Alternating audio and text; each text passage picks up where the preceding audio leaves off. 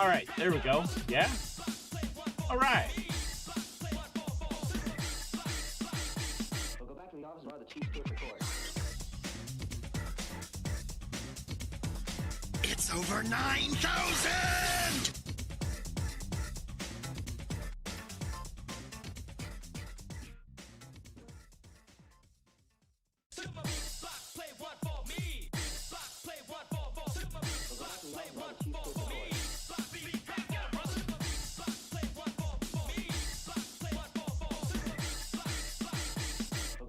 While the chief gets report.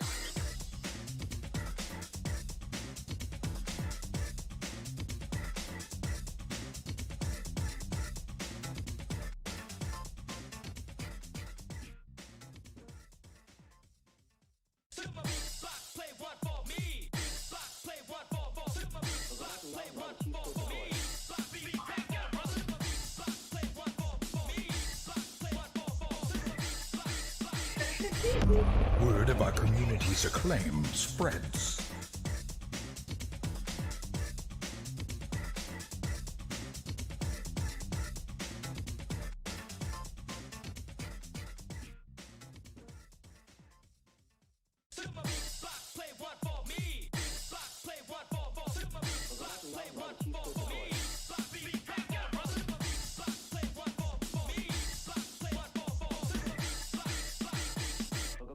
While the chief gets report.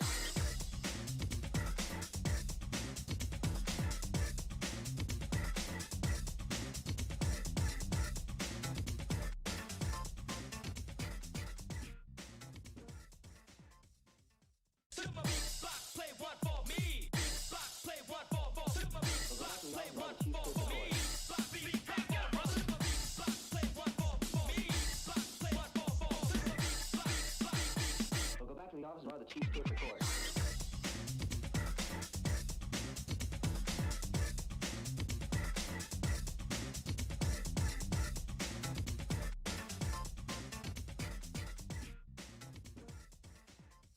All right, here we go. Yo, Walaski, thank you for the host, brother man. What up?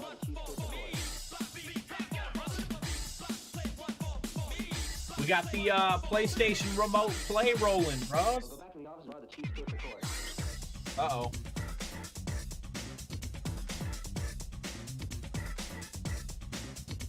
All right, let's do this. I had to get the PlayStation working. We have a play test tomorrow.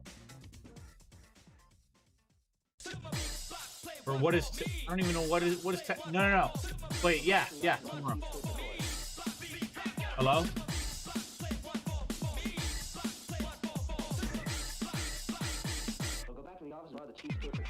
There we go. I'm in the arcade, everybody.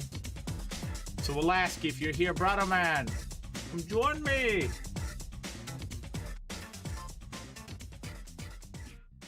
And we have PlayStation Plus now.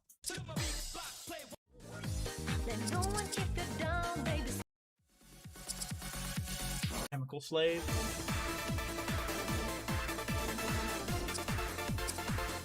Oh, you know what? Where is it? This is actually a good one. I got a friend of mine who can play this song without any pictures or anything. He plays it with notes invisible.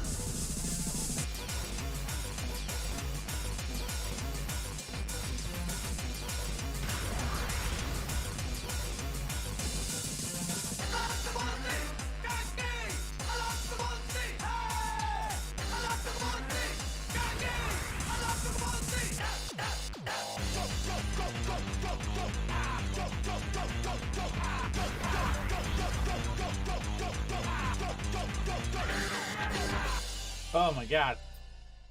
Oh, talk about my hands. My arms hurt. My forearms literally hurt from all of that dexterity movement. Jesus Christ.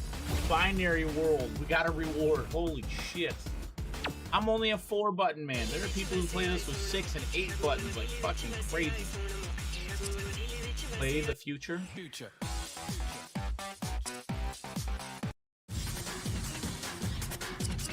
What is it? Night stage?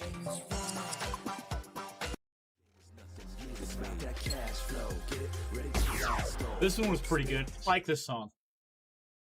So Wolaski, brother man, how you doing? See y'all. Oh, hold on. Before I get myself in trouble, I need to be able to see the chat. No new messages. What? Oh my goodness.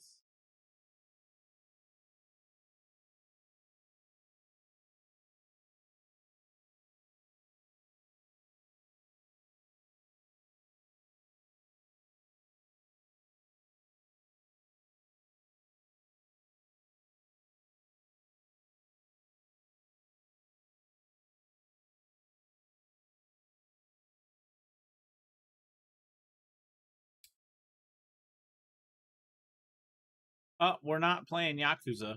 Oops. And I don't know why the game didn't.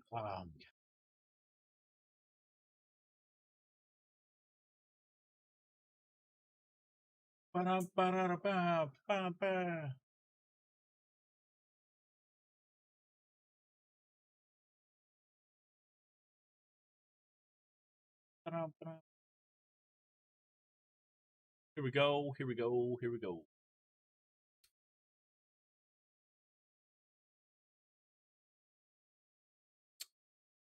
All right.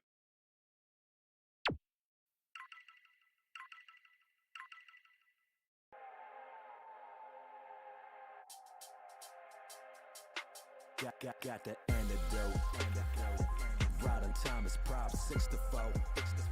In my mental zone, life is like a roller coaster, but no emotion can explain the overdoses of this track. I'm blowing kosher. I be on the block, representing Oakland, man.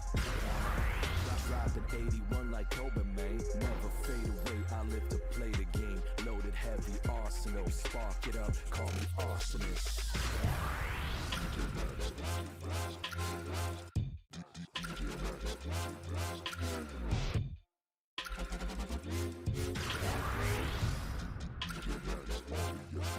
Yo, I'm stacking paper, let's double up. I got that OG, roll it up. No competition, my flow is always letting poetry. I motivate gelato.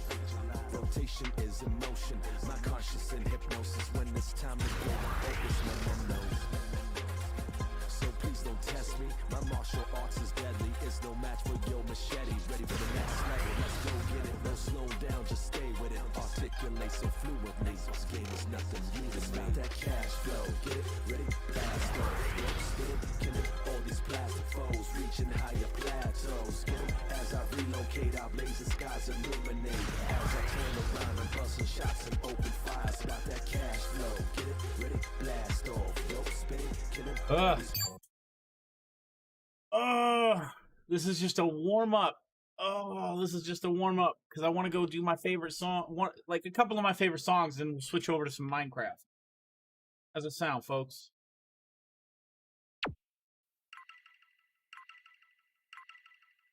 Plastic foes reaching kind of plateaus. There's no time to waste. This life is fast paced. World is ours. Burn the tower. Retaliation. Open fire. My forearms hurt. Like my actual forearms. The tops of my arms are burning. These muscles. It's all endurance. It's all about that thumb movement, guys. It's fucking crazy. My keyboard looks so dirty right now. Do I have lemonade saved? No, I don't.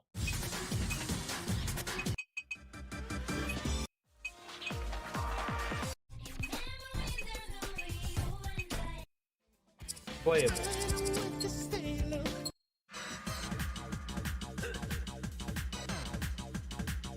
Oh, this one's so fun. This one's a ton of fun, chat. Y'all want to see some Bruce Lee inspired things? Here we go. It's gonna be great. Oh, hold on. I fucked up. I fucked up, chat.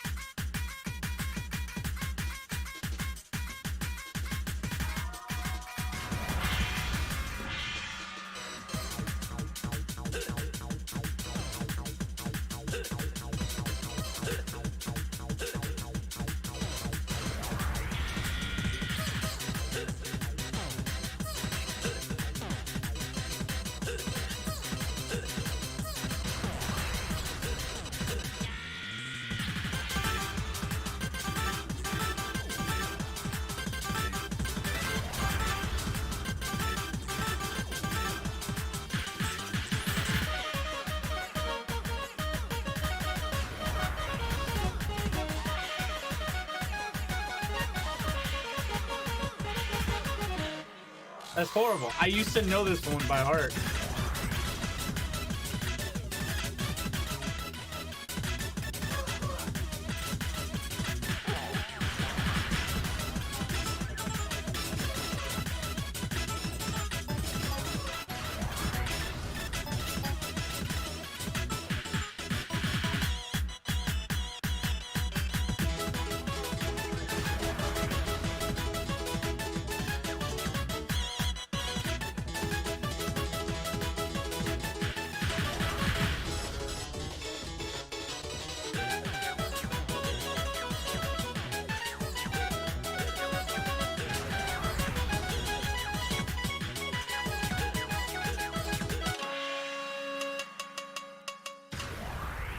Jesus Christ.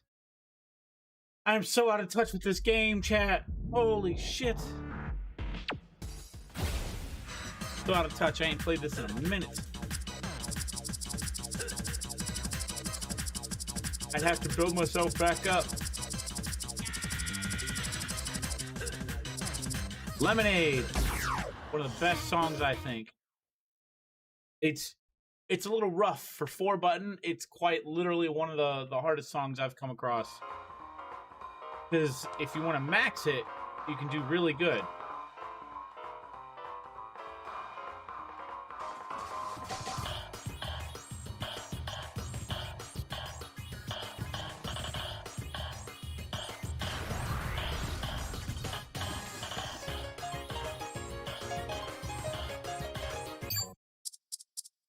All right, I'm going to do this probably once, twice tops.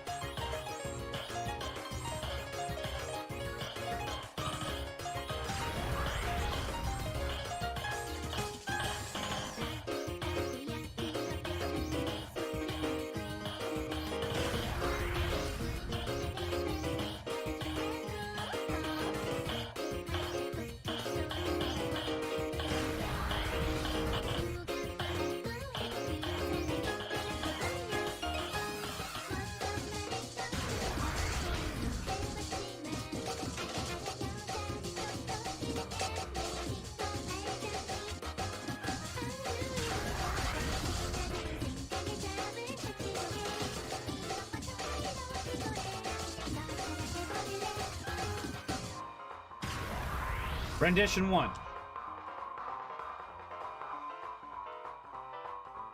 Maybe it's 2.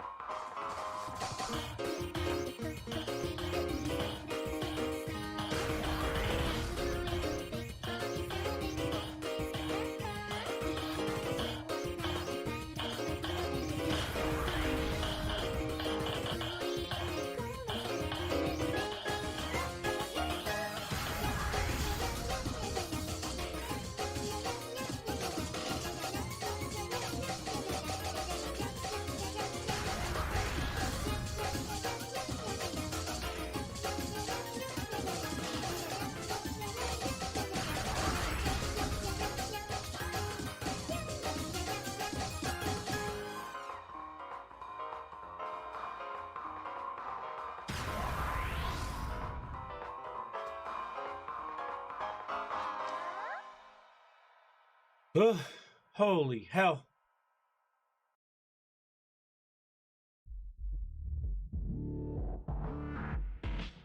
But 3 breaks, right? That's what I thought. 3 breaks. I held a 93% and got a B rating. And I got this with an A.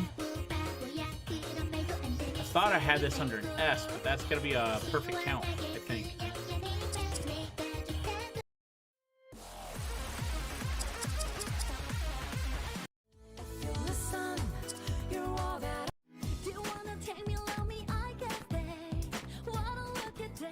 Why is there a little butt on screen?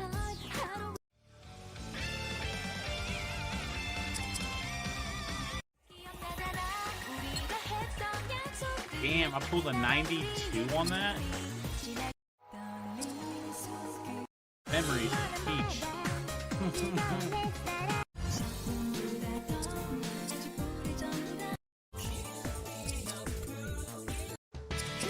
Wow, that's the PSP, brothers. That's portable too.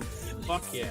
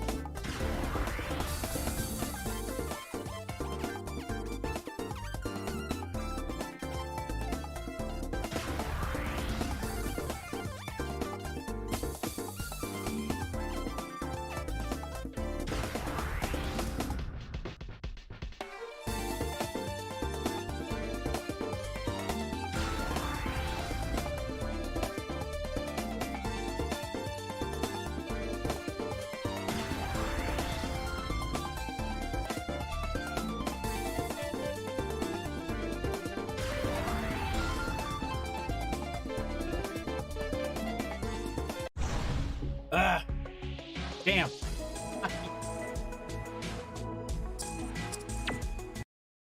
All right, I can't do it anymore.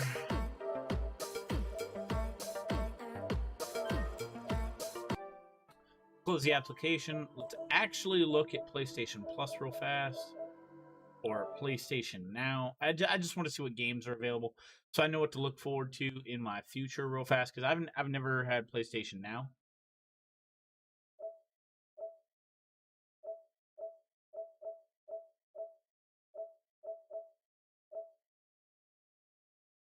Oh, look, Eternal Sonata, Dark Clouds 1 and 2. Oh, shit.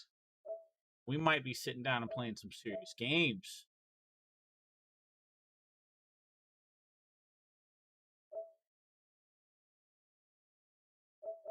I might have to save up and get like a PS5 or something, guys. Holy shit. Hotline Miami 2. That's funny. Rogue Galaxy, Ni no Kunai.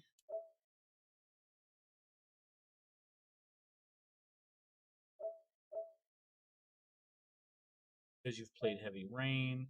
Game Mom's playing the shit out of that. Game Mom loves a lot of these games, man. Tales of Cold Steel, Clockwork Tales of Glass and Ink. My Time in Portia. Bro force. I am afraid.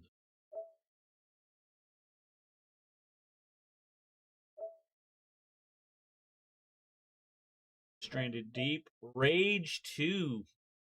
Rage 1 was a great game. Great game.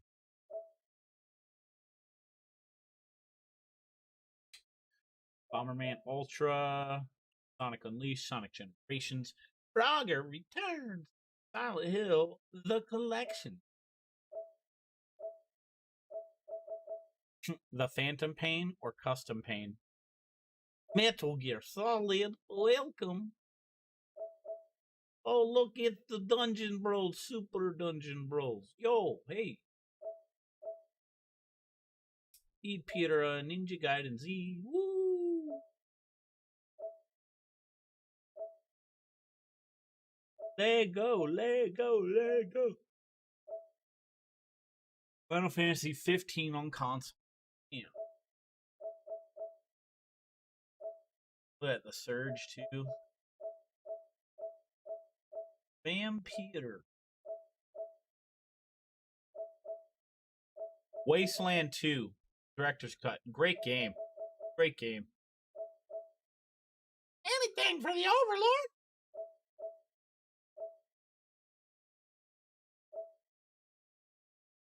Suikoden? Is it like Suikoden?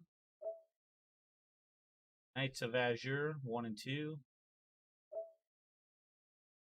Kokiden. Kiwami.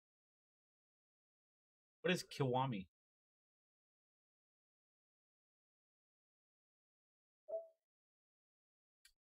Ark the Lad. Twilight of the Spirits.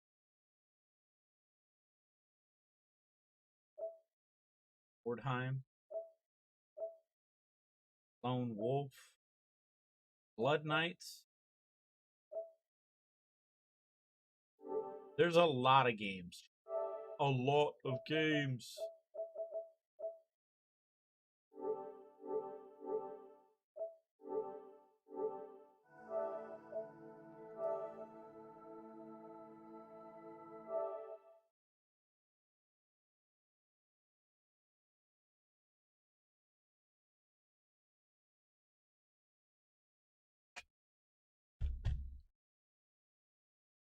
Okay.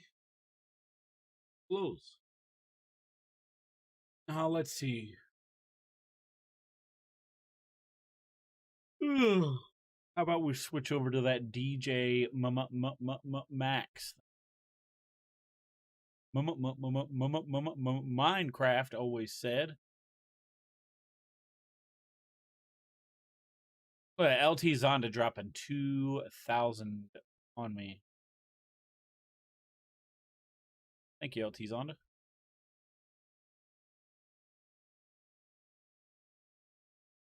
Come on, we gotta change up our title. Oh, and Twitch launcher. Loading.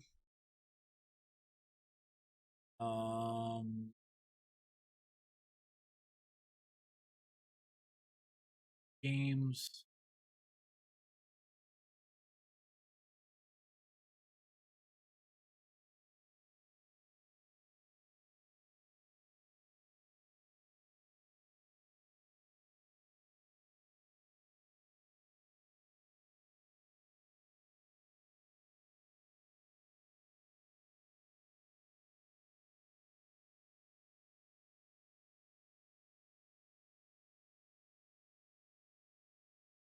Whoa, whoa, whoa, wait a minute.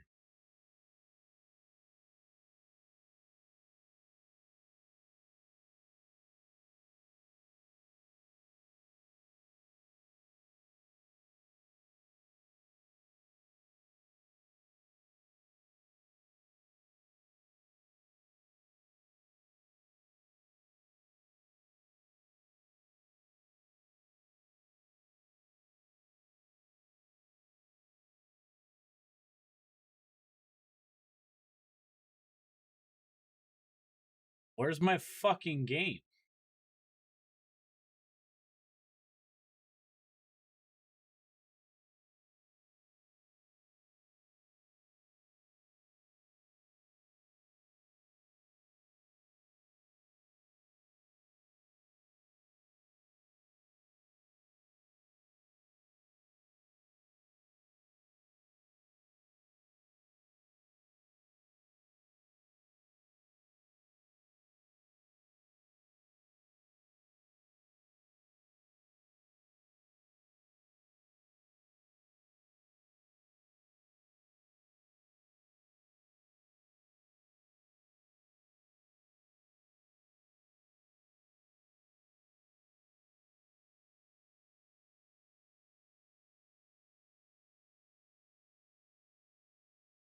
All right.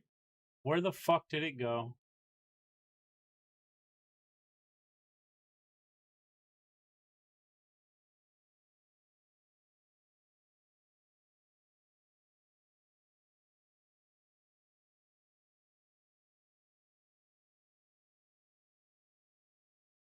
Something happened. Something happened.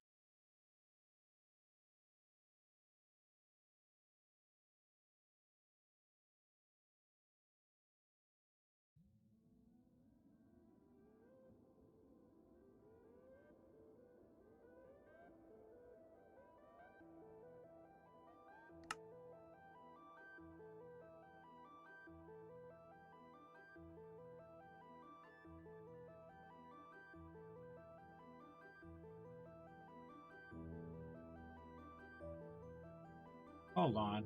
Chat. Hold on.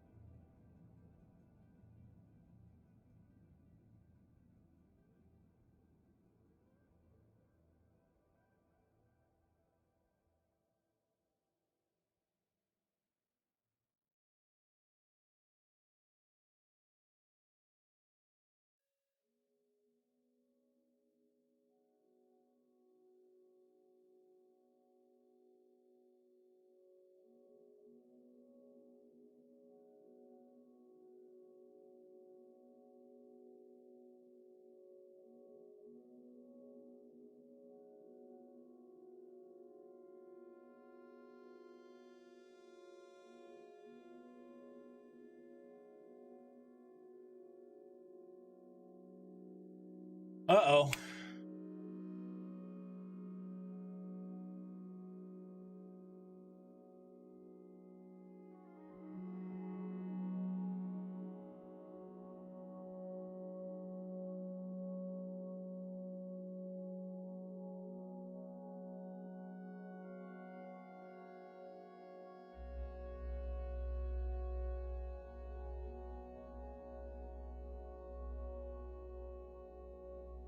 Bear with me. I'm trying to get my password to work.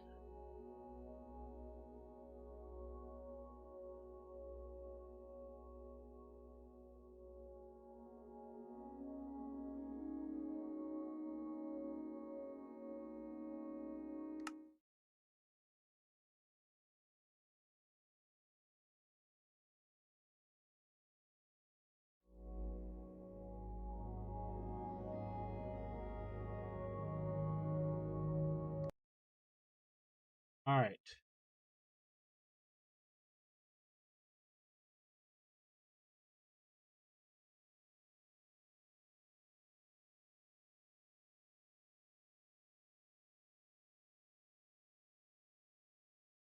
Twitch did something.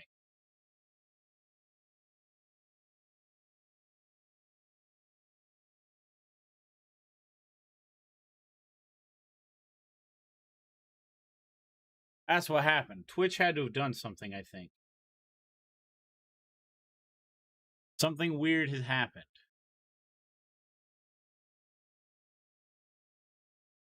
You know what? I know who to call. Buddy Ty.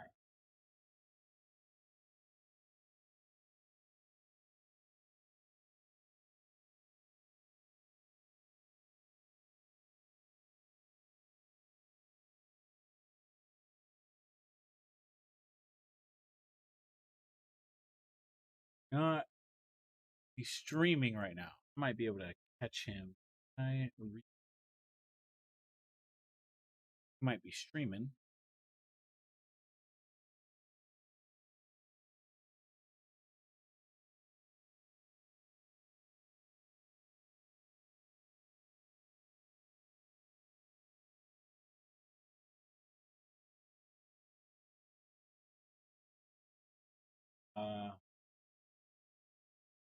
Double check.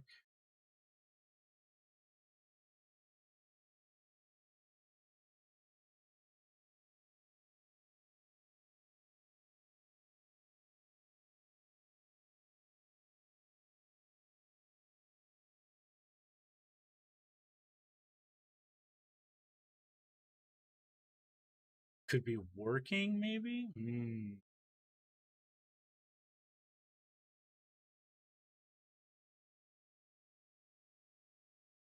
It's the only person I can think of.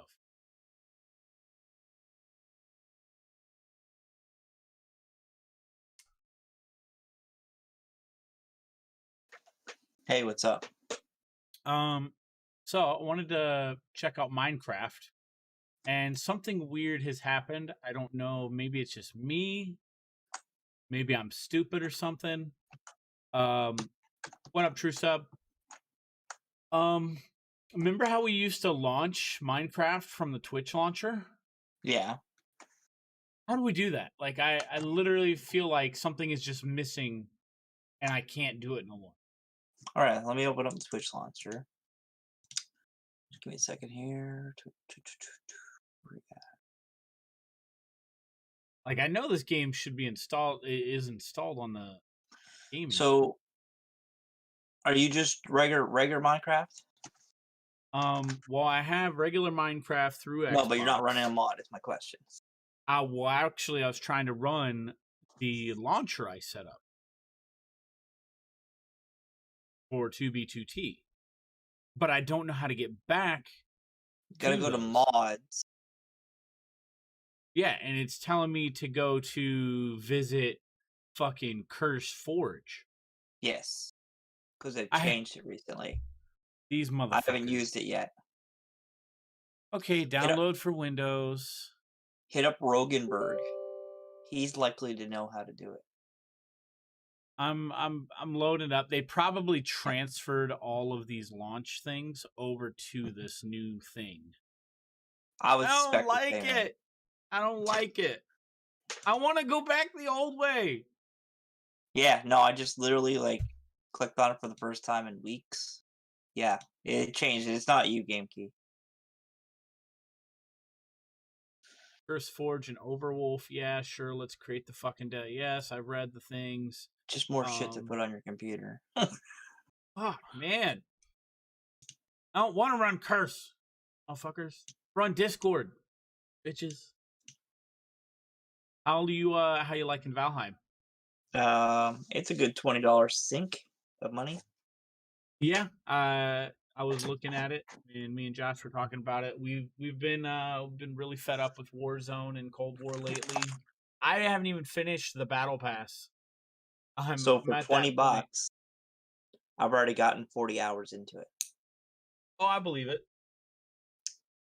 The trailer is what pulled me in. I saw the monster stuff, and I've been asking like the community, like, how is it like Rust, where you've got resource degeneration for keeping your base? Nope, none of that Doesn't. happens. Then is it highly focused on PvP content versus PvE? No, there's no PvP you real. can, it just not great, but PvE is the big focus. Right now it's PvE. They are working on PvP. There is some grouping you can do, but the biggest thing about it is you can host, just like 7 Days to Die, your own private server. Oh, nice. So you're like literally setting it up off your own computer or like Yeah. a server website. Or you could buy a debt, yeah. Yeah. So, yeah, it's worth the money. I got several different groups I play with. Right now I'm playing with Demon Spawn and his wife and their crew. I also play with a couple streamers. So, Man, just thinking, True Sub-Zero, Ty, thank you for seeing that things were different. Preparing for first launch. Let's pray to God all the fucking launcher settings are still there. If they aren't, I'm literally fucked on wanting to play Minecraft. or hit up Rogenberg because he's gonna know. Yeah. But I mean, they took it off of the Twitch launcher, and that was like the go-to, you know? Like, I liked having it on the Twitch launcher. It's the only reason I have the Twitch launcher now. And by the way, if I could, I would gift you a copy of Valheim. Oh, I'm not. Hey, okay, cool. Yep, this is quite literally the mod launcher. That's all this will ever be. It's officially a mod launcher. Yep. And that's good because they needed one that was dedicated for it. I mean, I just liked, like, I had memorized the other way to play. You know what I mean?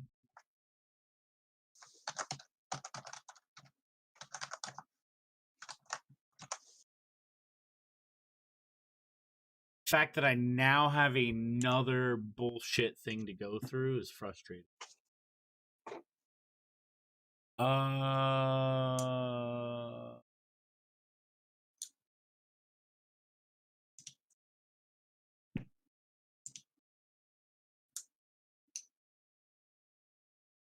Oh, okay. Regret. Tyrezo has just donated $20. Goodbye, Val. Goodbye, Val. Jeez, Ty. All right, we've got literally we have Minecraft running. So, Downside, I have to go and look up my password. and you can see you're typing on your screen, by the way, because you have screen capture on. Yeah, that's fine. Like, Apparently, my password has been compromised on Microsoft. Please click this link and blah blah blah blah blah. yeah, I've been fixing all the ones that I use. All the other ones are actually bullshit. Like, you know, when I was looking up jobs and stuff like that. So, anyway, if you need me, you know where we're at. If you decide to start playing Val, give me a holler. I Will work do. tomorrow and the next 2 days, so I'm off Monday to Wednesday. Oh, I just nice, happen to be off nice. tonight because I worked a holiday. Oh, nice. I took yesterday off for my birthday. So Oh, it's happy weird to birthday. have this would be the first day technically of my weekend. I did jack shit yesterday, man. I didn't even get ripped. I was just like, fuck it. And then I didn't do anything. I thought I was going to, and I just meh. 2 games. Oh, okay. So they threw Minecraft Dungeons into the same launch. Okay, dismiss. This is an older game version that doesn't support the latest player safety features. Or I'll hit you up later. Abraham. Oh, wait a minute.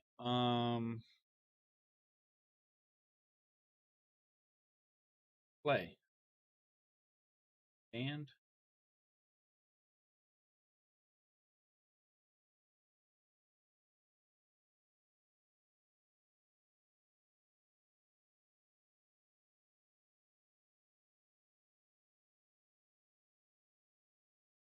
True sub, you still here?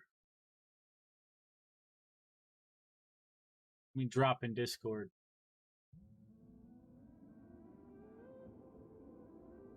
Where you at, Broham?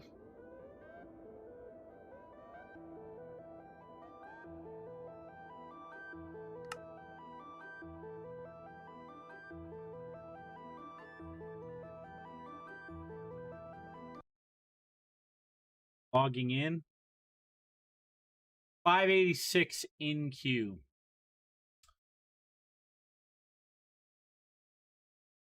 Fuck me, man. Really?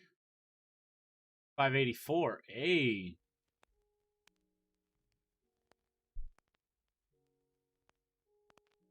583. Oh, it's going fast. Oh shit.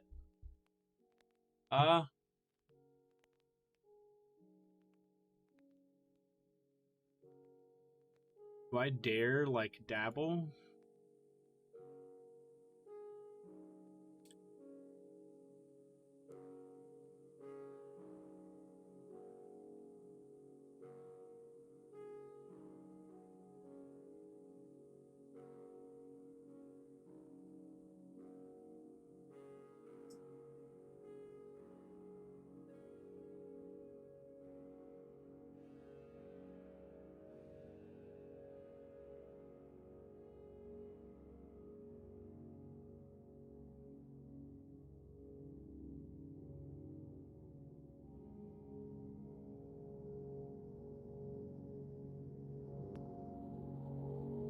All right. True sub, brother man, where you at?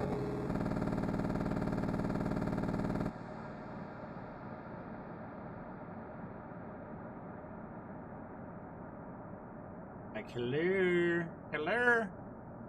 Is anybody home?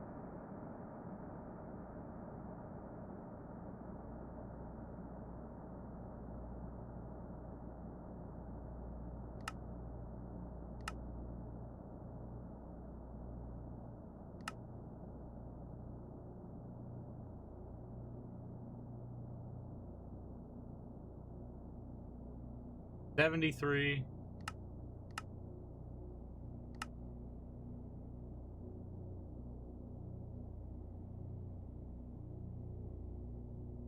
You know what we ain't done in a little while? Do you know what we have not done in a little while?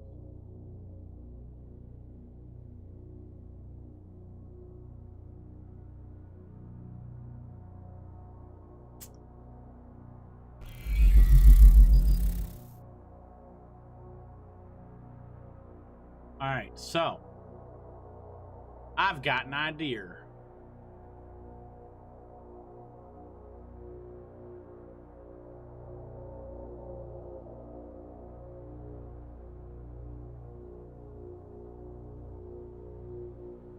Capture.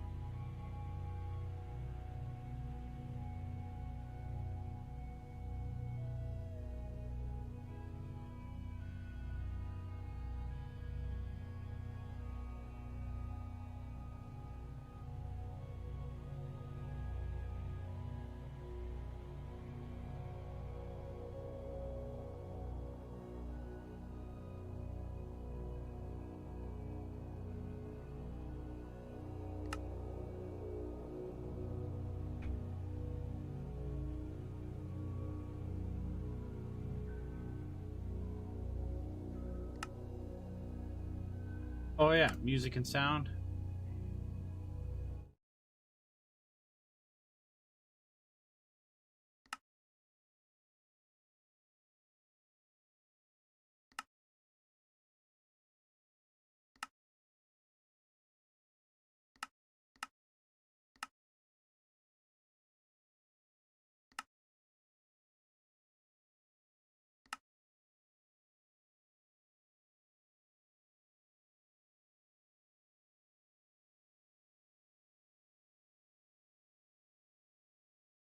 Here we go, chat. While we wait.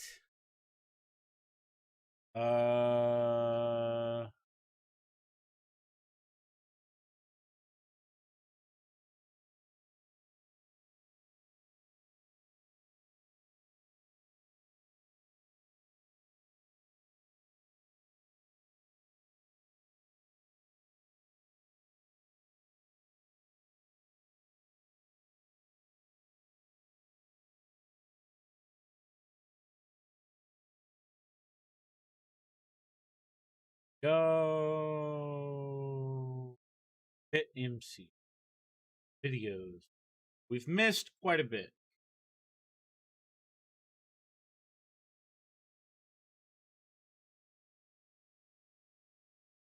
See how 2B2B2T Imposter fooled the server for years. Man-made glitches. Survived 24 hours on 2B2T Japan. Truth about 2B2T's 1,000 days. 2B2T's Immortality Machine. Yo, what? Immortality Machine? The secret to immortality in Minecraft has been discovered, and it was found in the most unlikely place, the oldest Anarchy server in Minecraft.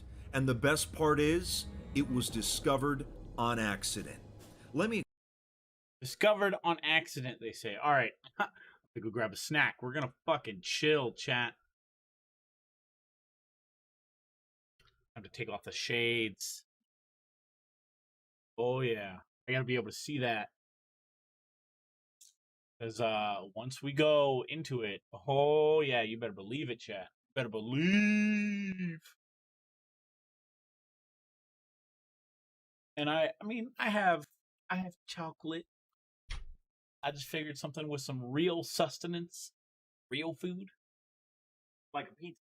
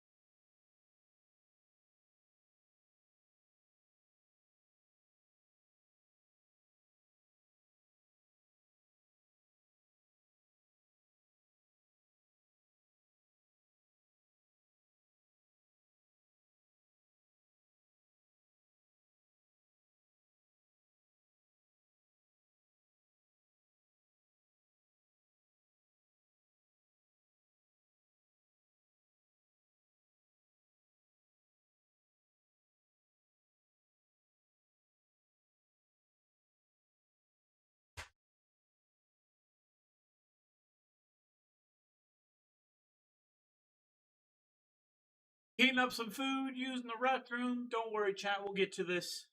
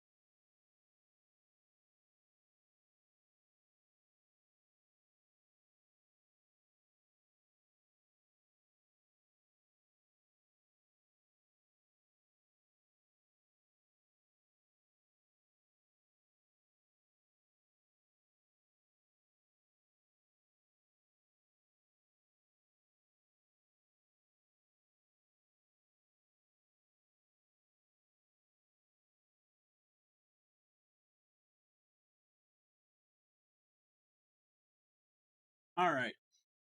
Couple pieces of pizza, marinara sauce. It's going to be a good time. Hell, I can't even wear my ring.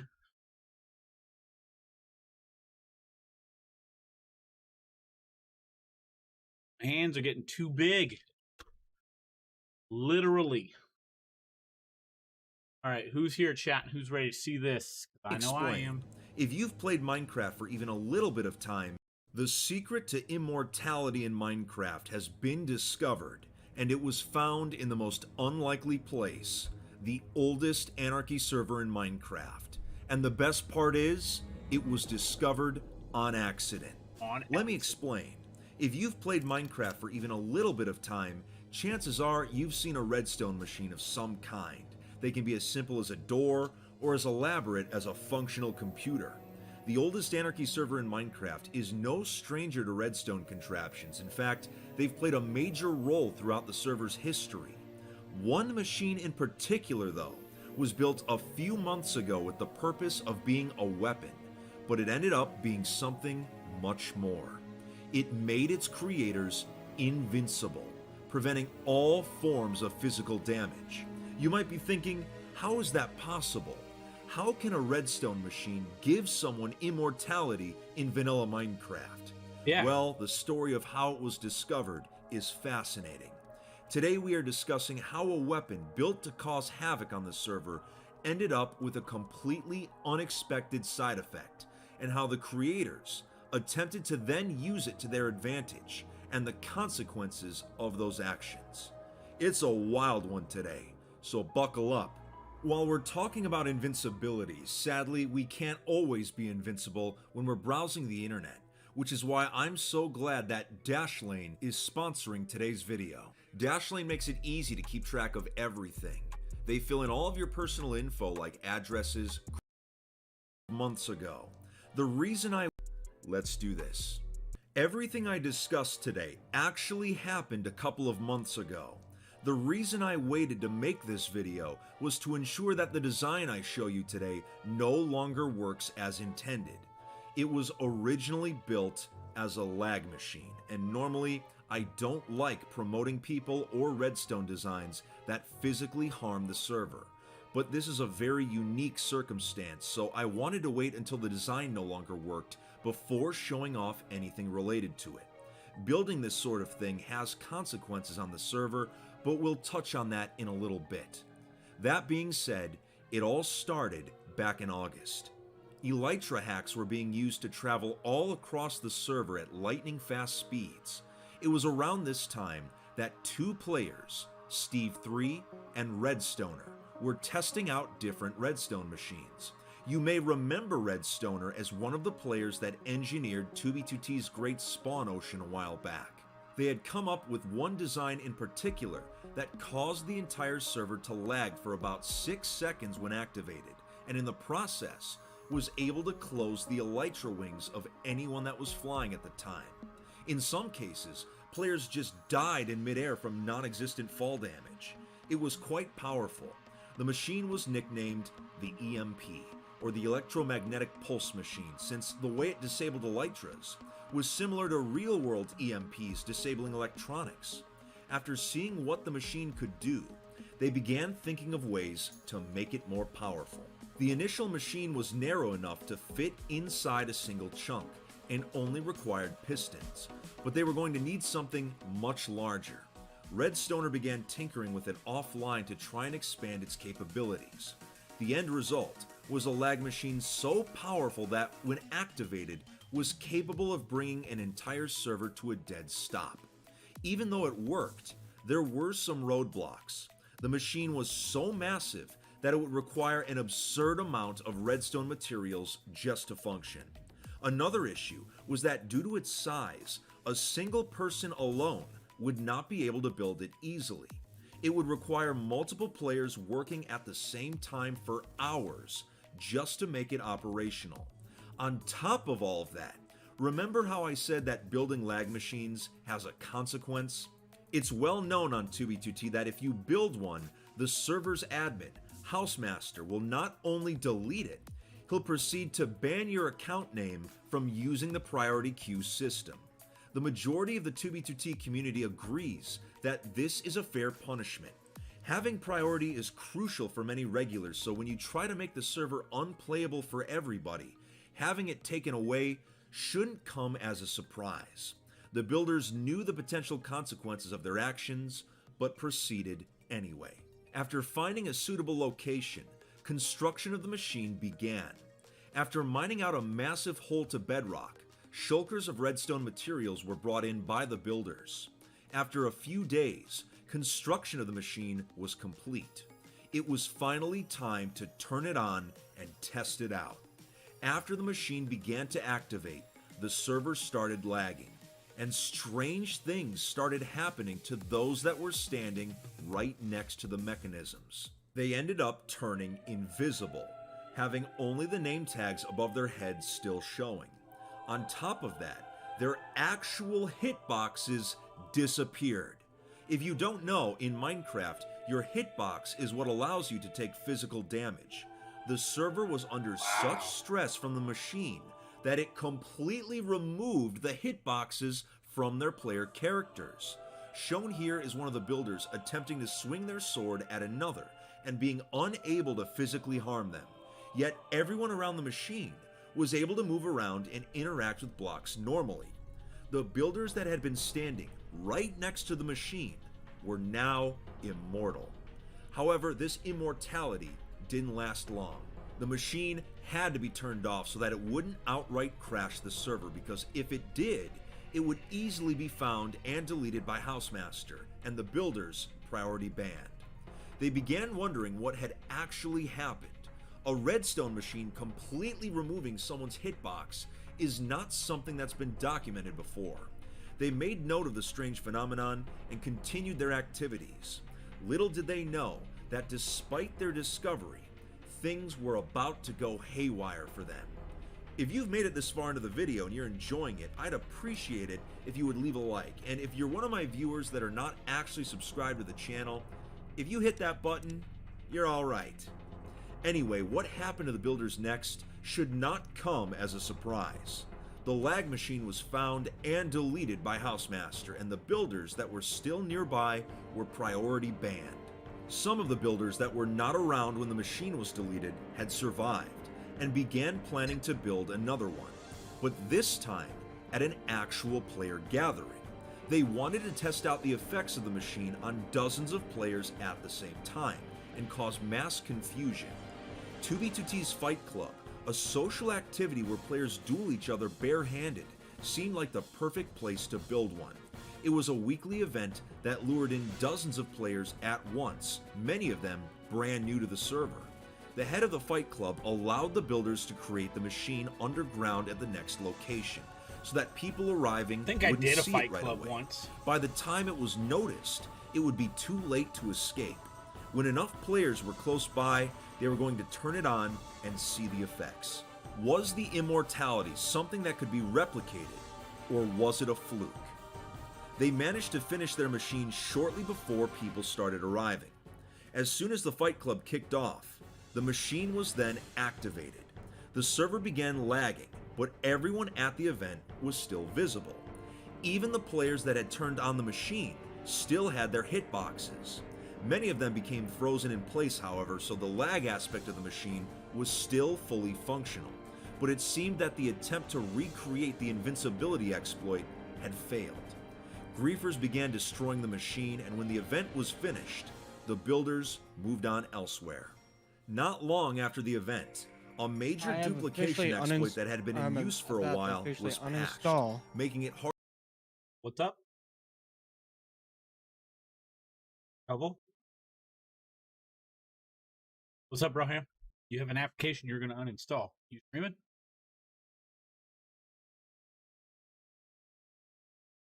Hit 2B2T. Pog! Pog! Poggers!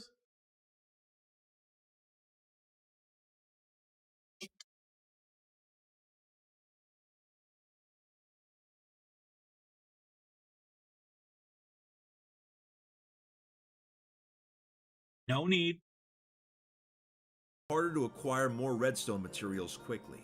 On top of all that, no matter how many more times the invincibility exploit was tried, it no longer made people immortal, which brings up the questions of how did it happen and why was it only achieved once? I've been trying to find some sort of explanation as to how this immortality is achievable in Minecraft, especially using just redstone, and I've come up with very little. Some have suggested that it's possibly a strange interaction that the machine had with some of 2B2T's plugins. Considering this immortality has not been produced on other servers, this seems to be the most likely explanation, so I guess in this case, the phrase, only on 2B2T, is actually correct. Even after all these years, this server continues to surprise me. Who would have thought that by trying to build a weapon, 2B2T players would discover immortality on accident? That was quite an explanation, so if you enjoyed today's video, make sure to leave a like and hit that subscribe button. Also follow my socials, but that's it. Take it easy, Fit Fam, and remember to stay alive out there.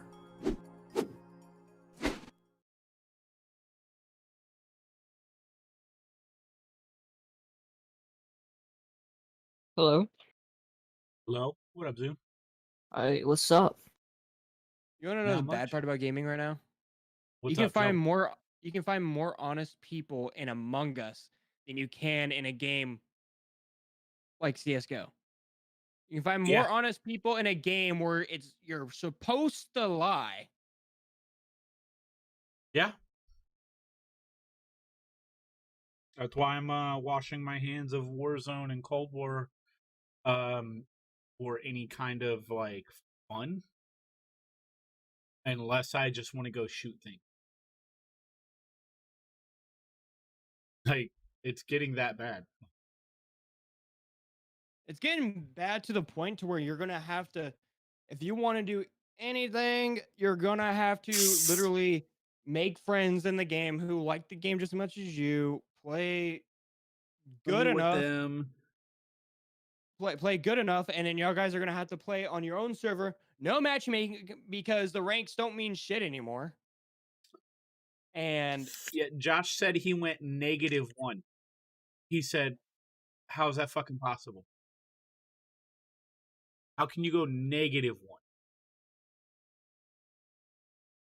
You kill yourself? No, in Call of Duty League, he played for like 4 hours, got up to be in the rank 1, came back couple like A 4 new hours later, follower. and all of a sudden was -1 ranking. Like he wasn't even on the board. Wooies, thank you for that follow. Welcome to the arcade. Zoo, you straight disappeared. What happened?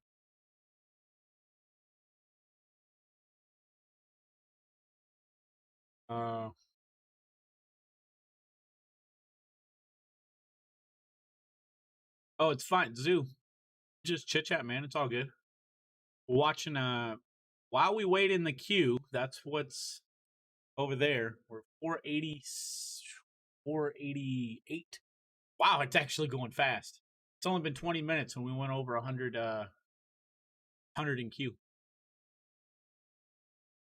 So about an hour and 40 minutes left. There's no point for me to be on 2B2T, or is it? I forget how it's spelled. 2B2T for Minecraft. Okay, yeah. There's no point in me going to it. I couldn't even leave the spawn area. Really? What's wrong with spawn? Oh, Is it God. the water still? It's the water, the explosions, the roads are not really working. Like I know like the 2B2T is like really fucked, but like you know the Nether Highway? yeah. Yeah, people blocked it off, so you can't really even go into the Nether without being stuck there for eternity.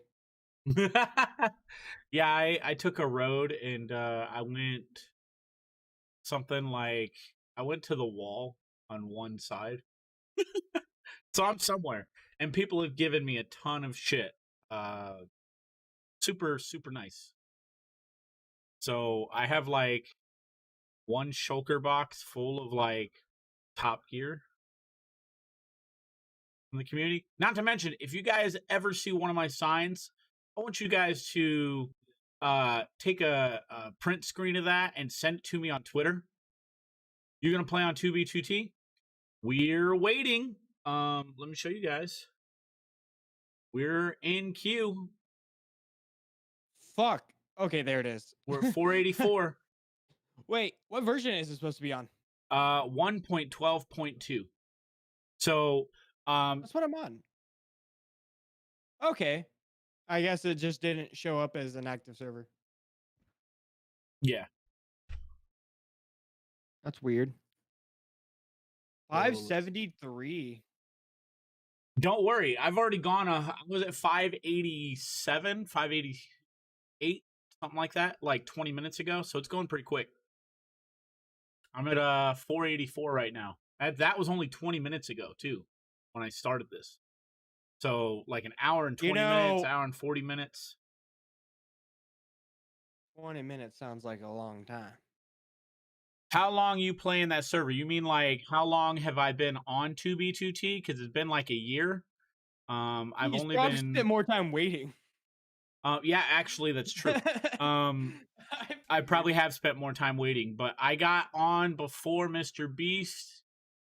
Let's see. I got on after Etika and all the stuff that happened with him to I basically been running around learning a lot of history of 2B2T through Fit MC. As you can see, this channel and all of the crazy shit that's, we've watched a lot of videos while in queue. Hence why we have our little queue thing right there so I can look up and be like, okay, cool, we're at 484 in the queue. So it's been about a year. I'm kind of excited. I hope they find an update that actually works with the server because I'd love to see what would happen. Not to mention, there's some amazing history about 2B2T and like the founders of the server. It's insane. Not to mention, I like that you got the Masons, and you've got a couple other groups. Like there's just amazing history on here. So I think I've been making trips across the server and looking at real coordinates. I actually have, believe it or not, on one of my paper right here that I have in front of me, I have 5 villages. I have a spawn coordinates that I used for a small little base. I actually know where I think I still have a bed. Then again, that bed could be gone. Who knows where the hell I'm going to be?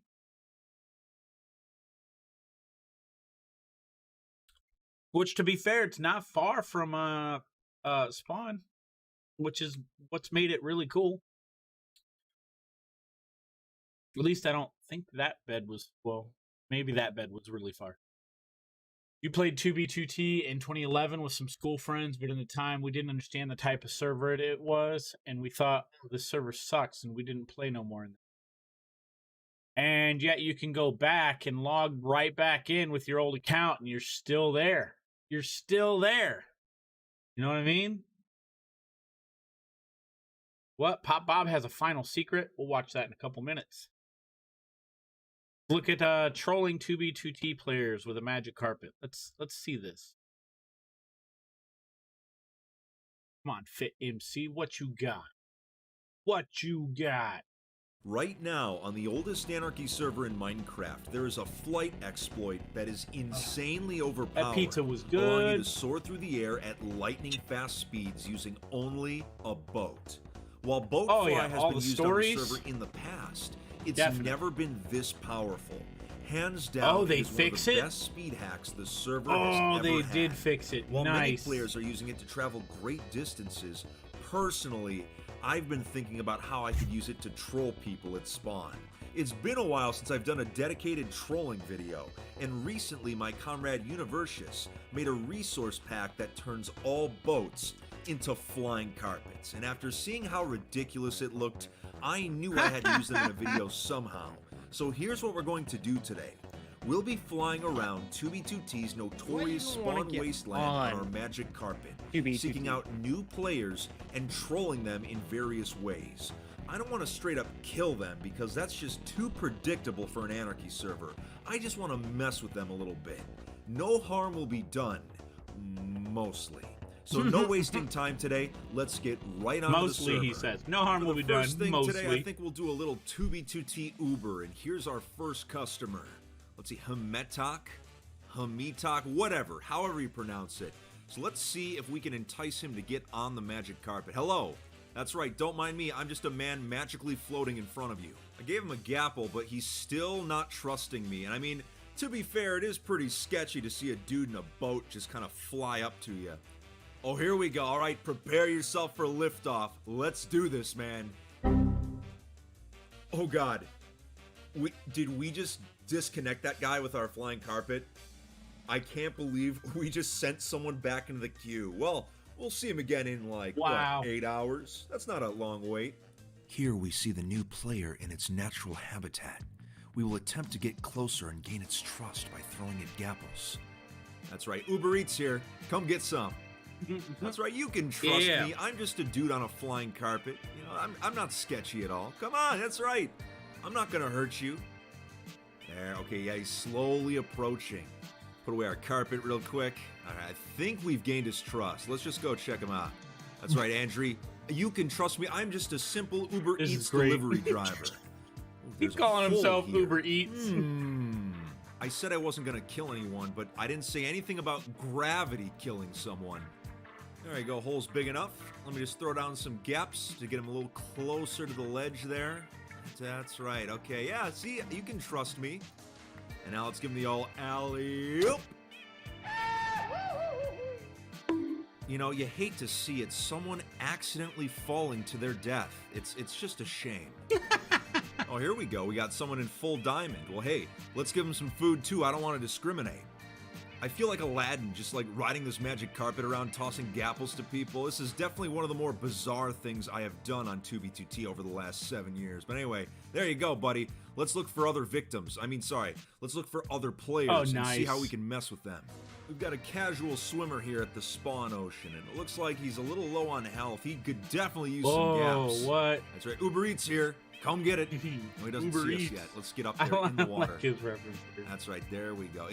The carpet's kind of glitched out in the water. That's right. Do Some you see us yet? servers Got a little ahead of 'em up don't on have this passwords platform. Let's see tied if we if can you use the entice 'em. admin name and try to enter. Oh, sweetie, you crouch just back. passwords and steal All it. right, come get some, Oh, champ. jeez. Uber Eats here. Come get your gaps. There you go. You've had a hard day of swimming. You need some calories in you. We got another customer. Man, there's been tons of It's so accounts at fucked Spawn up. this morning. This has been wild. Yeah, looking a little low on health there, buddy. Take the gap. Yeah, be my guest, please. There you go. That's the good stuff right there. Man, what? You dare insult me? Sorry, I lost my temper a little bit. We've been able to cover so much ground and find so many players in such a short Blew 'em span of up. time. This flight exploit is nuts, man. I wouldn't be surprised if the server's admin Housemaster nerfs this thing at some point. There's a crazy thunderstorm going on the server right now. I mean, you hear all that thunder? We got someone just chilling in the bedrock here. Hello. Yes, there we go. It's nice to meet you, Verzide. What are you? Are you a frog? A fox? I don't understand what animal you are. Wait a minute. Is it... They're just crouching back and forth. This person's AFK. They're using an anti-AFK hack. Since they keep punching the air with their anti-AFK, maybe we can get them to grief themselves with a crystal. Maybe. Let's sit back and enjoy the fireworks. I put down a pressure plate. Maybe that'll make a difference. I mean, it's been 45 seconds already, so hopefully... Oh, R.I.P. Verzide, leaving Spawn in a soup can. I think we should pick up a Common theme I'm passenger seeing. again. Oh, that's whoa, so hot, fucked. hot. Say what? You know one common theme I'm seeing now that I find hilarious? What's that? In order to look smart, people are starting to wear, like, on Instagram, on their TikToks, high class A-list colleges sweatshirts. Even though they Meh. don't attend or don't have the qualifications to attend, they still wear like Harvard, Yale, Stanford. Uh-huh. I find it funny. Hey, gotta look like they're smart, or else you become you know. The thing is I hate to say it, though, Gorilla Glue Girl. the thing I s- the- 40 years Ooh, old, and sorry. she's a teacher. I sound dumb because I couldn't talk, but what I was gonna say is it's funny because if you know what they're trying to do, they look even dumber. At least in Boy. my eyes.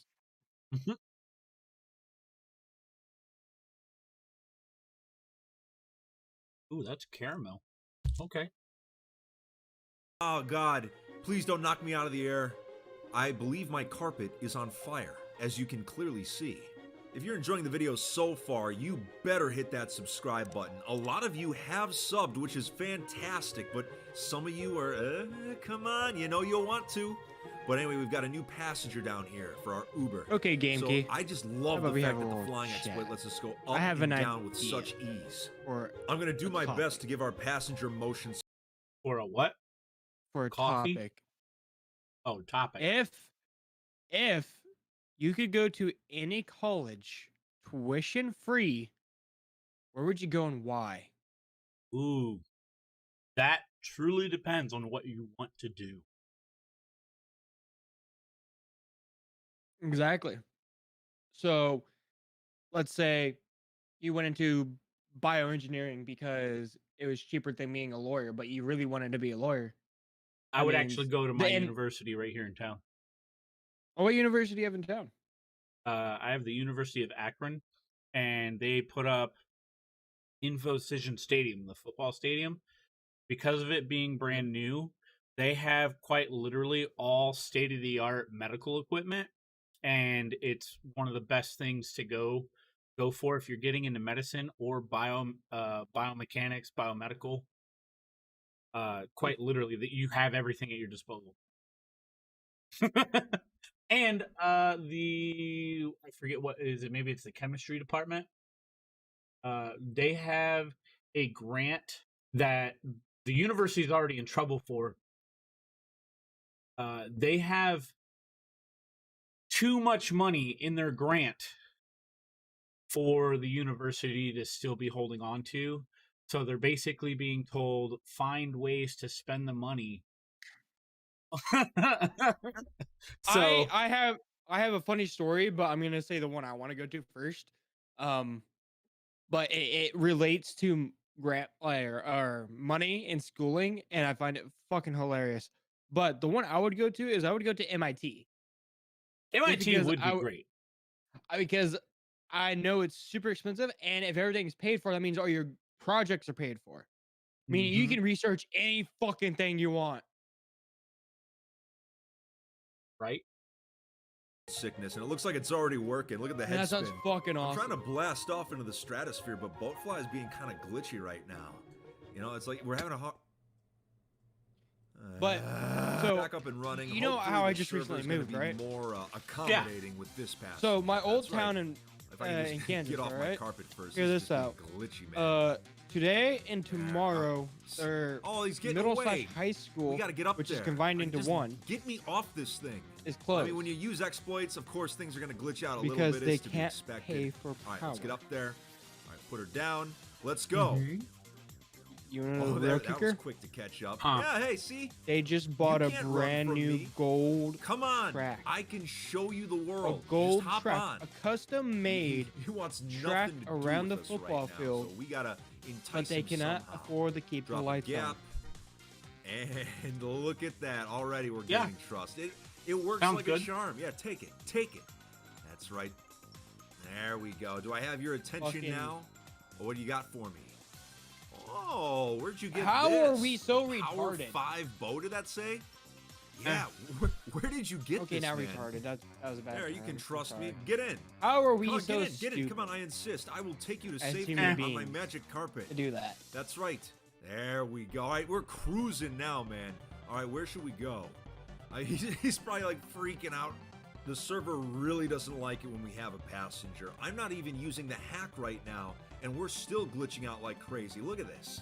Hopefully my passenger doesn't get disconnected again, or I'll be the worst Uber driver ever. All right, you know what? Let's try to go over the falls there. I get the feeling the server's not gonna like this. Oh yeah, it keeps rubber banding us up to the top. And maybe we can just barely skirt off the edge and hit the bottom. That'd be pretty funny. Oh, here we go. Finally, we're falling. And no damage. Okay, I'll take it. Oh, no, of course, because we didn't actually hit the bottom. Are you kidding me? Well, I guess that's karma. You know, I disconnected someone earlier, so it's only appropriate that I myself get disconnected. All right, we're back in. You know, I've been having fun using the flight exploit to fly around and mess with new players, but the lesson that we learned today is that if you plan to boat fly, don't pick up a passenger. It probably won't end well. But hey, if you enjoyed the video today, make sure to leave a like, hit that subscribe button, and follow me on my socials. But that's it for today, everyone. Take it easy, and don't take gapples from strangers.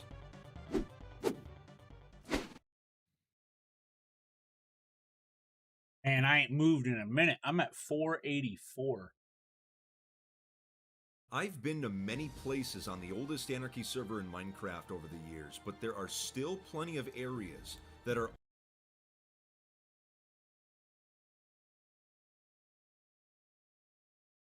Nope, I'm at 444.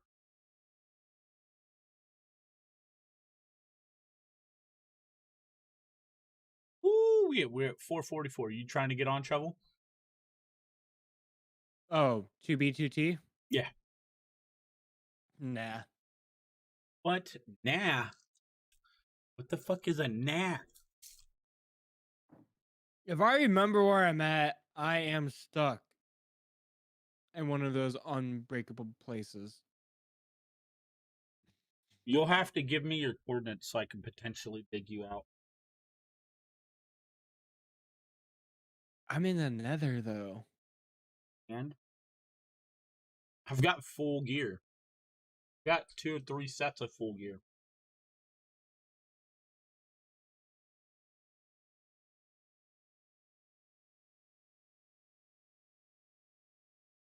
Might as well. I'll just go back in the queue.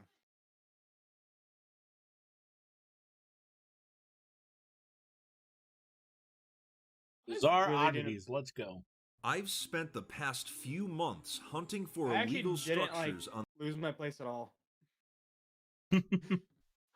I'm actually 2 below of where I left. Nice. I'm at 442. the oldest Anarchy server I'm at in Minecraft. 275. By illegal, I mean blocks that Or are not 575. normally obtainable in survival Minecraft, such as bedrock and end portal frames. Well, recently, after traveling to a town filled with Okay, these time to- structures, I have once again acquired the coordinates to something YouTube pretty or insane. something, I don't know. The ruins of an item stash from 2012 with more illegal structures, built by a player who abandoned the server long ago, O'Malley-Mix. It's been a while since I've heard that name. He was a prominent member of 2B2T's old community, was a good builder, and had many connections. He was once allies with the server's most notorious griefer, Pop Bob, but as to be expected, Pop Bob eventually betrayed him, and O'Malley-Mix ended up leaving the server for good many years ago. But I'll explain that a bit more later. He may be gone, but the ruins of his item stash still remain. There are apparently bedrock blocks and end portal frames there, and their formations are quite odd from what I've been told. So it's important that we document them on film today. We are adventuring out of 2B2T's spawn and making a journey across the wasteland to find the remnants of O'Malley-Mix's stash. Also, Who knows I what don't we'll use end a up hack finding, client at all, especially chat. on the way. Now then, I am as let's get vulnerable as started. they come, but hey. Here we are at 2B2T's spawn, getting ready to What do you head mean out. a hack Now the client? boat fly exploit is So still you active, can use so like it's going to be very so you can use exploits like the Boatfly, Elytra, PvP. Basically, PvP is completely different on 2B2T than it is anywhere else, and it's in particular due to the way the hack clients work. It's because you have kill aura, so you're actually attacking things automatically without having to do it yourself. 2 blocks away from your body. That's why 2B2T fighting is Ender Crystal explosion fights, because everyone's wearing top end diamond gear, like top everything for its version period. It's learning how PvP evolved for 2B2T was actually probably one of my favorite videos through Fit MC. It's completely different than we know Minecraft.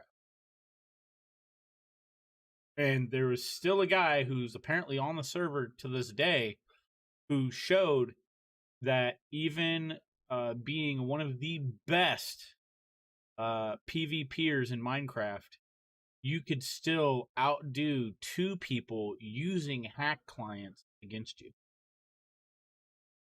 Like, the guy is that good.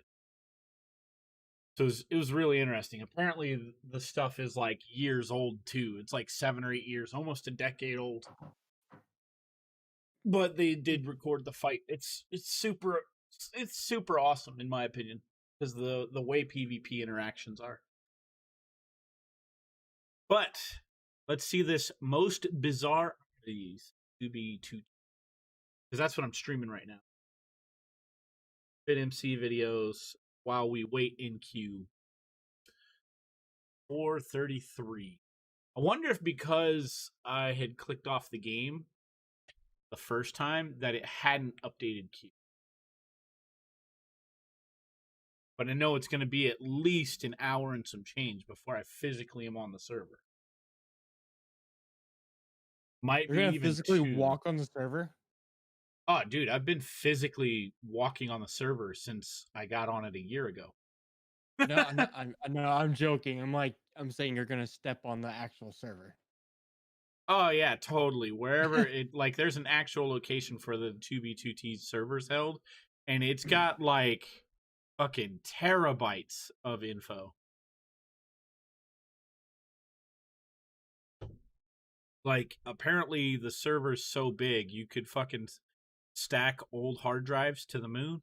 It's some goofy shit like that. Like, that's how much backup space is running fucking 2B2T right now. Mm-hmm. Oh, and they can't transfer it over either because it's corrupting. It's too big. It's literally too big. Easy for us to travel today. All right. I'm doing everything via the overworld because I want to see what interesting structures we Everything can find via on our way overworld? to this old stash. Now, Okay. a 2v2t player named Sanku is responsible for sending us these coordinates. In fact, if you look at this photo, he's standing next to what appears to be end portal frames. So I'm very intrigued to see what is at this old stash.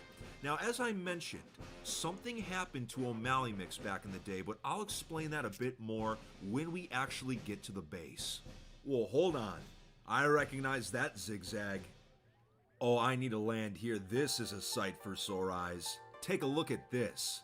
It doesn't look like much, but this was the community spawn base from the 1.9 update back in early 2016. Whoa. Many of us in the community at the time came together here to relax, socialize, trade items, and of course, go fishing.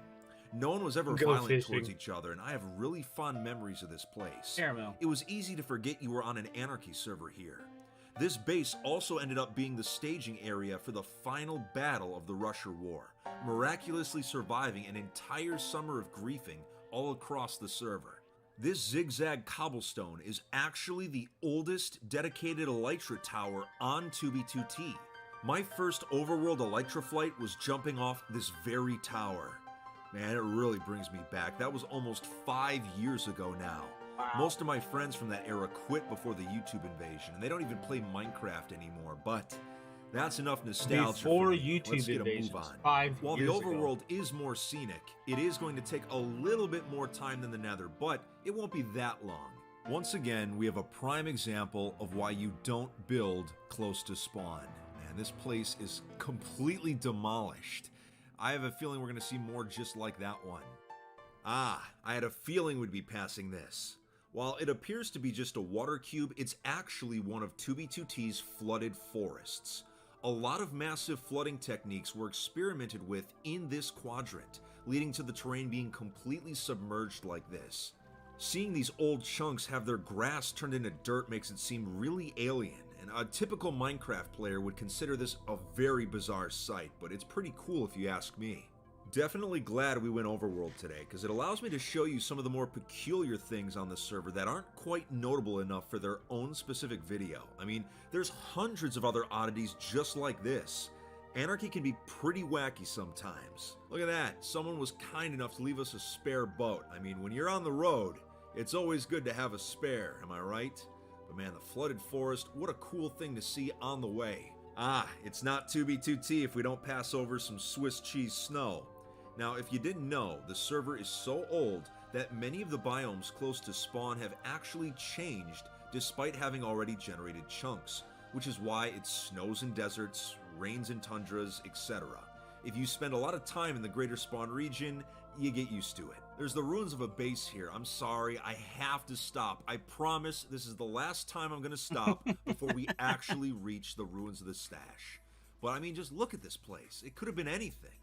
Now, the path blocks tell me it must have been constructed. Yeah, the other part of the least hack client in the allows past you 4 to years sometime. like I key mean, in on there's even an stashes, chest up there still, players, so someone all may sorts have of been shit. living here recently. Wow, wait, what? Oh, a minecart.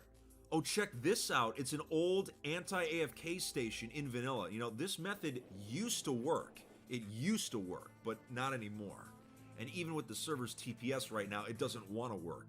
I checked around for signs and there were none, so we have no idea who originally built that base, but overall, it was a cool little find on our journey here, but as I mentioned, no more distractions. We're very close to where O'Malley Mix's stash is, so it shouldn't be long now. But if you're enjoying the video so far, consider leaving a like and hitting that subscribe button. The majority of my viewers, you know what? You've heard this a million times. Let's just go. The stash should be right ahead. And right there on target. Oh my god, look at that. All the bedrock is just right out in the open there. Alright, let's get a closer look. It looks like there's signs here, so what I'm actually going to do right now is turn on a hack called No Sign Render. And what this hack does is that it prevents text from showing on signs. Now, the reason I'm doing this is because sign text can actually be used to coordinate exploit. It's a long explanation, I'm not going to get into it right now, but look at this.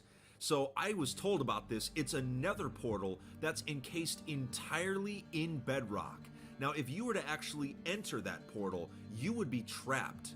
This was before chorus fruit was even a thing, so you would actually be stuck in there until you starved to death. And that would not be fun. Definitely a clever trap for any potential griefers though, but that didn't stop the griefers in the end from what we can see. But let's take a look around, because that's one of the bedrock structures. I know there's another one around somewhere, and there's also those end portal frames. Looks like there's actually something intact here. Bingo! Here's the second one. It's 3 pieces of just floating bedrock here, but it looks like someone sort of built a shrine to it. I mean, I can't tell if this is the original structure or not, because I wasn't able to find any photos of this place before it got nuked. But I mean, look at this. There's like vines in the basement here and everything. This feels like a legitimate temple to this illegal bedrock. It's kind of crazy. Looking around in free cam, there's a lot of tunnels underneath the base. Yeah, and there's like a huge mined out cave system here.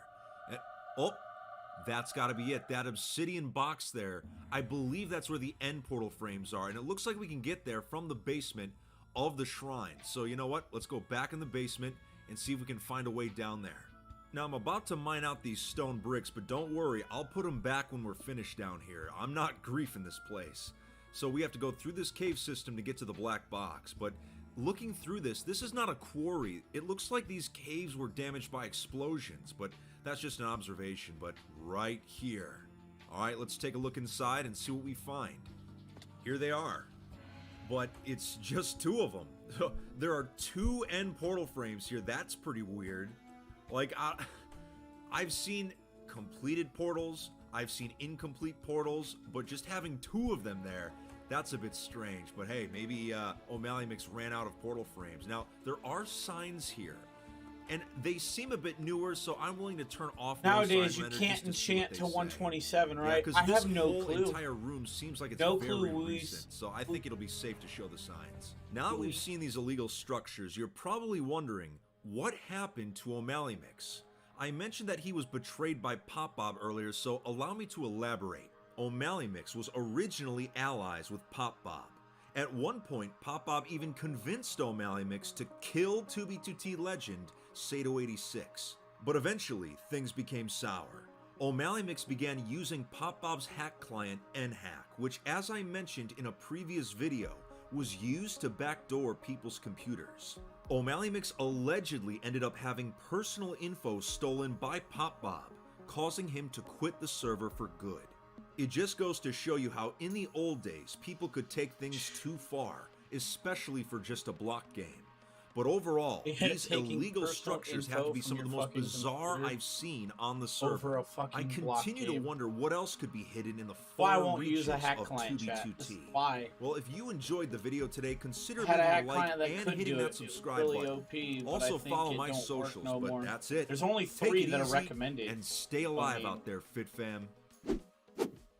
That's crazy.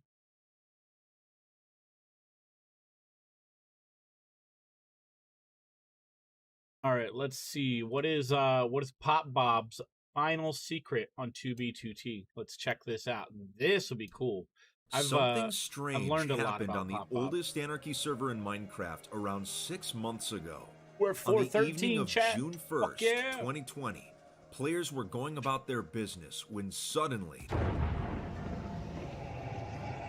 the sound of an end portal opening rang out across the entire server. Players began freaking out because on 2B2T, there are no naturally generated end portals, so opening one should be impossible.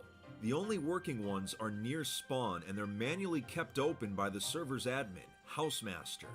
This sound going off was a red flag that someone had opened an illegal end portal. After this happened, I began searching for where the sound came from. I was led to all sorts of strange places across the server, but none of the locations contained the portal that I was looking for. I had basically given up my search when recently, an anonymous 2B2T player going by the name of Alex came forward claiming to know where the sound came from. The ruins of a base that belonged to the server's most notorious griefer, Pop Bob. Alex told me that if I wanted to know the truth behind the sound, I was going to have to travel there myself. Not only was there likely an end portal there, but apparently the original griefers missed an entire section of Pop Bob's base that was still intact. It wasn't easy, but I managed to obtain the coordinates from Alex. So today, we are on our way to the ruins of Pop Bob's base to see if this illegal end portal is legitimate. Once we can confirm the coordinates in-game, Alex said he will let us know the truth behind the sound. After today, our search could finally be over. I have no idea what to expect. Before we uncover today's mystery, I'd like to thank Honey for sponsoring today's video.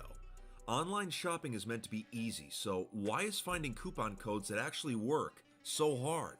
With Honey, it doesn't happen. Alright, let's do this. Here we are on 2B2T heading out in the nether away from spawn. It's time to see if these coordinates are legitimate.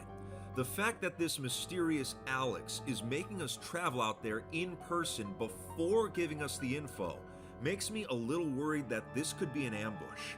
But it's a risk I'm willing to take, especially if it means documenting more of the history behind Pop Bob. Now, people always ask me, Fit, why do you mention Pop Bob so much in your videos? What makes Pop Bob different than any other griefer? Well, it happened 7 years ago. It was 2013.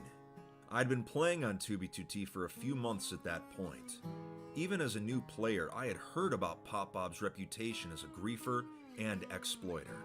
It was said he would show up at people's bases unexpectedly and grief them, but I didn't think anything of these rumors. Since I was traveling across the server at the time, I'd built a small nomad hut in the woods around 100,000 blocks away from spawn.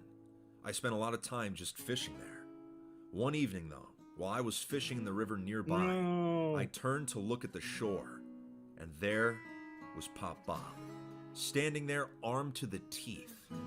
He jumped into the river, and I did my best to fight back, but without hacks, I didn't stand a chance. Little did I know at the time that Pop Bob had triangulated my position using the sound of thunder from in-game lightning strikes. It was in that moment I realized the stories surrounding Pop Bob were not just exaggerations. They were real. This event had a great effect on me and shaped the way that I see 2B2T to this day. Pop Bob was at one point one of the most powerful players on the server, which is why finding relics left behind gives us insight into the person behind the stories. So, I hope that answers the question. Now, let's get on to these coordinates. This place is really far out, so I've had to travel through open nether just to get close. I'm trying not to leave too much of a trace, which is why I'm using pearls instead of just bridging or digging a tunnel. So how long does it normally take for me to get into the server? Well, it used to only take about 2 hours. To be fair, we've only really been at it for about an hour, well, like 45 minutes, because we started about 1 hour into the stream. So yeah. Because I did play DJMAX Respect to get a feel for the music rhythm game again that I so much enjoy. But, you know, I was only dabbling in it before switching to Minecraft. And we watch a lot of FitMC, a lot of historical Minecraft around 2B2T to get an understanding of what's happening currently on the server.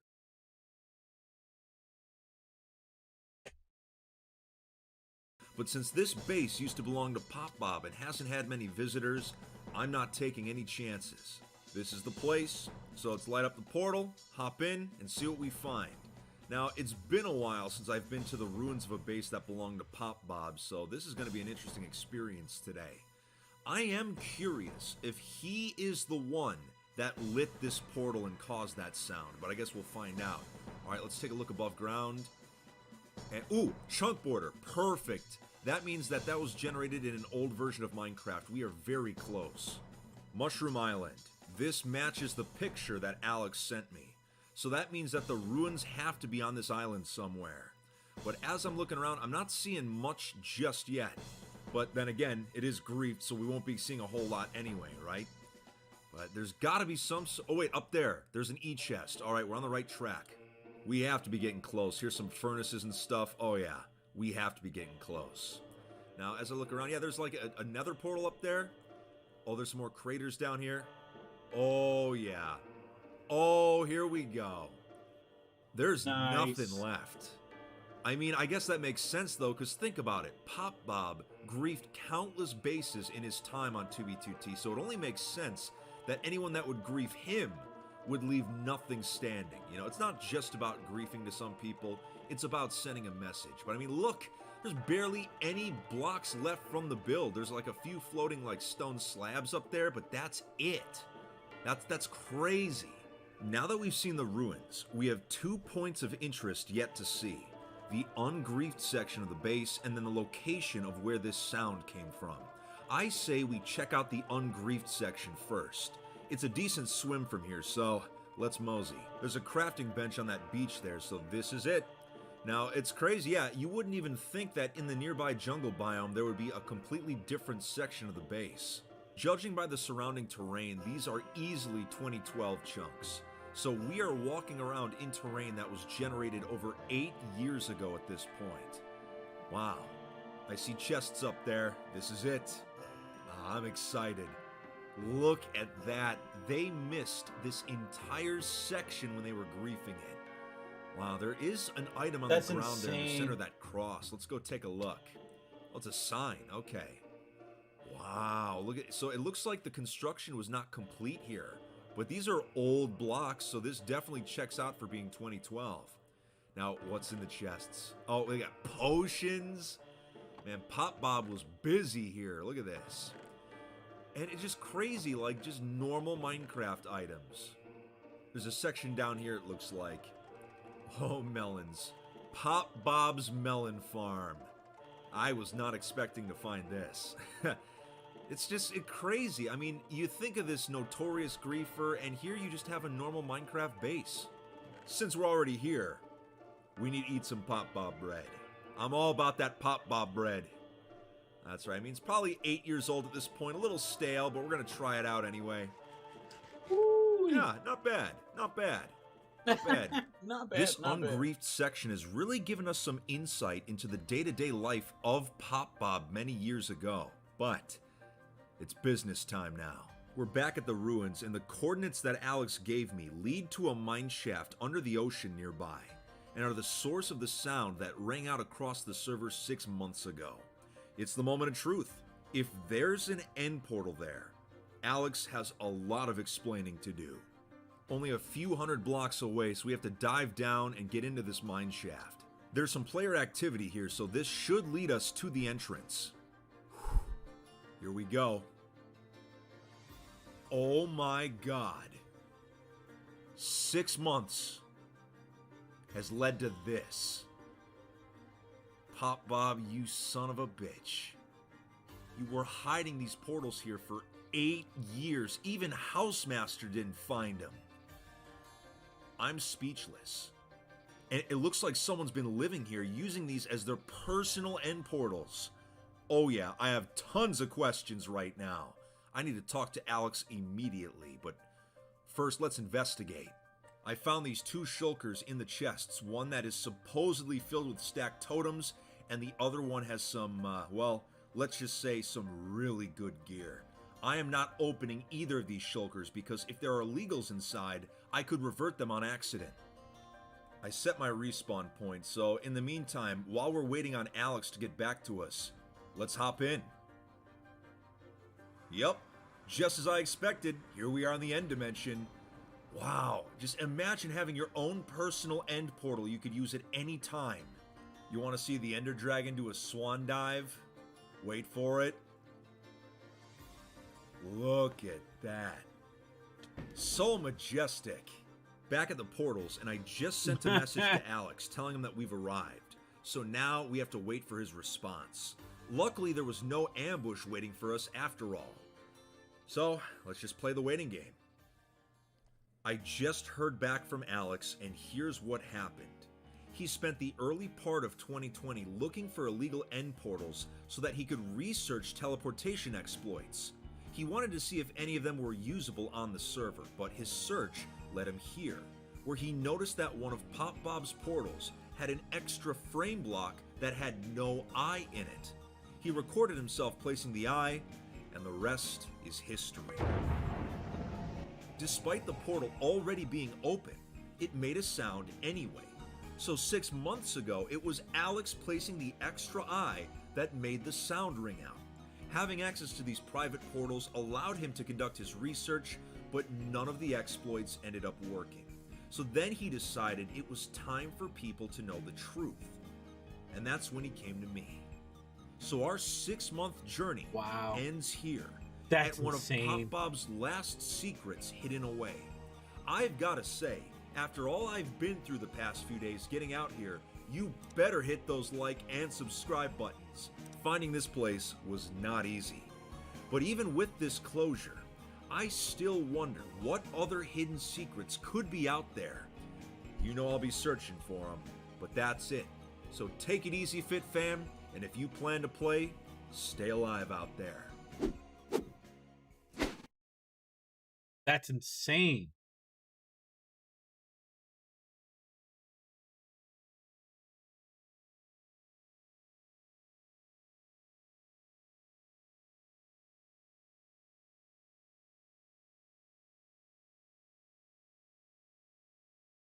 Their lava cast? Excuse me?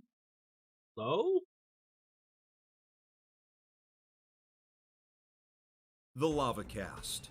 It is perhaps one of the most iconic structures that you can find on the Sitting at oldest anarchy server in 383. Minecraft, 2B2T, where they've littered the landscape for the past 10 Boom. years. Boop, All boop. it takes Put is up a big- bucket of water and a bucket of lava to make Big these greasy giant egg. monstrosities. Which is why I was very confused when recently I was sent the coordinates to one in the Nether, a dimension where there's not supposed to be any water. Even if you bring in your own, placing it doesn't work. So how can this lava cast exist? I remembered that in the past, players have used exploits to place flowing water in the Nether, but the coordinates to this cast do not match up with any of those historical water sources. This was an entirely different location. I knew I had to investigate and see it in person for myself, because unlike other illegal... We're watching Fit MC and learning things about 2B2T while we wait in the queue. And you can see that right over there above the gameplay and videos. We'll switch to full screen gameplay when we get on the server. Don't worry, folks. Structures that we've encountered recently, this one could possibly be a fake, and someone built a replica of a lava cast.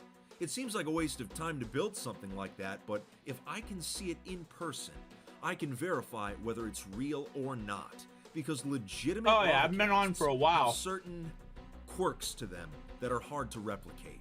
So today, we are taking a journey into open Nether to investigate this mysterious lava cast and see if it's real and was caused by actual water, or if it's a convincing fake. This investigation Yo, is the going cheese to be man. A big, so I steadfast hope you're supporter. prepared. Before we get started today, I'd like to thank Dragon Raja for sponsoring today's video. Dragon The missus plays this on her tablet. She likes it. Big greasy egg and the cheese man won. An earnest disciple. Thank you. The support is appreciated. Showing off your warrior spirits there. Welcome to the arcade, folks.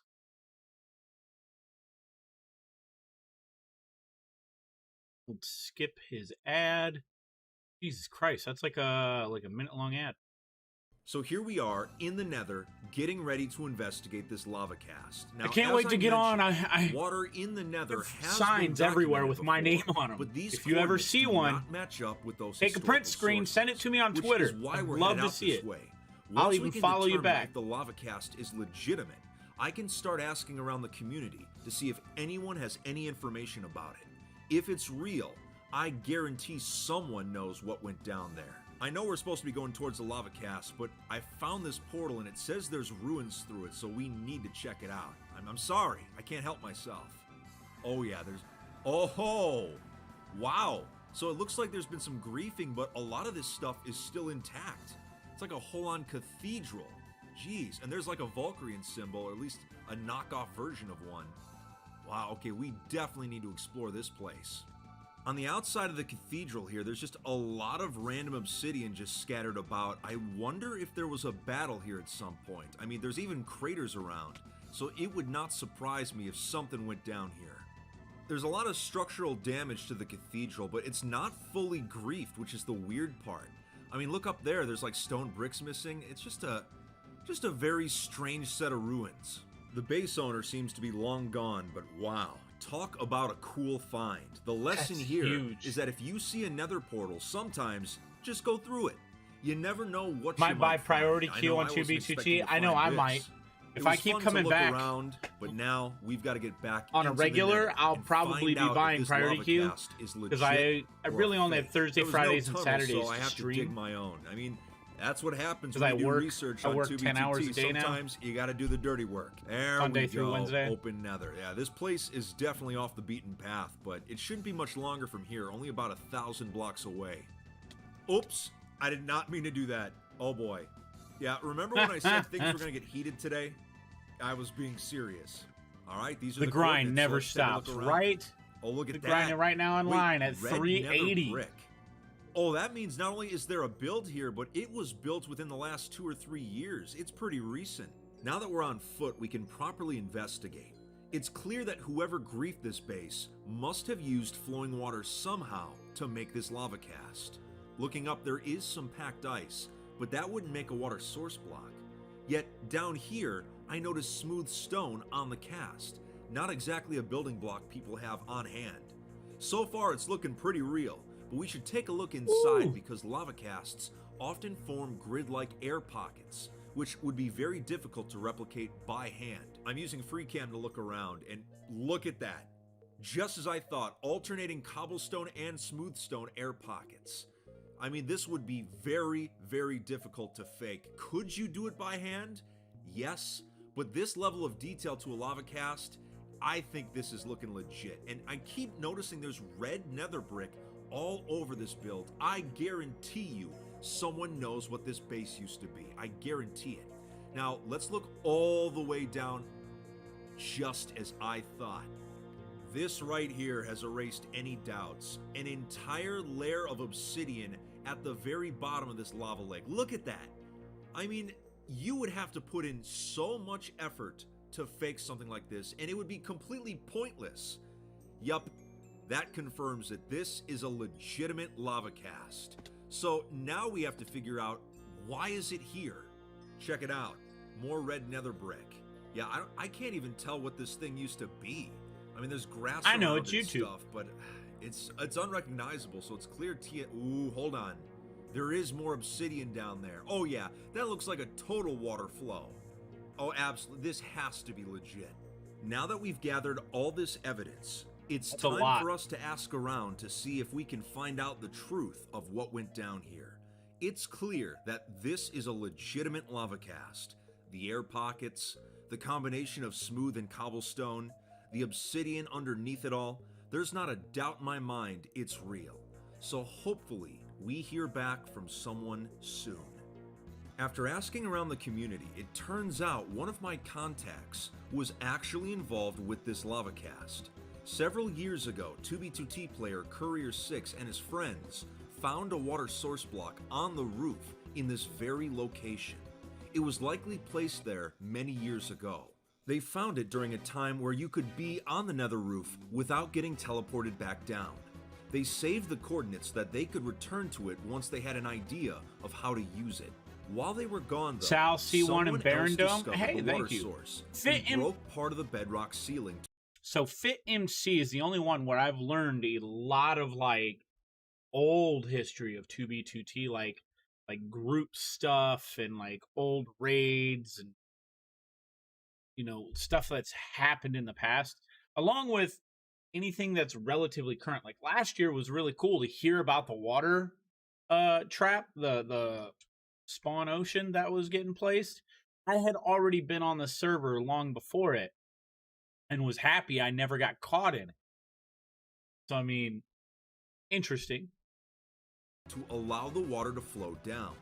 They ended up building an Big entire Greasy base Egg. beneath it. Jump and in used Discord and aqueducts to send allow me the water to a move freely through the build. send me those When names Courier for and friends 2B2T. returned, they saw the base and the water Exclamation flowing point through Discord. it. They still wanted to use the water source for a project, but didn't want the base owner foiling their plans. So they griefed the base, forming the lava cast that we travel to today.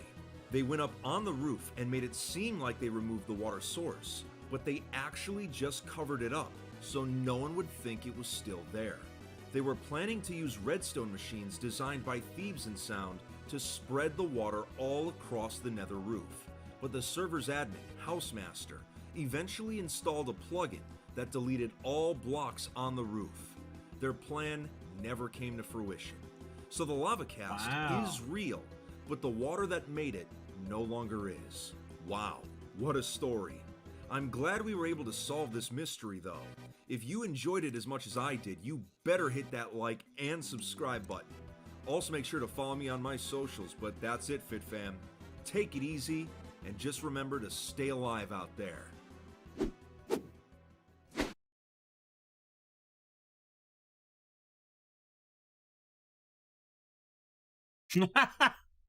Or Chan. Let's go. Over the past decade on the oldest Anarchy server in Minecraft, there have been countless conflicts in this digital wasteland, ranging from small skirmishes to all-out war. When you have a Minecraft server with no rules, there's bound to be groups of players that attempt to take control of it, either through force or influence. In 2011, an entire decade ago, the server saw its first war, where the original community attempted to stop an influx of new players that had invaded the server.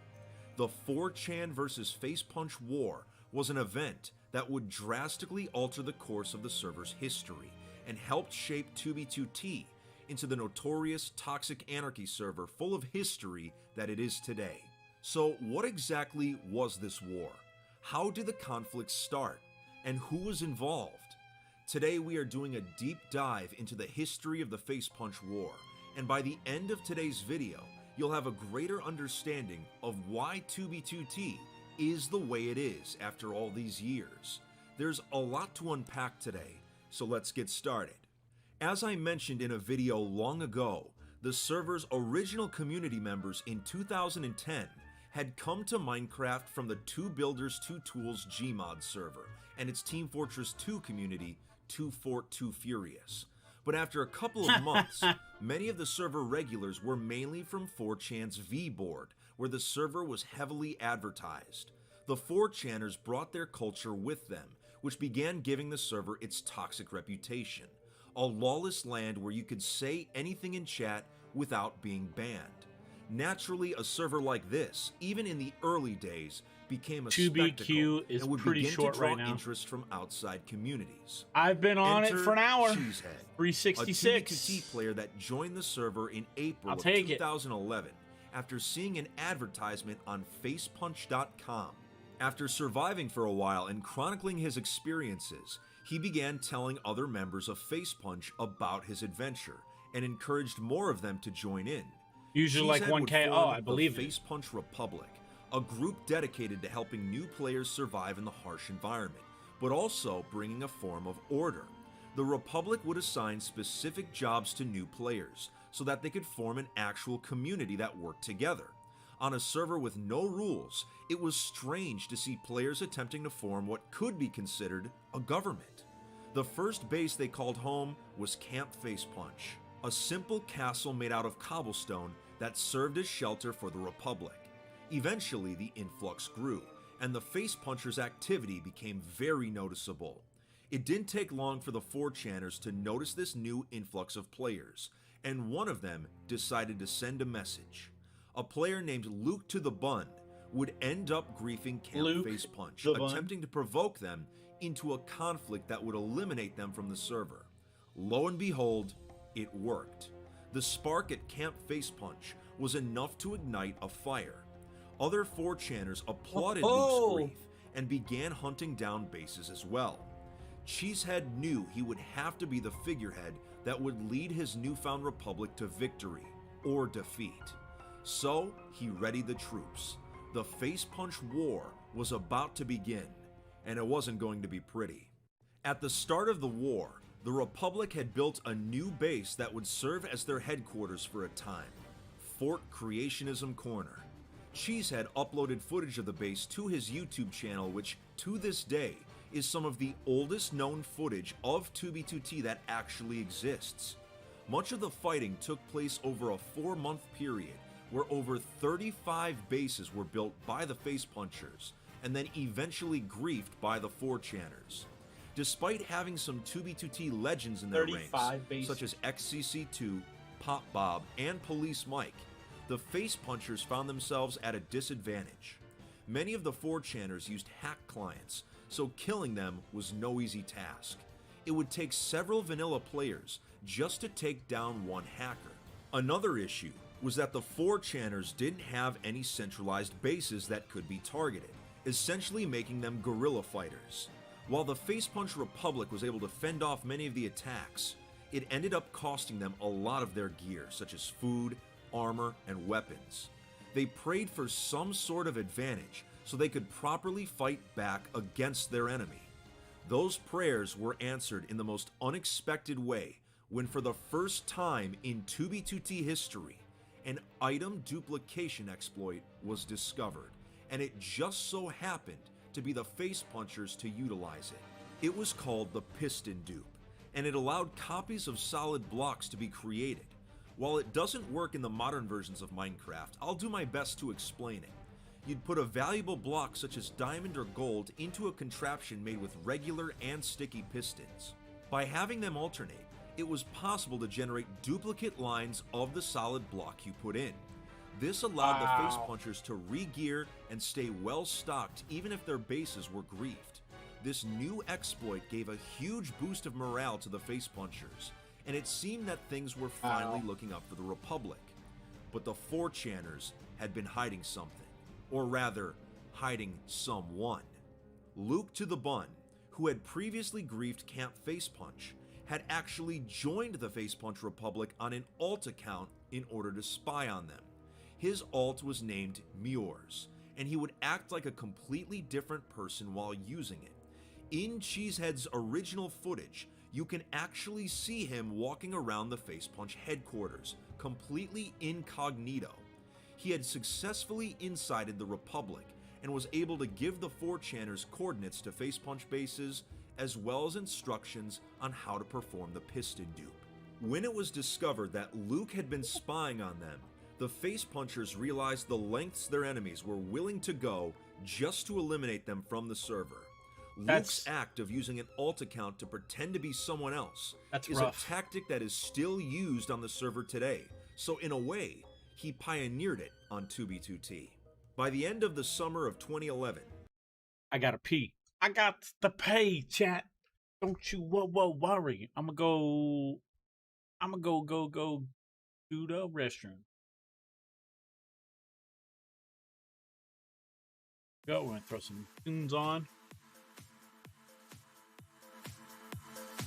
Good old pretzel rock, chat.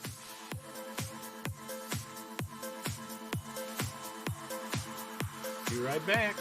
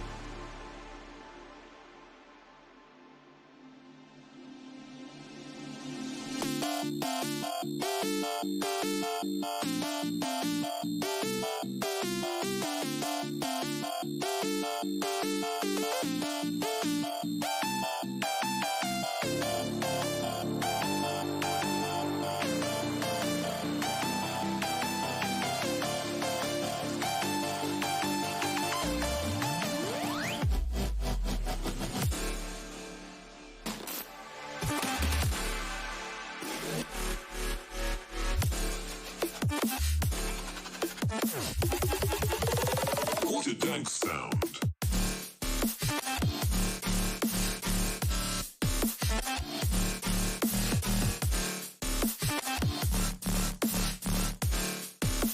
Oh shit. What is that? I'm now at 420.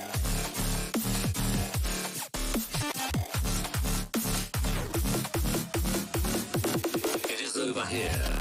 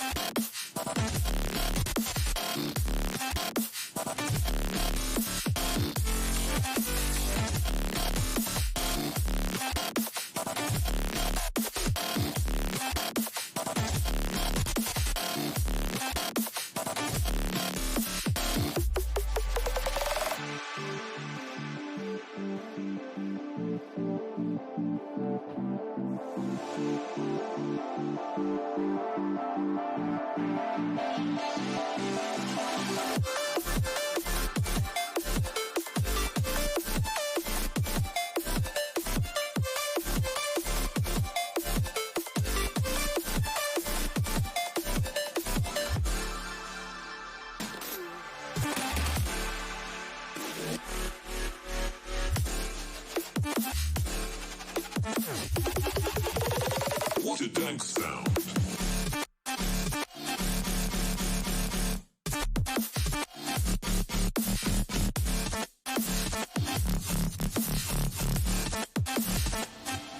What is that?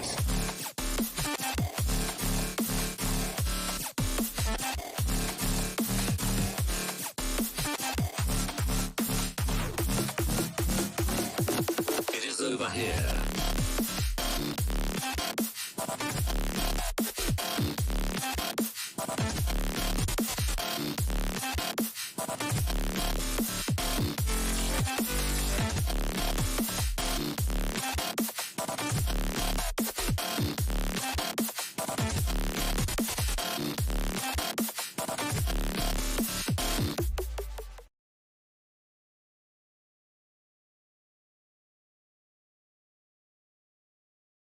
My bad. 333 in the queue. You still there, Shovel? All right, let's get back to the video while we wait. I got Morale coffee sharply running. declined in the Republic. Many members gave up and began quitting 2B2T. They had never seen players take Minecraft as seriously as the 4chaners did. In October of 2011, 6 months after forming the Republic, Cheesehead stepped down as leader. He had done what he could to keep the Republic standing and passed the torch to his good friend and loyal ally, Phagocytic, who would continue leading the Republic against the 4chaners. It would be another 8 years before Cheesehead would log into 2B2T again. With their leader gone, Phagocytic tried his best to keep the Republic together, but it was an uphill battle. Bases continued to fall. The piston dupe no longer worked, meaning supplies were not as easy to replace, and morale was at an all-time low. In February of 2012, 4 months after the departure of Cheesehead, the Face Punch Republic collapsed. Many that had once called themselves members had joined other groups, gone lone wolf, or simply quit the server. With only a handful of Face Punchers left, Phagocytic came up with an idea. As a final act of defiance towards the 4chaners, they would build a base very close to spawn and rebuild it no matter how many times it was griefed. They decided on the location of -2000, -2000, nicknamed 2K2K. With the war coming to a close, this is where they would make their final stand. As expected, 2K2K would be the target of griefs constantly, both by 4chaners and by travelers passing by. Each grief was more severe than the last. The Face Punchers quickly realized how tedious it was to keep rebuilding grief after grief. They couldn't keep it up. Eventually, the base was lava-casted so severely that it was beyond normal repair. By June of 2012, after defending 2K2K for months, they just couldn't take it anymore. The 4chaners' dedication was My cute unmatched in number the is Minecraft 420. community. The face punchers were defeated, and almost all of them Okay, left now it's 2B2T 419. Now it's not for cool anymore. good. Okay, I'm out. A war that had started 14 months ago I'm had at finally come to a 331. close. With the fall of the Republic, the culture of the 4chaners became the server norm, which is still seen to this day. But we have to fast forward now. In 2019, after being gone for 8 years, Cheesehead finally returned to 2B2T to find it a completely different place. But with his return, he was able to provide information about the early days of the server that had previously been lost to time. Much of the info in today's video was provided directly by the man himself. The Face Punch War was the first major conflict in 2B2T's history and helped influence what the server is today. After all we've covered, you better be hitting that like and subscribe button. Also make sure to follow me on my socials, but that's it. Take it easy, and if you plan to play, stay alive out there, Fit Fam. All right. Okay. That was interesting. 10th anniversary special. This was a month ago. Oh. As of this week, 2B2T, the oldest Anarchy server in Minecraft, is now officially 10 years old. A Minecraft server with no rules surviving this long is nothing short of incredible. This digital wasteland has pushed the game to its absolute limits and has ended up with a deep history unlike any other server. To celebrate, many of the top builders have come together to create a city dedicated to the 10th anniversary. We have been invited to it before the coordinates go public and it's inevitably destroyed. All I was told is that this city will pay tribute to the legacy of 2B2T, so of course we have to check it out. Once the tour is finished, apparently they have a surprise for me. I'm very curious to see how these builders took 10 years of 2B2T history and put it into a single base. Let's get on the server and start our journey today. I'm at an undisclosed location at the moment, but I'll be heading out shortly. Now, since this is a special occasion, I will be on my main account today. The actual celebration's in 2 days, but I've been invited there early just in case the city gets found on accident. It is kind of close to spawn, so the fact that they've been able to keep it a secret is pretty crazy. I spend so much time wandering around the server alone, it'll be nice to be around people again, and ones that are not trying to kill me. But anyway, let's head out. Nice. Glad there were no surprises on the Nether Highway today. Now, in the bottom left-hand corner of the screen, you're going to notice that I am showing my location. The builders of today's base want the coordinates to be public, so me showing them is intentional. Once the party begins, they'll be public anyway, and it won't take long for griefers to show up.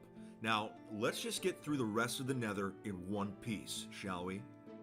And here we are, an entire base dedicated to the history of 2B2T over the past 10 years. And look how massive this entire place is, and we only have a few chunks loaded right now. Here's the town center. I know we're early, but we're gonna start the tour. But Merry Christmas. Oh man, hacking will get you on Housemaster's naughty list, kids. Yeah, remember that. You don't want coal for Christmas. But this entire city was put together by the 2B2T party committee. Over 17 builders worked together to create everything you're going to see today. Now, This is this is the town center, how appropriate that a giant statue of Housemaster with a Christmas sweater is right here and a birthday cake with the number 10 on it. How appropriate. This just goes to show you what kind of stuff we're going to see today. I guarantee you, if you've been watching my videos for a long time, if you've kept up on 2B2T's history for a long time, you're going to recognize a lot of what you see here today. I'm very excited to see this base in its entirety. Check it out, it's the Polar Express. Yeah, you're gonna notice this base is not only a 10th anniversary base, but they've also double dipped and made it a holiday themed base as well. I mean, ooh, look at the detail in the train cars there. That's pretty crazy. So yes, you're gonna see a lot of famous builds from 2B2T's history with a little bit of a holiday spin on them. I don't think you'll mind though. Oh, that looks familiar. Do How you has recognize somebody it? not made a In case you haven't plugin figured it out yet, this seems to be a holiday replica for, of Space Valkyria, like, one of the most famous end bases in using 2B2T's history, built by Jack the Ripper. I do like the Off holiday your door, spin they put on it, but man, if this is the kind of stuff we're going to see on the tour today, I am going to greatly enjoy all of this. Oh, they Wow. brought back a lot Too of bad I'm vintage too map stupid to arts. figure out how to That's use oh, look at that. It looks just like Rusher's old thumbnails. Beautiful. Just beautiful. I guess we'll check out this Christmas village. They put a lot of work into it. All right, what's in the This main like hall just here? fucking Let's see. happened. This Ooh, I is see a crazy. cozy This was a fireplace month with ago. stockings. Oh, look at this. They put a whole bunch of random... Oh, wait, hold on. Oh, I remember these map arts. Oh, yeah. Team Vet on top, baby. Grow a pair and join Team Veteran. Gotta love that vintage war propaganda. But man, there's tons of knickknacks in here. Now, this looks like a cozy attic. Look at all this cool stuff around, all the different paintings, the map arts with like the hieroglyphics. That's pretty nifty. I mean, oh, hold up. A pig spawn egg map art. That's clever. Moving on to the next historical build, we have the tugboat from the tugboat base built by the Brotherhood of the Diamond. Now, this tugboat actually holds a special place in my heart because Tugboat Base was one of the first actual base tours of 2B2T that I did here on YouTube. I mean, the quality of that video was not the best, but hey, you know, you get better as you keep doing it, right? But that's why it holds a special place in my heart. Hey, Cthulhu, it's rude to stare. But no, for real, look at that up there. So much detail put into it, and we can see it all the way from down here, but now up ahead, this is a small-scale replica of another famous 2B2T build, Hard Hat's Pyramid. Always cool to see this, because it was so simple, but brilliant. Oh, what's this? Bottle Cap Brony's gift to all. Oh, interesting. I remember we toured his base last year. It was a very elaborate sky base, and it looks like whatever was left after the grief he's put into these chests here. I mean, that's a pretty cool little souvenir. Now, we need to talk about this monstrosity. Now, if you don't recognize him, this is a statue of the Camping Rusher, the YouTuber that started the invasion of 2B2T by YouTubers back in 2016. I mean, just the amount of detail put into this statue is insane, and it's absolutely massive. They even added the Rusher banner as well. Yo, I mean, Olaf, thank you, man. Thank God they covered him up with a loincloth. I turned 33 we didn't wanna see yesterday that. on the 17th. But, oh my goodness, it's so tall that there's snow on top of the blocks in the upper half of the statue. That's wild. I mean, this should give you a scale of just how much larger it is than the rest of the build surrounding it. And of course, we've got Cthulhu up here, at least the top half of him. Man, there's just so much to see at this base. And like I said, this is just a small portion. We have a lot to see still. Ah, yes, a replica of the Spawn Spire. This structure used to be protected during Spawn incursions, so it's kind of cool to see it rebuilt elsewhere. Are we on 2B2T or are we on Hoth right now? Man, I love that AT-AT. That looks super cool. That's awesome. I mean, I'm a bit of a Star Wars Oh, man, but who that's isn't super these days, cool, right? man. Wow, and is Wow. that a TIE fighter behind him too? Oh yeah. Man, they are just laying into What? that lava cast there. That's pretty creative. Oh, looks like we got ourselves a mini valley of wheat in a frozen tundra. I never thought I'd see that. Wow, I like the little spin they put on it though. That's very creative. Now, over here we've got the crafting table cult's giant crafting table, except frozen, of course. Man. Oh wait, is that the Valkyrian embassy over there? I think it is. Oh, it's the Valkyrian Eagle, all right. Valkyria was one of the most important groups in 2B2T history. And of course, we have the abominable snowman from Rudolph with some giant frozen lava casts. All right, that's pretty cool. Man, I know I say this a lot, but I'm just blown away at the creativity of a lot of these builds here. Now, what is this? The heart of 2B2T. You know, I used to grief, but my heart has grown 3 sizes today. Truly. All right, now we need to go to the next portion of the base. Now, Oh, we got man. some melons here. Classic 2B2T food. What is this? Wait, fake player. Oh, I get what this is. In case you don't know, this is a spoof of a lot of rest stops you see on the 2B2T highways that are just built by random players. They just made up a player's name for this. They have That's a that's TeamSpeak clever. That's integration. very clever. They Oh, have Oh, you're talking my about Curse? goodness. Banana Discord.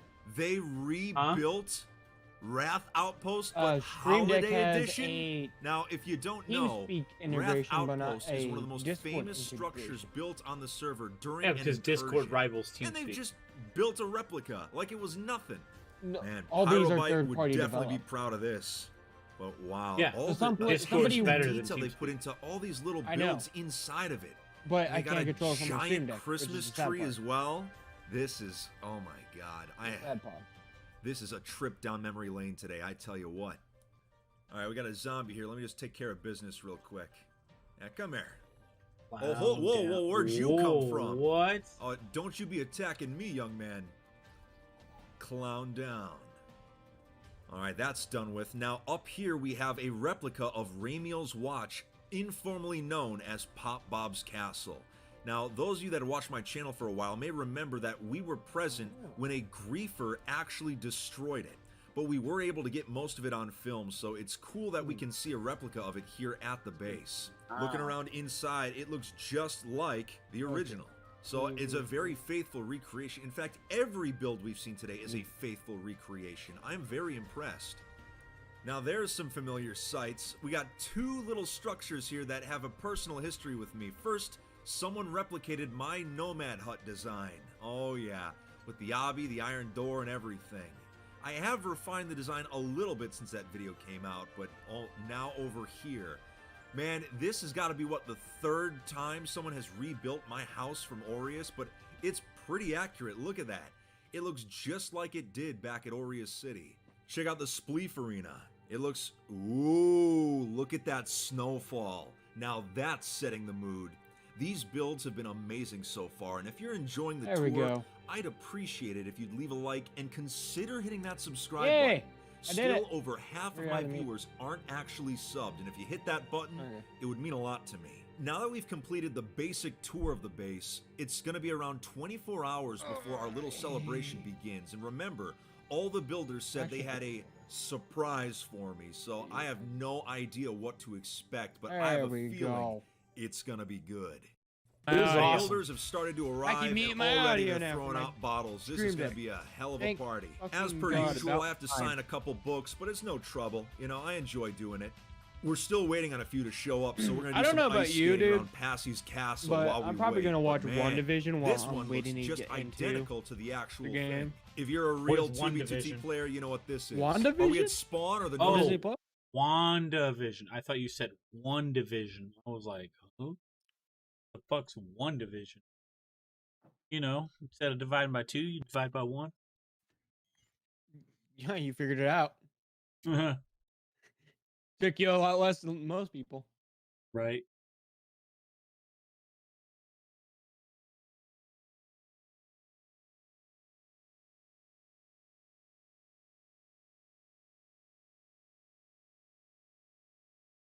Poll. I have no idea, but that's a creative build. Apparently, everyone's here now, My so we're Stream gonna Deck go looks top so side and what? actually get this show on boring. roll one. That's Alley-oop. dope. Sorry, I had to play a little volleyball. But anyway, this surprise is 2,000 blocks away, so it's a bit of an Elytra flight.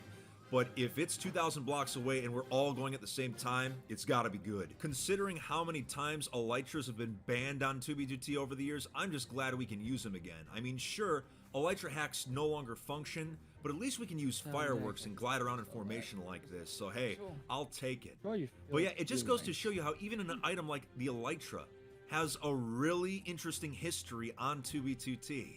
All right, now I'm just rambling at this point. Where is this surprise? All right, this looks like the place.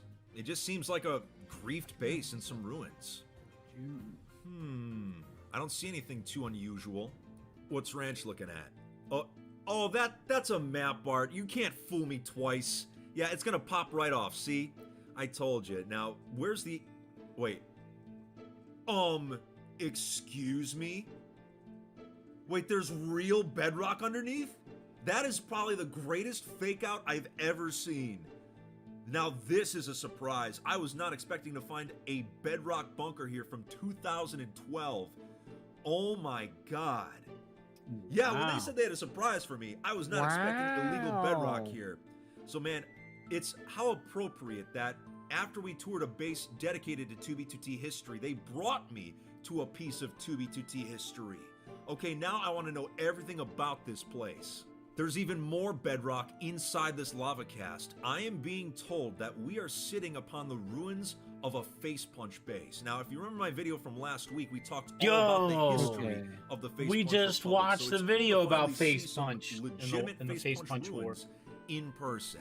Before the final celebration, I am going to make a stop here. There is what was supposed to be a replica of the drain here, but I'm more interested in these skeleton horses down here. I'm just going to sort of take one for my own personal use. Hey, GameCube. They're not going to notice one is missing, right? something real quick? Right? Here is a list of all the builders Say what?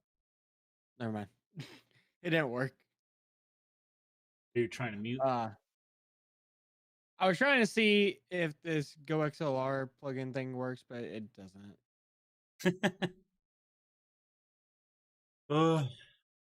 I almost started working on my OBS project today. Almost.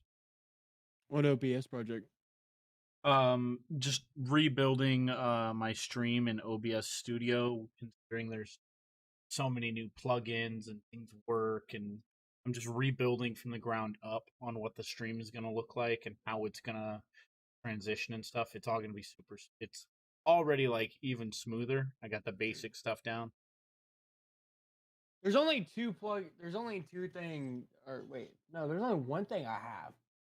I'm installing I've got like eight or nine plugins installed for OBS Studio, but it's going to take like 3 different programs to get everything pristine and running, so that way all I have to use is my Stream Deck and Twitch channel points. What do you have plugin wise that you need like extra oomph on? Leorin board is going to be running for the Twitch channel points to take effect.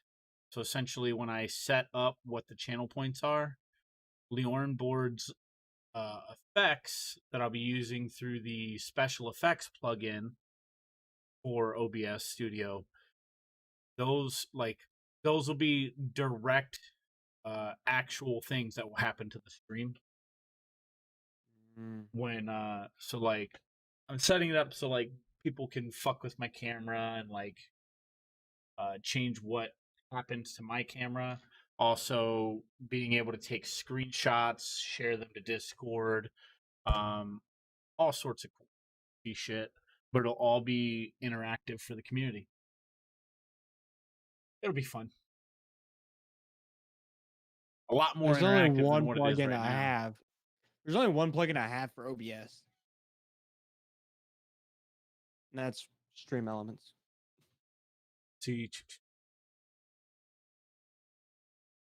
I have Leorin board, media controls, move transition, stream effects, Tuna, Go, Scrab, OBS WebSocket, Virtual Cam. I used to have Virtual Cam, but nothing's built in. Virtual Cam has some different stuff in the plugin that the built-in one cannot do. There's like an actual difference. Oh But yeah, that's- I know. that's also because- what I needed it for, they fixed or they put into the actual thing. Yeah. Holy crap, you're a crackhead cat. Basically, I'm going off a lot of stuff from Nutty. Dude, that's a conversation I had with you a while back. Hmm? The YouTuber Nutty, who does a lot of the like showcasing of like new plugins and crazy stuff you can do with OBS Studio. Oh my god, they have soundboards on here now by default. That's awesome. Yep. That's so much better than my GoXLR built-in one. Not gonna lie. That posture check. You know what? My coffee is done, but we're gonna finish this video before I get up and go get it because we only have like 40 seconds left on the video, and he's literally giving thanks to all these builders. responsible for What'd you do? Exit out of the game I backed out. of Minecraft? I backed out of the server launcher. Ooh. And you have building lost this connection city, to the and host. I just want to say Nice. thank you to all Yeah. of them for Well, inviting me to see this for myself. Hey, I'm even considering priority queue. It's only like $20. I think it's a one-time purchase. Or am I wrong on that, no, chat? you're wrong. It's $10 a month, I think. If Oh, I'm that's right. that ain't shit. It's just been incredible. And you watching right now, I want to thank you for watching all of my content over the years and continuing to support the oldest Anarchy server in Minecraft. I Welcome, can't Fit. believe we've made it 10 years. I wonder. All right. Move on to the next one. That was kind of cool, seeing a lot of stuff. We did watch the Immortality Machine. That was the very first thing. That was really cool. Already seen why the Ender Dragon is corrupted. Truth about 2B2T's 100,000 days. Wait, what? In the past week, the oldest Anarchy server in Minecraft reached day 100,000 of in-game time. That's 274 Minecraft years. At first glance, it's quite an impressive milestone, but once you do the math, you might think to yourself, wait a minute, that can't be right. Considering that 2B2T has been open for at least 10 years at this point, and assuming it was operating normally, it should be somewhere around 263,000 in-game days, and likely much higher than that. So why is the actual in-game count lower than half of what it should be? Well, there's a lot of reasons. You're about to find out that the flow of time on 2B2T is quite strange. It's fluctuated due to lag machines, server downtime, and other shenanigans such as the day counter actually being reset several times. On top of that, the server's flow of time also has some strange properties, such as the Nether and Overworld having completely different day counters. At one point, they were almost 800 in-game days apart from each other, but now they're almost close to even. Did time suddenly flow faster in the Nether? It's a strange topic, so today we'll be discussing the history of 2B2T's in-game day counter, tracking it through the years, the times it went haywire, and explaining why the day count is so low compared to what it should be. Since today's video involves the flow of time, I guess you can say it's going to be a bizarre adventure. Let's do this. All right. Time to go grab that coffee. And I can drop a little caramel in it.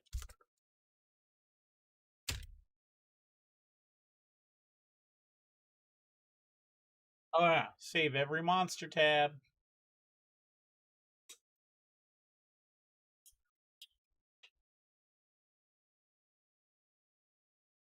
I just straight through the tab at my foot. Aha. Okay.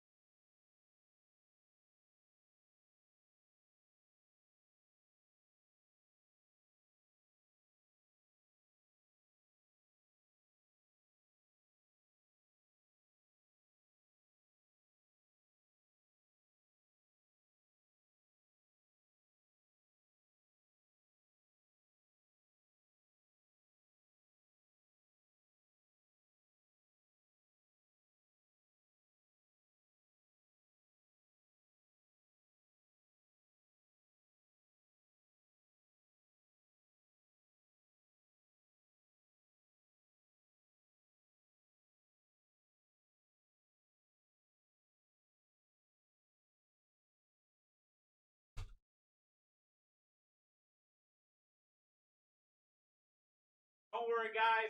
I made a big mess. I gotta clean up all the coffee I spilled.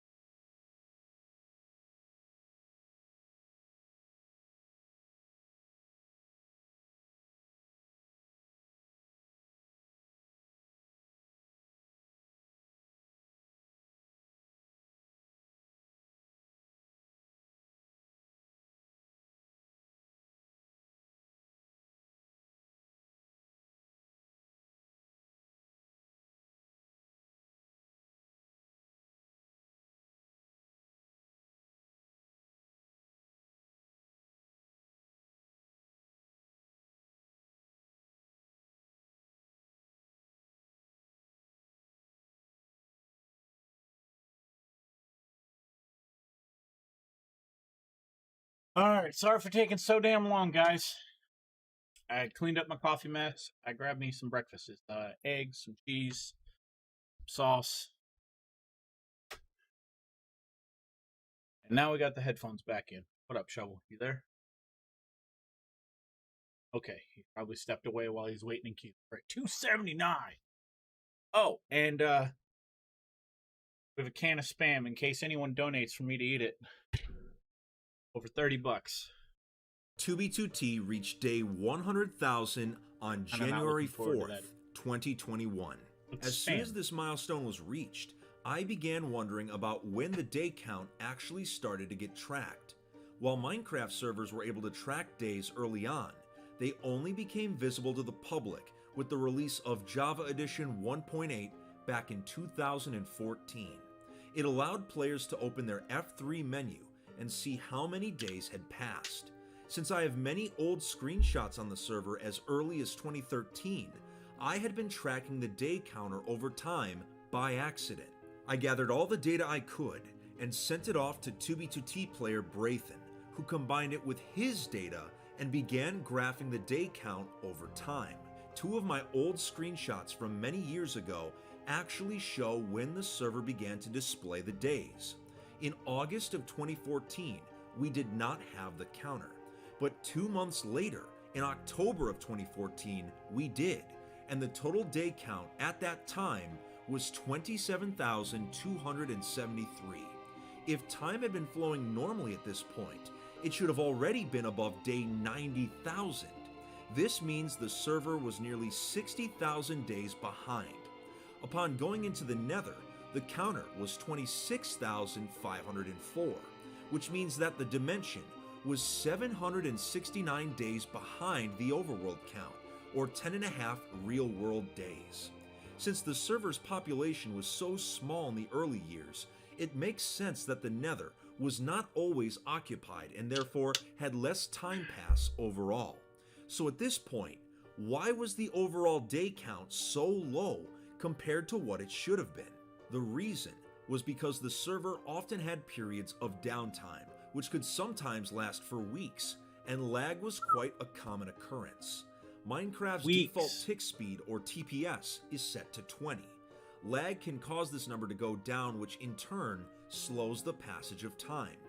For a few months, the count was slow and steady, and on April 2nd, 2015, the day counter had made it to 37,515. But that night, for some reason, the counter was completely reset. When I logged into 2B2T the next morning, the counter said day 47. Why it was reset is unknown, but one theory is that since the server's admin, Housemaster, had an April Fool's map up on the 1st of the month, it could potentially be related to the day counter being reset. But the day after that map, the count was still normal, so this seems unlikely. Regardless, because the day counter was reset in the overworld, it was also reset in the Nether, so the massive gap between the two counts had been equalized. Things continued normally for a few months, but sometime in either August or September, after making a gain of about 5,000 days, the counter was reset a second time, once again for unknown reasons. Time would continue to flow normally until April of 2016, when the server updated to Java Edition 1.9. For the third time in a 1-year period, the day count was reset again. It would stay like this for about a week, but was then restored back to the number it should have been at, 9,398. This is the first time that the days had actually been corrected after a reset. From here on out, this is where the flow of time starts to get really strange. Around June 1st of 2016, 2B2T started to blow up on YouTube, and a large number of new players began joining the server in huge waves. The day counter, once again, was reset to 0. For the next month and a half, day 7 is the highest it would go before returning back to 0. In a way, the server was stuck in a 1-week time loop for this entire period. But in late July, the counter was finally corrected, and it became day 14,880. This is the last recorded time that the day counter would be reset and then corrected. For the next few years, the day counter would begin rising normally. While the server didn't have any real periods of downtime, there was a new variable to factor in: lag machines. Lag machines really only started to be weaponized in late 2016 and early 2017. Remember how I said Minecraft's default TPS is 20? Machines started being used that could bring it to near zero, which, as you can guess, actually stops the flow of time in Minecraft. However, these machines couldn't be used for more than a few minutes at a time, so the overall day count still managed to remain steady. Since there were no more resets, milestones started being reached. Day 50,000 was reached on June 7th, 2018. Day 69,420 was on May 9th, 2019. And that brings us to recently, with day 100,000 being on January 4th, 2021, with the nether and end dimensions only being 3 in-game days behind. But remember, there were at least 2 resets that deleted days entirely. Since the first reset removed 37,000 days and the second deleted at least 9,000, that means 2B2T's actual day count should be at least 146,000, not 100,000. To put the cherry on top, remember, if the server had been running normally over the past 10 years with no lag or interruptions, over 263,000 days should have passed by now, which means that time on the server is running at just over half speed on average. That's incredible. It's crazy to think that time itself has had its own bizarre history on 2B2T, but speaking of time, I think it's time you hit that like and subscribe button.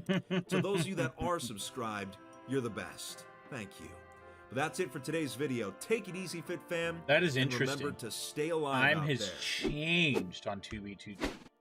Literally due to lag machines and all sorts of stuff.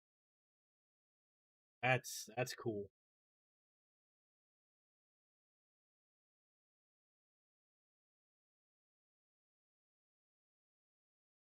"24 hours on 2B2T Japan? Question mark? Oh? Today, I must survive 24 hours on the oldest Anarchy server in Japan. Let me explain.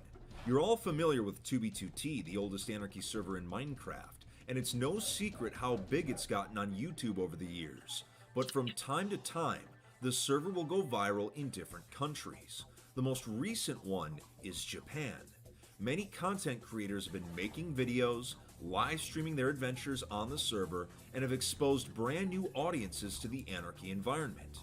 I began receiving DMs from some of my viewers that because of the sudden popularity, a clone of 2B2T has opened up in Japan. I knew I had to check it out for myself and see if I could survive. Now, to log in with my main account Fit would be a major red flag. I would likely be recognized and hunted down instantly, so instead, I'll be on my alt, Ness. They'll never see it coming. Today, I'll be surviving for 24 hours on 2B2T Japan and see just how different it is from the real thing. I have no idea what to expect, so let's do this.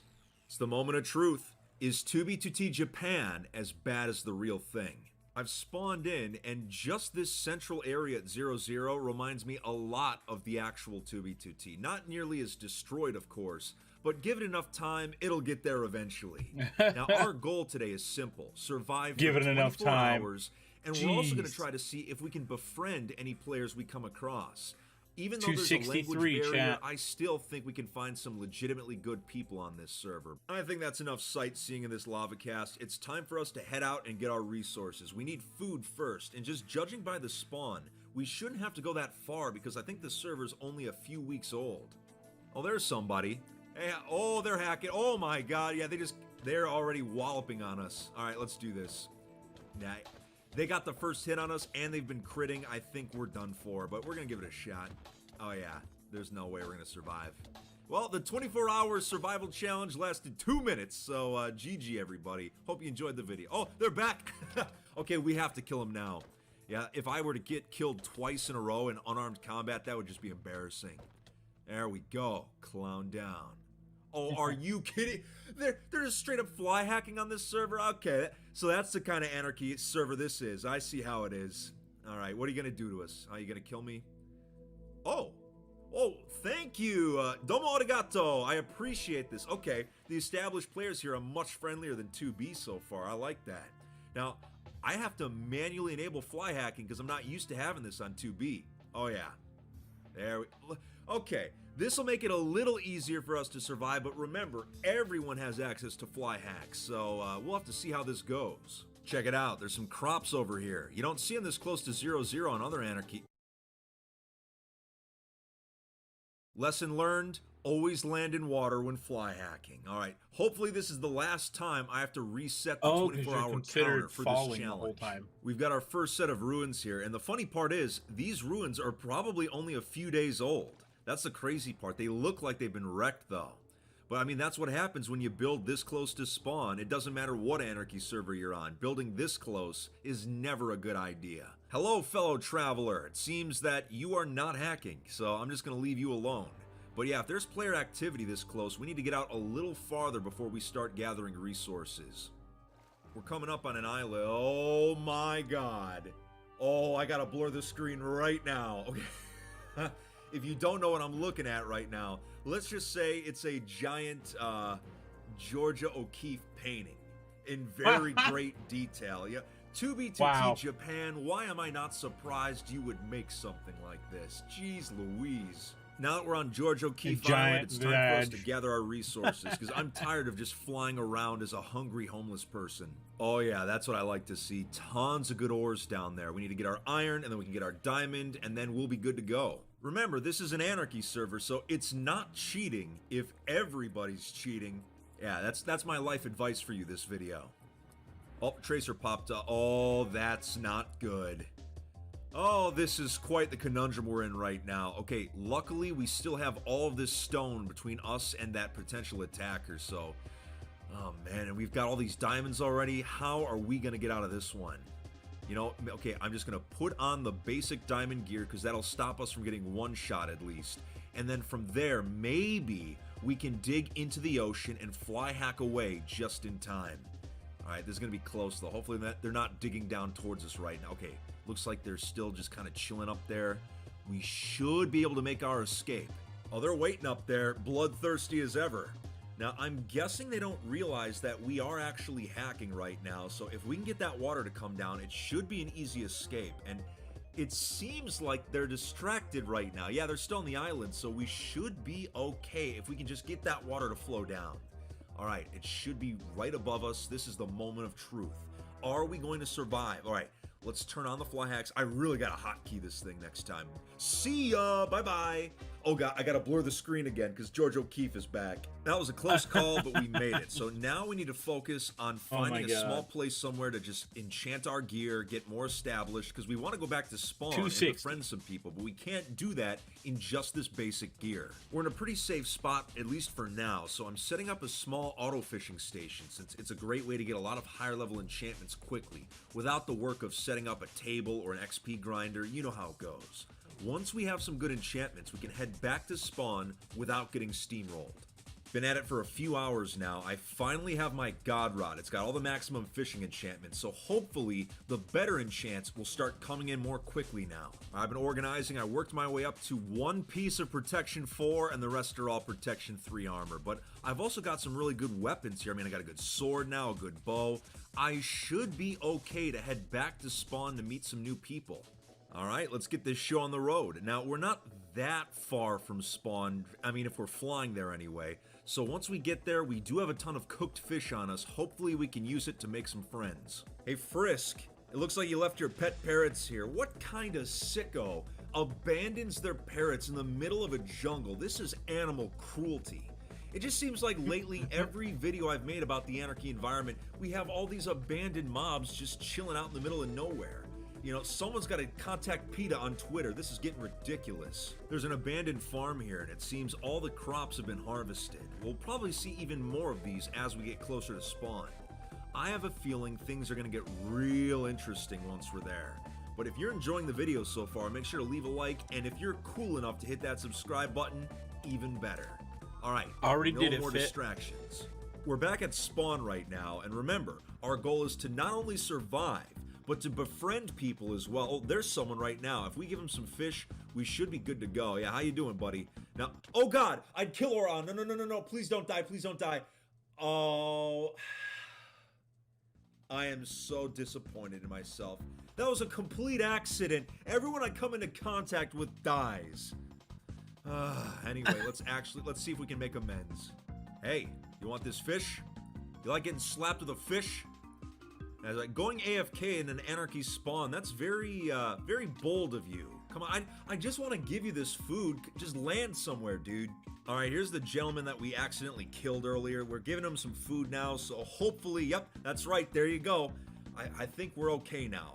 My bad karma is gone. Check this out. There's someone with no gear. They're just flying around and they're actually repairing the spawn, it seems. Like they're plugging up all these water spouts and stuff. Really interesting. I mean, overall, the spawn here so far actually seems quite chill compared to other Anarchy servers. I mean, it seems less hostile. It's really cool to see. You know, to reward you for your hard work of repairing this spawn, let me give you some nice, delicious cooked salmon. There you go. Not too naughty. I think I said that properly. Oh, look at that. See, crouching is the universal sign for peace in Minecraft. It's the universal language. Oh, we got some other people here, so let me turn on tracers. Yeah, Ven, how you doing? Uh-oh. Monica is up there, geared with a totem. I got a bad feeling about this. Let me just turn on my fly hacks real... Oh, God, yep. They're not too happy I'm here, so let's take some evasive maneuvers. Time to see how good these future fly hacks actually are. Now, it looks like we might be slightly faster than them, so we should be able to escape as long as we just keep outmaneuvering them. Maybe they'll get bored and leave us alone, but this is actually kind of fun. Just, you know, fly hacking around. Yeah, catch me if you can. That's right, too slow. While we're taking these maneuvers, I want to point out just how many withers are actually at this spawn. I just realized. I mean, on 2B2T, you can't have this many all in the same place, so that is another difference I've noticed. But yeah, look at us. We're just maneuvering through this spawn like it's nothing. They can't even keep up with us. So even though our armor is not the best, our fly hacks are keeping us plenty safe right now, it seems. Seems they gave up so we can finally go back to just feeding the people. Feels good. Yeah, I remember you. You were the guy I slapped with a fish earlier. Maybe, do you actually want some now? Oh, wait, he says domo. Yeah, that means thank you. Yeah, we should probably type it back just to be courteous. Domo. Thank you. Yeah, come on. If you want some fish, man, just let me know. Wait, what's he typing in chat now? He says, gay. I think he's talking about my 3-letter username, probably. That'd be my guess. Check this out, the signs in Japanese. It's still weird to me to see, like, Minecraft signs in Japanese with text. It's still strange to me. But, oh, this is kind of a nice scenic view of the spawn region. Yeah, not too destroyed right now. The fact that you can still have trees here and spawn is within view, that's kind of funny. Check this out, it's a skeleton horse. So I'm gonna see if fly hacking with a horse actually works on 2B2T Japan. Oh God, this is not looking good right now. Isn't that crazy? Regular fly hacking works just fine, but if you try to do it on a horse, the server has a problem with it apparently. Oh yeah, this is looking really strange right now. Oh God! All of you watching at home, you did not see anything. 2B2T Japan has been a bizarre experience. I mean, ranging from Georgia O'Keeffe paintings to slapping people with fish. It's been interesting to say the least. But anyway, if you enjoyed today's video, leave a like and hit that subscribe button. But that's it for today, everyone. Georgia O'Keeffe paintings. History of man-made glitches. Let's go. If you've played Minecraft before, there's a good chance you've come across a glitch of some kind. They can be harmless or game-breaking. The oldest Anarchy server in Minecraft, 2B2T, is certainly no stranger to them. There have been so many glitches here over the past 10 years that I've honestly lost count. But unlike the ones you normally find that are caused by the game's code, the glitches I'm talking about today are all man-made, either by the server's admin, Housemaster, or caused accidentally because of faulty server plugins. From planes of bedrock generating in the end dimension, to lava defying gravity and being suspended in midair, dungeons that don't have a spawner, even with no signs of human tampering, to cobblestone casts that glow despite having no lava or light sources. And that's not even all of them. Today, we are discussing the history of 2B2T's man-made glitches, how they affected the server, and how you can still see some of these glitches in action today. We have much to discuss. Even though we're talking about Minecraft glitches and shenanigans, it's important to keep yourself safe from real-world shenanigans too. So I'd like to thank Dashlane for sponsoring today's video. Dashlane makes it easy to keep track of everything. They fill in all of your personal info like addresses, credit cards, and so much more. They have a VPN so you won't be tracked. Great way to support the channel. Now then, let's do this. As I mentioned, to qualify for this list today, a glitch either had to be caused by Housemaster himself or from a server plugin. As you can imagine, there's quite a few of them to talk about, and the first one we'll be mentioning involves the glitched bedrock plains. We've only been waiting an hour and a half. To 2B2T's end dimension, you'll notice fairly quickly that surrounding the main island, there's a massive layer of bedrock floating above the void. Something like this would never generate in vanilla Minecraft. So where did it come from? Well, the answer is that this is a glitch caused by a plugin many years ago. Back in the day, players would use exploits to delete bedrock in order to create holes. This included making bedrock holes in the overworld and nether that you could fall into if you weren't paying attention. It made for an excellent player trap. To combat this, Housemaster introduced a plugin that would repair them. Whenever a chunk was loaded, it would begin to populate any missing bedrock that had been deleted, so any holes that were made were effectively patched up.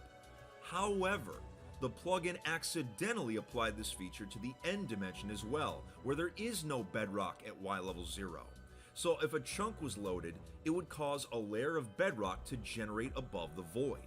This glitch was used by players to create literal plains of bedrock. The plugin was disabled not long after this discovery, but it was running for enough time to generate bedrock beneath the entire main end island, as well as the surrounding areas. While House has removed bedrock structures in the past, surprisingly, he left the bedrock plains untouched. Over the years, players would build bases on it, as well as write messages in it, ironically, using bedrock deletion exploits. The very same thing the original plugin was trying to fight against. To a regular Minecrafter, this glitch is definitely a bizarre sight in the end dimension. But our next glitch takes us into a different dimension, the Nether. 2B2T has frozen lava flows. When traveling through the Nether, there will be times where you see a stream of lava suspended in midair. Anyone that plays Minecraft knows that lava in the Nether is supposed to flow very quickly. So why are some of these flows completely immune to gravity? Well, once again, this glitch is because of a server plugin meant to reduce lag. How it works is that whenever a new chunk in the Nether is generated, lava will begin to flow. However, after moving about 100 blocks away, the lava will be frozen in place. When you return, it'll be suspended in midair. This is to prevent freshly generated Nether chunks from lagging the server with too many updates. Placing blocks nearby will cause the lava to unfreeze and continue to flow. You can actually try this out for yourself on the server.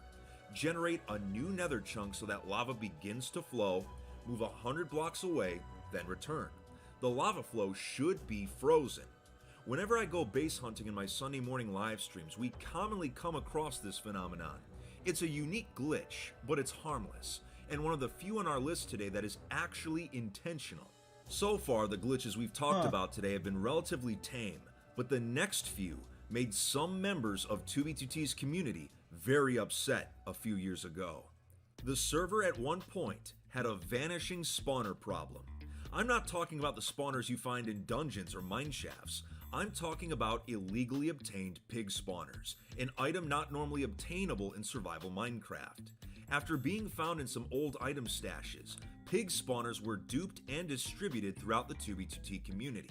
It was common to have them alongside the Nether highway so that entities' speed hacks could be used while riding pigs. Back in 2017, this was the most common form of transportation for getting to the world border, as it turned a 500-hour journey into just a few days if you were playing casually, and even shorter if you were no-lifing it. In order to combat these spawners as well as other illegal items being circulated, House introduced a plugin that would delete them.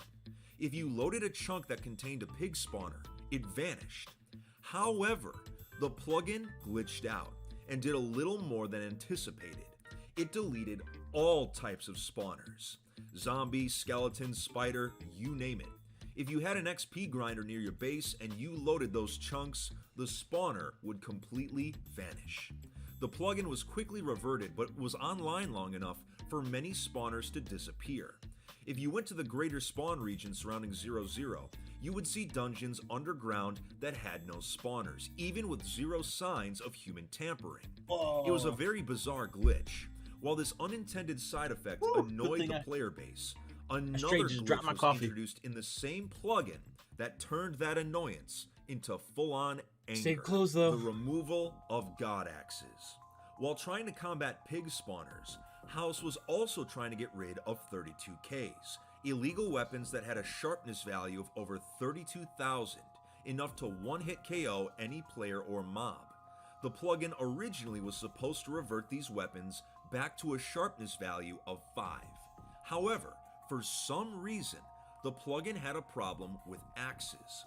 If you had them in your inventory or e-chest, the plugin completely removed sharpness enchantments from them.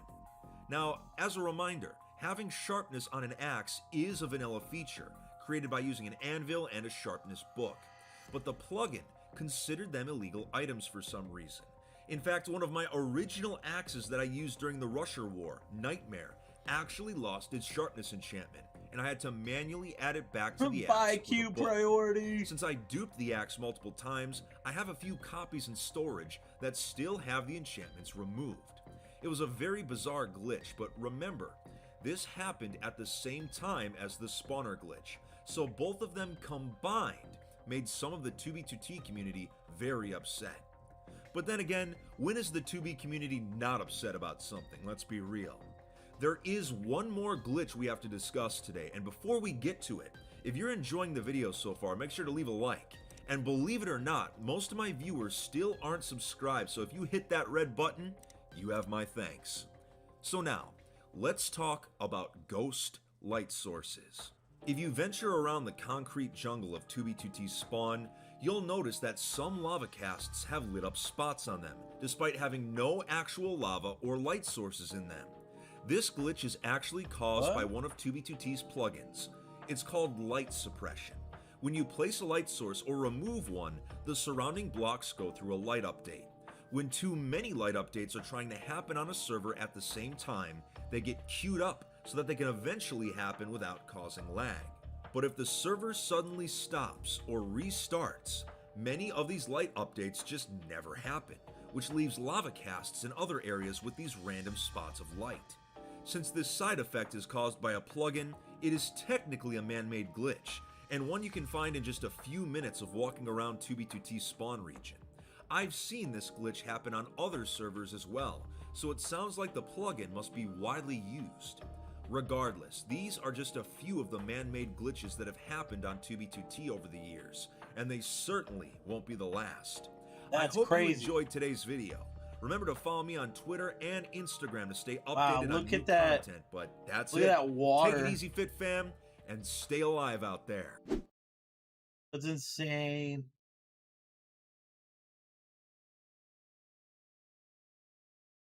Have you ever made a friend in an online game that one day just disappeared from the internet and you never saw them again?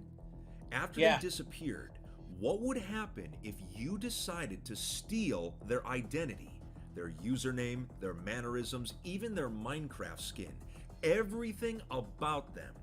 Could you convince people that you were the real deal? Well, on the oldest Anarchy server in Minecraft, this actually happened. And the story is absolutely insane.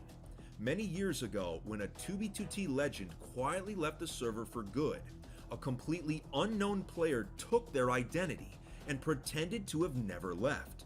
This imposter was so convincing that the entire community was fooled for years. He even received invites to highly secure bases and had access to private item stashes. So, how did this happen? Why would someone go to such extreme lengths to pretend to be somebody else? Well, by the end of today's video, you will completely understand why. We will be discussing the history of 2B2T legend Police Mike 55, how an unknown player managed to take his identity, and how eventually some members of the community began to suspect that he was an imposter. He made a grave mistake that eventually gave him away. Our story today is just as wild as it sounds, and it all started 10 years ago. The original Police Mike was one of the earliest 2B2T players, joining 1 month after the server was created back in December of 2010. He was recruited and became an active member of the server's first major group, the Facepunch Republic, and got along well with many of the server regulars. With his friend XCC2, he was one of the first people to enter 2B2T's End Dimension using illegally obtained portal frames. While Police Mike was well known in the community, not everyone was friendly with him. Some of the earliest 2B2T griefing videos on YouTube involved Mike's bases being blown up. One in particular shows the server's most notorious griefer, Pop Bob, betraying Police Mike and helping to grief his base. Considering they would eventually base together, their friendship could be described as hot and cold as time went on. Police Mike would help create many prominent bases such as Squid Base, Ziggy Town, and Plugin Town, a base built using hacked-in items due to a backdoored server plugin. So all of these things should give you an idea of who the original Police Mike was. He was an active and well-known member of 2B2T's old community. Fast forward to the year 2015, the original Police Mike decided it was time to move on and leave the server for good. He wasn't playing as often as he used to, and like many people in life, just found himself too busy to have time for Minecraft. He quietly left the server without saying a word to many of his friends. For 2 years, there was radio silence, and he was not seen on the server in any real capacity. But sometime before 2017, an unidentified person got into contact with Police Mike, asking to purchase his Minecraft account. Not much is known about this mysterious buyer other than the fact that he claimed to have already been a server regular. Mike didn't know why this person wanted his account, but he agreed anyway and sold it to the buyer. Little did he know that this mysterious person was going to completely take over his identity and would continue playing on 2B2T, fooling the entire community for his own personal gain.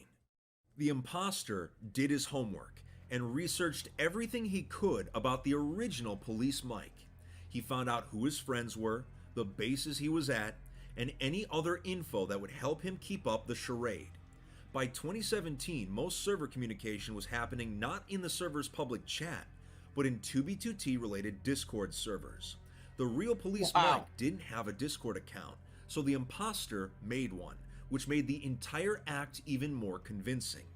In the summer of 2017, the imposter would log into the server for the first time using his new persona. Many of Police Mike's old allies got into contact with him once they saw the account was online again, having no idea it was a fraud.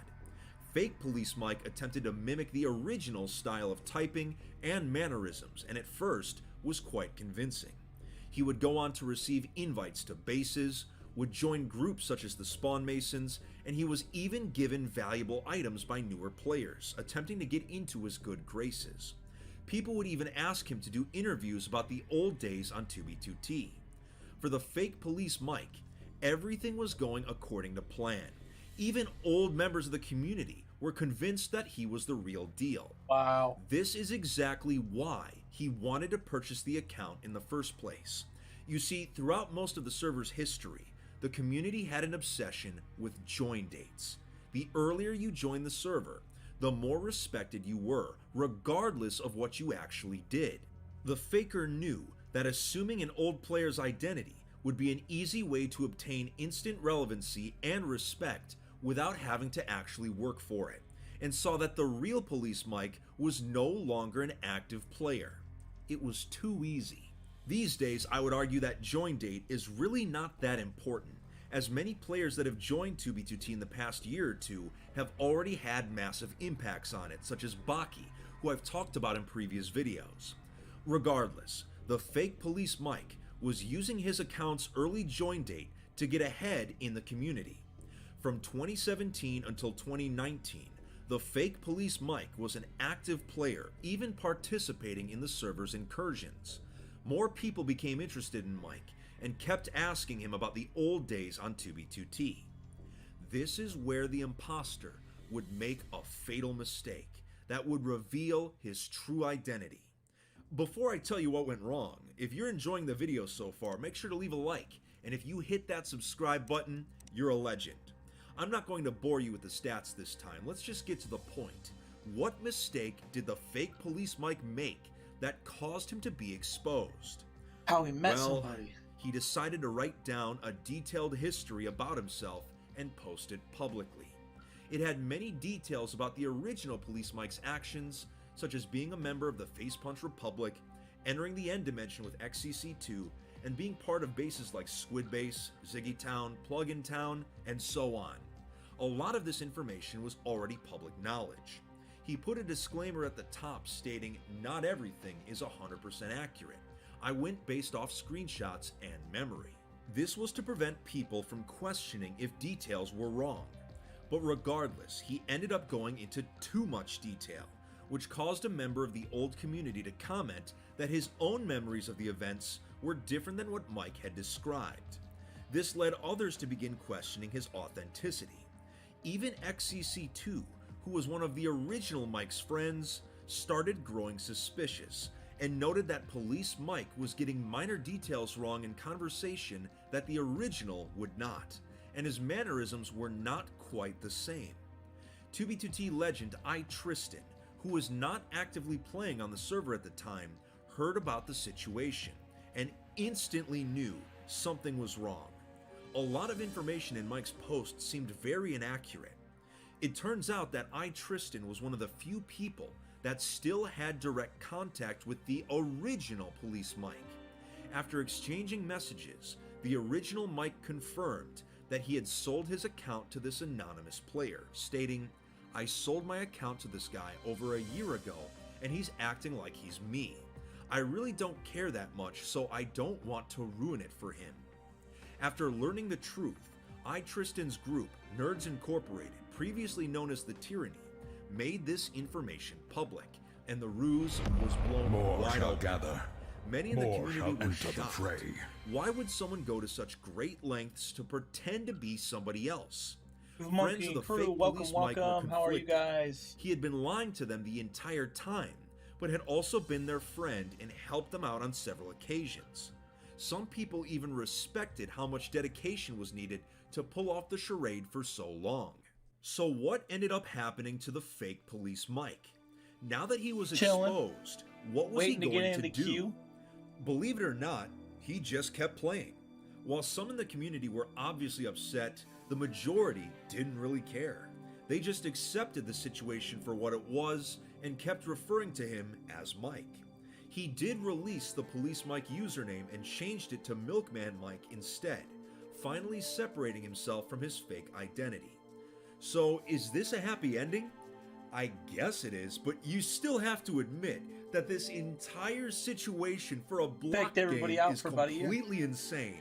A random player assumed an old player's identity, and the entire community bought it, myself included. Not only does it show how seriously some people take this game, it also kind of makes you wonder if there's anyone Insane. else in the community doing the same thing. Well, hey, if you enjoyed today's video, hit that like and subscribe button. Also follow my socials, but that's it. Take it easy, Fit Fam, and don't be sus. Hey guys, all you got to do is use Gorilla Glue in your hair and you can fucking move to Hollywood. That's what the fucking teacher who's 40 plus years old did. She's fucking planning to make it big in Hollywood by fucking making a movie about how she used Gorilla Glue in her hair. I can't fucking believe it. Go viral by fucking doing something that could have literally harmed you.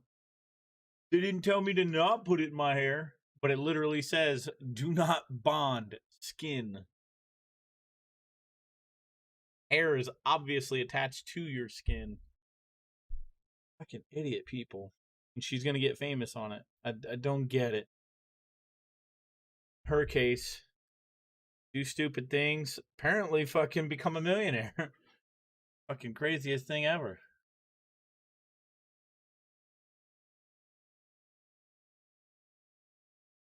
All right, that's it. Fit bought 2B2T coordinates on eBay. How much did Today you fucking I'm doing spend? something that is probably very stupid. Purchasing coordinates on the oldest anarchy server in Minecraft God. from eBay. This is going to be an absolute disaster, I can already tell. I didn't even know this was a thing until a few days ago, so let me explain. I got a message from one of my viewers on Twitter saying he randomly searched 2B2T on eBay. He saw someone was actually selling in-game coordinates for real-world money. I check it out and sure enough, they're actually being sold. Now at first glance, something like this seems pretty sketchy, but now I'm so intrigued I have to see if the coordinates are real. So today, join me on my adventure as we purchase them and see if these are real bases or if it's a scam. I'm finding out so you don't have to. Obviously, I would Jeez. never recommend doing something like this, and I'm a little nervous. So if you're one of my viewers that aren't subscribed to the channel, you should hit that button to make me feel better. Alright, let's do this. We're about to buy the coordinates, and the seller actually has 2 sets of them available. Here's the first one. Collection of resources to get yourself situated on the oldest anarchy server in Minecraft. Sold as is. No returns whatsoever. Okay, so if we buy these, there's no turning back. I love how the photo has a giant red line under the word chords. Like someone just threw this into Word and then slapped a screenshot on it. It looks very professional. And they're also offering this second set. Base was leaked to an anonymous group by a classified player. May or may not be grieved. So we might be purchasing a literal hole in the ground. Alright, so we purchased them, and now the seller has contacted me and sent both sets of coordinates. We're going to go to the BSB base first because it seems like others might be trying to get there before us. And then we'll go to the resource base. But there's already a problem here. He says the bases are close to each other, but they're on completely opposite sides of the map. This might be a typo, but sadly we have to figure it out for ourselves, and I can already tell this is gonna suck. So let's get online and get this over with. Spend that Logged money. in, I'm at 2B2T spawn on one of my alt accounts. Now, I have to go into an e-chest to get some gear before we go into the nether. Now, this is gonna be a pretty long trip, because remember, we have to go to one side of the map and then the other. We've got our basic gear, now it's time to go into the nether. How you been though, I'm evil guessing monkey? it's gonna be portal trapped, because it's 0-0 after all. Yep, sure enough, and there's another poor soul with us. But hey, that's why we have chorus fruit. Let's get out of here. Perfect. All right, let me get my elytra on, and we should be able to make a quick escape without too much trouble. Alley-oop! Ow. There we go. Okay, I'm gonna rant about something. That right there proves why chorus fruit is so useful. I am sick of people on Twitter trying to say that chorus fruit is useless in their tier lists. Have you even played the game? Yeah, good luck getting out of a portal trap with a cookie. Let me know how that goes for you. Yeah. Do these Minecraft influencers even play their own game? Seriously. All right, rant over. Let's get on the highway. Preferably soon. There we go. All right, we have about 30,000 blocks Steve's to Galaxy travel stream. on the I don't even know highway, what that which is. Sounds like a lot, but it shouldn't take that long. It is currently a Tuesday morning, so I'm hoping there's not a lot of traffic on the highways today, because the last thing we need when we're trying to get out this far is someone attempting to pull us over. All right, we've reached the turnoff point of the highway. Now, according to my calculations, we need to build a nether portal about 2,000 blocks in this direction. I mean, if there isn't already a portal there, I'm guessing if these cords are legit, there should be a portal. My suspicion was correct. There is a portal here. It thought it could hide from me, but I don't think so. All right, let's get in here and see if these coordinates are legitimate. I hope they are, because remember, if they're not, we have to go all the way back to spawn and then travel in the opposite direction. So I really hope pack there's on the something Technic here. All launcher. right, let's take a look. I'm Okay. not seeing any bases or chests or anything. There is some player activity here, though. There's some player-placed blocks nearby, but I'm not seeing a base. Maybe it's across the ocean. Let's find out. The moment of truth. Are these eBay cords legit, or have we been bamboozled? Drum roll, please. It is a netherrack tower, and nothing else. Oh. Chests, no base. We have been bamboozled. Well, you know what? Maybe the original coordinates were a typo. Maybe it's actually on the other side of the map, which means, you guessed it, we gotta put all this stuff back into an e-chest and then go all the way back to spawn. Great. Everything's back into storage. Unfortunately, it's time for us to do what is necessary. Goodbye, cruel world. All right, get our one-way ticket back to spawn. You know, that was less painful than I remember. All right, let's get an e-chest, get our stuff back, but this time, instead of going into the nether at 0-0, let's go out a few thousand blocks and then go in a portal. That'll probably be a little less of a headache for us. We're out a few thousand blocks. This should be enough for a safe portal. Now, I just hope, because there's two sets of coordinates on this side of the map, I just hope one of them is legitimate and we're not getting completely bamboozled today. Got ourselves a good portal. Complete Hopefully it's safe on bamboozling the from other side. buying coordinates perfect. on Yeah, this is eBay. excellent. This is exactly what we want. Crazy. All right, so now once again, we have to travel 30,000 blocks on the Nether Highway before reaching the turnoff point. There's a big chunk border here, so there's an item. We must be getting close. Oh, look at that. Portal's a very promising sign, but you know what? We're just going to build one down here. There's no reason for us to go up there, so this one will take us exactly to where the other one is.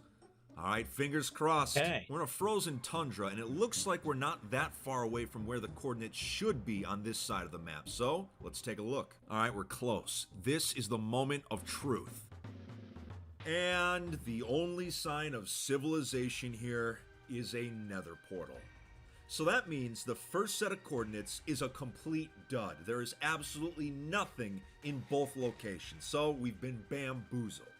I can only hope that this resource base, the final set of coordinates today, is legitimate, though after the first two, I am having severe doubts. But we have to find out. I've contacted the seller to let him know that the first set of coordinates were a hoax. There was nothing there. So hopefully, either he fixes his typo or mistake, or we just get a refund. That'd be nice. But anyway, we actually have to backtrack through the nether a little bit to get to the final location. It was a little bit closer to the axis, but we passed over it because I thought that this first set was more urgent, but obviously there was nothing there. It was a big nothing burger. We have to venture into open nether nothing for a burger. little bit, but You're going to log on hopefully at the so base far in that this is video, still you are there or understanding griefed. that buying coordinates on eBay wherever. is probably not a very good idea. You know, Remember? hold up. Is that a portal? Oh, look at that. All right, so this location. Yeah, I was with you, does and that have a one portal, guy which, came through. To be fair, at first you would think that'd be promising, but Sneaky the last snake two or locations whatever. also had nether portals, so there's no telling what's going to be on the other side of this. Let's find out. All right, we're not exactly at the proper coordinates, but there is player activity and player-placed blocks nearby, so that is a good sign. It means there has been some activity here, but That's it, will it Jake actually the lead to a sneaky base is the snake. question. The coordinates should be a members. few hundred blocks in this direction. I don't like that, so dude. all Why? I can What say happened? Tell is me, that tell if me. we roll up on this third What location happened? It's been and there's like nothing 6 there, months. I'm really gonna give this seller a piece of my mind. Oh, here we go. Oh my God. It is griefed already. Why am I not surprised? The one set of coordinates that actually has something at it, and it's griefed. And this is apparently the resource base. It's just potatoes and a glorified village. That's basically it. And even when they griefed, they didn't even do a good job. All of it's still standing. Enchantment area has been completely wrecked. I doubt there's any valuables nearby. But I mean, imagine if you were a new player and you were dumb enough to buy these coordinates. Imagine how disappointed you would be. Let's see. Oh, so yeah, this was griefed over half a year ago. So whoever was selling these coordinates didn't even bother to check if this place was still standing.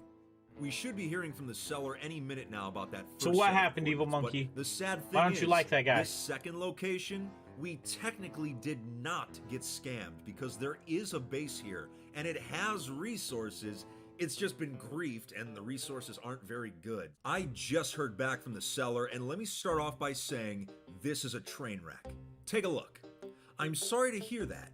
In compensation, I recently found a more authentic set of coordinates that could help you out. Have these for free. And he attached this photo.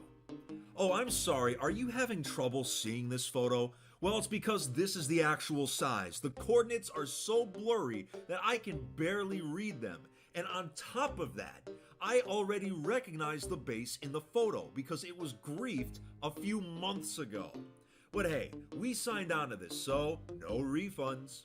I hope you've all learned a valuable lesson today. Buying base coordinates for real-world money rarely ends well, so don't do it. I did something stupid today, so you didn't have to. After all this, you better be hitting that like and subscribe button. Also, make sure to follow me on my socials, but that's it for today, so take it easy, Fit Fam, and stay alive out there.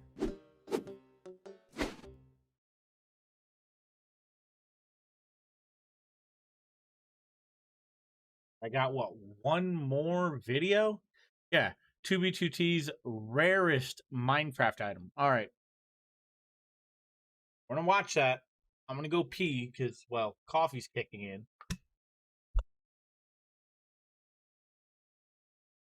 in.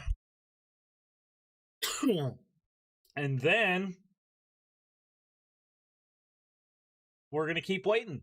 We're at 116 from 588. It's only been 3 hours. Holy shit. 3 hours. But hey, this is what happens when we do things for free and we start watching historical 2B2T stuff. Also, we get a can of Spam at like $30 fucking. I'll eat a can of Spam. Pretty sure I'm not gonna like it.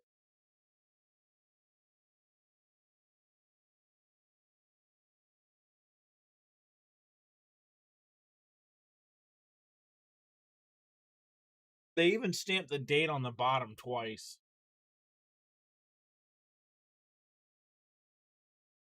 Best Buy date. That's crazy.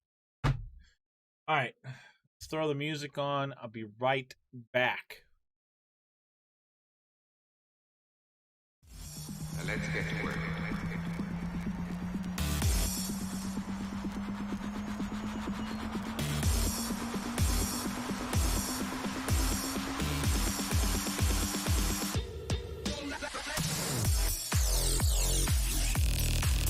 Huh?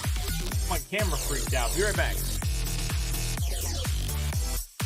We're getting coffee, using the restroom, all that good stuff.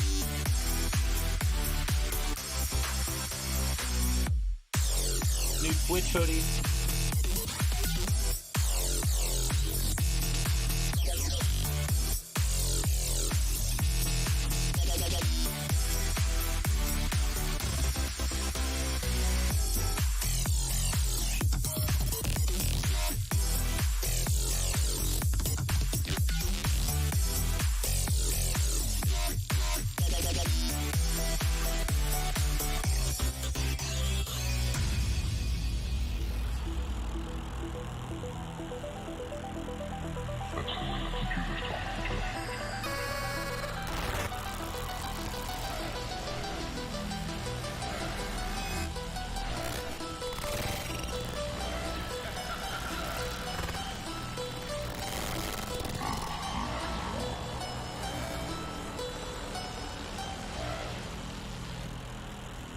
Well, if you're wondering what's happened, so am I.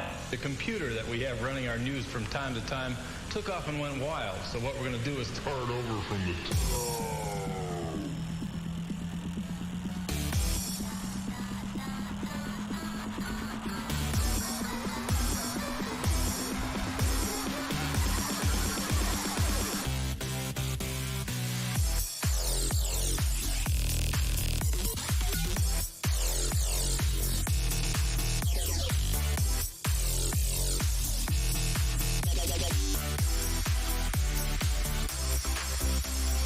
Drop.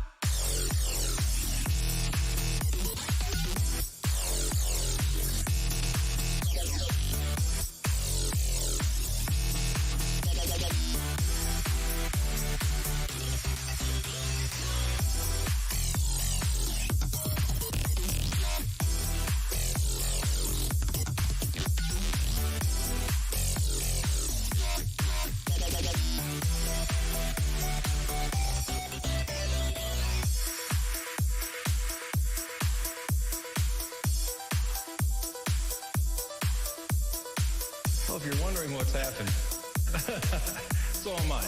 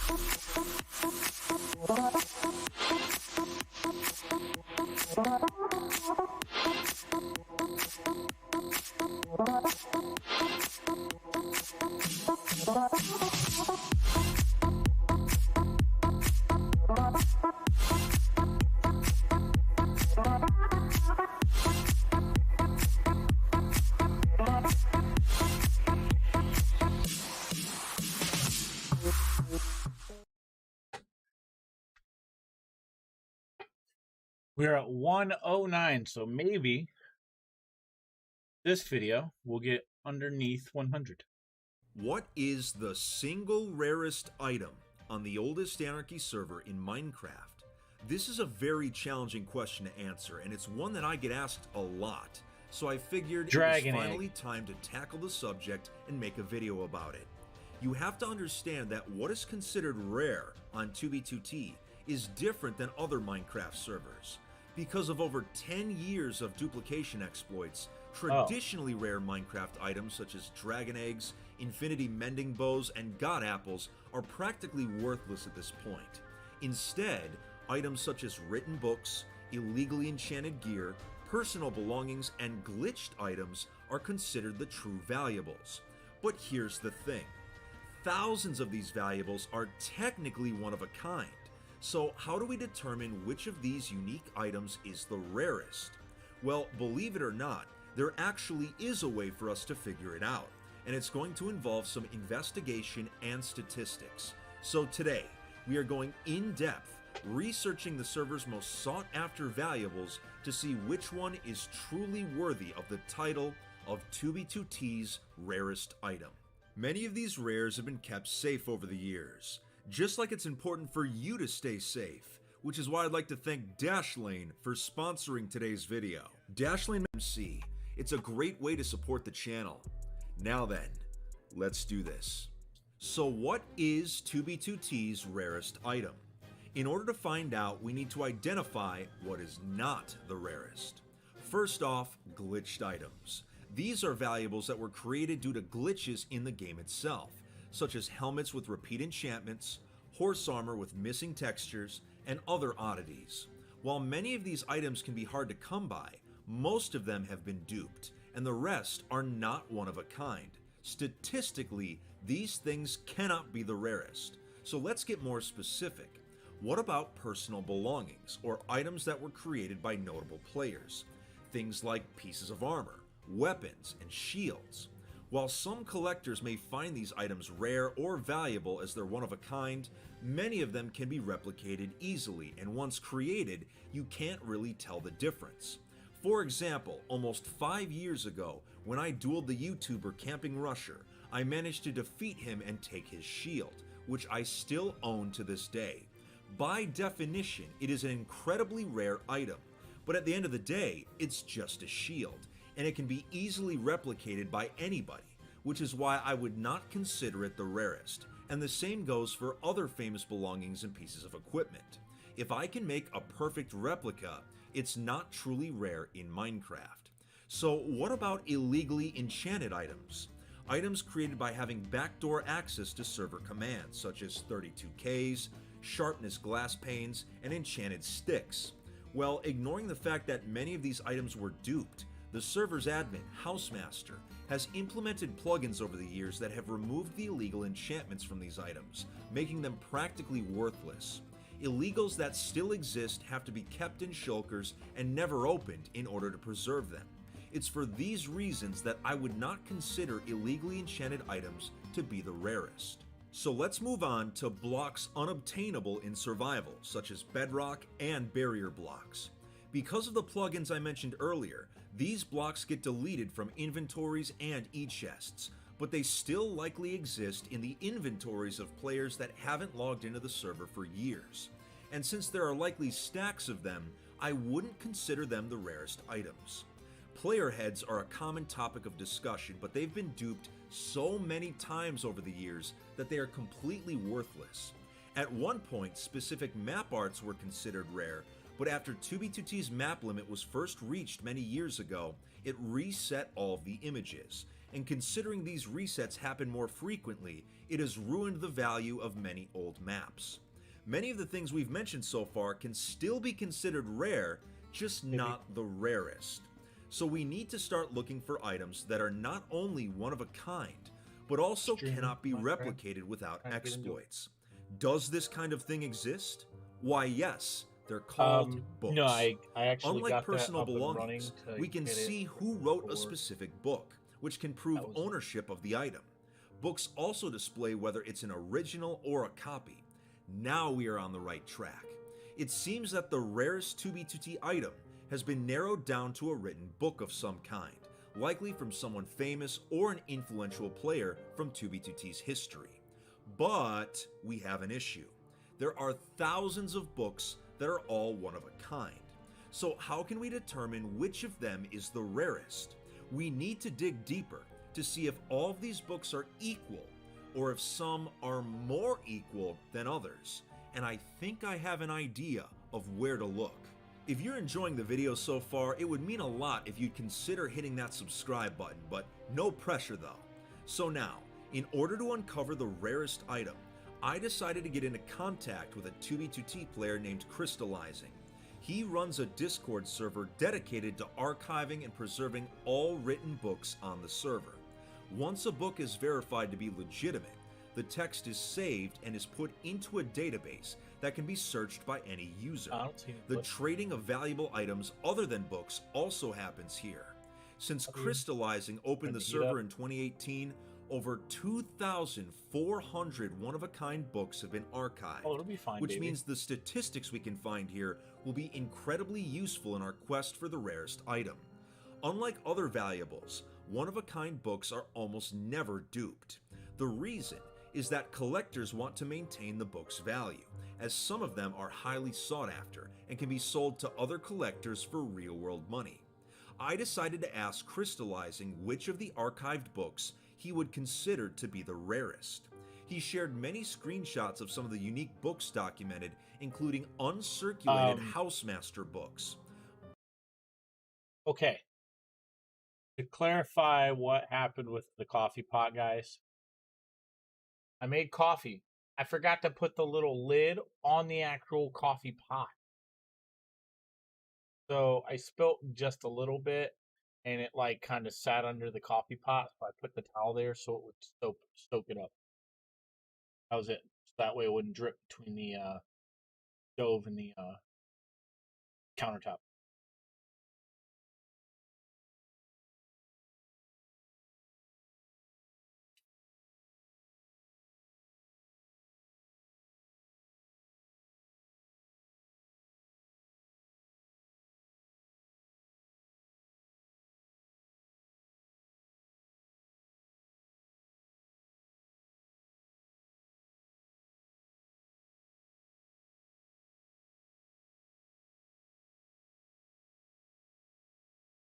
Eat grass.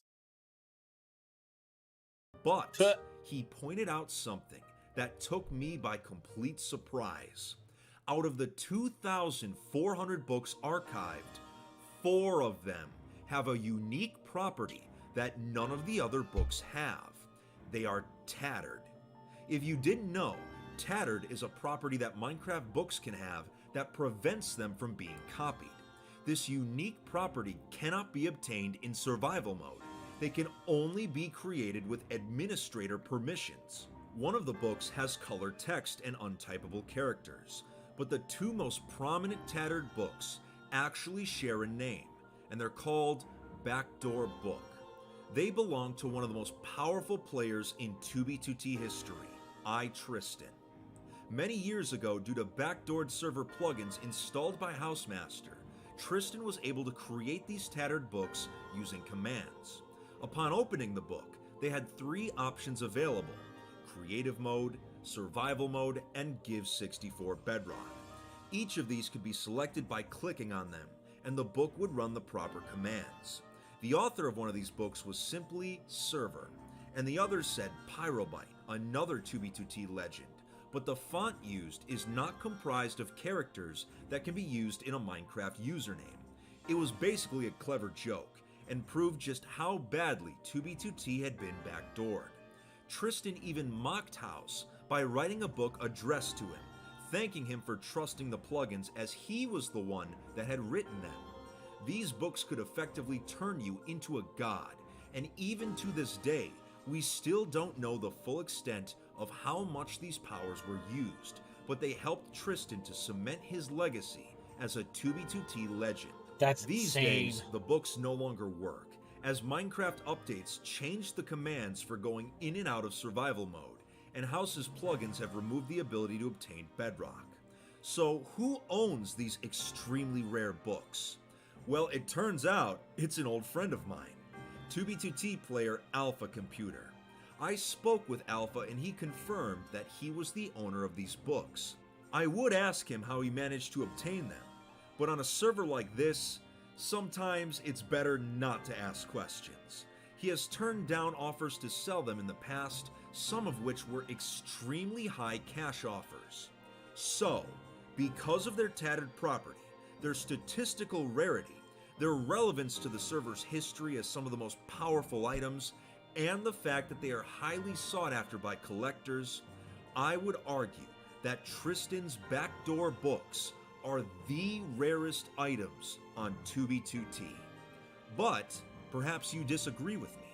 After all, the server still holds many secrets, and there could be something even more valuable out there. If you think there might be something more rare, let me know down in the comments. If you enjoyed today's video, you better hit that like and subscribe button. Interesting. Also make sure to follow my socials, but that's it. Take it easy, Fit Fam, and stay alive out there. Ooh. We've drank a bunch of coffee. Holy hell, chat. Check this out. Watch.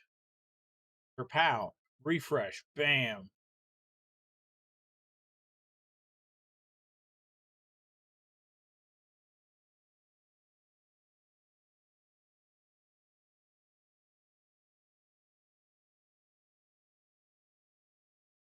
Yeah, we've Oh, we've been on the server for a long time.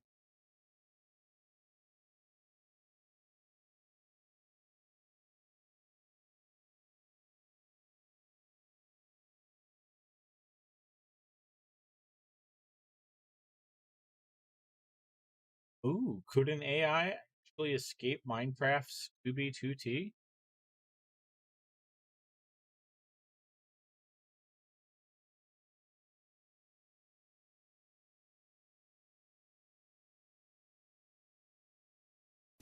Could an AI successfully escape the most dangerous Minecraft server on the planet? That's a question that we can actually figure out the answer to. Sounds like something out of science fiction, right? Guess again. It's no secret that the oldest Anarchy server in Minecraft attracts some of the most toxic players in the game, but it also attracts some of the brightest minds that use it as a testing ground for their programs, experiments, clients, and other creations. For about the past year, a few select players have been experimenting with automation and machine learning on 2B2T, and the results are spectacular. Players turning their Minecraft accounts into robots. Robots that can play the game and use on-the-fly adaptations to survive. Robots that can play the game better than a human can in some cases. In my 3 years here on YouTube, I've never done a 2B2T video like this before. So, let's get started. The closest we can actually get to AI or machine learning in Minecraft is a project called Baritone. The Baritone project is led by 2B2T player Lijurv, and several notable players on the server have contributed code to the project as well. Baritone is a program that automates actions in Minecraft so that the player doesn't have to do them. The key difference here that separates it from a typical botting program is that it uses on-the-fly adaptations to figure out the best way to accomplish a specific task. You simply give the program a task, and it will do its best to accomplish it. The first thing it will do is pathfind a way to its objective. Should the terrain change or become hostile or impassable, the program will adapt and reroute. Take a look at this footage here. In this demonstration, Baritone will be attempting a spawn escape in the Nether. As you can see, that green pillar represents the destination, and it's already visually pathfinding its way to that destination. It's automatically using a combination of parkour, of bridging, of mining, and of eating to get there unharmed. It's constantly changing its path on the fly if necessary. I mean, look at that. It's bridging on its own. It's finding its way so efficiently. There's no way a human player could find a path this easily and with such great ease. I mean, it even knows to go over here and mine out these 2 blocks and then go right to a tunnel. It would take a human player much longer having to go through free cam just to find these routes. I mean, it's actually kind of scary how good Baritone is at getting to these locations. I mean, look at that. It's pathfinding on the fly. Here we go. It's reaching its destination, as you can see. It gets to its destination, and then right here is just wizardry. Look at that. Look at that movement. That is not a human movement. There's no way. Look how quick and easy that was for the bot. But it has reached its destination, and now it is stopped. For kicks, they also added the functionality to build structures automatically. Seen here is Thebes in Sound, 2B2T's greatest civil engineer, building a replica of the famous Jesus statue on the server using only a single command in Baritone. Just like before, Baritone will automatically look for the most efficient way to complete the structure and do its best to take 0 damage. Baritone will also automate tasks such as mining diamonds, smelting ores, and other mundane tasks. But enough about what Baritone can do. Let's get back to the topic at hand. Could an AI escape 2B2T's spawn? Well, it just so happens that some 2B2T players performed an experiment with this exact question in mind. In April, 2B2T players Iron Exception and DonkeyWhat collaborated on a project. They wanted to visually track the ways that players could escape spawn. They decided to equip bot accounts with Baritone and have them attempt to escape spawn on their own, without human assistance. In the experiment, the goal was to get a bot to around 2,200 blocks away from 0-0, as this distance is considered temporary safety, and it's easier to find resources at this range. They decided that the bots would attempt 1,000 spawn escapes before ending the experiment. Some bots would be actively trying to escape at the same time. It would take well over a month to gather data on all of the escapes. And after 1,000 attempts, the results came in. And the bots, using Baritone, had a 34% success rate of escaping spawn, which is actually much lower than anticipated. But here comes the fascinating part. All the escape attempts were visually graphed, and I'm about to show it to you right now. Now take a look at this. This is all the visual data from the spawn escapes that the bots did using Baritone. Shout out to Iron Exception and Donkey What for giving me access to this visual data. I mean, just look at this. It's beautiful. I mean, to see a screenshot of this graph was one thing, but to actually be able to interact with it like this is something else entirely. We can see every single path that the bots took in their attempted escapes. And here's a few things that I've noticed just by looking at the data. First of all, we can easily see some classic structures near spawn. I mean, this yellow square here, this is the obsidian sky at 0-0. And if you look closely down here, you can see some of the massive lava casts that the bots got stuck on for a little bit. And then out here, you can actually see the outline slightly of the Great Spawn Wall way out here. It's just fascinating. Now, you're probably wondering what the colors mean. Well, it all depends on what height the bots escaped at. Yellow means that they were at sky or welcome to the arcade. And then blue down here means it was a bedrock escape. Now, there were quite a few escape attempts at bedrock, but there were a decent amount also here at sea level, which is recognized with purple, or that's shown with purple, I should say.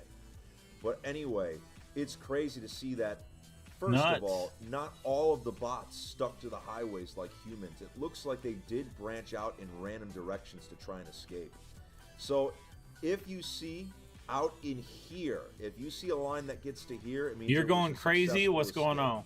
And even out here as well. If they didn't waiting get on to around queue time. This All right, here, we're at 82. then it was not considered a success. What's really interesting is that for some reason the bots were not able to escape in this direction or in this direction. Makes me wonder why. Those must be some really dangerous areas of spawn. But look at that, a 34% success rate. But it shows you that yes, a machine can escape spawn on its own. And it looks like they did a better job than humans in some cases. You got stuck in the void. I mean, this is truly impressive on a technical level. That's rough. This experiment was even done. I mean, 1,000 attempts.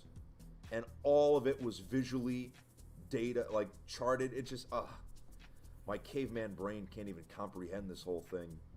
So overall, could an AI escape spawn?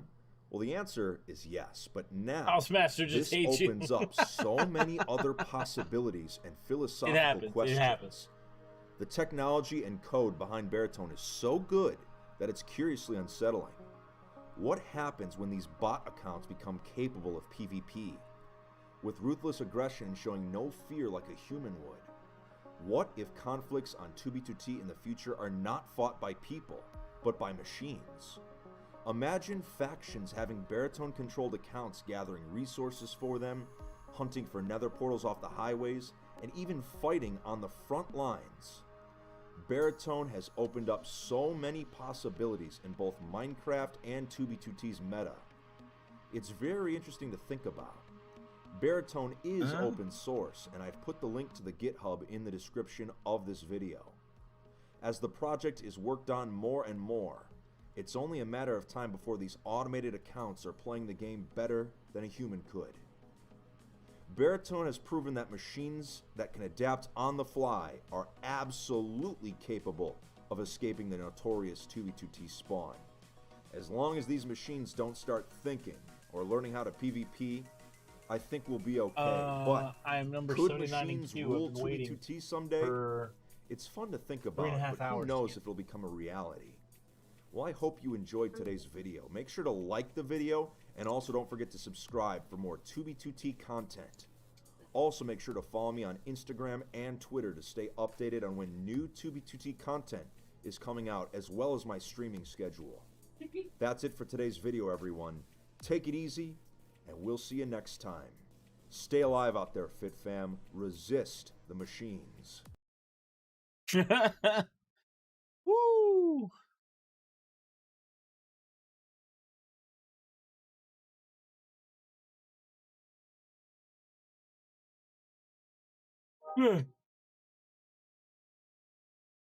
Let's see.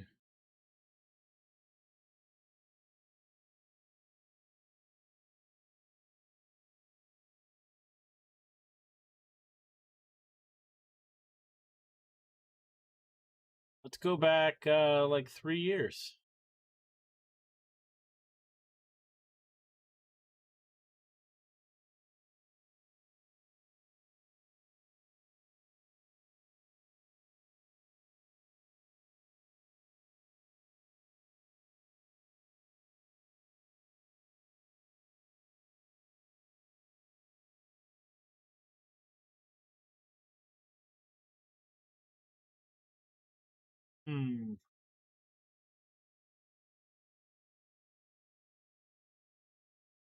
My big worm. That's what she said.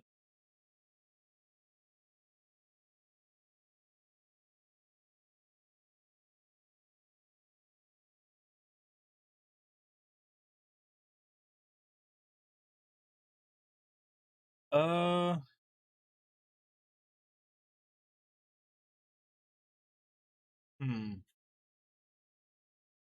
We're looking to getting ready for the spooky costume party, man. Iron Man challenge. Excuse me?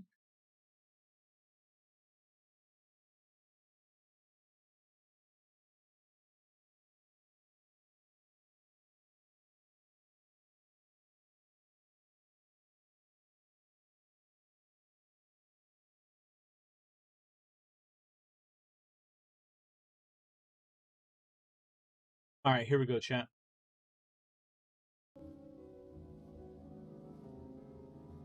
What's going on, everybody? It's FitMC, and for the first time ever, I am doing the Iron Man challenge on 2v2t. Now, this challenge, I've never done it before. I mean, I was looking for a way to challenge myself on 2B because things were getting kind of boring, so I've got this insane challenge. Now, this challenge is actually based off the Ultimate Iron Man challenge from RuneScape, but the rules are actually not as simple as you'd think. These are the rules. No hacks, vanilla only. I have to play the game just like normal vanilla survival. I can only stay in the overworld. No F3 or using coordinates at any time. Now, here's the big one. No interacting with chests. Which means I can't craft chests, I can't store... What's up, Ricky? Happy birthday, bitch. Thanks, man. I don't know if you noticed the post, but yeah. Which post? I posted on your birthday. Oh, in yeah, Josh's Discord.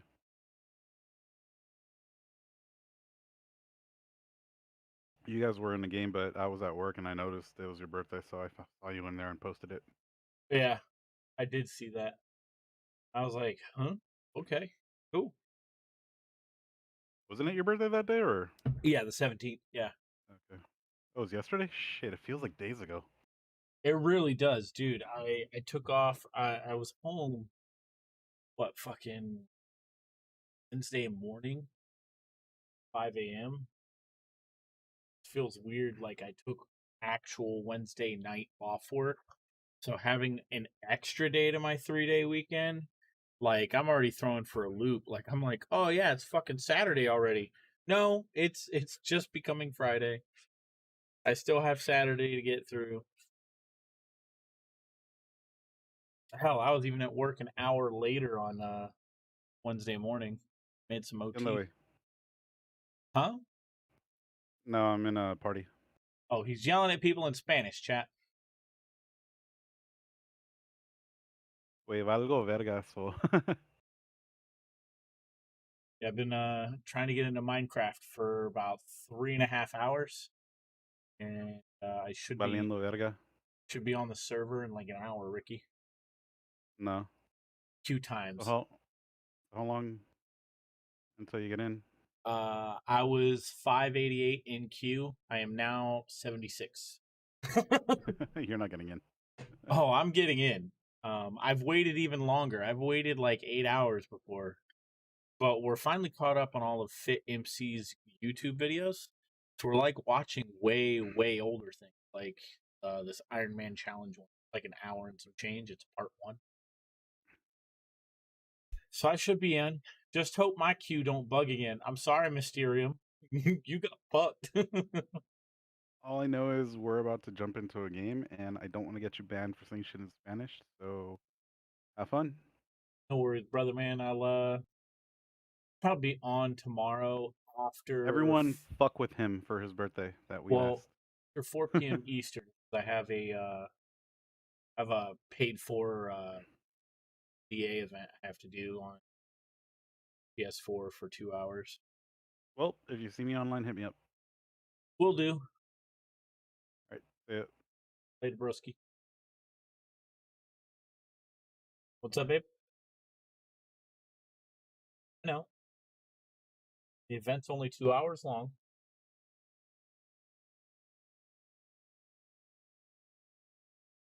Stuff in them, I can't even open them. I cannot interact with chests, period. No storage of items, even in things like furnaces. Nothing taken from player structures or ruins. I have to play on darkness 50% or lower. No beds, which means if I die, I have to go right back to spawn. No taking player drops or accepting aid from others. All items and armor are either crafted or taken from mobs. I can't just stumble upon it. I need to make it for myself. And of course, my in-game account has the prefix UIM, which stands for Ultimate Iron Man. So, those are the rules. It's pretty crazy. So, believe it or not, my first 2 years on 2B2T, I was not even playing with hacks. So that part is not going to be the tough part. The tough part is going to be no using F3 or coordinates, no interacting with chests. Oh, it's going to suck so bad, but I got to do it. But how's my stream chat doing tonight? We need to escape spawn right now. So this is What up, Grim literally Reaper? a fresh account. I have Y'all done waiting in a nothing queue? on this account. It's Yep. brand new. Nothing in the e-chest. Right over there. No, We're number nothing. 74. So if I go into statistics, I want to make sure that chests opened remains at 0. That is my hope. Man. So anyway, good to see you, stream chat. I see a lot of my regulars in here already. David, Wireboy, Nicholas, Ladybugs, Nemi Mendel. Good to see you. Someone says fit get on Sky Metro. Or are you talking about the boat thing? Oh, all boats on the server can actually be cleared with just one command, so I'm not too concerned about that. Now, I don't want to have to jump too much for escaping spawn because it's going to use up a lot of hunger. Because remember, I can't just find food. I would have to break leaf blocks for apples or grow it myself. This is the Iron Man challenge. I have to do everything on my own. Everything. But it's going to be fun, you know? This is definitely the most intense challenge I've done on 2B2T thus far. There's music. Alright, so I just let's want to see here. close Someone my plays eyes. Zelda songs. Now they're not in the playlist tonight. And here's where the darkness part. So Grim, It's a little are annoying. you the same one from I can, Discord? like, Are you barely- Grim Reaper okay, from there we Discord? go. Make my way through the ruins this way, and because it's no 3090 hacks, I have hype? no idea if there's I players around or mean, not. we're saving up for it, We got some technically. chests here, but still can't interact with them. All right, down we go. Like, literally. Ruler of Monkeys says, good luck. Thank you very much, Ruler of Monkeys. I appreciate that. So what am I drinking for tonight's pretty intense live stream? I'm drinking my sparkling water as always. Gotta love it. Alright, right, so let's see. Yeah, there's No, tons of I've legit e-chests come and, like, across your crafting channel. benches around. Oh, look, Okay, there's a Grim person. Reaper, because we have like an actual like Let's moderator kill him for who's fun. also This will be good. Grim Reaper. Like, kind of funny. That's right. Wait a minute. Is this a bot? I'm almost positive it's a bot. This is just jumping up and down. The queue has been littered with bots lately. I know I'm using up some of my hunger to do this, but I just want to do it for fun. There we go. No. So This one is kill on a. this fresh Iron Man account. I can't complain about that. This video is 4 years old. I just wanted Wait, to see where's the video. sun coming out from? I So can't this see, is really. this is the scene I use for when I'm like watching This looks like actually something like a highway or of some kind. something Okay, that's so not let's me gaming. steer clear Yeah, of you're that like, for now. damn. Let's see. I wish he was live. Yeah, this way. Yo, Pamflax, what's up? We're Escaping, watching spawn. an old Oh, Iron a Man skelly. challenge because I wanted to see this. Not good. Hey, thanks for following the channel. Welcome to the arcade. Another Yeah, I'm loyal gonna die. devotee. I'm Showing gonna off die. that monk warrior spirit. Look at that. There we go. Well, the score is 0, so can't complain. Alright, so let's try going this A way. Like I new said, I follower. can't use F3, so I really Use don't your know live where I could be Sunday. going. Look at you. Oh, Grim Reaper. Oh. That warrior so let's see. spirit. Oh my There's plenty goodness. of withers Welcome to around, the but I'm arcade, guessing they're man. underground, so I don't have to worry Support is too much appreciated, about everybody. it. Let's try going this way. Jordy, if you donated $2,000, I'd be as happy as fucking could be. But it would sit in the No, I want to it go would this sit way. in I changed PayPal my for mind. 6 months. Yeah, I want to go back this way. This is a good direction. Guy with cat, what up? Says, I'm your biggest fan. Fit, love you. Thank you. That's awesome. Hey, Solar Blue, Yeah, how's it Jordy going? too That's did, right. did a nice Long fake time. dono. I know, right? So, this challenge, like I said, it's real tough. I'll show the rules one more time in case you haven't seen them yet. You're over here like, But fuck off. no hacks, vanilla only, overworld only, no I know, F3 right? easy coordinates, no interacting I'm with so chests. I mad have to that I keep gave all you a items on fake me at all dono. times. No storage of Oh. items, nothing taken from player structures or ruins, 50% darkness or lower, no beds, no taking The player thought drops or counts, accepting but the aid. action is All meh. items and armor are either crafted or taken from mobs, and UIM prefix for the account name. That's Sorry, pretty much Jordy. it. Don't Still, actually get credit. on 2v2T Sucks of for all you. places, this is awful. Andrew Sproul, I do remember you. Welcome back, comrade. A trombone, I'm doing great. How are you doing? Engineer Josh says, what's the Iron Challenge from? The Ultimate Iron Man Challenge. It's based off of the challenge in RuneScape, believe it or not. Alright, looks like this leads back to spawn, so we might want to actually I go back wish. this way. I think we were actually going the right way. But I'm wasting, like, hunger just walking around like this, so I really do want to get to at least where we can find that's some cute. loot blocks and try and get some apples. Find some trees for some They have basic fake donos weapons. since you owned a PS4 6 years This is ago. actually kind of fun, Right? I'm not gonna lie. Doing it Iron Man style, so I have to do I've been doing everything this a for while. myself. I'm not relying on hacks or cheats. I'm not or a bullshit anything. child, Even so dupes. Nothing. I'm streaming probably far longer than you've been on Andrew Twitch. McCarty says, "What's the music here tonight?" I would be very impressed if anyone actually figured out what this music was from. I would be very impressed. I really don't think anyone's gonna get it. I'll reveal it at the end of the stream. I want to see if anyone can guess it in the meantime. And that's just what happens, chat. Dark Voter Darky, thank you for the kind words. That's awesome. I just hope you're enjoying the show. So, like I said, food and just basic tools are my first priority right now. And getting far enough away from spawn where no one's going to try to mess with me. Original's quite Now, old, luckily, yeah. this area is not too recognizable. I mean, it's just your typical destroyed ruins near spawn.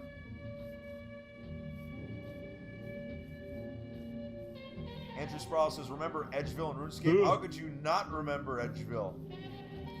Classic. Now, here's the tough This part. would be I said, without like my using 7th F3, I year can't of, tell if I'm like, going to spawn or away from it, but I think having I'm this going account away on from Twitch. it. I think. I think I'm just after. There's some kind of road there. Let's take This a is look. going on year 6 of or 5 Well, we got a big 6. lava cast here. of streaming.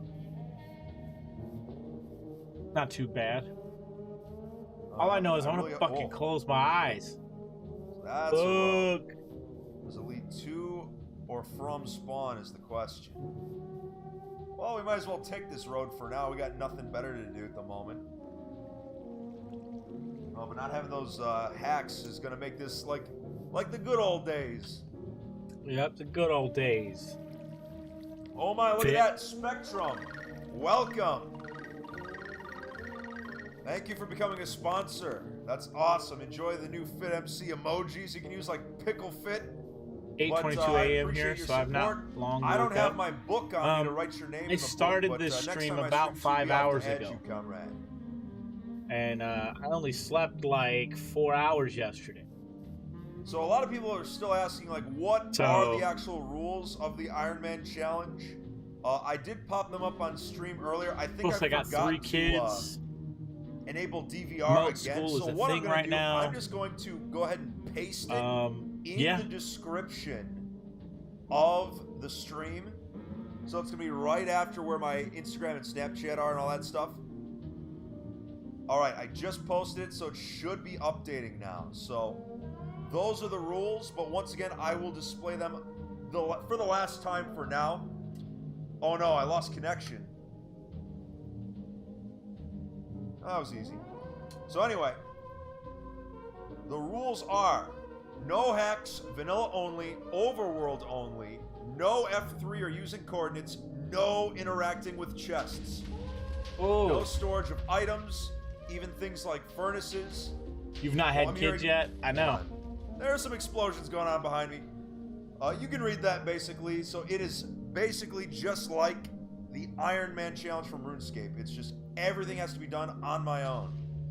It's real fun. It's real fun. So right now, what's everyone? I think I already asked you what you're drinking. Maybe?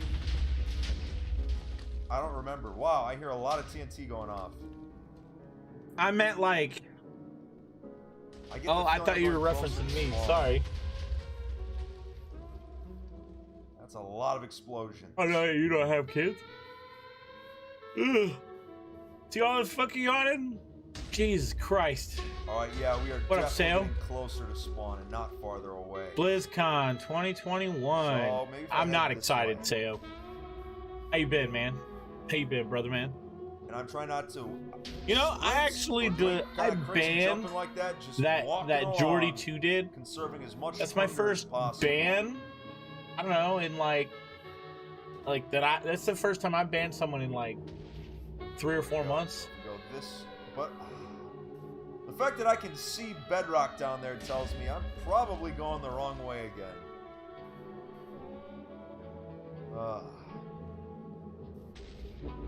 Oh my. Yep. Well, look at that. I would not want to fall in that hellhole. Look. Diablo 2 or 4? What do you mean, Diablo 2 or 4? It's got a little jumping puzzle here. Oh boy. Oh, I didn't take any damage there. I got lucky. Find that. As little jumping as possible.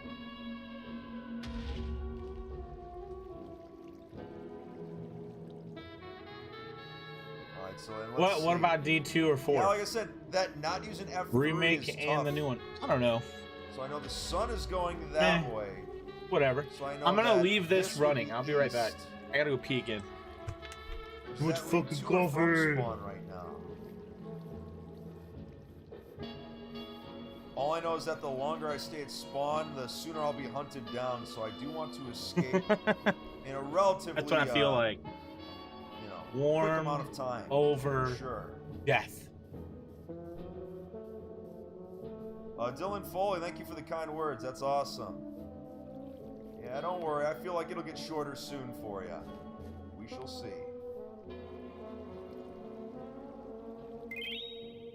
Who's this? Isaac Hull, thank you for subscribing. Welcome to the Fit Fam.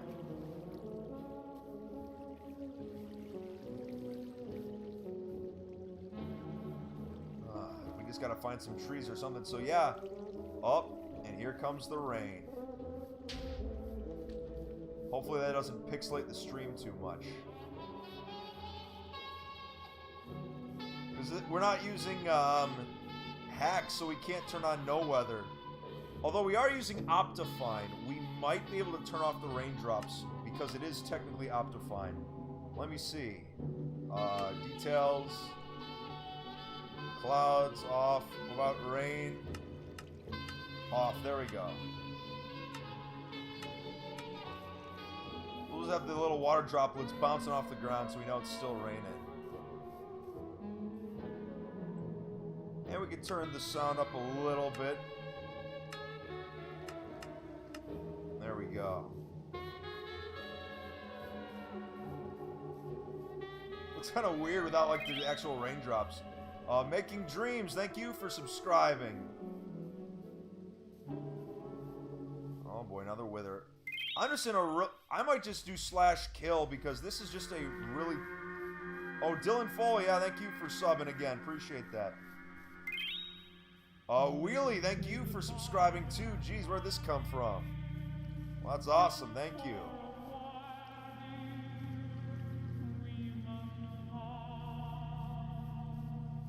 The Intelligent Milk Jug says the ground is sweating. Yeah, I like... That's a better explanation than what I had. Oops. I'm just going to do a /kill. I need a more clear-cut way out of spawn, and this put me right at 0-0, so this is also not a good one. /kill once more. Whoa. We are way up here. Now I'm trying to see. This actually is not the worst spawn in the world. Let me break this snow real quick. Now, judging by that L, that way is northeast, I believe.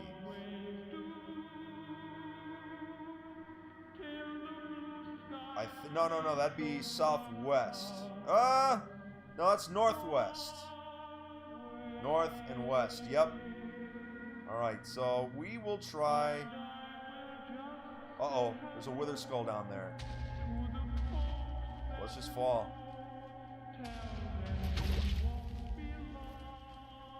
Alright, so hopefully there's no... Oh, there's a wither in there. Yep, we're just staying away.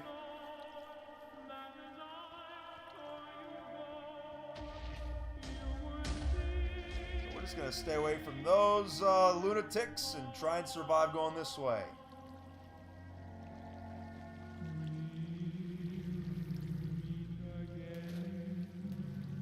Go up this way.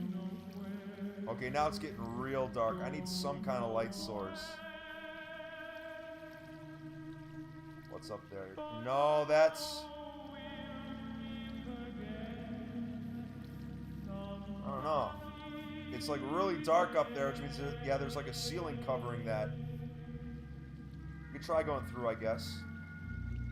Okay, now it's very dark and spooky.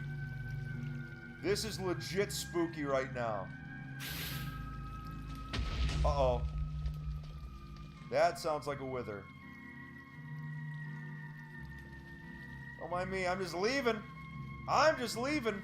Don't mind me, that's a lot of withers.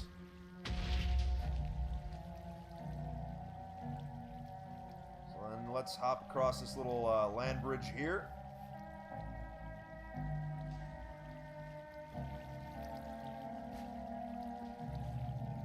Wow, that is just a ton of withers. A ton. We got some light down here. We have like a torch, y'all, maybe? There's one.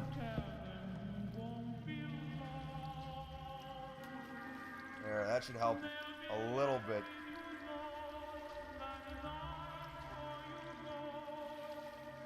Although, wait a minute. I just realized I didn't craft this torch myself. So for the Iron Man challenge, I actually can't use it. Oh, that's depressing. Well, that's part of the challenge.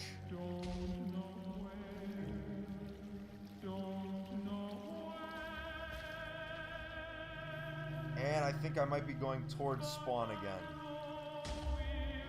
Jeez.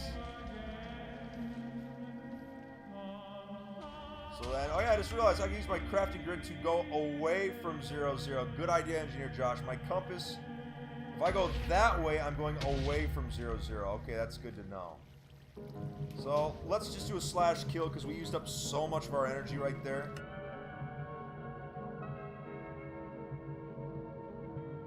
So 0, 0 is that way, so... Wow, this is a huge lava cast.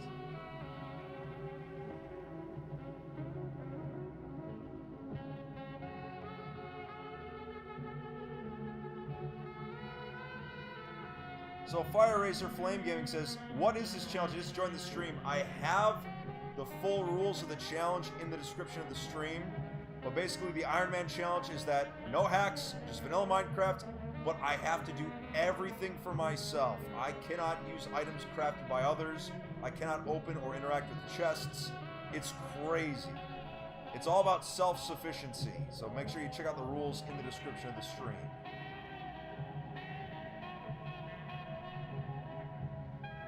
Double check in. Yep. Still getting farther away. Oh, here we go. We got a big... Wait a minute. Isn't this the wall we started at? I feel like it is, but whatever. Let's just keep going. Alright, we could probably land in that water if we can just meander our way down very carefully. There we go.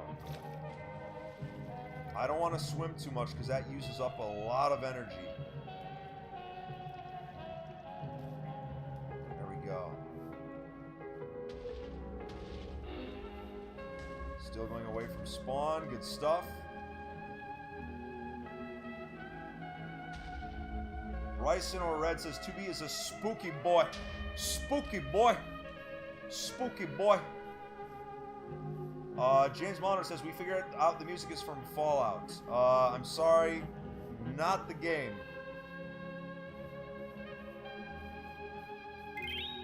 Who's this? Kitsuki, thank you for subscribing. Welcome to the Fit Fan.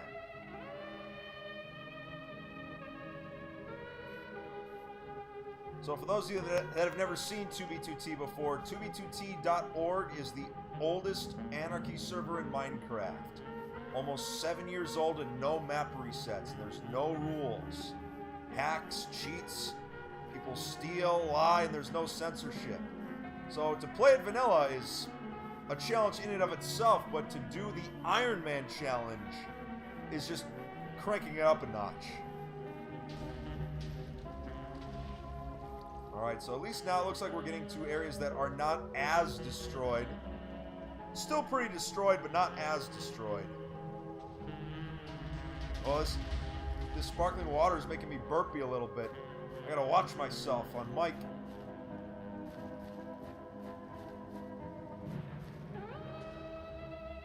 It's good though. Alright, let's see. I can... Yep, slip down that way. Now, a lot of these blocks are actually natural, so if we find some dirt, we might be able to just dig it up real quick and use it for stepping stones eventually. This sand, I'll take that. Natural blocks are usually pretty fine to take.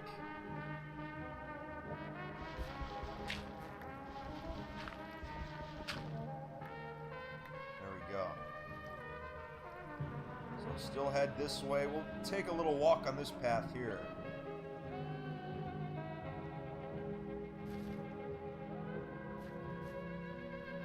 Here's a little jumping puzzle.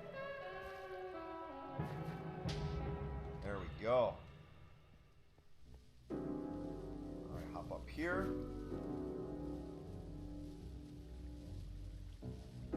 No. Like, that way is directly away from spawn, but that's a lot of jumping. There must be an easier way to get around. I'm gonna head back this way a little bit, try and go around that way over the ice.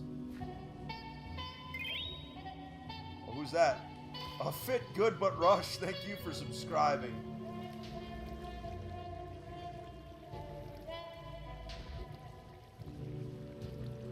There's a portal there, but yes, one of the rules is overworld only. I can't use the nether, so that's out of the question. Yeah, if we can get on this ice, there we go. That'll make life a little easier.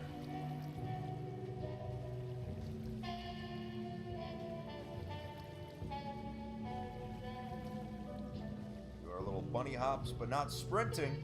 Gotta conserve that hunger as much as possible.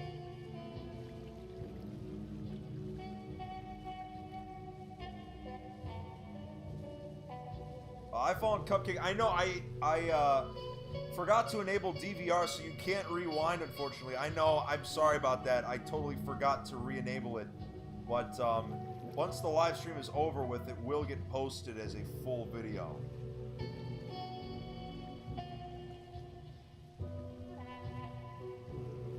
Alright, so heading this way now. We are heading away from spawn, so far, I mean, knock on wood, we've had no invaders or any spawn killers try and kill me yet, so we gotta just hope that luck can continue as we head away from spawn.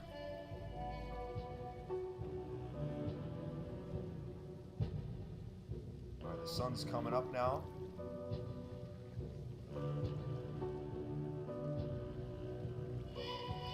There's a fire over there.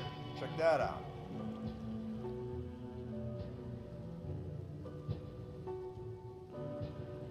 Let's take a look. Uh-oh, Wither's around.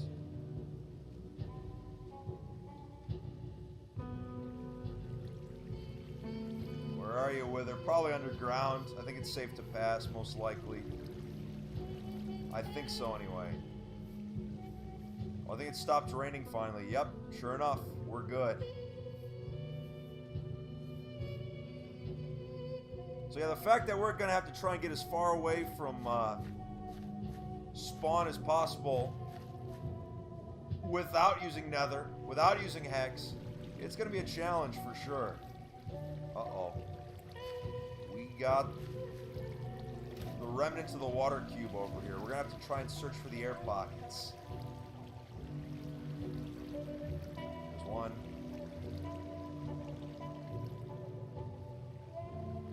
Oh, this is high anxiety. If you don't like underwater levels, this ain't for you.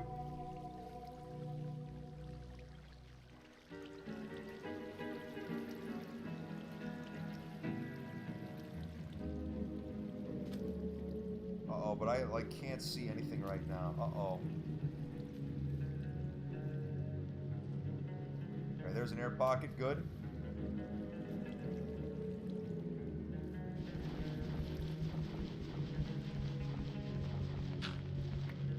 So here's what I can do. Oh no, I can't see anything now. I did not think this through.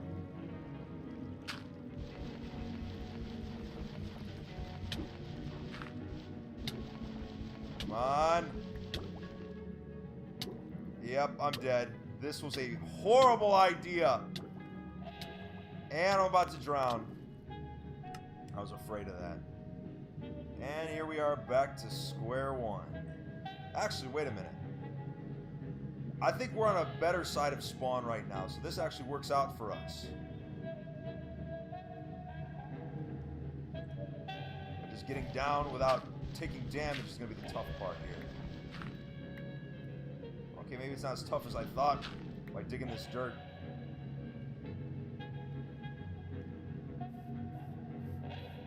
So then let's try going, let's see.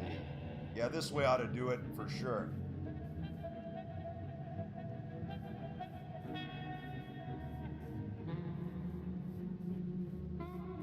Alright, so we pass through this lava cast, and then we'll still be heading away from spawn, which is what we want. Well, anyway, so right now in stream chat, what country is everyone watching from tonight? Just curious, what country is everyone watching from? Gives me an excuse to drink more of my sparkling water. Alright, let's see. Oh, I almost took fall damage there. I was nervous. There we go. So we head this way and we will be good.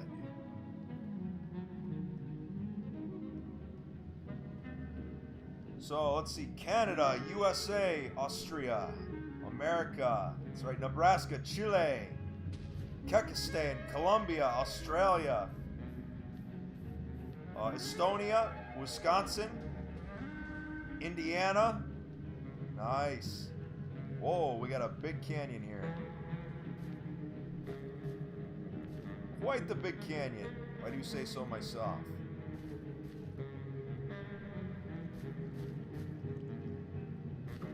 Alright, so let's see. I know my render distance is only at 8 chunks. I wonder if we could turn on fog. I actually think that'd be kind of cool, especially for, like in fancy. There we go.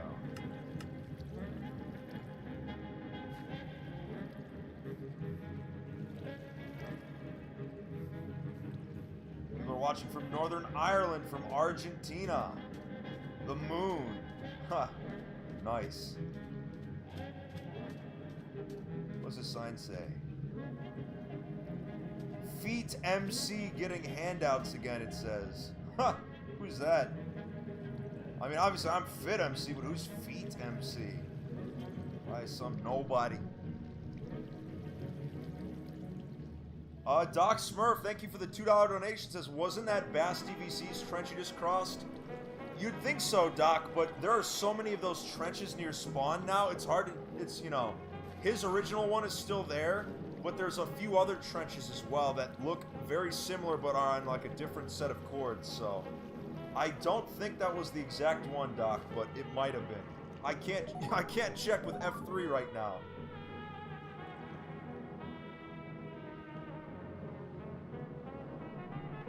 So once again, for those of you that are just tuning in, that don't know what the actual challenge is, the Iron Man challenge on 2B is no hacks, vanilla only, overworld only, no F3 or using coordinates, no interacting with chests, period.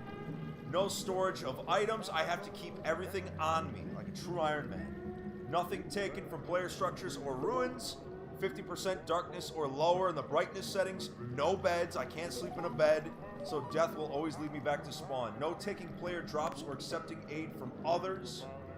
All items and armor are either crafted or taken from mobs, and my account has the prefix UIM.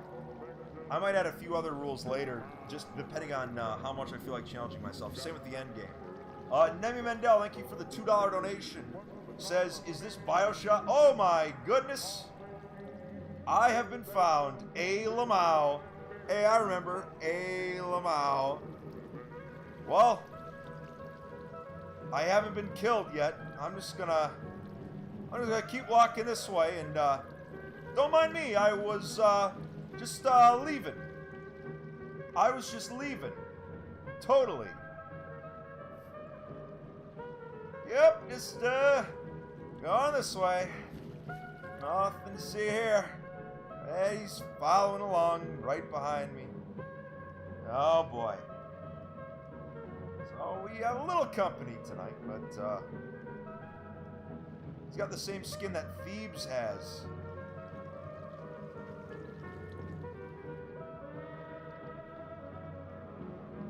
But I'm just gonna keep minding my own business, going this way. Yep.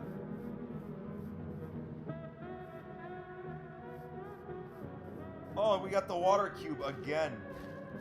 We'll just go around it this time. We're over it. Someone says, Fit, your Skyblock Island was griefed. Placing boats is not really griefing.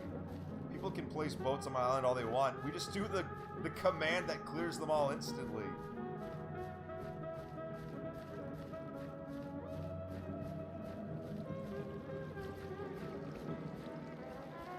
Alright, so let's see if we can get around the water cube right now.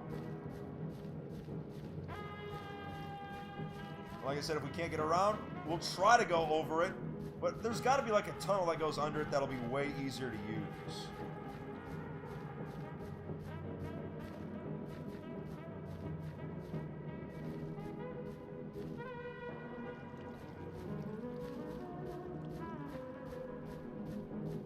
Pinga says, how far do you plan on traveling until endgame? We shall see. I just gotta get out of spawn first. That itself is proving to be a challenge thus far.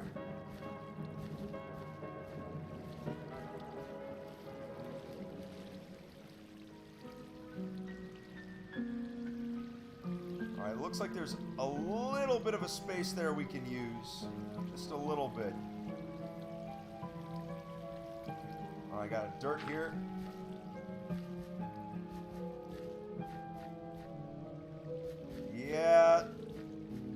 might have to go over this thing. But we're still going farther away from spawn just by going along the edges here. Just by skirting the edges.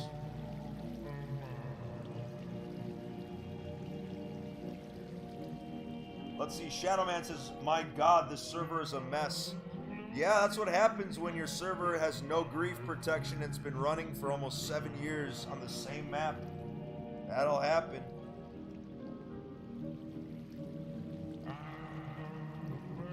Andrew McCarty just got the correct answer for the music.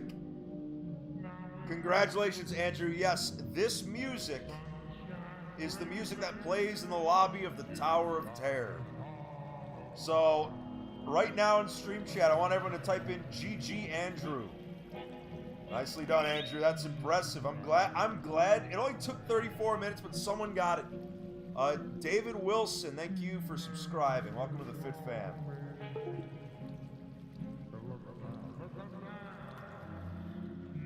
And up this way.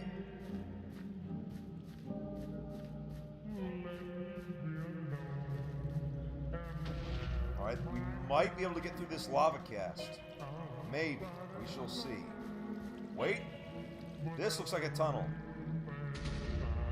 It's very dark, though. I can't see anything.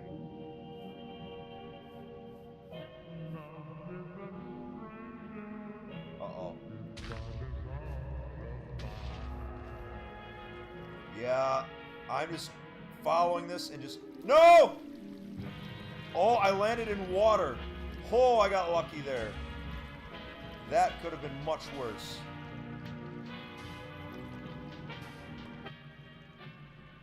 This is really the Iron Man challenge right now.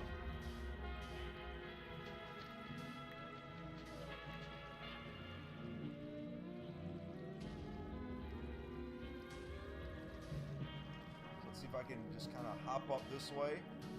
A little more. Grab some of this sand. So like I My said, bad, I was Sale. on my way Sorry, out guys. of When you the gotta tunnel. go, you gotta go. Here we go, this way. But Sale, you're saying that Whoa, who's this? They're gonna- Texas Rider. Thank you for the they're gonna $10 show donation off via Streamlabs. It says, take this money. Please some make more new? videos on 2B2T, please. I love your content. Thank you, Texas they're Rider. I gonna show off appreciate more that. D4 and Like I they're said, gonna I do remake 2B2T Diablo streams all 2. the time. Videos, remaking that. They're harder for me to I already do on a own regular Diablo basis 2. just because 2B2T gets a little boring sometimes. Uh-oh. Oh, it's just thieves again. But I was gonna say, not a whole lot happens on 2B2T when there aren't any invasions happening. So it's, videos are far and few between, but I try to provide as much 2B content as I can. An earnest disciple. Yo, Leps15, thank you for the support, man. Showing off that Mongol warrior spirit. Welcome, welcome. That support's appreciated. Redeeming that hydrate. Is that thieves When again? in doubt, pinky out. Oh, this is someone new. I'm gonna approach foolishly. Oh no, it is thieves. Okay. Smitty Warburton Jensen. He was number 1. Well, he hasn't. Oh, there's a zombie, so we could kill it for some food, but I should probably find some weapons first before I start killing mobs.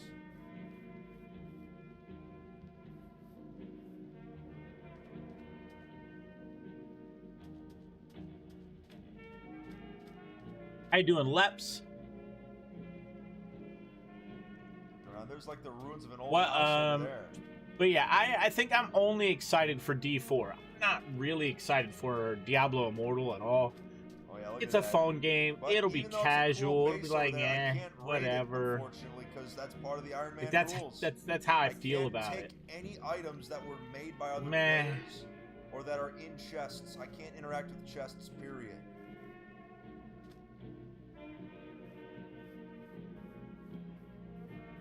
So, like, for example, oh, look, it's mine? Who's that? I don't know, but hopefully they don't kill me. They've got a pickle fit totem, look at that.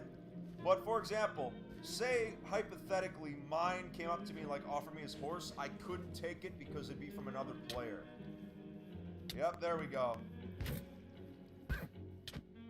I figured that was gonna happen. But Yeah, I've never heard of that mine person before. It must be a new player. Let's see. Where am I now? Alright, so I gotta go this way.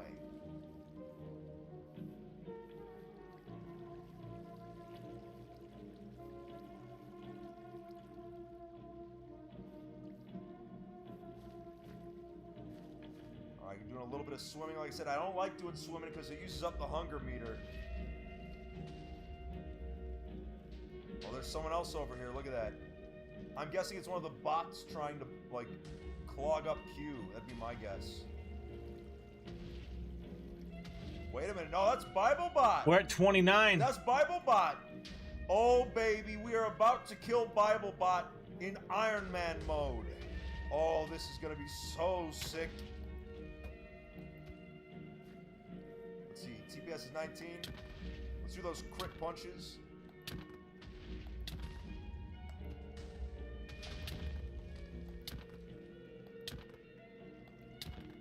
For it.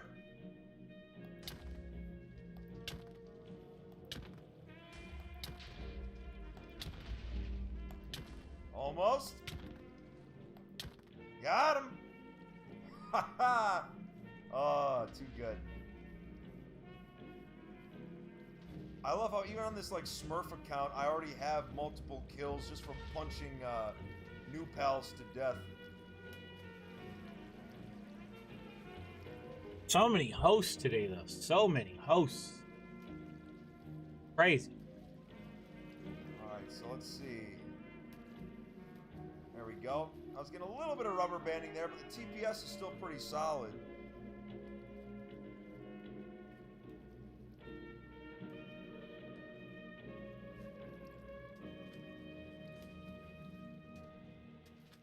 Alright, so let's see. Hopefully, by going over this way, we'll be a little safer.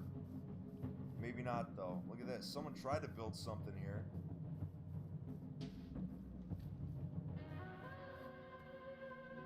Yeah, we're still going away from spawn. Okay, good, good, good. And someone was nice enough to build a road for us, so we might as well take it.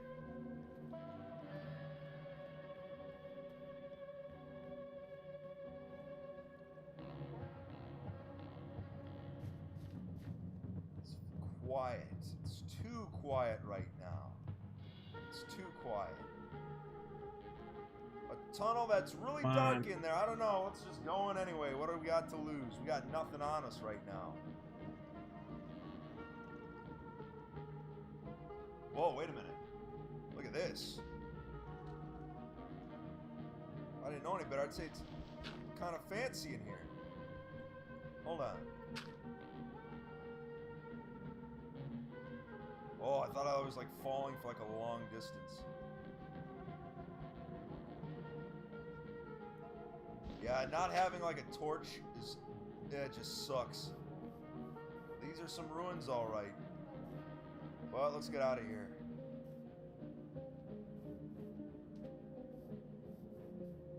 Oh, there's another player down there. Look at that. Hadley Nelson, thank you for the $2 donation. Says, Fit, please join my server. It's guardians.mygs.co. I'll have to check it out later. Thank you. And Hadley, thank you again for the $2 donation. Same message. I'll have to check it out later for sure. Thank you very much. What is this now? It's Thebes again. Okay. So if I'm unable to escape spawn on stream, I might have to do it off stream, so that way I'm not being hunted nonstop. But it adds to the challenge, and I'm all about that challenge. Hadley Nelson, yeah, thank you for subscribing as well. I appreciate that. Let me check on stream health real quick, make sure we're doing all right. Yeah, we got over 250 people watching. Thank you, everybody. That's awesome.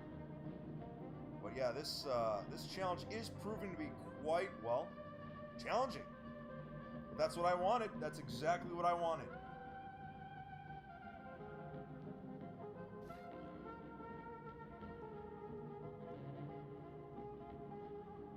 Alright, so then let's see. The fact that Thebes knows where I am. I'm already being followed. My location's already being, you know, it's already known, so. following. I don't know, because he hasn't been. Oh, who's this?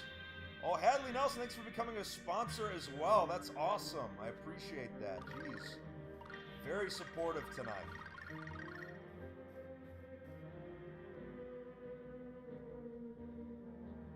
Head this way. Mark Worthington says, is that Spawn? Yep, still is. And Joey West, thank you for subscribing. Welcome to the Fit Fam.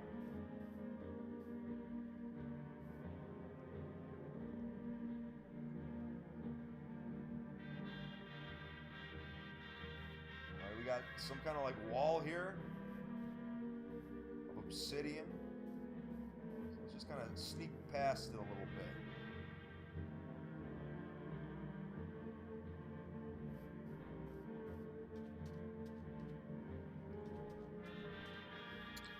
So, that was, what y'all think so far? Good, bad, horrible? But there's still someone in the distance. Who likes there. Yep, fit, who it's doesn't? All right. Here he comes.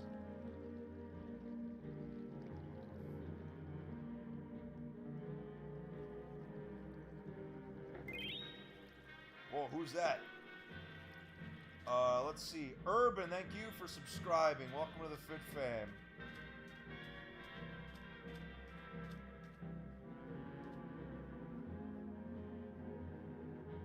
Alright, so then let's go ahead and see if we can... Well, Thebes is leaving us alone for now, but I want to see if we can still get far enough away. Oh, yeah, so as you can see, he was definitely using speed hacks. So, because I'm in the vanilla client, I don't have the normal hacks at my disposal. And it's the water cube again. I'm just gonna slash kill. I'm sick of dealing with this water cube. There we go. Hadley Nelson, thank you for the $5 donation. Says, Fit, please, I just started my server. I really need people on. Please put the link in the description or something. Like I said, I'll say it one more time for you. Guardians.mygs.co. There, so hopefully, best of luck to you with the server. I'll check it out later for sure. Who is this? Perez, thank you for subscribing. Welcome to the Fit Fam. Good to have you. Mark Worthington, the Iron Man Challenge rules are in the description of the stream. I flashed them up on screen a few times at the start, but now I'm just trying to escape spawn in one piece.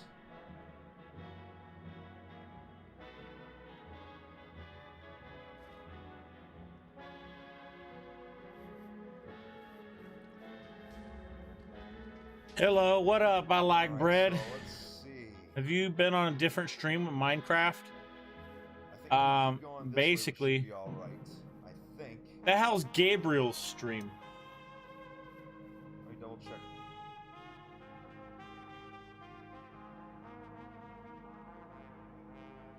I was the This is person with the direction. troubles.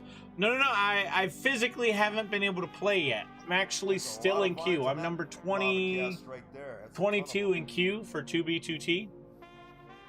I've been waiting, Hadley Nelson, what? thanks again for the $2 donation. Or I'm at 4 hours. I've been waiting for 4 hours to get in. It's actually not the longest I've ever waited to get into Blue Craft 2B2T. says, Fit, you should make your own For Anarchy free. server. Nah. I like playing on this Anarchy server. I would never want to run one in a million years. No way. I know what goes on. Do I got priority queue? and how Just normal queue. a server like this is maintained. It is not fun.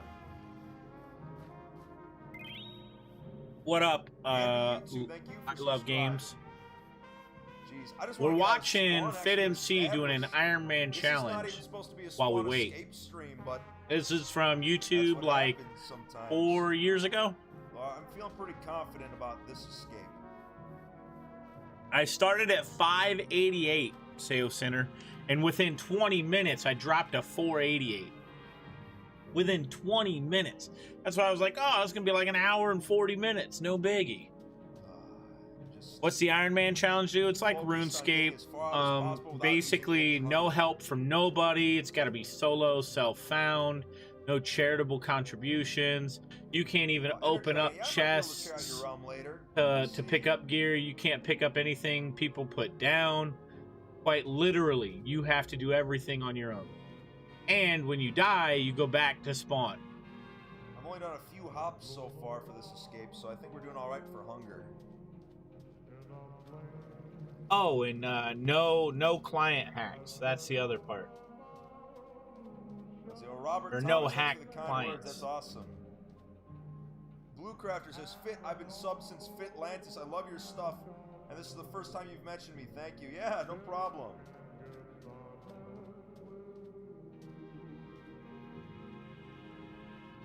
Newell MC says, Fit, if 2B2T is the only Anarchy server you play, then why do you have 9B9T? We had that in my server list because we used to crash it, or attempt to crash it when we did server crashing. So hopefully that explains it for you.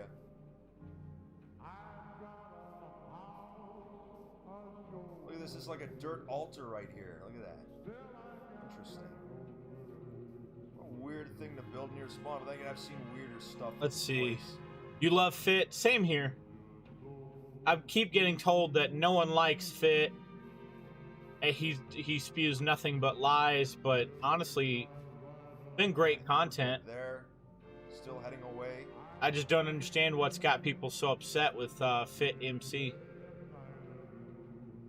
Like, I mean, even on Reddit, they don't like Fit in Minecraft. I don't understand why. Tracers.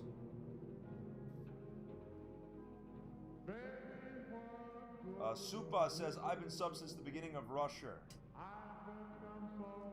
We're 18 away, guys. Oh my god. No clue.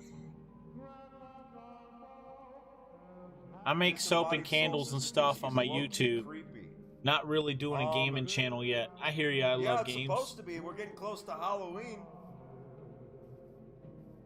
I've been doing this for a while. Like on Twitch, we're at 10K. Yeah, Over no, 10K it's not followers. too spooky for you, is it? So I mean, it's been a long time coming. Hope not. Oh. And disconnected randomly for no apparent reason. And we know what that is. So, that not good that came into view. Now my location is a little more obvious. Ugh, man. Hadley Nelson says, my server's on 1.12, guys. Thanks for coming on. Yeah, if any of my fans joined, yeah, thanks to those that joined. Cool.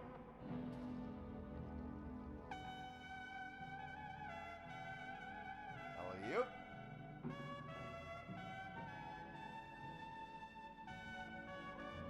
Nice. Alright, so y'all got the discords. And because I'm walking to conserve energy, I'm just like a sitting duck here. Oh, Nick McKay and Divvy D and Wonder Woman, it's a mod squad, combo right there. Oh, let's see, who is that? I couldn't even pronounce that one, but thank you for subscribing. Appreciate that. Oh, you guys want to see something funny about one of our friends? Let me see if I can find it. I posted it on Twitter. Twitters. Going to my profile. Where is it? Here it is. My boy Josh B Gaming over here playing Yakuza like Raises a dragon. their attack. Entice an enemy with a calculator pose that may lower their attack. Okay. Let's see how this works. Oh.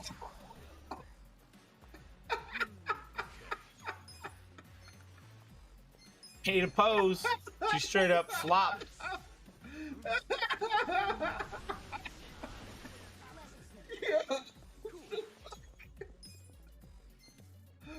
I can't. Oh my God. She straight up fell on the ground like, I'm the victim. Jesus.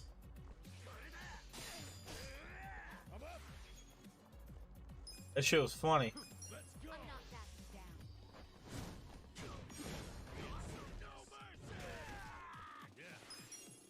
Damn. Yeah, that's it. Damn.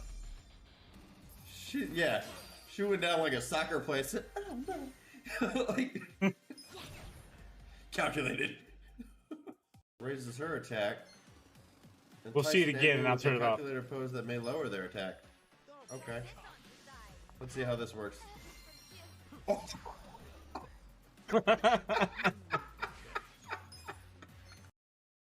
That's from my boy Josh earlier today. That was great. 14th in queue. Would you like to see my YouTube channel? People say it's surprised on how many subs I have because my age. I need your opinion. I mean,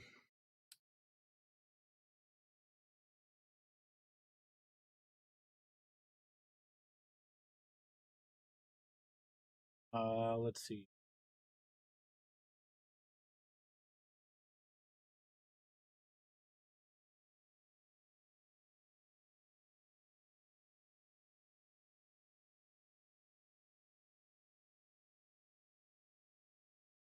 There's the Discord and the all chat.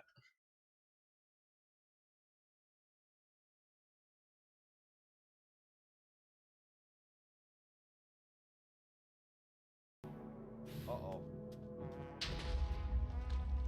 There's definitely a wither down there. Definitely a wither. I'm ahead. I gotta go eat breakfast. It's Ray's Soapery and Homecraft Creations. Peace. All right, Bread, you have a good one, man. All right, looking Yeah, around. 14th in A lot queue. of I can't ice wait to get be in. Stepping on, which is good, but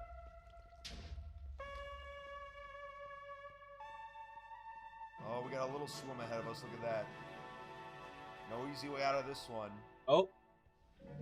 Oh, Barrett Bunny, good to see you. We missed you in stream. There is a wither on that island. Maybe there's an easier way around.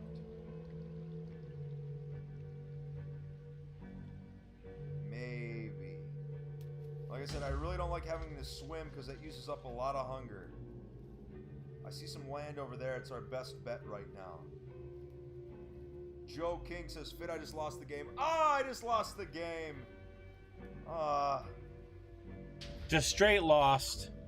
There we go. Says I need permissions.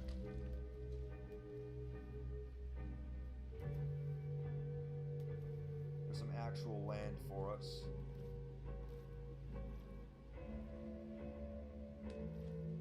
Oh. Okay, so I love games. You gotta wait like 10 minutes, and then it'll unlock. Basically, the issue is we had people coming in and spamming slurs and racism and all sorts of bad, negative things. So that's the precaution we have in place on the server. You gotta wait out 10 minutes, and then you can, like, you know, just chill, be in voice channels, communicate with the community, and it's worthwhile. It's worth it. Just takes time. Not to mention, the community plays all sorts of games here.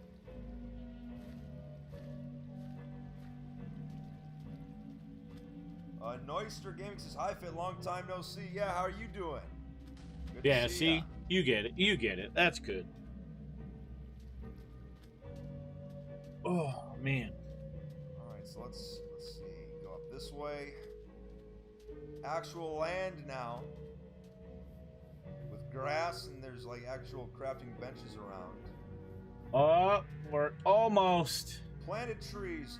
Trees I can take from. Even if they're planted by players at spawn, I consider that fair game if it's an Excuse actual me. tree. Because I'm still harvesting the item myself. So let's get this started.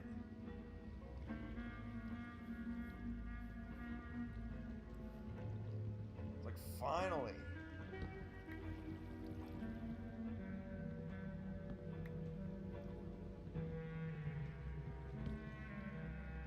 And since we're still in the wood phase, I might as well make an axe as a weapon to start off with. It'll work a little better. But the sword is pretty good though. Alright. I have to go to school now. Yes, Speak to you on Discord. All right, I love games. You have a good one, man. Get some like cobblestone going here. And I can make a Good to furnace, see and I some can make folks who are charcoal interested for in torches, so at least we have Minecraft. something to put in the offhand for light. There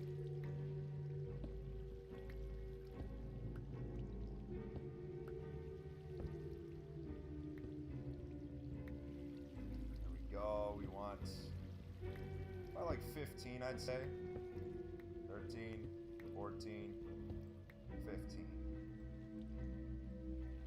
Make the furnace. And then let me go ahead. Yeah, I'll make it an axe instead of a sword, because why not? There we go.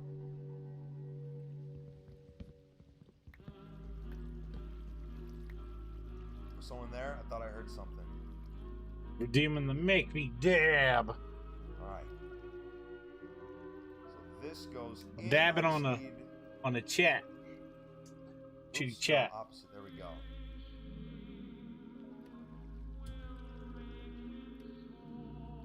There's one Oh, piece we of had charcoal, 11. All I need right now. You have a good one. I love Linus games. C. Venom, thank you for the $2 donation. Says, hey, Fitty just got here. Did I miss much? Our progress, we've not progressed that much since the start of the stream, but we're trying right now. We're doing the Iron Man challenge on 2B2T. My eyes just want to There we go. close, but I want to start the game at least. Oops. Fuck. I forgot to craft my good pickaxe. Wait for it. Oops. There we go. Take that. Take this.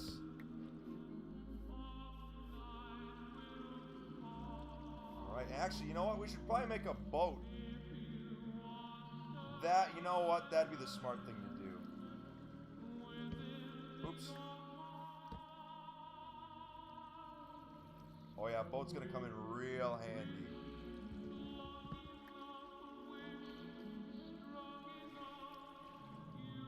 There.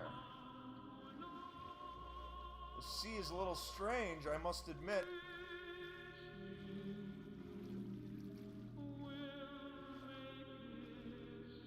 But we made it. Where's my boat? There it is. He was like, Vacation too, which is pretty sweet. "Ugh, I like we're under vacation. 10. Let's go." All right, so Yeah, shout out to everyone who's chat, liked what do we the want to stream do? so What do we far. want to That's do awesome. in If you Minecraft haven't today? already, make sure to follow We've me on spent Twitter and 4.5 Instagram, which hours. are all in the description of the stream.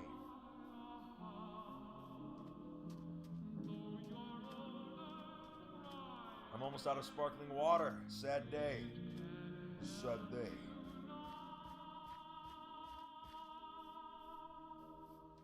So anyway, at least we're getting a little more established now. Food is the next priority because we've got basic tools, which is nice.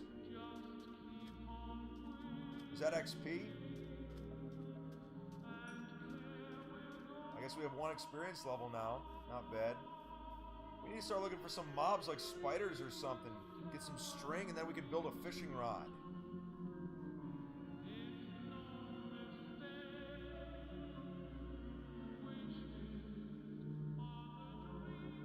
Bad Luck says, you do not deserve... I will never like your stream. You do not deserve this big Toblerone. What? First of all, how dare you make an anime reference in my stream? Well, actually, it's not even technically an anime, but still. Regardless, I totally deserve the big Toblerone. Come on, what are you talking about? Toblerones are good. Find Pop Bob's hidden base. Yeah, I don't know where any of those are. Wooies. Pop Bob's? I don't even know where the fuck I Now am. we're back in sort of like that weird, sort of like frozen desert hybrid biome from just being such an old chunk. We'll see what happens. I keep watching my 6. When you don't have hacks enabled, it just always adds that little bit of mystique to the server.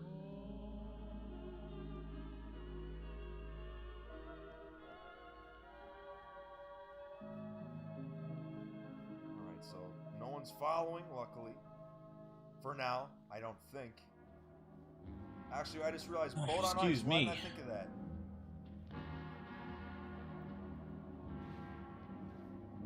Oh yeah. Why did I not think of that before? Except when it glitches out like that. How far from spawn did you go last time? Yo, Saya, I literally do not remember. I just remember I logged out with Evil Monkey at a little base that he had set up. And another guy was a D-bag and griefed him.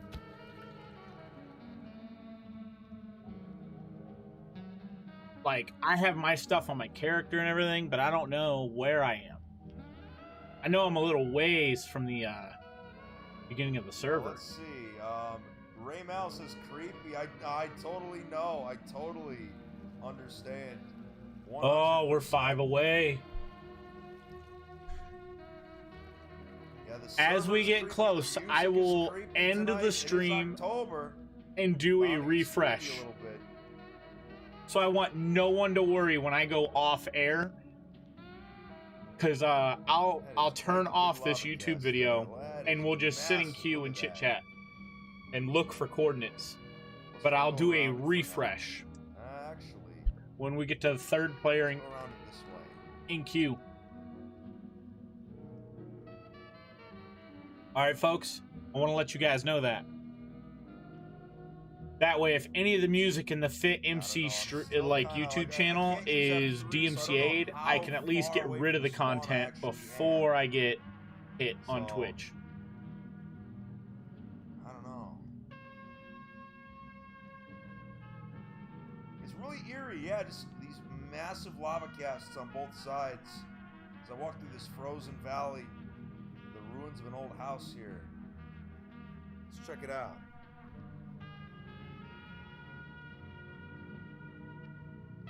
All right, be right back, chat.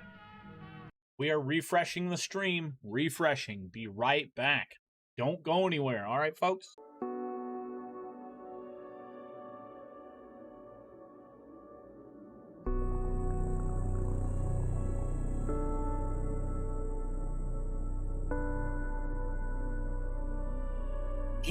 Here we go, chat.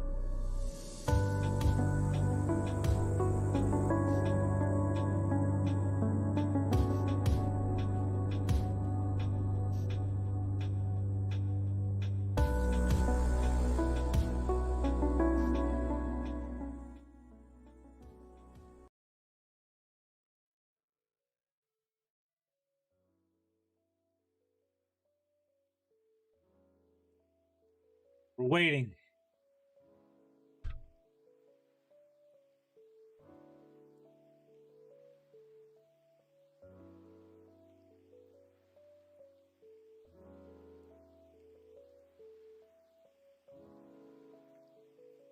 Sergeant Nader Gaming.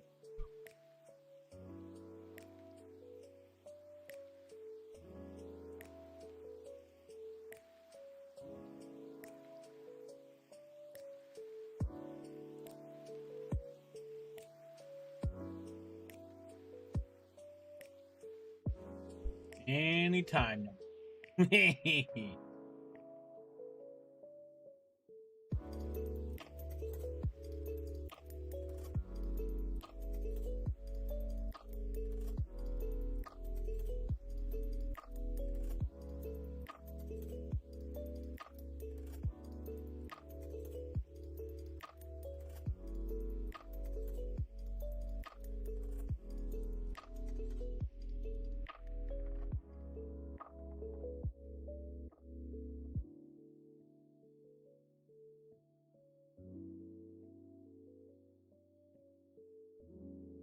Oh.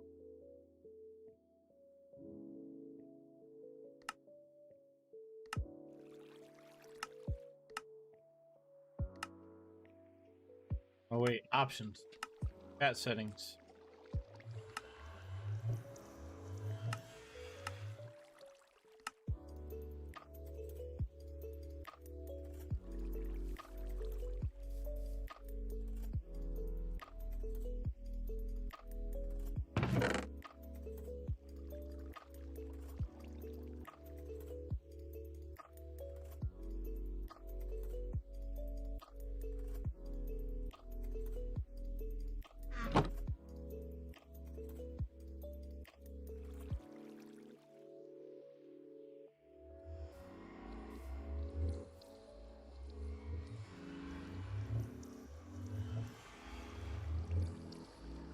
I forgot how to bring up... Oh, E for my inventory. Okay.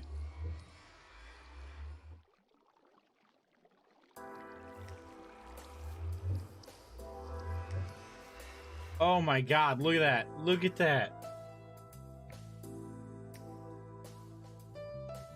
I was here at 9:26.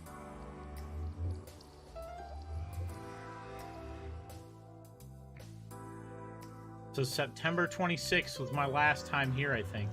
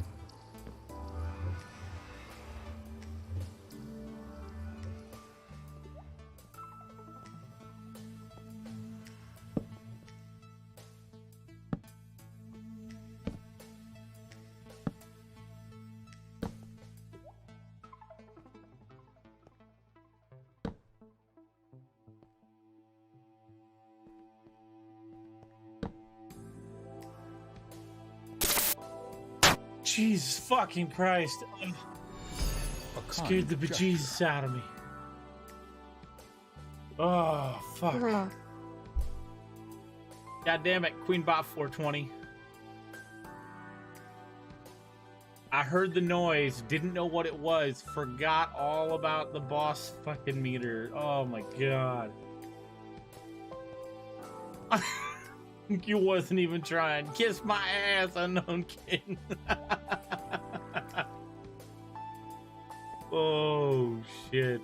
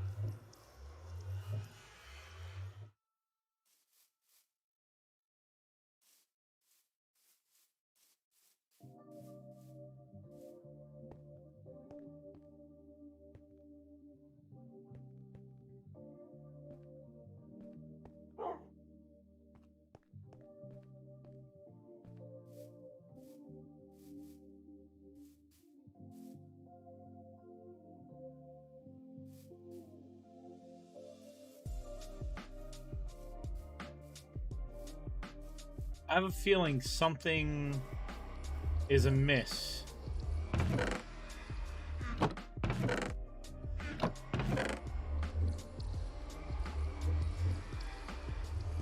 I'll take an extra stack of cooked fish. What's this? Ink sac. That sounds moderately creepy.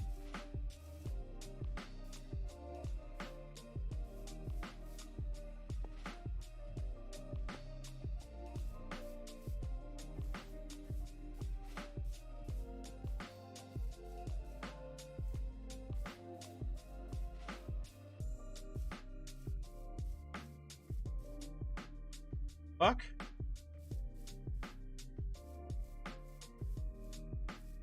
They left the melons alone. Literally left the melons alone.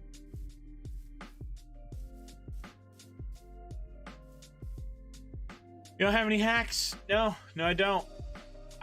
What is it, F3? Holy fuck, I'm crazy far away.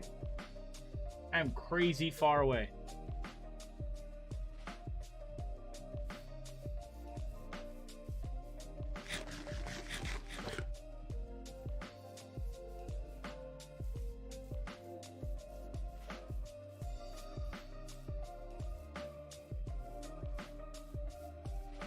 All I know is I remember there was a room around me, a room. I was like, oh yeah, that'll be perfect.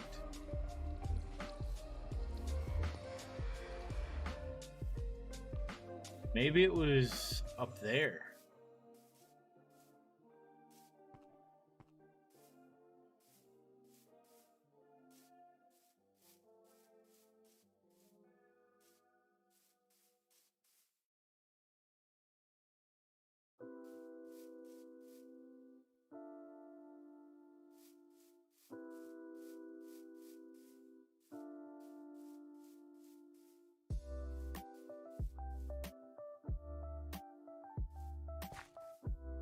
Didn't we put a chest like up in a tree somewhere?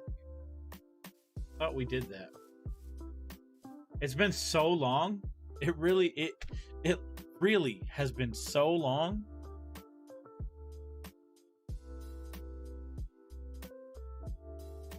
I give you some nice chords, but like that, it's hard to get here.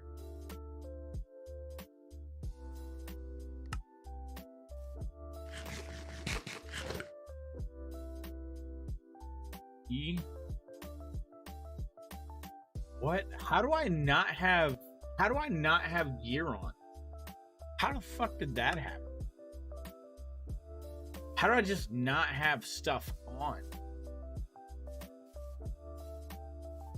I get this weird feeling I wasn't like here.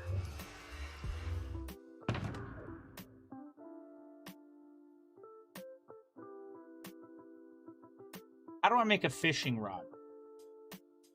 I got 10 diamonds.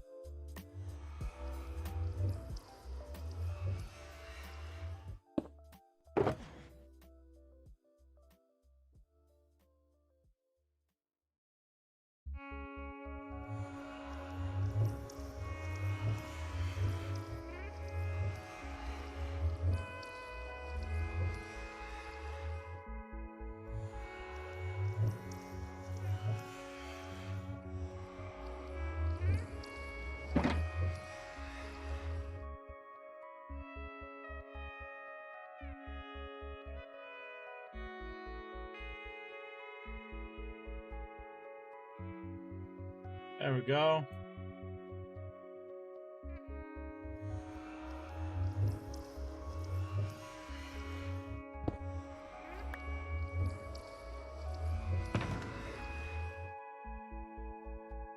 Yeah, these were given to me, these PvP kits. A new follower. Yo, Real Virtue. Thank you for that support. Welcome to the arcade.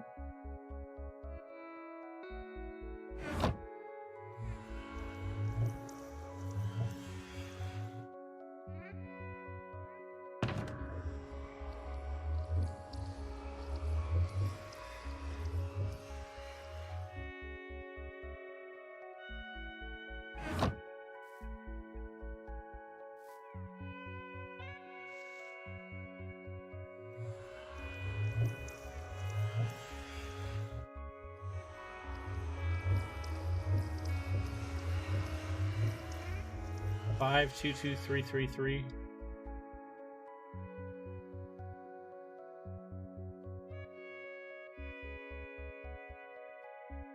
Redeeming that hydrate. Yo, what up, Real Virtue?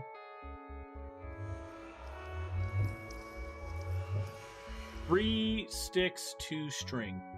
All right, so let's do this.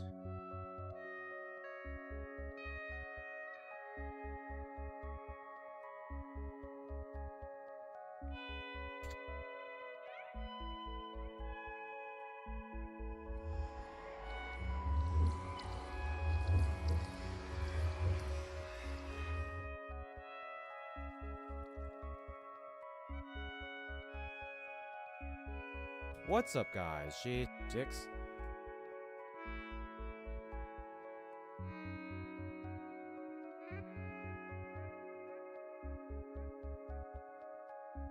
Break it, then replace it with a chest. By the way, you guys can do this on any side. Once you have done this, crouch down and place a sign right on the chest. Now, take a water bucket and place water right over here. So aim your crosshair at this corner and place it. An Place the earnest waterlogged disciple. Yo, Yagi C. Sav, thank you for that support. Welcome to the arcade. All right, so we're gonna make some sticks.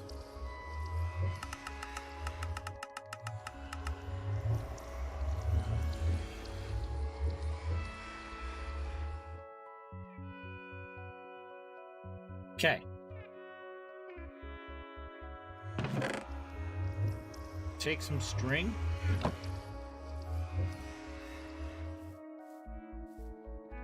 Where was the wall of crafting?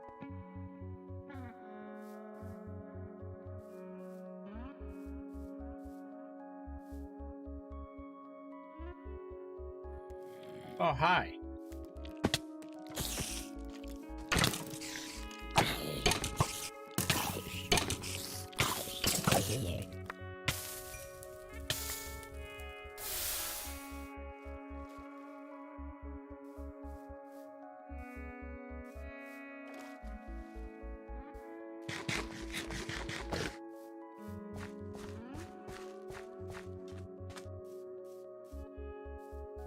Mans needs some water. How?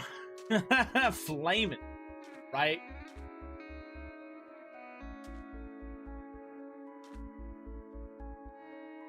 All right, so we're looking at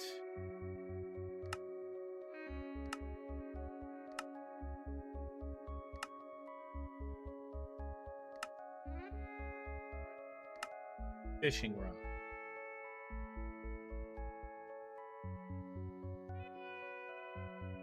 All right. What all do I need for a... I need what? A chest?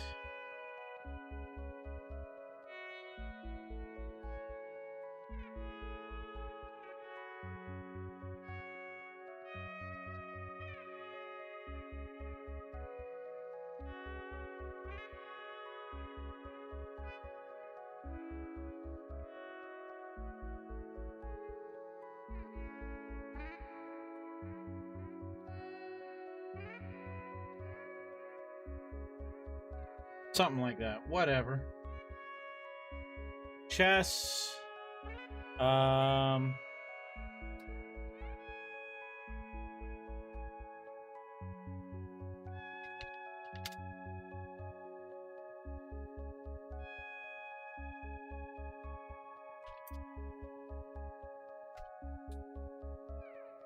note block, like what, the board?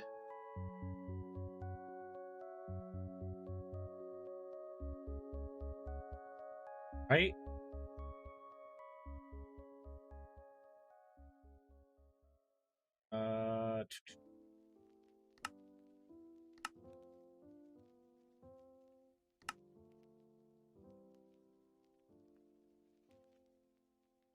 Guess I'll take one. Fence post, huh?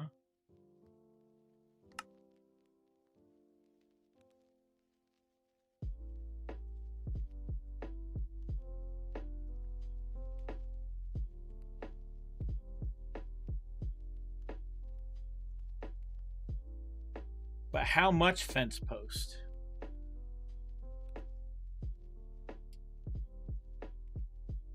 Or does this not... Wait a minute.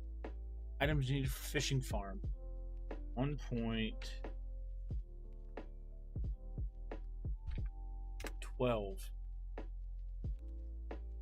Ah, here we go. Here we go. Hello everyone, and welcome back to another Minecraft tutorial. In this video, I'll be showing you how to build the air placer block on top of that to disable it. And from this, you will get loads and loads of fish and lots of other cool loot at the Hermitcraft videos. and I decided to use it myself. Increase the delay over here. We do that, you can see is that we're casting the bob over and over again, and then when the bob is cast, if we're aiming in the right spot, it will stay there. So then the next part of fishing is for the fish to catch on the bob, and then we would have to right click to bring it in like we've just done there, and then so then it casts the trapdoor computer for something else. So this farm, you want to have direct, you will actually do your fishing faster, which is really cool. So at the top of this chest are all the things that you need to build this. You can pause the video, gather. All right. I wish you would just fucking say these things. All right, so here we go. I'm literally trying to make the fish farm. Chest. Oh, I need trapdoor. What the fuck is that? A shovel?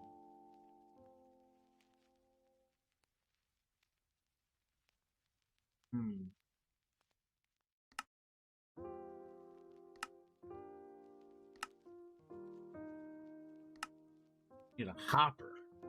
Oh, so I need metal. Look at that. I need a hopper.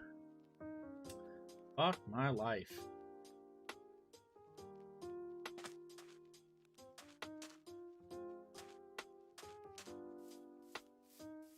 All right, let's go down into the dungeon, I guess. The thingamajig. Because I don't think we have bars. I could have taken this gate. We need redstone? Don't I have redstone? Wait. Don't I have redstone right over here? I do.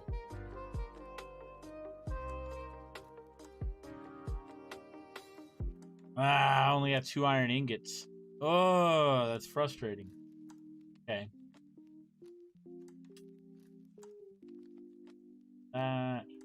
No, we're just gonna take that out.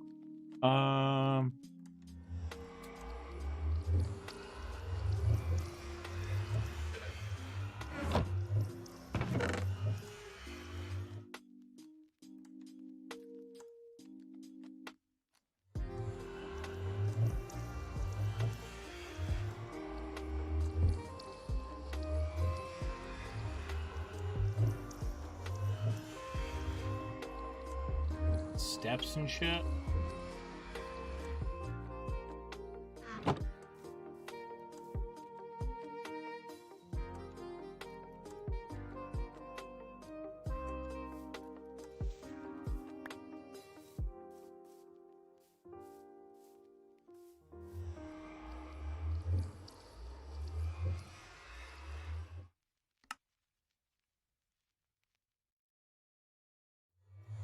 Trapdoor.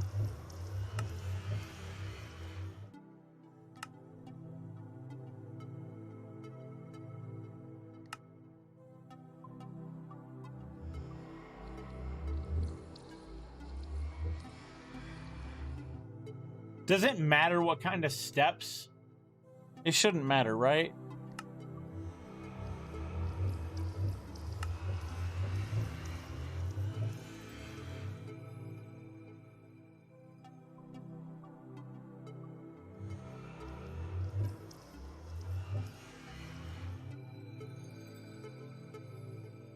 What is that?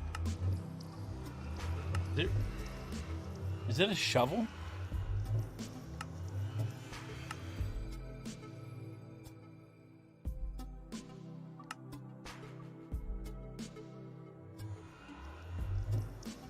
Oh wait, I think it's like a spade. Not a shovel, but an actual spade.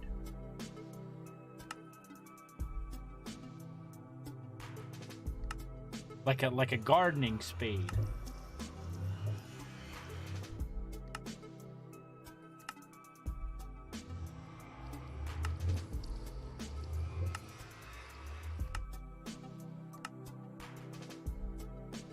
Right there. Oh, it's tripwire hook. Wait a minute. I can make that.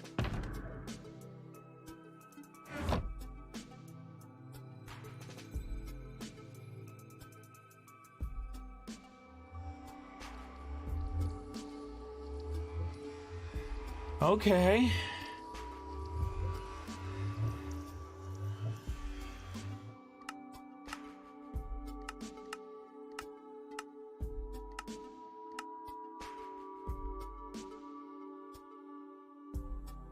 I need a bucket for water.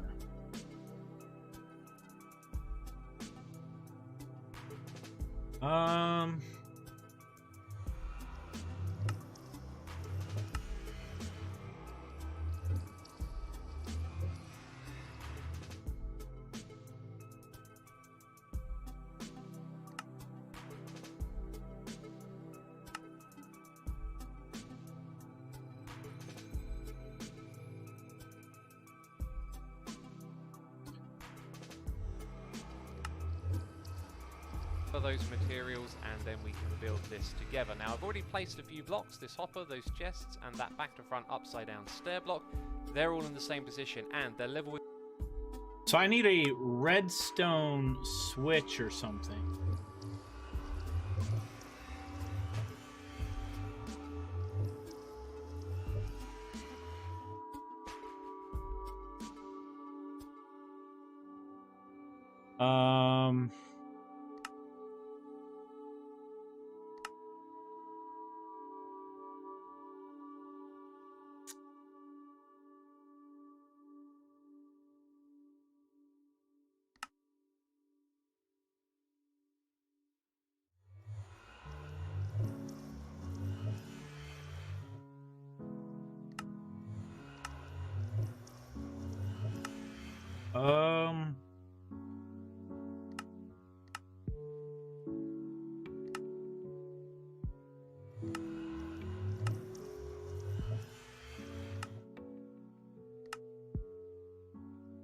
Damn it.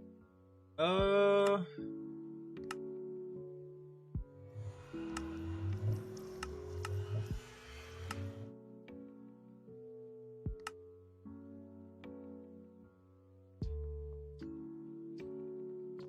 don't want TNT. Sugar.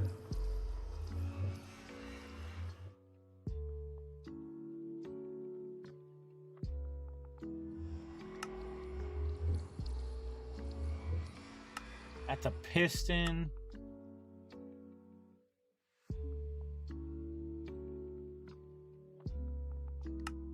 Do I need to make a jukebox for this thing to work? Any steps should work. Yeah.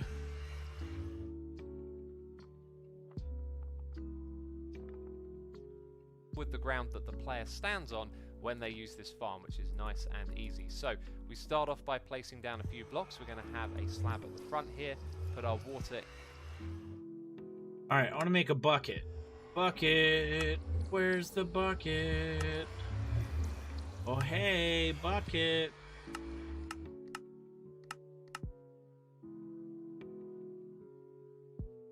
I don't have enough for a bucket, do I?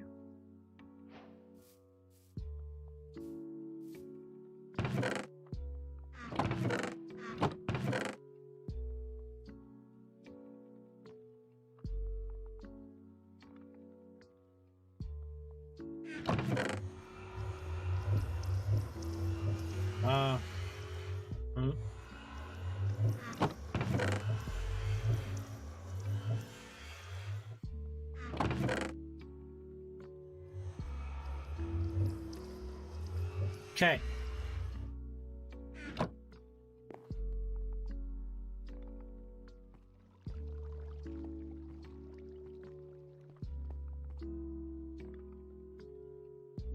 I need that sound box? Well, fuck my life, man.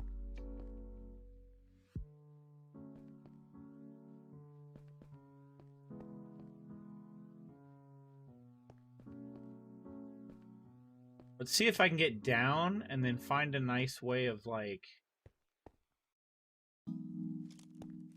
mining, right?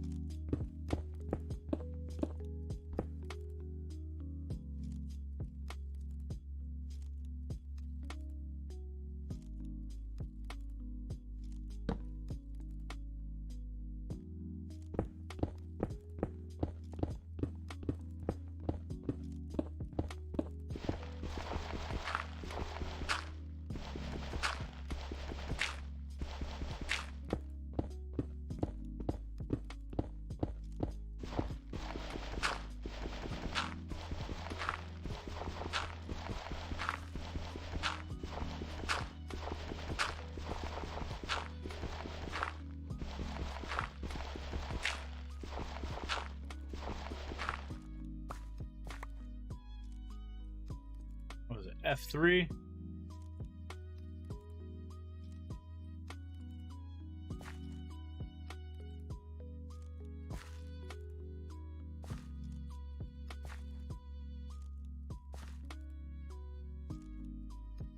Okay, I guess I'm...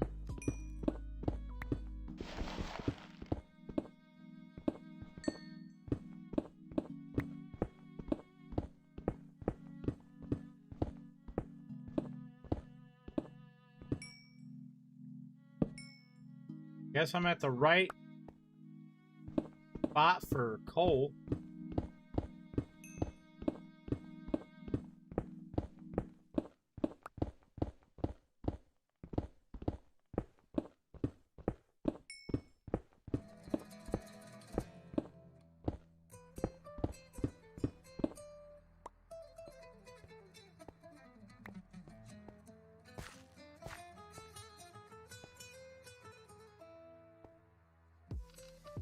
When you say level 10.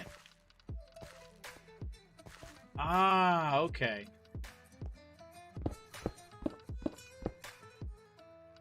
That's what you meant.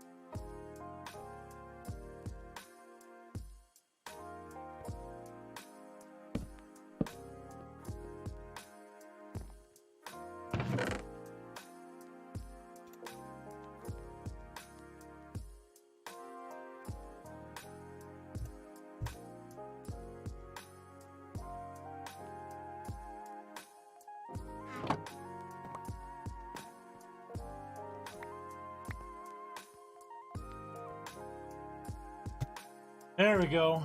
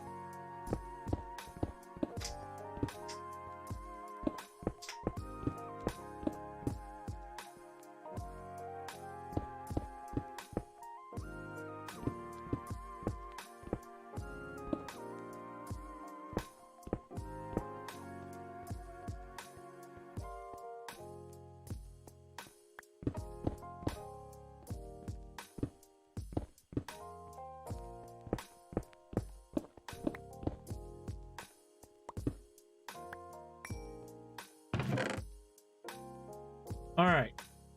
So we're gonna make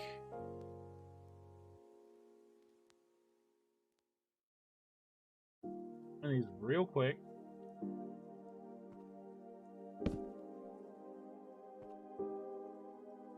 Then we're gonna go here, and we're gonna go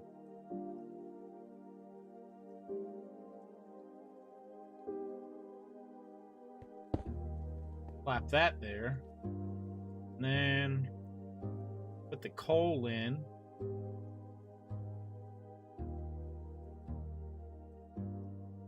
There we go. Ooh. Let's go down.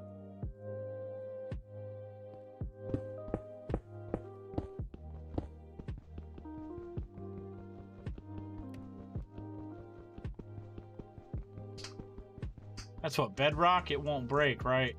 Yeah, it won't break.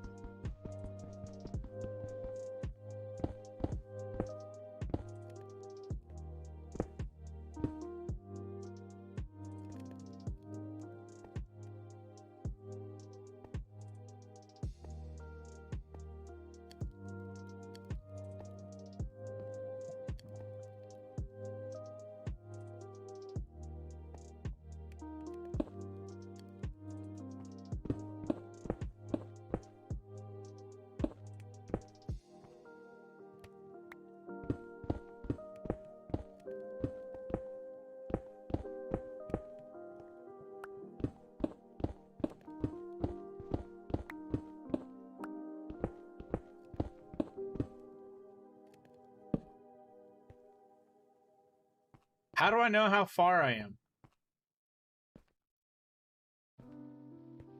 Is it E? Seo Center? I forgot.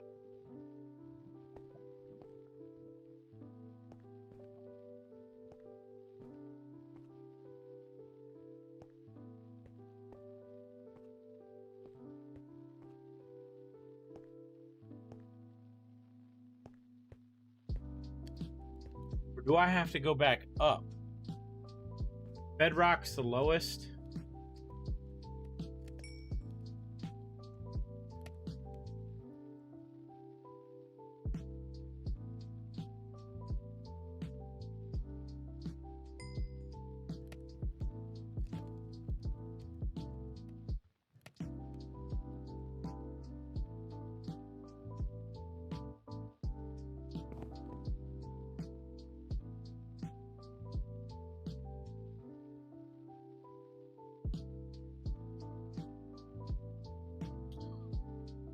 What is it to make a bucket?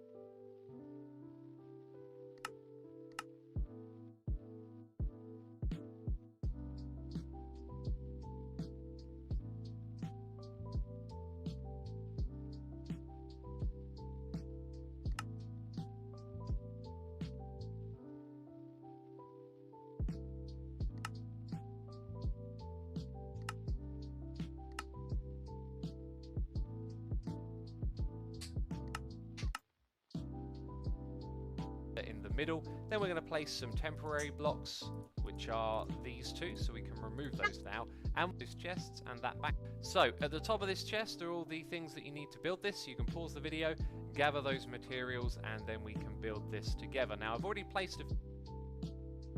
Okay.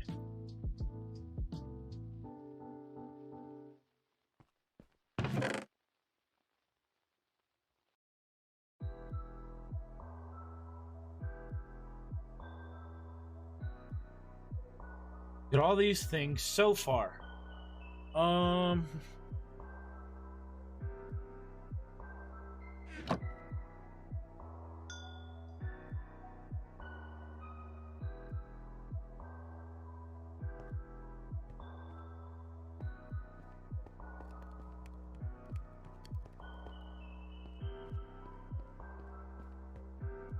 Go.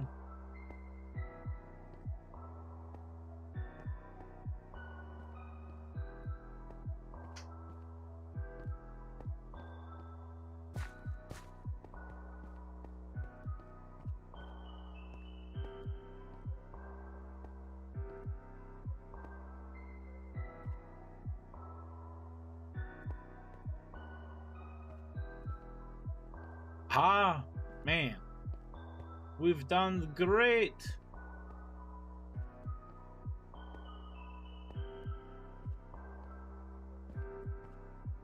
This is Jump Hero, man. Jump Hero.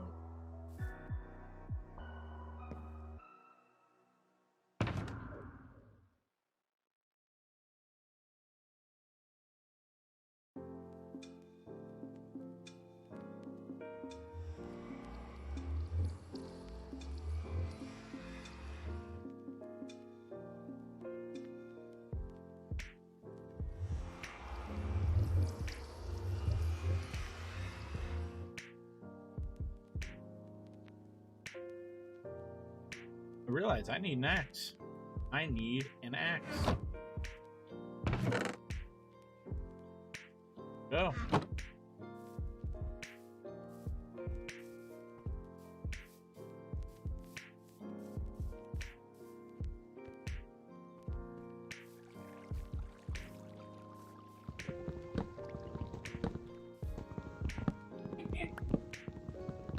We're making an AFK Fisher. That's what we're doing.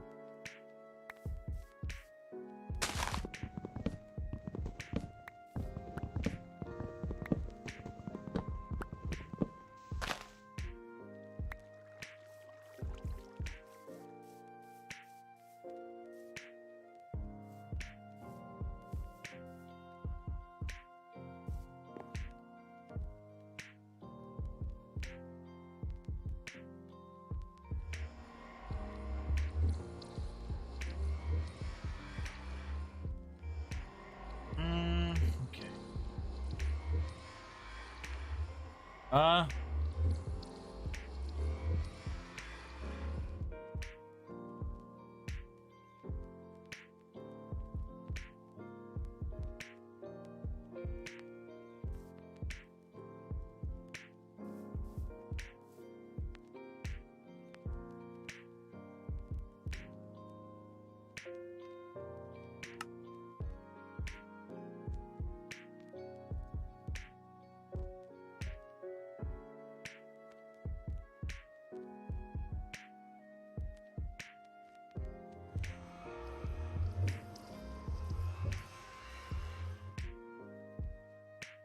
There's that.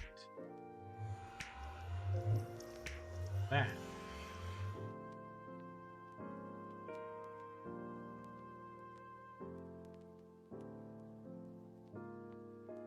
Yeah. Hi, baby girl. You being shy. Gotta get her milk. Say hi. Say hi. She's so out of it, she just woke up, chat.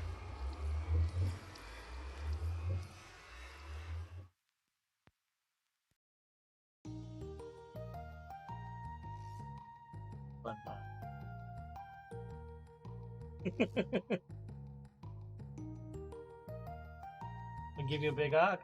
I'm gonna give you a big hug.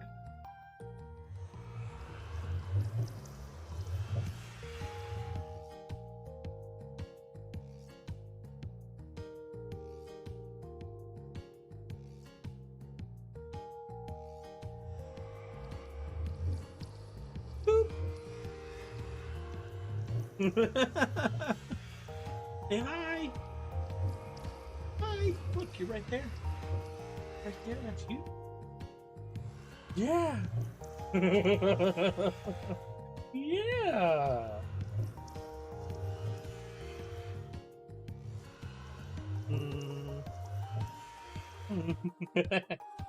Bum bum bum bum bum bum bum bum bum bum bum bum bum.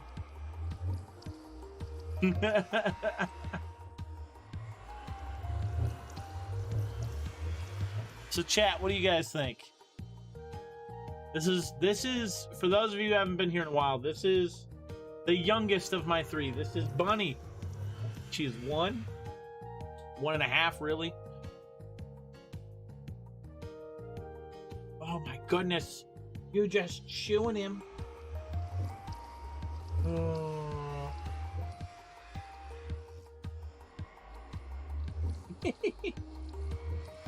Going down.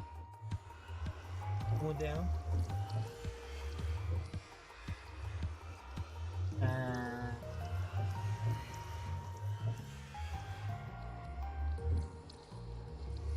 Oh.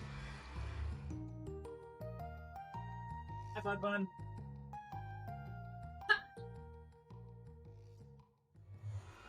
She is hauling ass for her warm bottles. She is.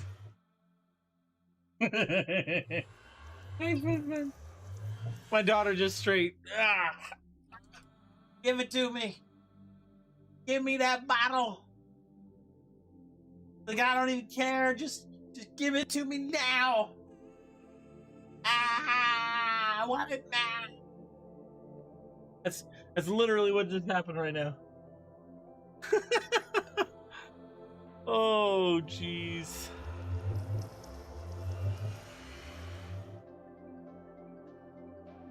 All right, so I've got like everything minus something to do with redstone.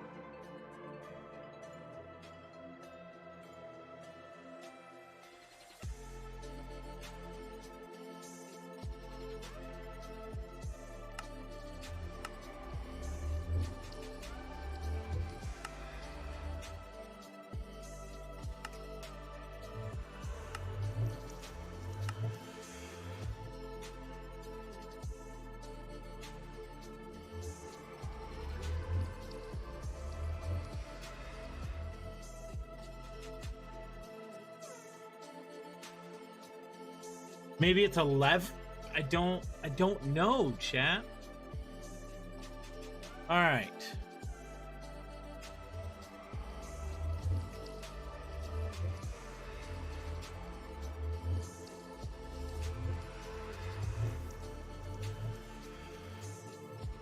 Now the question is, does it matter where I fish? Does it matter if it's above ground, underground, outside? Does it matter?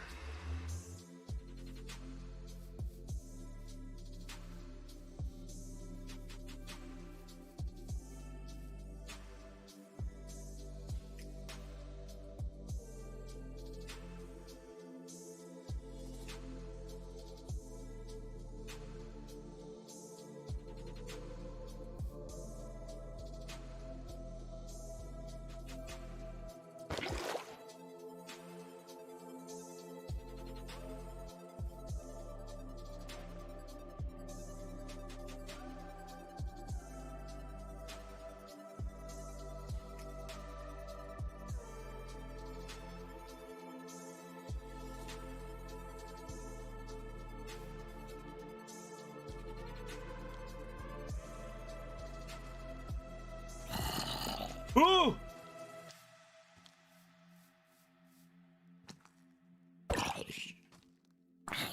Literally, that scared the shit out of me.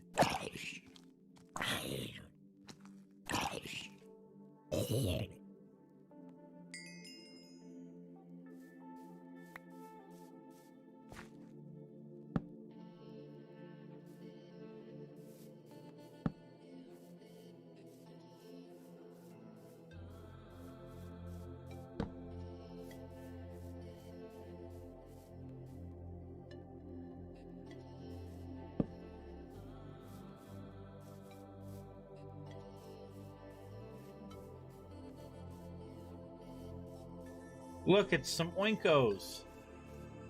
Oink, oink, oink. Good con, Toadist. Good con turning around any source of water is fine. Maybe it is the redstone lever.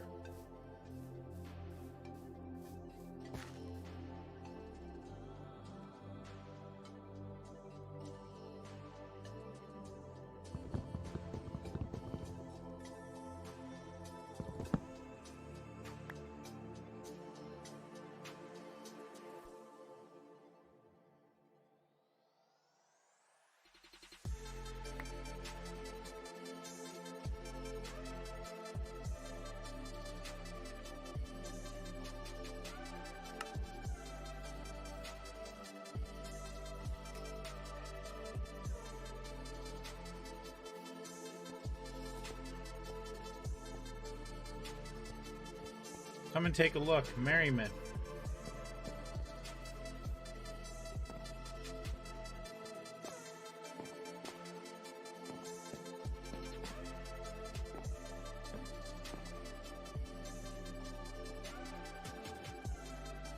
Oh, I straight was like, nah, I'm creating a giant doorway.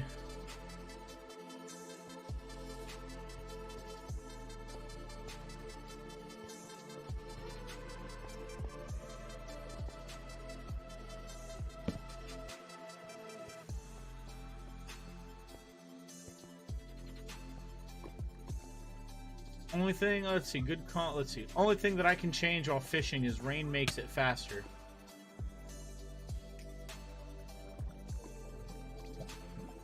What just happened?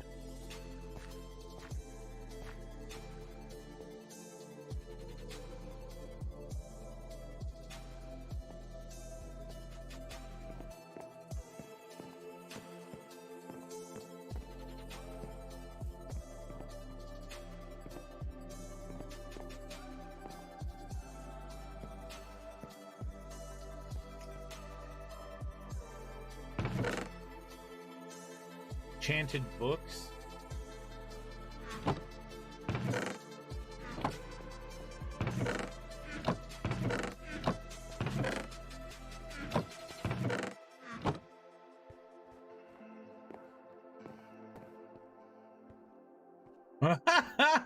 They had a way in and a way out. That's awesome. Coming out of the sugar cane. Wow, look at that.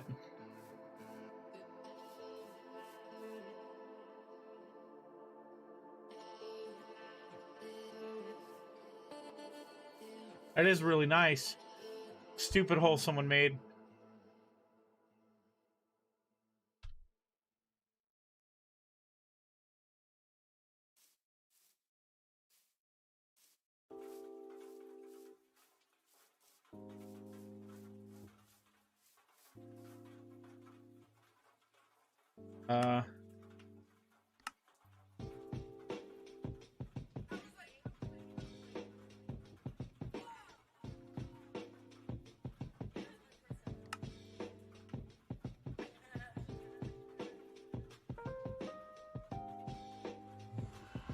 Ah, there we go.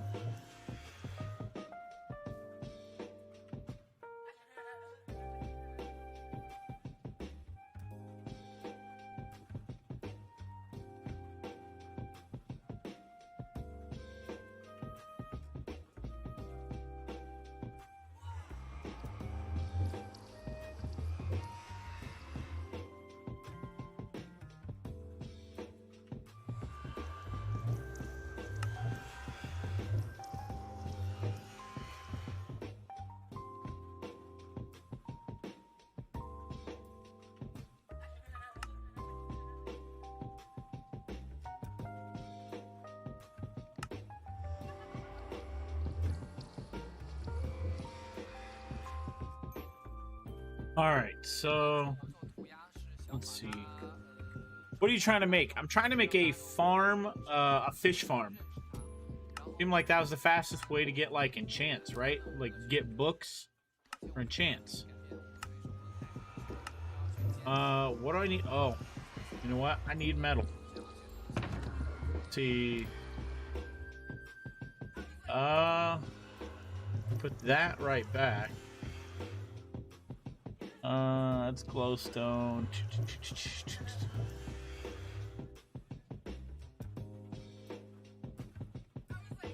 Do I need feather? I don't think I need feather. I need some string though.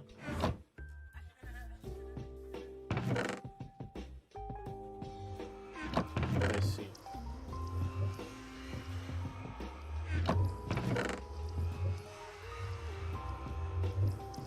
Sure.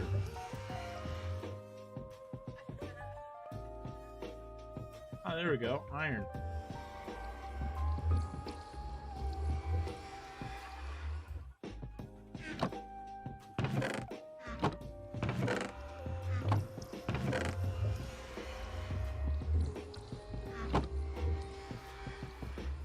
Now, I need to go back down. Don't know by heart how to make an auto fisher on 1.12. No! Oh, Jesus. You know how much that scared the bejesus out of me? Good thing I'm wearing, like, all sorts of PvP gear.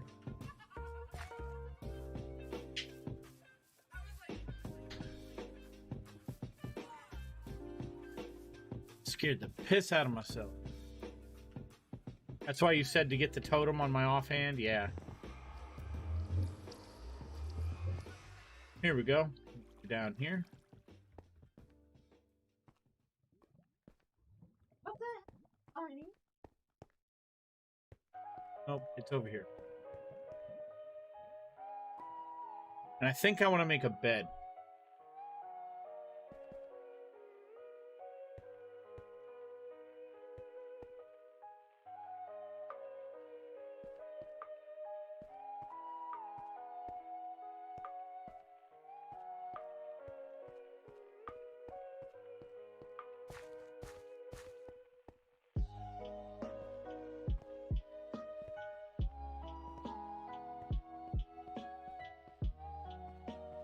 I think I want to make a bed down here.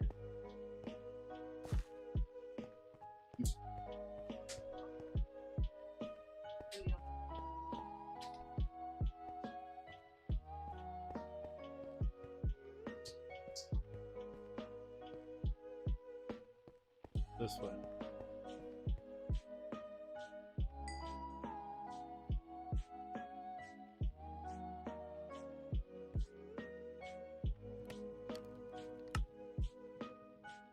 What's that?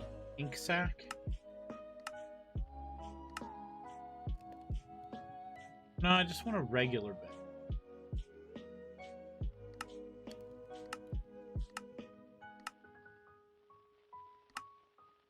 How do you make a basic bitch bed?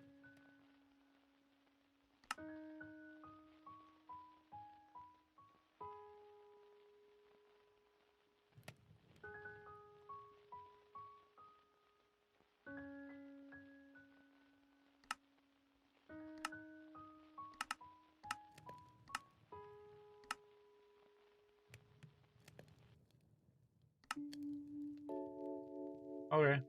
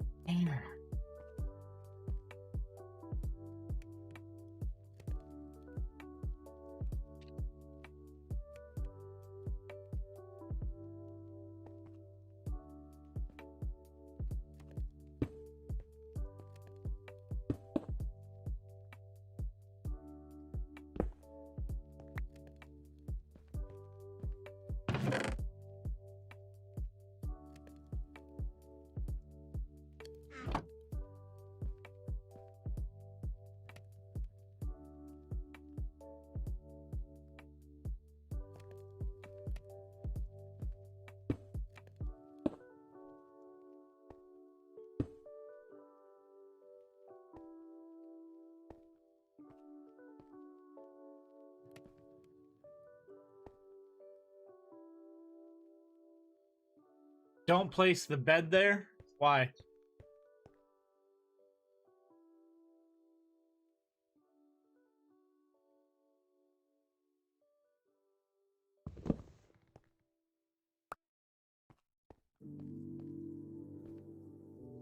Whereas here would be fine.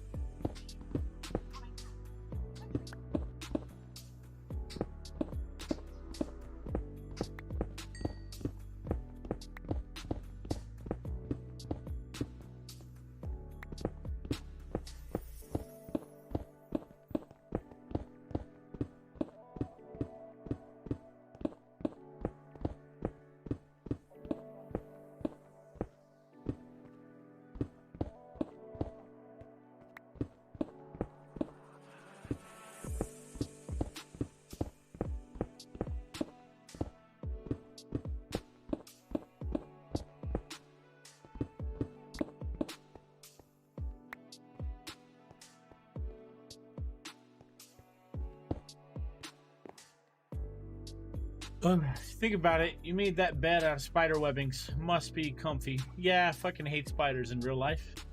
Quite literally. A little bit of a terrified. For being in the Marine Corps, I'm a fucking big wuss when it comes to spiders. Literally am terrified. Not to mention, I would love to go to Australia, but there's three fucking spiders that I'm like, yeah, I never want to see those.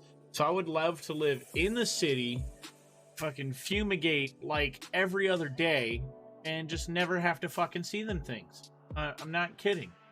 Not to mention, I'd be terrified to fucking go grab my door handle and see this big ass fucking fuzzy thing that's like bigger than my fucking face. Just chilling under my fucking door handle, escaping the sunlight. I've seen some videos. No, not a banana spider. Banana spiders ain't shit.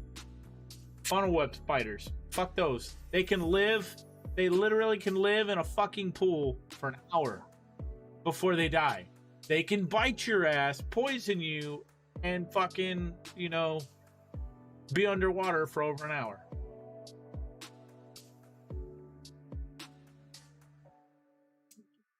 That's a fucking funnel web spider.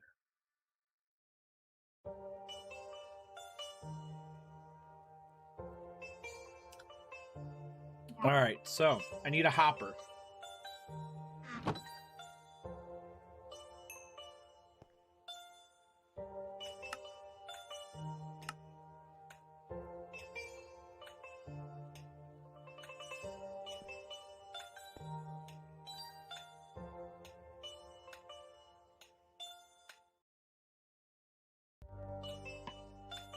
Wow, it's a fucking song. It made me think someone was digging around me. Holy shit.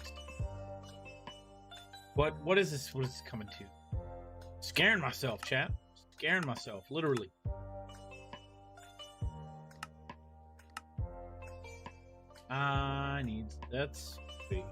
That's a hopper. Okay, let's do this. All right, so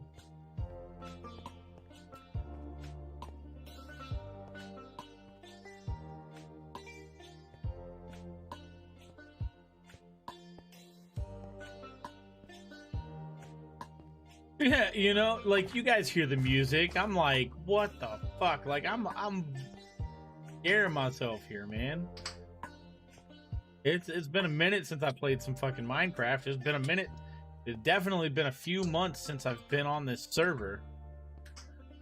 People have been nothing but helpful.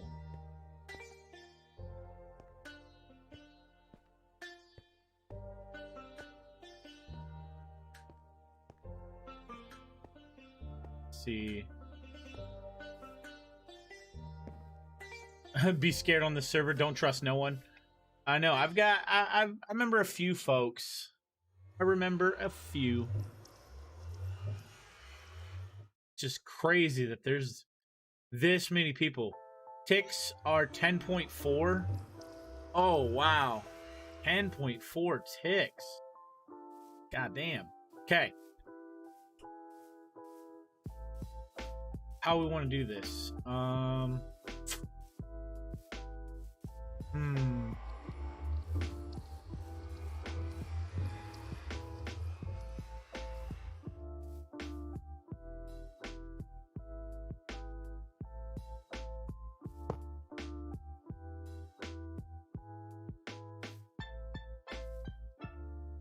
wait. Did I? Oh, I built the wrong one, didn't I? I built the wrong one.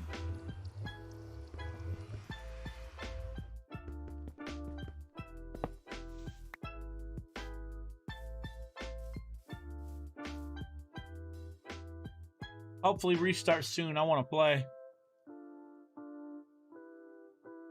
What do you mean restart soon?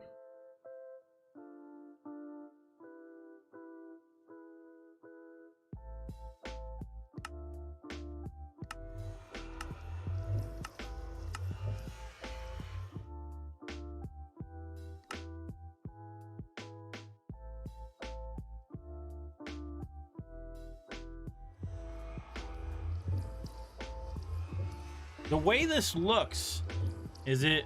Maybe I gotta drop the chest first?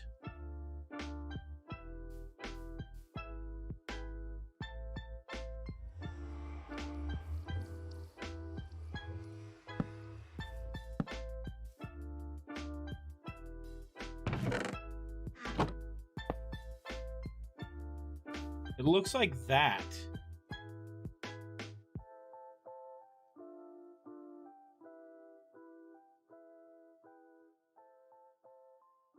That's not how I want it to be, right? Because the guy has it like this.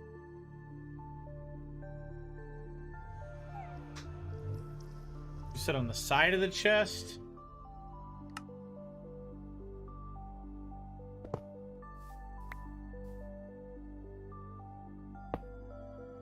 Ah, okay. Shift right click. That's what I was looking for. You know what? I could be cool. Let me go get some stone. Fuck these wood steps. We'll make it look cool.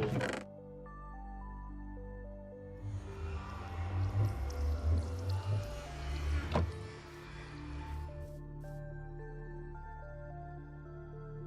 front upside down stair block.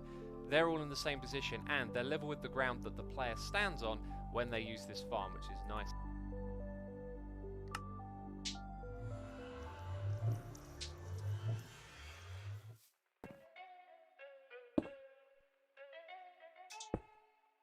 Nope. How do I,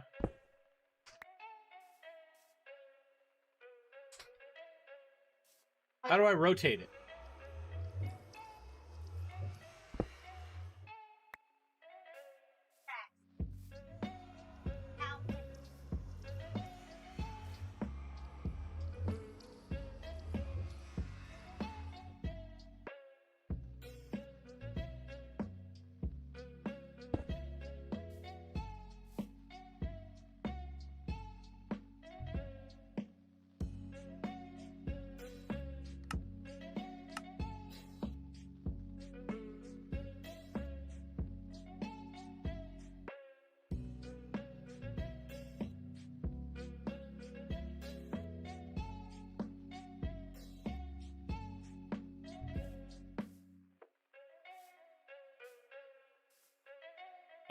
That's not what I want.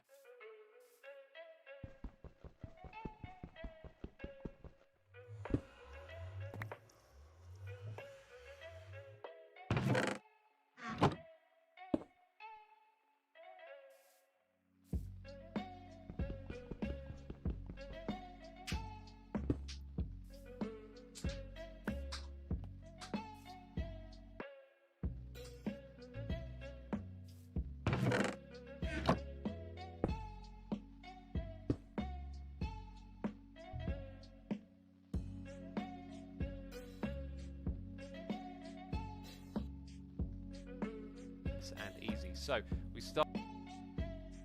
Ah, okay.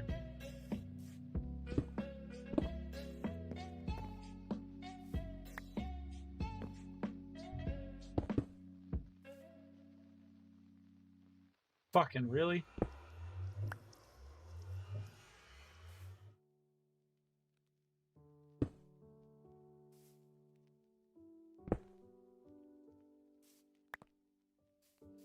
Like that?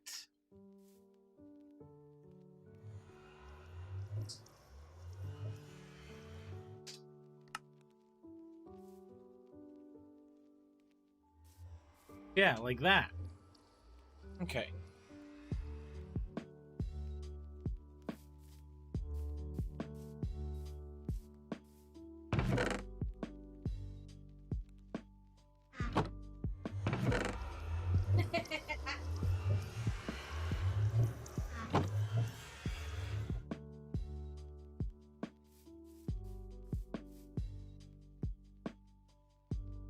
With the ground that the player stands on when they use this farm, which is nice and easy. So we start off by placing down a few blocks. We're going to have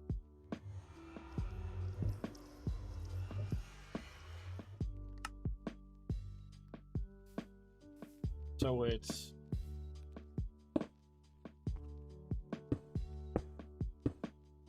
literally like this so far. Gonna be interesting. have a slab at the front here, put our water in the middle. Then we're going to place some temporary blocks, which are these two, so we can remove those now. And one over here at the back, we're going to put a note block above it, then remove that. If you don't want this thing to make any sound, just put a slab or something, a block on top of the... Oh, I see.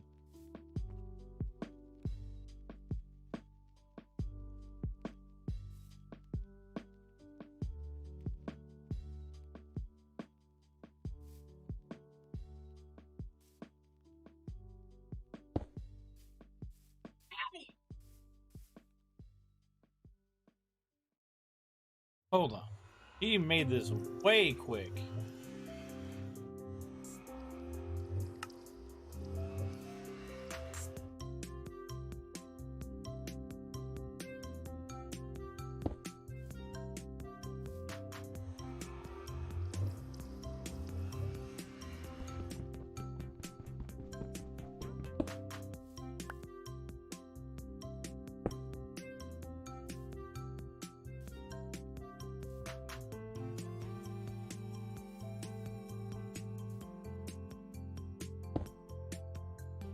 Made it like that.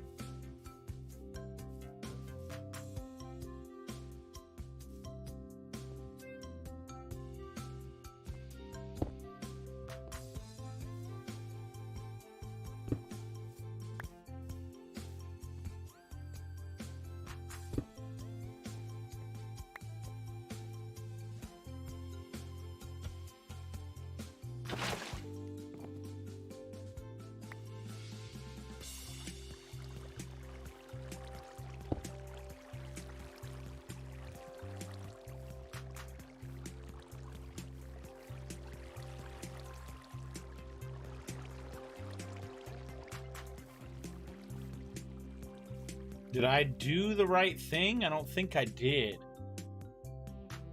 You put a slab down, huh?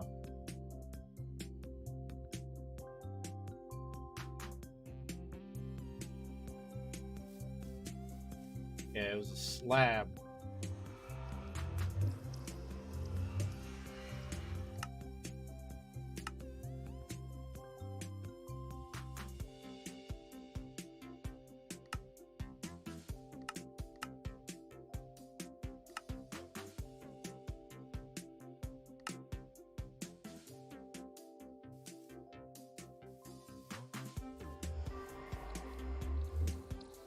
What we got over here?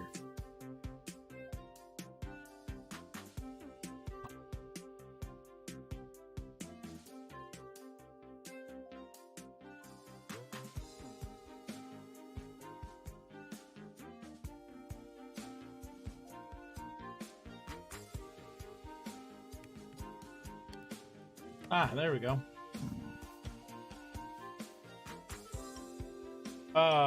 What the fuck? You guys see this?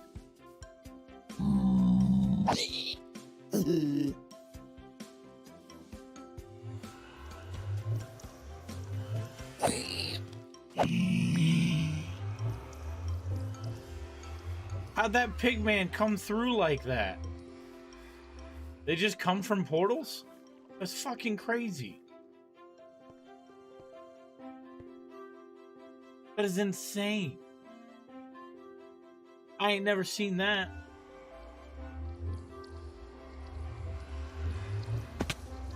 Oh no, our piggies are gone. Or not. Or not. Piggies are still there. Okay.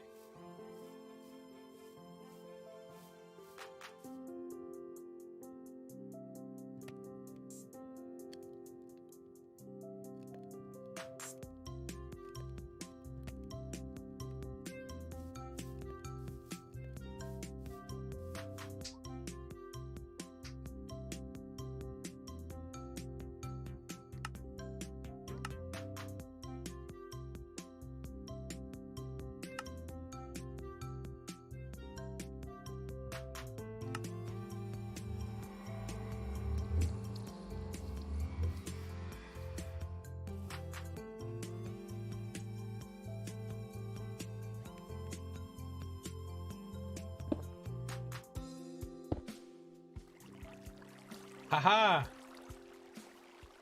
That's how they did it.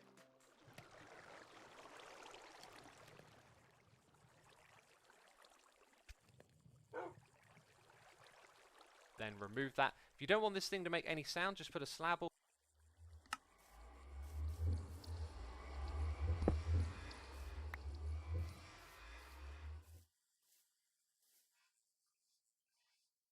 Oh no.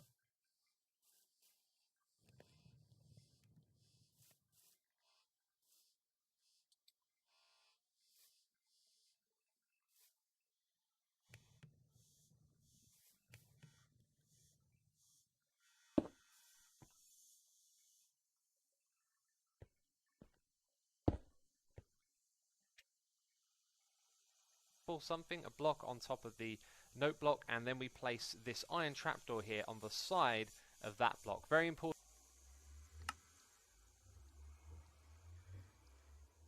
Oh, wait a minute. Wait a minute. I don't have a trap door.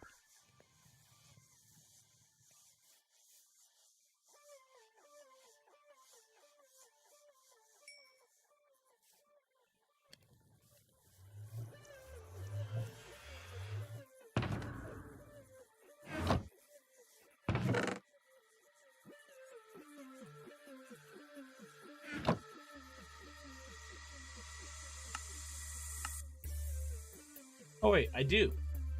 But does it have to be iron?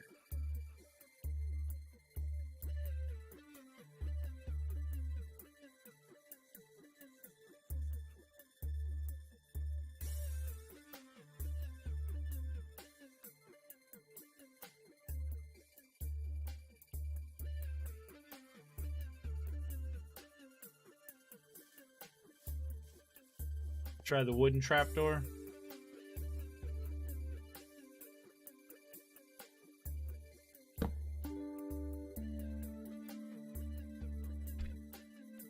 Important that it's on the side and not on the note block. Then we place in our tripwire hooks, a piece of string in the middle. That's Tripwire hooks. Okay.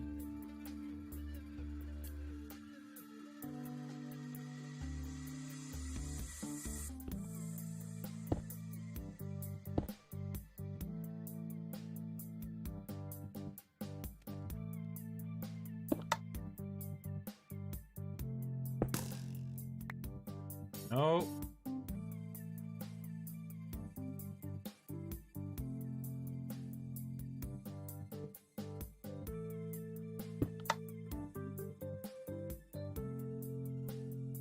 Ah, there we go.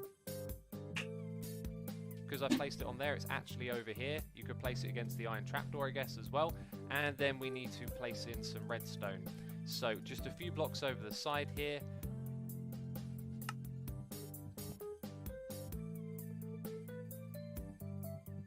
Oh, I straight put all the block away.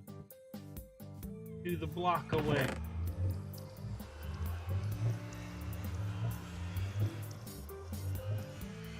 Eh.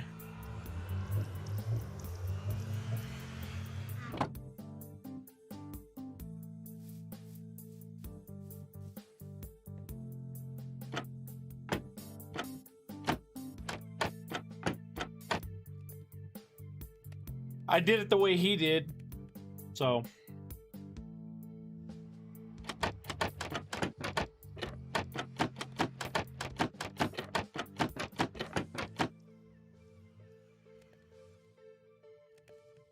A repeater there. That's because I placed it on there, it's actually over here.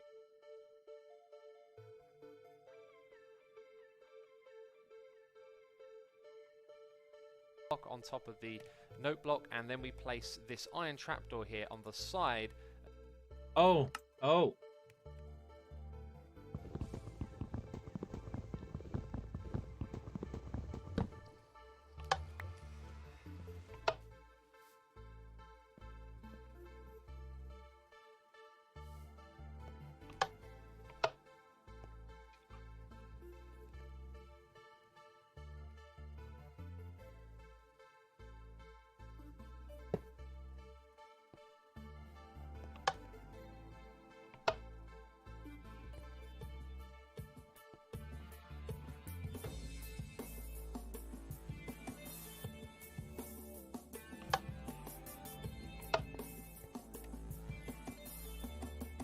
Okay.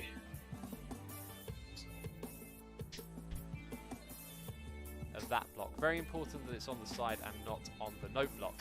Then we place in our tripwire hooks, a piece of string in the middle.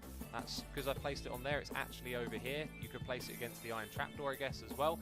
And then we need to place in some redstone. So just a few blocks over the side here.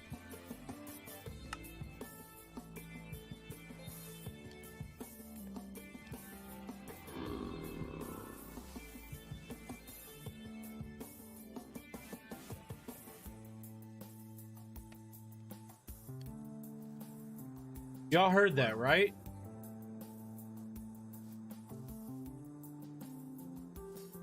What the fuck?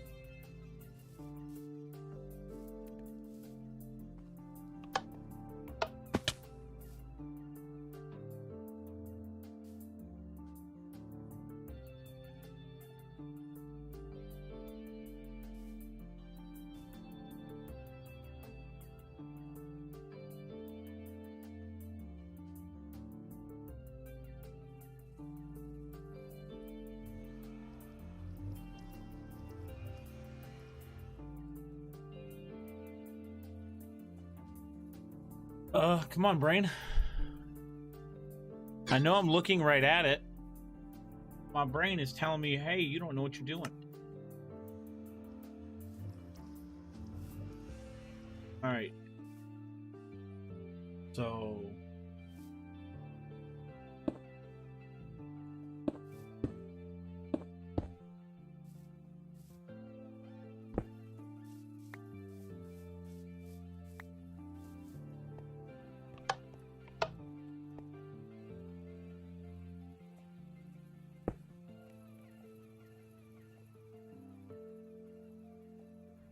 blocks over the side here, a repeater there, facing outwards, a repeater here.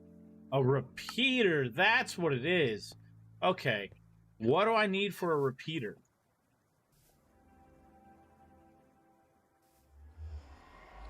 Too late now. I said, fuck that dude.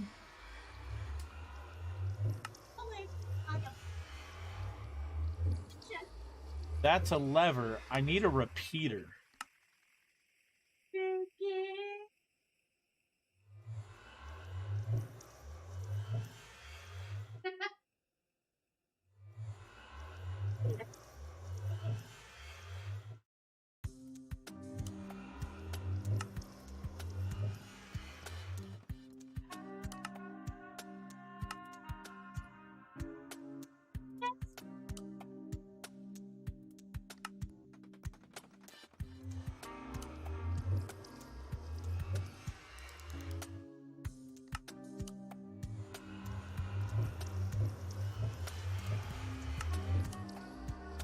Chat, I need a repeater. How do I make a repeater?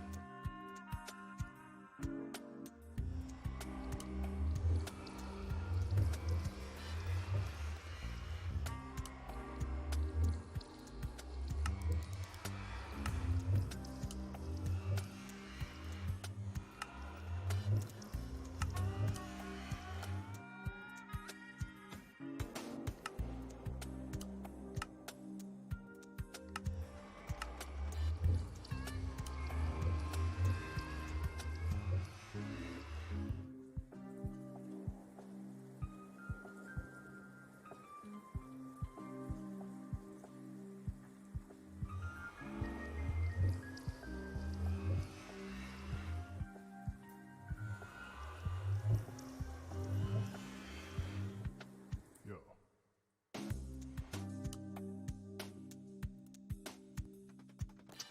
3 stone, 2 redstone torches. Oh, I need like actual redstone torches.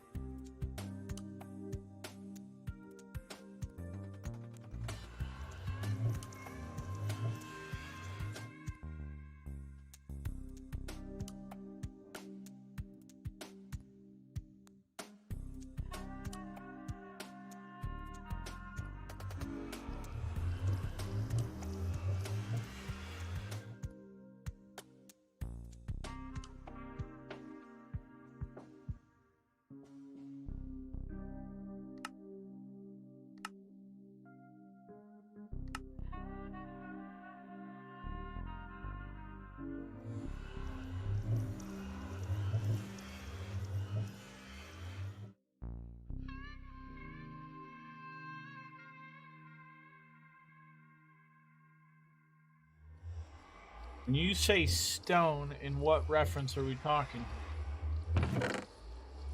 Ah, there we go.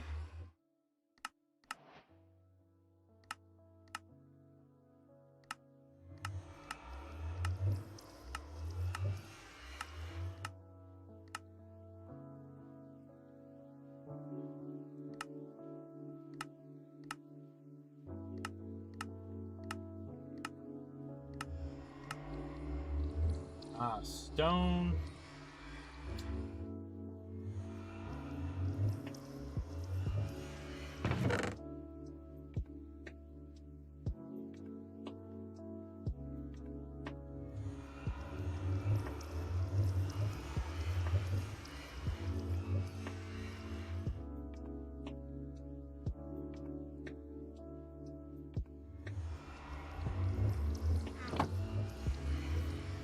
That's right, regular stone is in the furnace.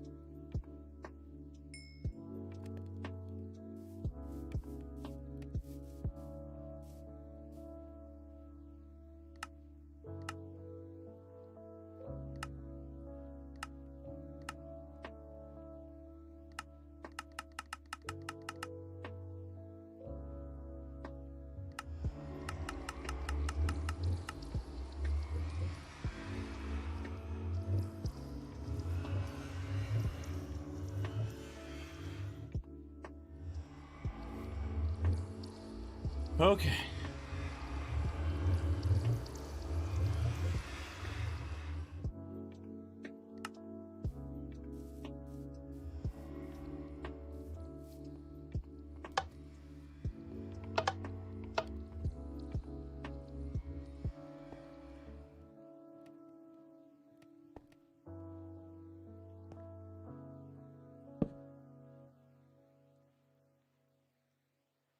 Here facing inwards, and then 3 pieces of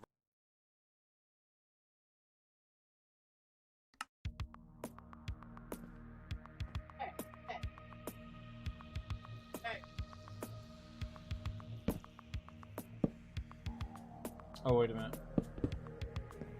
Oh, god damn it.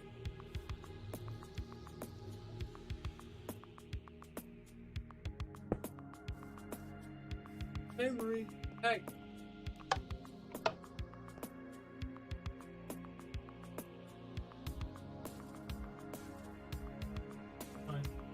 I scared her.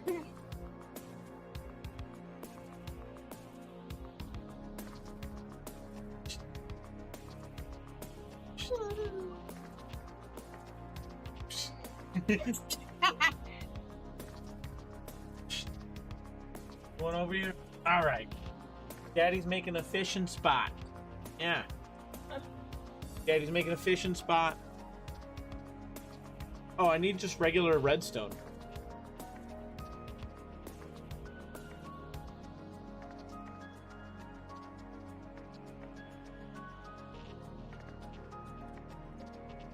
Okay.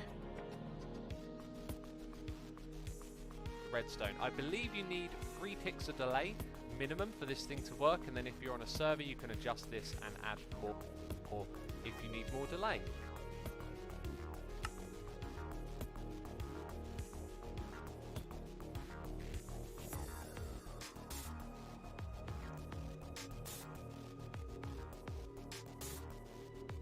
I also feel like mentioning that you can kind of rearrange the redstone a little bit. If you wanted it not to stick out to the side, you could also put it back here.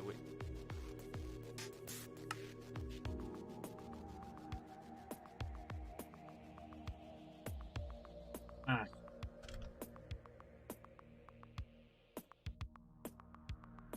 There we go, baby girl.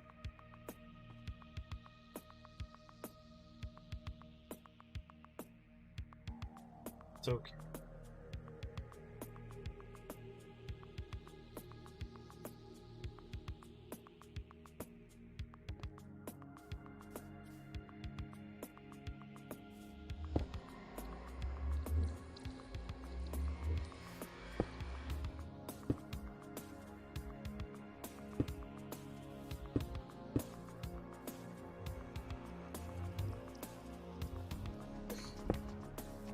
Oh, it's okay.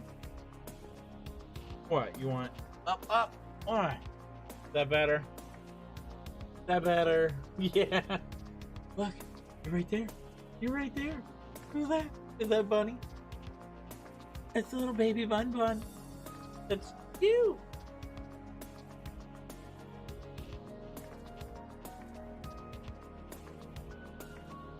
Oh. Okay. Bunny. Bunny.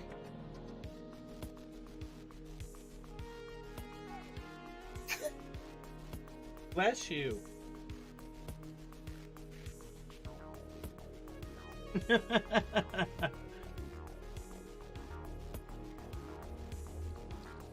I guess I did the right thing.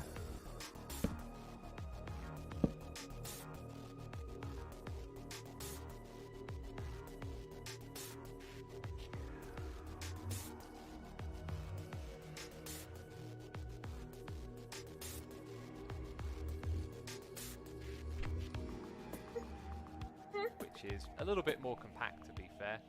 Last thing. Oh, never mind.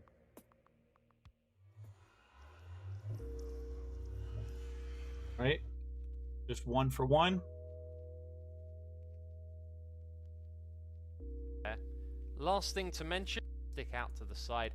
You could also put it back here, which is a little bit more compact, to be fair. Last thing to mention is that this is the best type of fishing rod that you can use.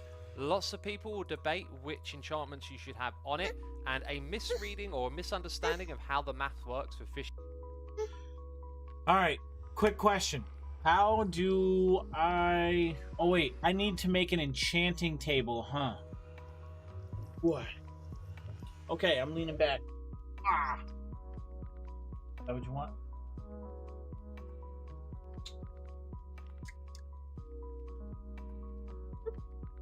Huh? What? Do I need to make an enchanting table for the fishing rod? They're not exactly, saying much. What do I do? Fishing rod, right?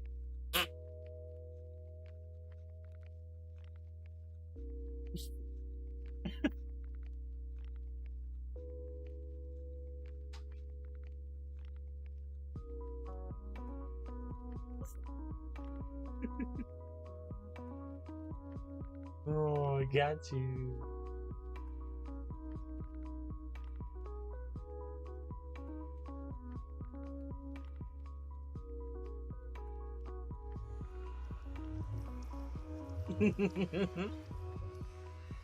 No.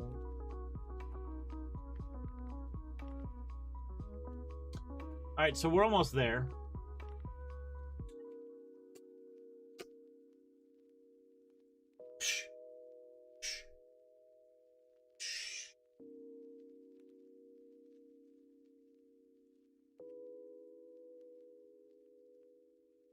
You're getting antsy, but mama.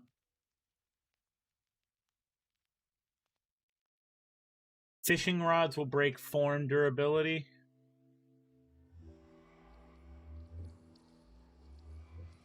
Yeah, this guy's got Lure 3, Luck of the Sea 3, Unbreaking 3, Mending.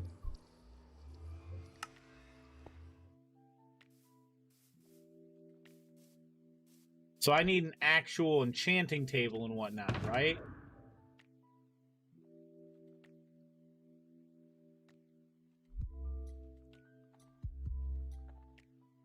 Ravity's cool starter kit. What?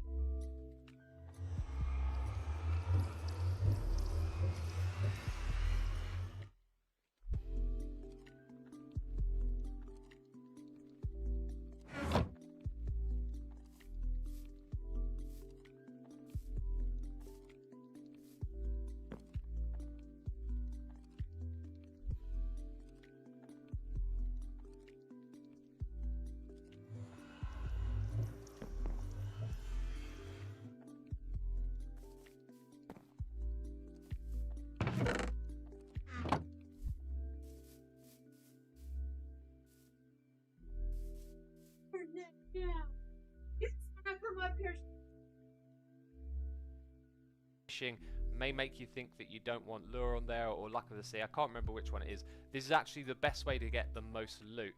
Now, having mending on there might sound pretty crazy, you know, getting a mending book, but you'll find when you start using this farm, after you've gone through a couple of fishing rods, it won't be long before you get other fishing rods with unbreaking on, and eventually you'll end up with mending on it. And you know, you get XP from using this thing anyway, so then you can use the anvil to combine them together. So basically, when you start out, frequently check up on the drops that you're getting, and you'll soon end up with a fishing rod we need like an this. iron anvil? Okay. Now, you may have noticed when I showed you the loot from Hermitcraft that there were these heads in here as well. These are additional loot that we have on the server, and these heads are now available for you to have in your world as well. If you didn't see my More Mob Heads video, then be sure to go and check that out. There'll be a link on the screen for you. And if you go to the website, it now includes the fish as well. So that's it from me, this fishing tutorial. Do hope you have enjoyed it. If you have, leave a like on the video.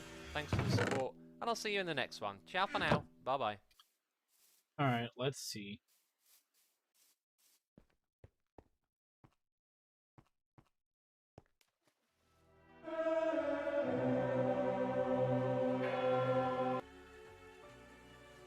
Hello. It won't be long before you get we have on the server, and these heads are now a fishing rod like this. This thing anyway, so then you can use the anvil to combine them together.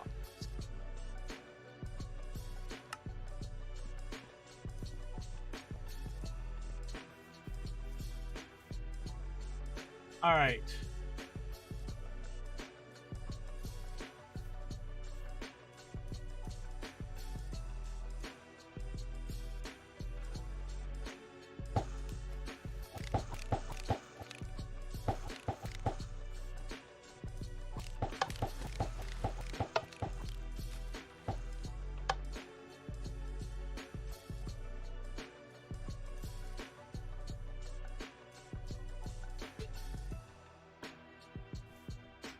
Is this all I do?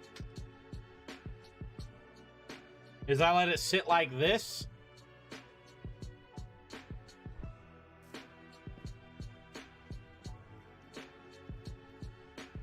Well, if you get on the couch, I'm gonna play with this.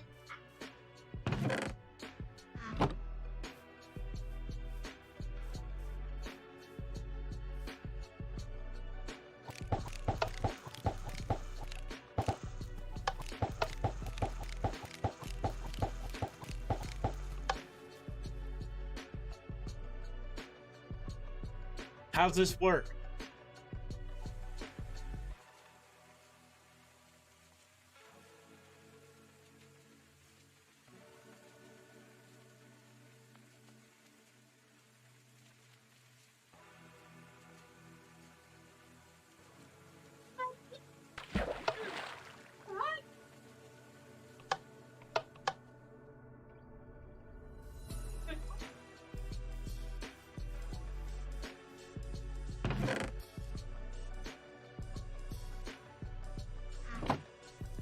What the fuck just happened?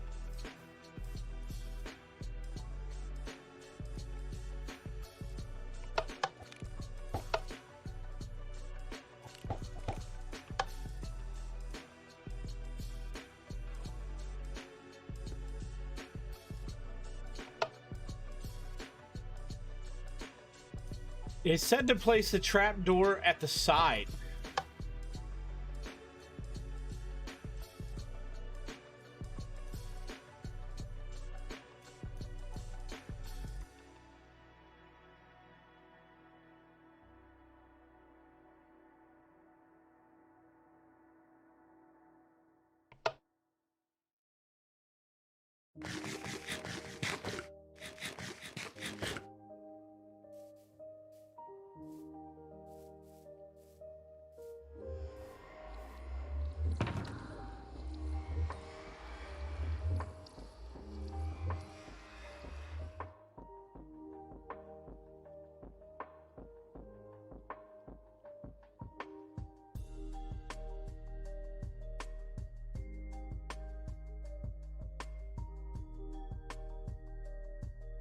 Hmm.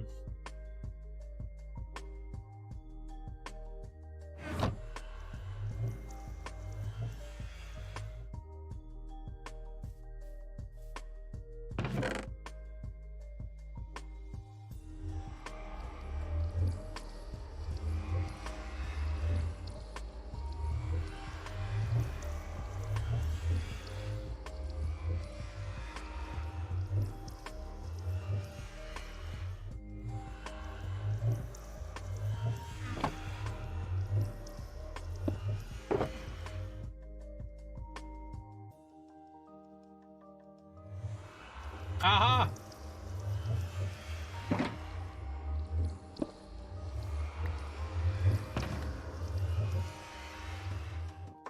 I now have one of them dope ass fishing rods.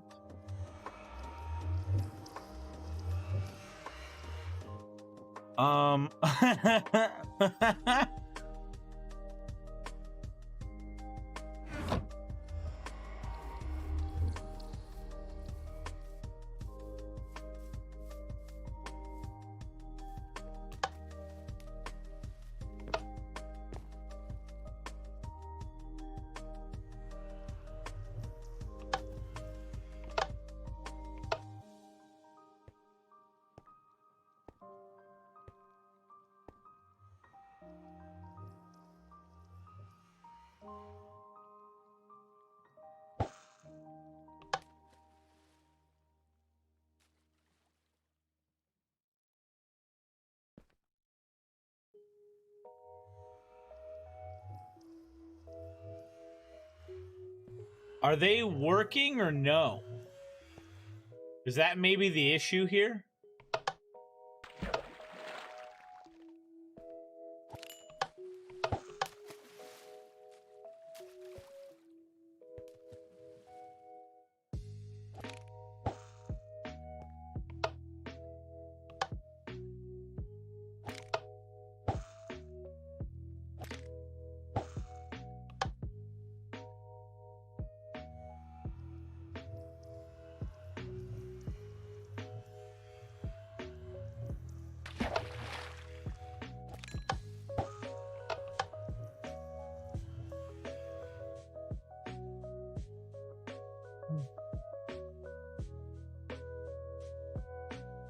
What up, Wolfie Bread?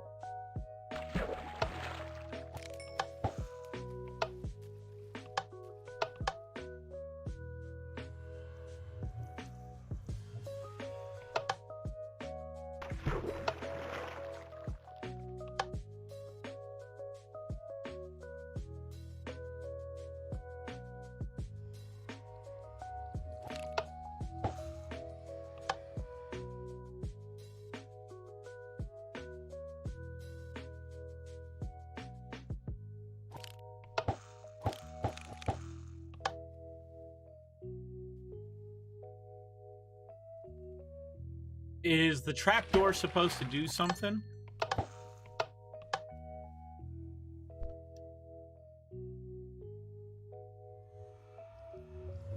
That's what you're talking about, right? The repeaters are on opposite ends? Did I screw up and do something wrong?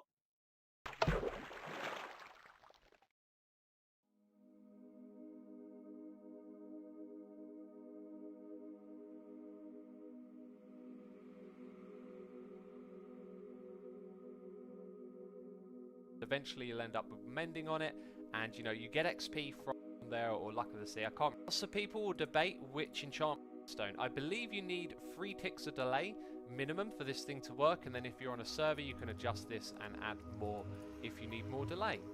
I also feel like mentioning that you can kind of rearrange the redstone a little bit if you wanted it not to stick out to the side.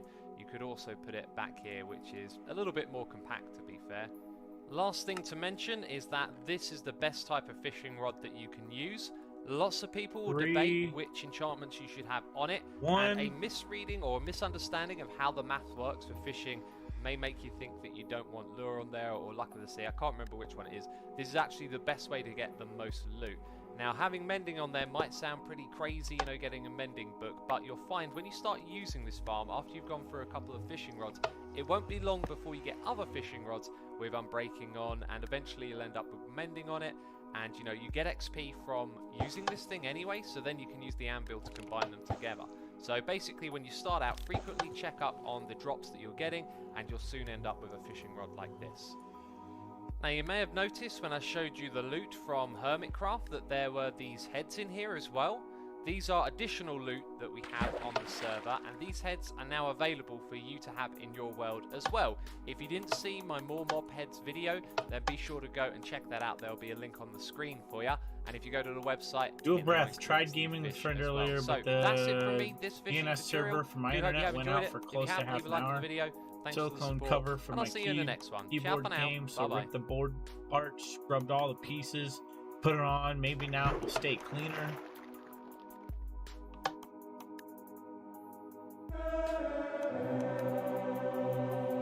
Which way do I need to face it?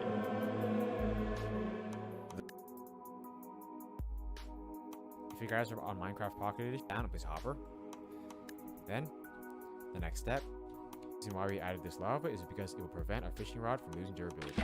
Also, it will cause the fishing rod to become fully retracted whenever it falls down here. Farm. So see there, I just caught a bucket of salmon. It may look like it's bobbing up and down, not in the water, however that's fine. Whenever a fish or a special item latches onto it, it would automatically get dropped down. As you guys can see there, you get the XP. And don't worry guys, it may seem like the item gets burned by lava, however, the minecart with the hopper down here will absorb it and put it into this chest. Fishing with this fish farm is a lot easier.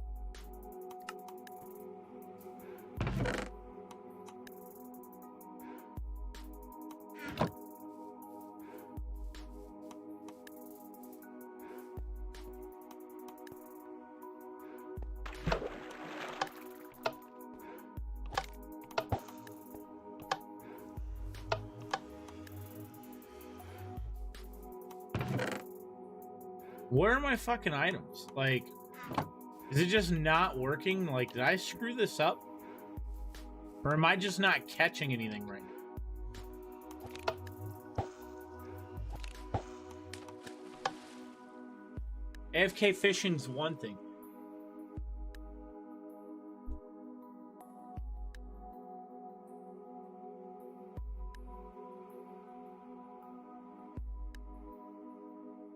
I have a lever.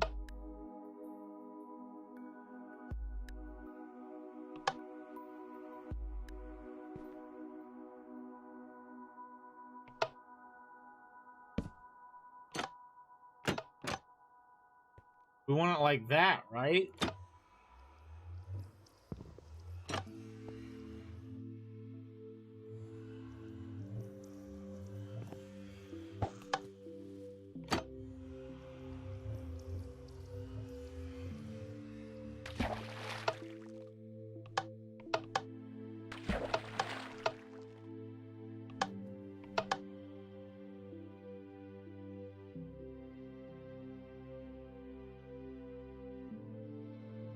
Hello everyone, and welcome back to another Minecraft tutorial. In this video, the side of that block. Very important that it's on the side and not on the note block. Then we place in our tripwire hooks, a piece of string in the middle. That's because I placed it on there, it's actually over here. You could place it again. Sayo Center, send me the video you've got. I'm literally trying to figure this out because I don't see it.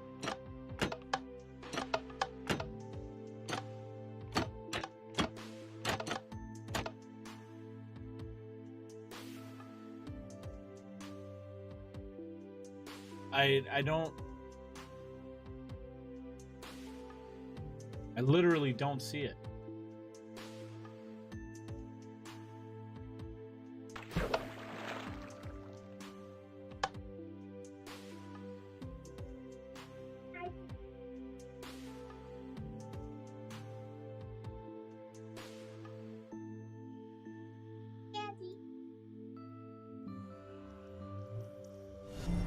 An earnest disciple. Girl. Make it a hug. Hug. My baby girl.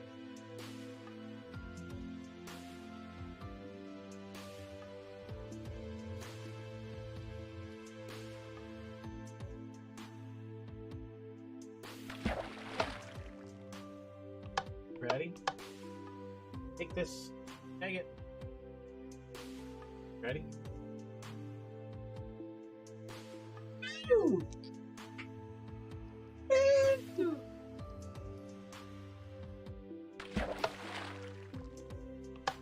And my baby girl.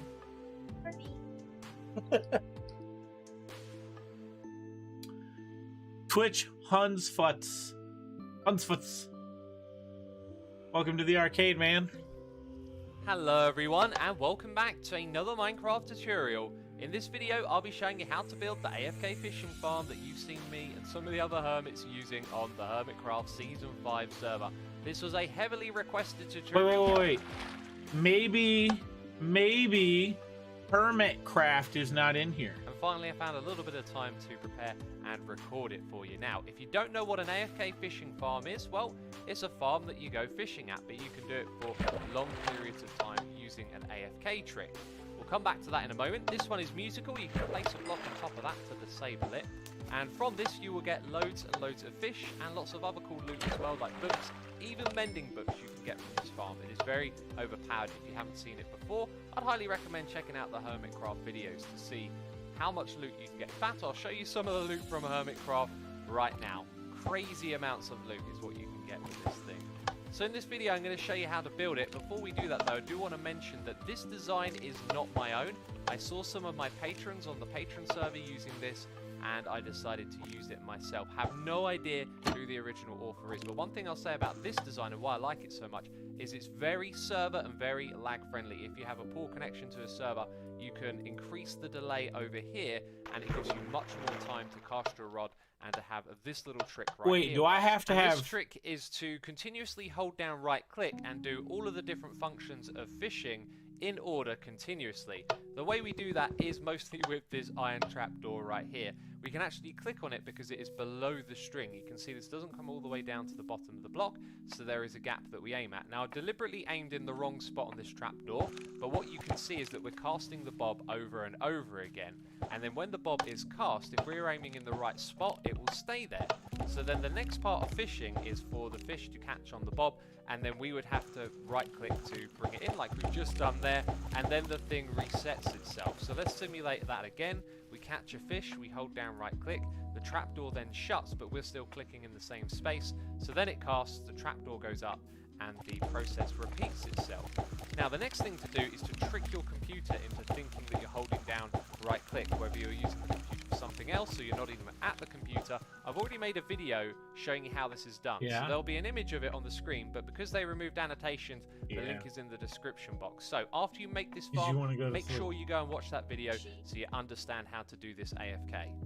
We shall now start the tutorial, and there is a reason that I left this glass block here. It's to remind me, to remind you, that above your water you want to have direct access to the sky. So if you are underground, dig a hole up to the surface and put a glass block here just in case anything falls down. With that direct access, you will actually do your fishing faster, which is really cool. So at the top of this chest are all the things that you need to build this. You can pause the video, gather those materials, and then we can build this together. Now, I've already placed a few blocks, this hopper, those chests, and that back to front upside down stair block. They're all in the same position, and they're level with the ground that the player stands on when they use this farm, which is nice and easy. So we start off by placing down a few blocks. We're going to have a slab at the front here, put our water in the middle. Then we're going to place someone some donates temporary $30, blocks, I'll be eating some which spam. are these two, so we can remove those now. And one over here at the back, we're going to put a note block above it and remove that. If you don't want this thing to make any sound, just put a slab or something, a block on top of the note block, and then we place this iron trapdoor here on the side of that block. Very important that it's on the side and not on the note block. Alright. Then we place in our tripwire hooks, a piece of string in the middle. That's because I placed it on there, it's actually over here. You could place it against the iron trapdoor, I guess, as well. And then Here's something I do not understand, okay? just put a slab or something, a block on top of the note block, and then we place this iron trapdoor here on the side of that block. Very important that it's on the side and not on... Very important that it's on the side, but not on the ground. Okay.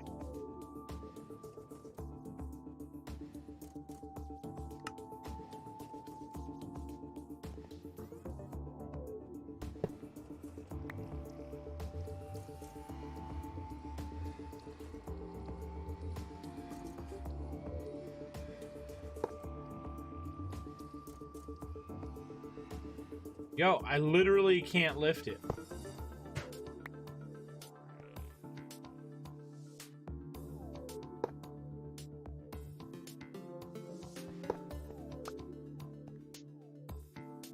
The wooden one.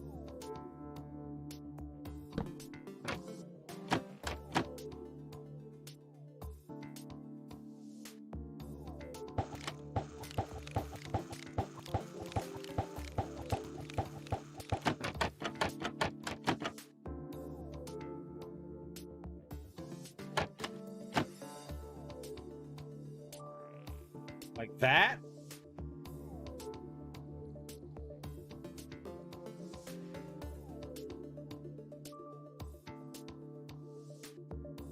Ah.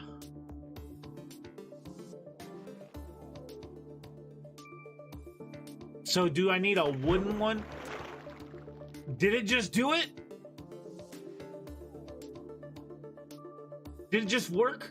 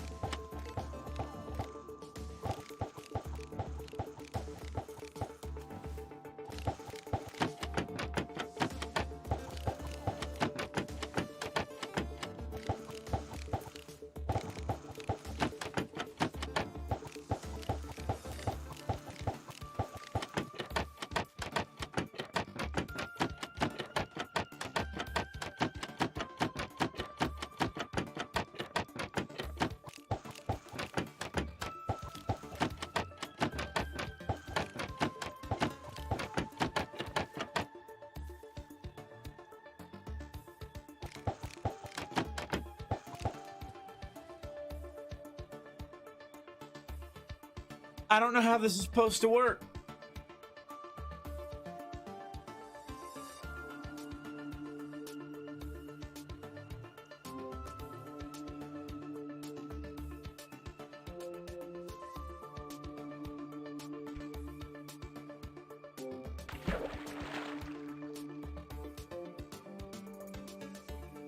Easier and more efficient than fishing the traditional way.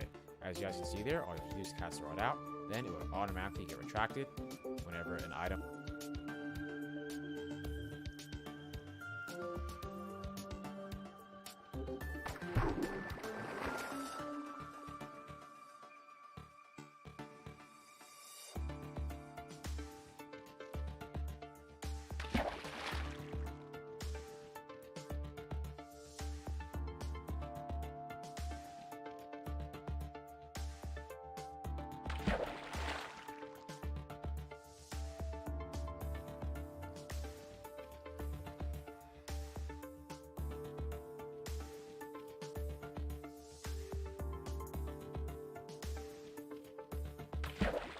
Yeah, I don't think Hermitcraft is on.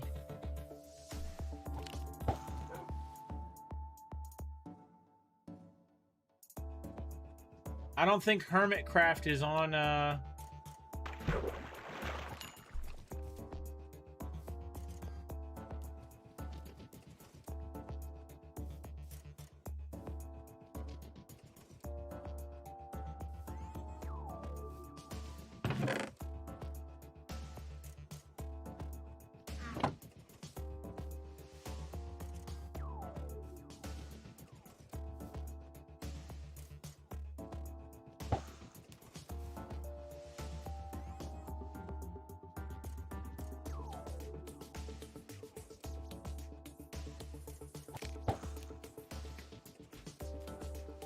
That's what he said at the start of the video?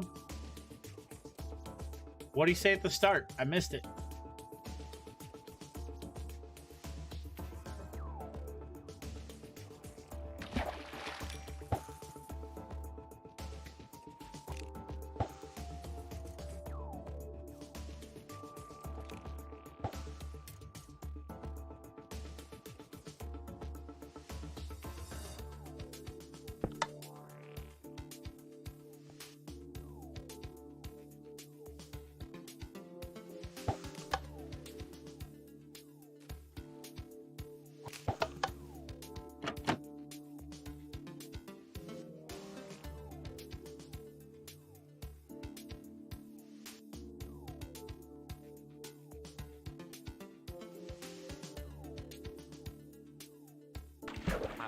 Here, put our water in the middle, then we're going to place some temper above it, then remove that. You don't want this the note block.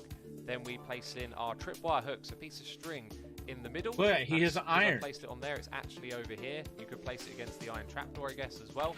And then we need to place in some redstone. So just a few blocks over the side here, a repeater there facing outwards, a repeater here facing inwards, and then 3 pieces of redstone. I believe you need 3 ticks of delay minimum for this thing to work, and then if you're on a server you can adjust this and add more if you need more delay. I also feel like mentioning that you can kind of rearrange the redstone a little bit. If you wanted it not to stick out to the side, you could also put it back here, which is a little bit more compact. Oh, you know what? Last thing to mention is that this is the best type of fishing rod that you can use. Lots of people will debate which enchantments you should have on it, and a misreading or a misunderstanding of how the math works for fishing may make you think that you don't want lure on there or luck of the sea. I can't remember which one it is. This is actually the best way to get the most loot. Now, having mending on there might sound pretty crazy, you know, getting a mending book, but you'll find when you start using this farm, after you've gone through a couple of fishing rods, it won't be long before you get other fishing rods with unbreaking on, and eventually you'll end up with mending on it, and you know, you get XP from using this thing anyway, so then you can use the anvil to combine them together. So basically, when you start out, frequently check up on the drops that you're getting, and you'll soon end up with a fishing rod like this. Now, you may have noticed when I showed you the loot from Hermitcraft that there were these heads in here as well. These are additional loot that we on, and eventually you'll end up with using this farm after you've gone through a couple of fishing rods.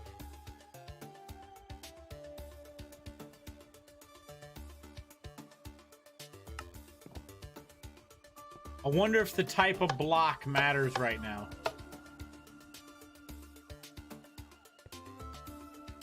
For this.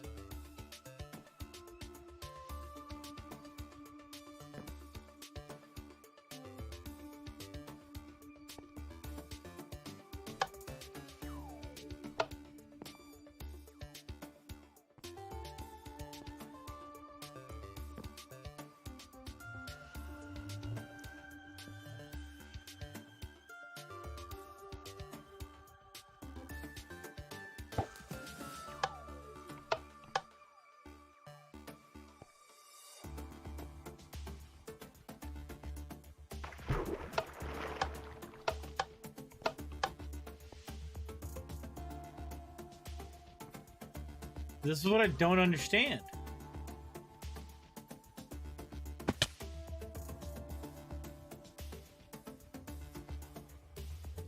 Did I do something wrong here?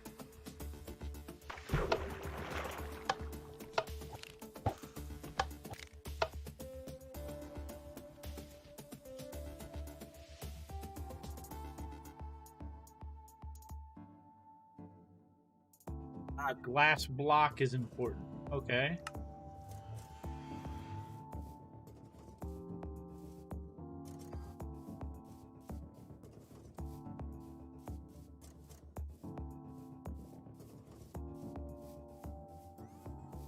Well, let's go get some sand.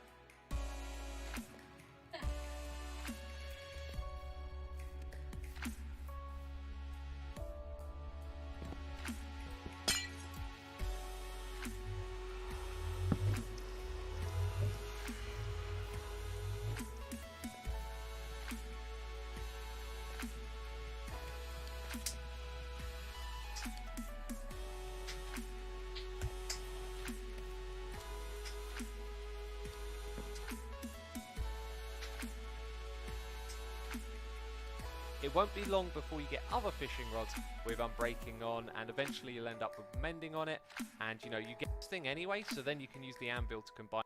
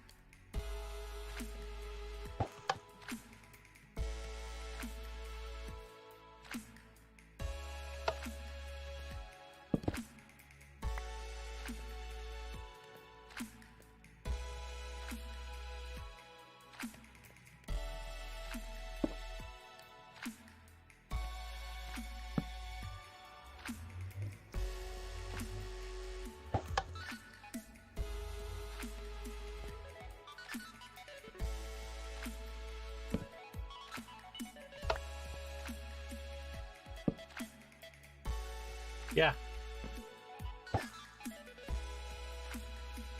I do.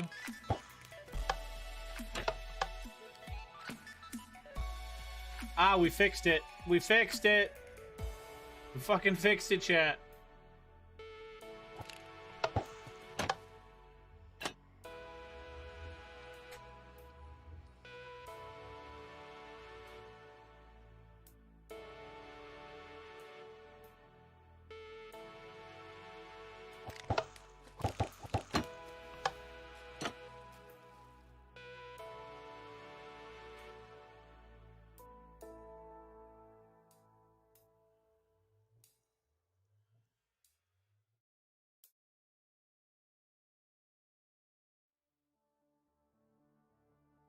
We fixed it. We fixed it. We fixed it. We fixed it. We fixed it. We fixed it. Yeah, fixed it. We fixed it. We fixed it. We fixed it. Yay. There it goes. We're getting stuff, guys.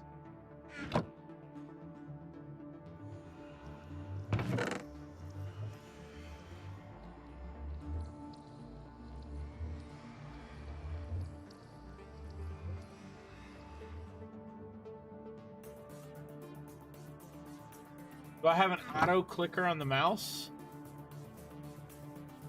No. That's what the door's for. Isn't it? Another loyal devotee.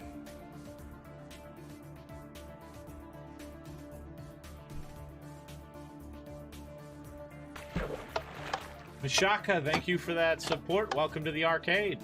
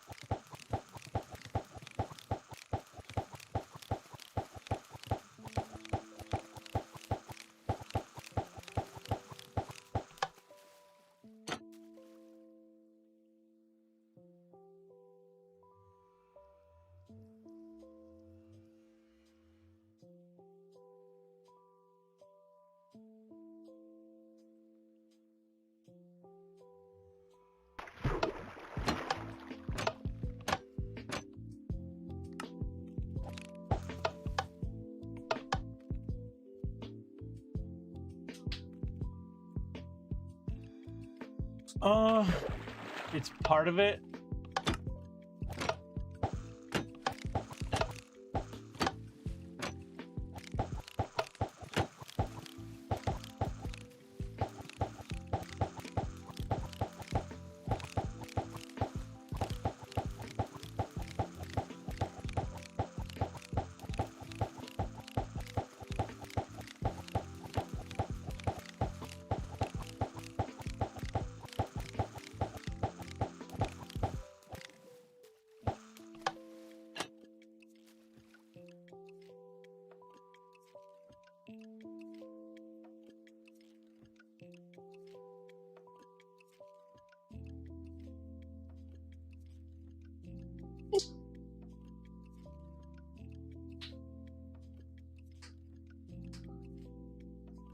So what's the workaround? I don't have an auto clicker.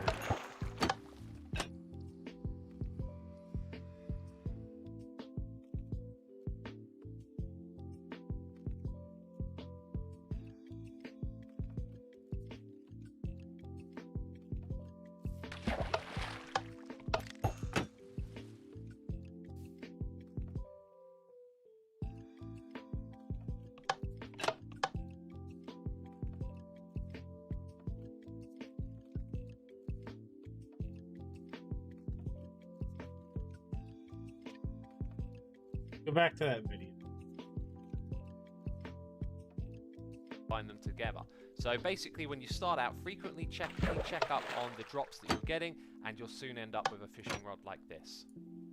Now, you may have noticed when I showed you the loot from Hermitcraft that there were these heads in here as well. These are additional loot that we have on the server, and these heads are now available for you to have in your world as well. If you didn't see my more mob heads using on the Hermitcraft fishing app, but in fact, I'll show you some of the loot block on top of that to disable it. And from this, you will get loads and loads of fish and lots of other cool loot as well, like books, even mending books. Oh, I get it. It is very... Oh my god.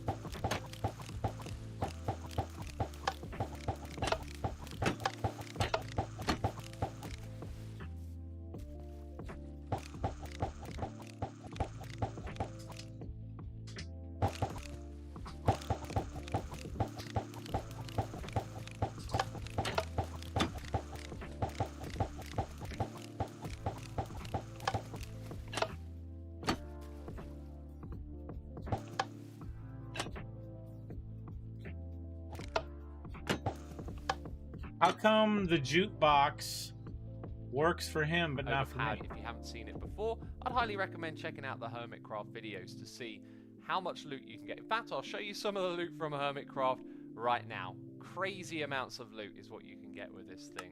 So in this video, I'm going to show you how to build it. Before we do that though, I do want to mention that this design is not my own. I saw some of my patrons on the patron server using this, and I decided to use it myself. Have no idea who the original author is, but one thing I'll say about this design and why I like it so much is it's very server and very lag friendly. If you have a poor connection to a server, you can increase the delay over here, and it gives you much more time to cast your rod and to have this little trick right here works. And this trick is to continuously hold down right click and do all of the different functions of fishing in order continuously. The way we do that is mostly with this iron trapdoor right here. We can actually click on it because it is below the string. You can see this doesn't come all the way down to the bottom of the block, so there is a gap that we aim at. Now, I deliberately aimed in the wrong spot on this trapdoor, but what you can see is that we're casting the bob over and over again, and then when the bob is cast, if we're aiming in the right spot, it will stay there. So then the next part of fishing is for the fish to catch on the bob, and then we would have to right click to bring it in like we've just done there, and then the thing resets itself. So let's simulate that again. We catch a fish, we hold down right click, the trapdoor then shuts, but we're still clicking in the same space, so then it casts, the trapdoor goes up, and the process repeats itself. Now the next thing to do is to trick your computer into thinking that you're holding down right click, whether you're using the computer for something else or you're not even at the computer. I've already made a video showing you how this is done, so there'll be an image of it on the screen, but because they removed annotations, the link is in the description.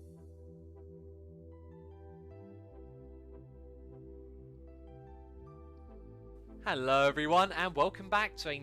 If you want to do this, you will need to have pause mode enabled in Minecraft, which is really simple. You go into Minecraft, you press F3 and P, and you change the mode in which it pauses. So for example, when you Alt and Tab out, it brings up the escape menu. If you have the F3 and P enabled, it doesn't do that, and you'll need that enabled in order to do this full screen trick. So anyway, let's jump into it. Let me show you how we do this. So there is a lot to see on the screen at the moment, and this is because recording both monitors at the same time and trying to record the game going in and out of full screen is a little bit crazy. So on the top right you have my right hand monitor, on the top left you have my left hand monitor, and in the middle at the bottom you have the game that we're seeing on the left hand side. And this is because when we swap between F11, sometimes the capturing software freezes on the one monitor. So I want you to be able to see everything that we're doing. Now in order to farm, what we need to do is hold down right click, and you can see on the right hand monitor that as soon as the little arm is wiggling, and that's the way we're going to be able to see that this works. Now what we would normally do in the past is press Alt and Tab and everything would be fine, but if you do that now, you'll no longer be right clicking, and as soon as arm will stop wiggling. So what we have to do is use full screen. So the way that we do this is we press F11 to go into full screen, and we let go of right click as we're doing that, and then when the game loads back up, it will think that we're holding down right click. So I'm going to hold down right click, press F11, let go of right click, and that time it didn't work. Sometimes it takes a couple of attempts, so let's try that one more. I'm going to go into that, and this time it worked just fine. You have to let go of that right click button very quickly after you press F11, and you can see that my arm is wiggling. I'm clapping my hands to show I'm not holding the mouse, and if I put my hand on the mouse and move it around, you can see that we're holding down right click for me actually doing anything. So now I think all I need to do is press Alt Tab and go to our desktop, and then I can right click here, and unfortunately we've lost the thing on the other side, so let's load that back up. You can see that the arm is still wiggling, and I can right click elsewhere on the computer. So there you go, that is the technique, and you've seen me actually do it on the computer as well. So just to make it really clear, you basically want to hold down right click and then press F11 and let go of right click a second after you press F11, and then it should be good every time. Now, it wasn't clear, this is a video on the technique, not how to build an AFK farm itself. So if you want to know how to do that, I'll put some links on the screen and in the description box down below. So did I do it the right way? With this technique, and then you can be doing other things while your character is farming in the game for you. And that is it from me, this video. If you have enjoyed it, please do leave a like. As always, thank you for your support. You'll need to have pause mode enabled in Minecraft, which is really simple. You go into Minecraft, you press F3 and P, and you change the mode in which it pauses. So for example, when you Alt and Tab out, it brings up the escape menu. If you have the F3 and P enabled, it doesn't do that, and you'll need that enabled in order to do this full screen trick. So anyway, let's jump into it. Let me show you how we do this. So there is a lot to see on the screen at the moment, and this is because recording both monitors at the same time and trying to record the game going in and out of full screen is a little bit crazy. So on the top right you have my right hand monitor, on the top left you have my left hand monitor, and in the middle at the bottom you have the game that we're seeing on the left hand side. And this is because when we swap between F11, sometimes the capturing software freezes on the one monitor. So I want you to be able to see everything that we're doing. Now in order to farm, what we need to do is hold down right click, and you can see on the right hand monitor that as soon as the little arm is wiggling, and that's the way we're going to be able to see that this works. Now what we would normally do in the past is press Alt and Tab and everything would be fine, but if you do that now, you'll no longer be right clicking, and as soon as arm will stop wiggling. So what we have to do is use full screen. So the way that we do this is we press F11 to go into full screen, and we let go of right click as we're doing that. And then when the game loads back up, it will think that we're holding down right click. So I'm going to hold down right click, press F11, let go of right click, and that time it didn't work. Sometimes it takes a couple of attempts. So let's try that one more. I'm going to go into that, and this time it worked just fine. You have to let go of that right click button very quickly after you press F11, and you can see that my arm is wiggling. I'm clapping my hands to show I'm not holding the mouse, and if I put my hand on the mouse, how move is it his around, just standing there and I'm like we're this? holding down right click for me actually doing anything. So now I think all I need to do is press Alt and Tab and go to our desktop, and then I can right click here, and unfortunately we've lost the thing on the other side, so let's load that back up. You can see that the arm is still wiggling, and I can right click elsewhere on the computer. So there you go, that is the technique, and you've seen me actually do it on the computer as well. So just to make it really clear, you basically want to hold down right click and then press F11 and let go of right click a second after you press F11, and then it should be good every time. If it wasn't clear, this is a video on the technique, not how to build an AFK farm itself. So if you want to know how to do that, I'll put some links on the screen and in the description box down below, so you can build some farms that will work with this technique, and then you can be doing other things while your character is farming in the game for you. And that is it from me this video. If you have enjoyed it, please Yeah, but like, it did it in please thank you for your 1.12. support, and I will see you in the next tutorial. That's it from me this one. Thanks for watching, and I'll catch you next time. Bye bye.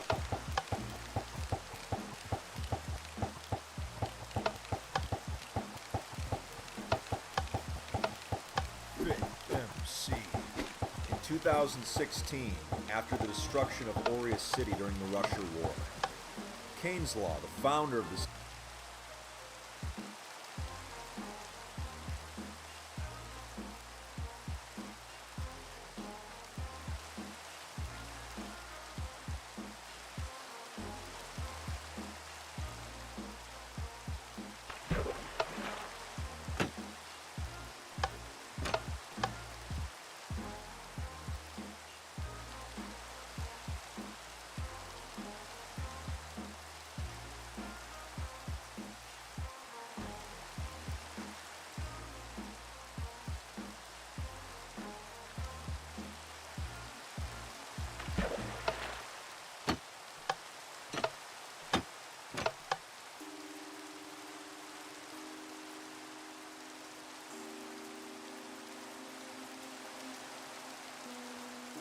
Wait, did I do it? Did I technically do it right now? I will find you and kill you. Valent boss, what's up?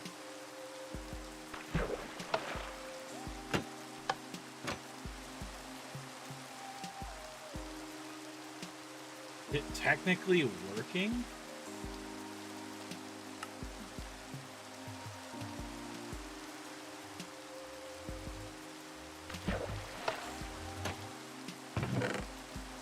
No, it's not working. Damn it.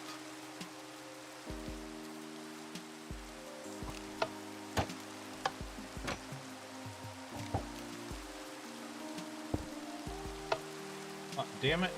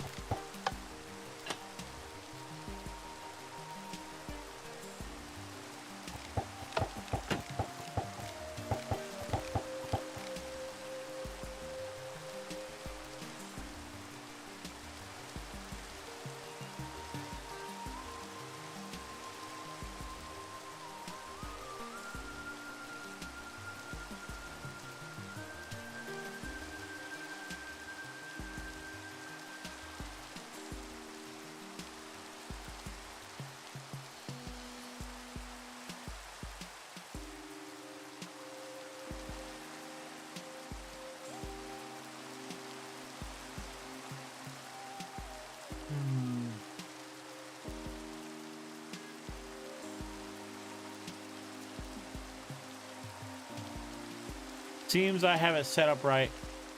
So, Blent Boss, I take it you don't like me trying to AFK fish? Is that what I'm seeing?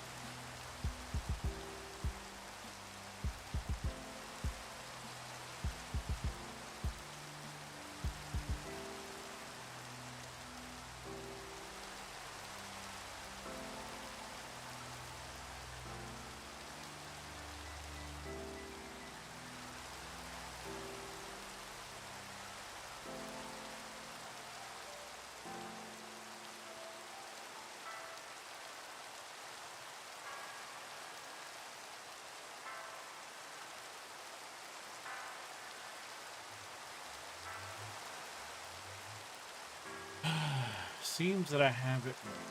Yeah. Oh.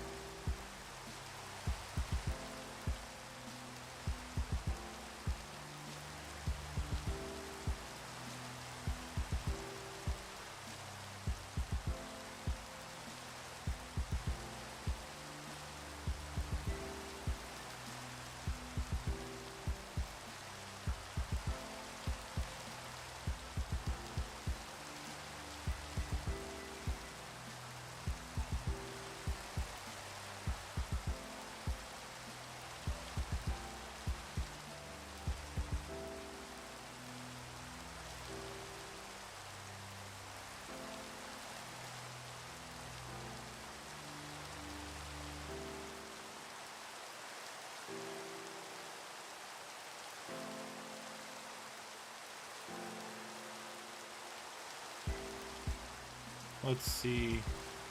Game's not on stream. Yeah. That's what I'm supposed to do, right?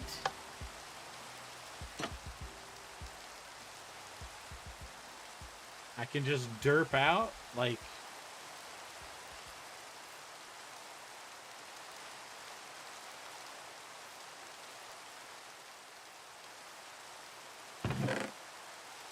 Yeah, it's just not working, chat. I don't understand.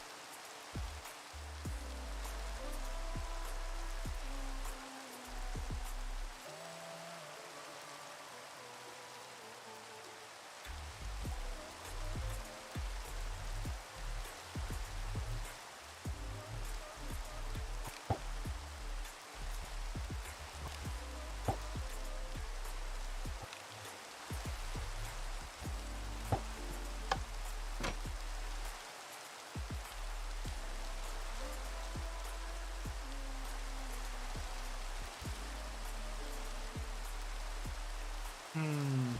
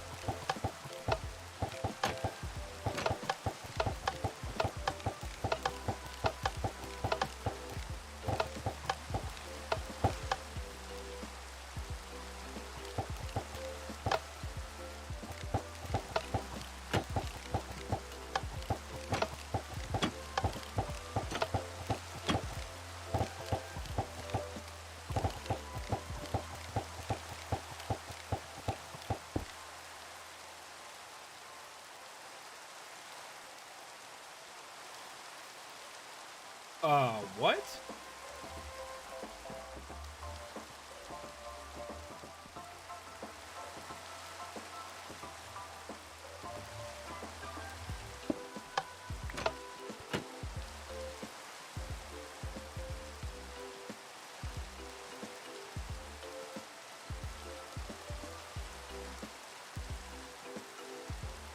I think I broke it, chat. I broke it.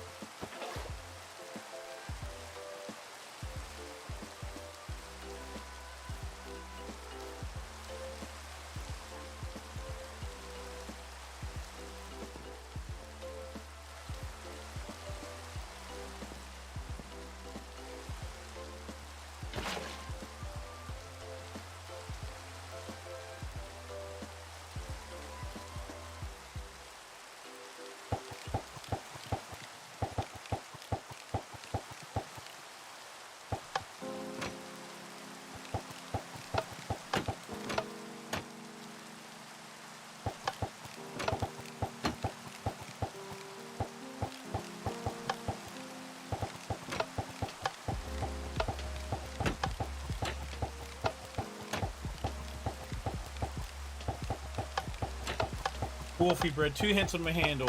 Is this the Fisho Torn 9000? I'm trying. I think I got it right now.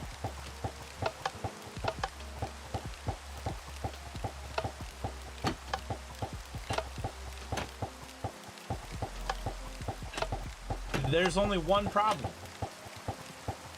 How do I know if it's catching anything?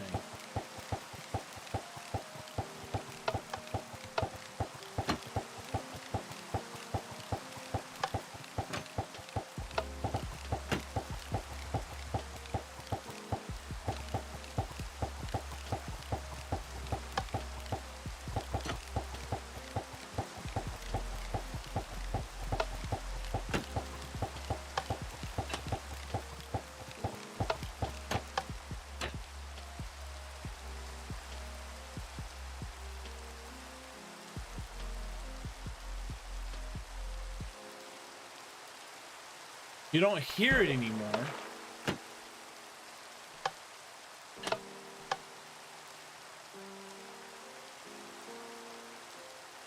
I hear it clicking. It's working.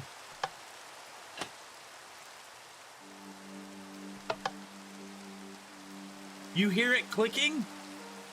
That means it's working.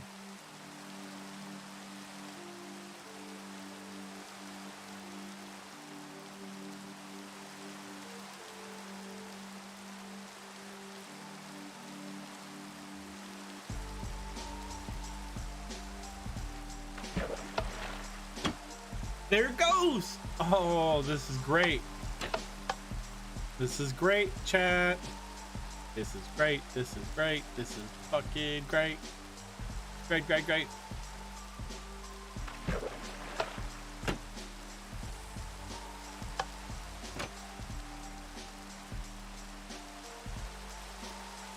So, chat.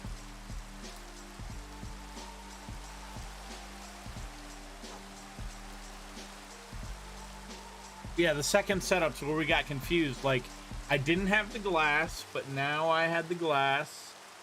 I had to readjust the repeaters properly.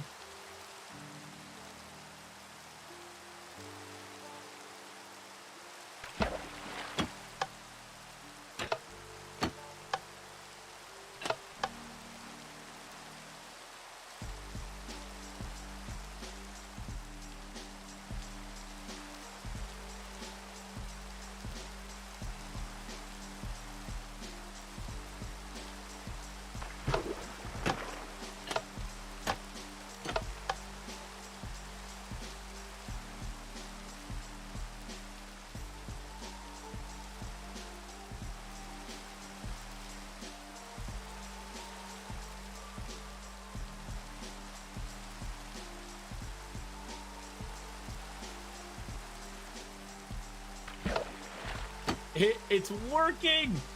Oh, this is so good. So fucking good.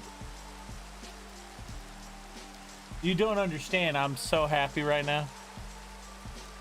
Yo, I'm new here. Corin Toast.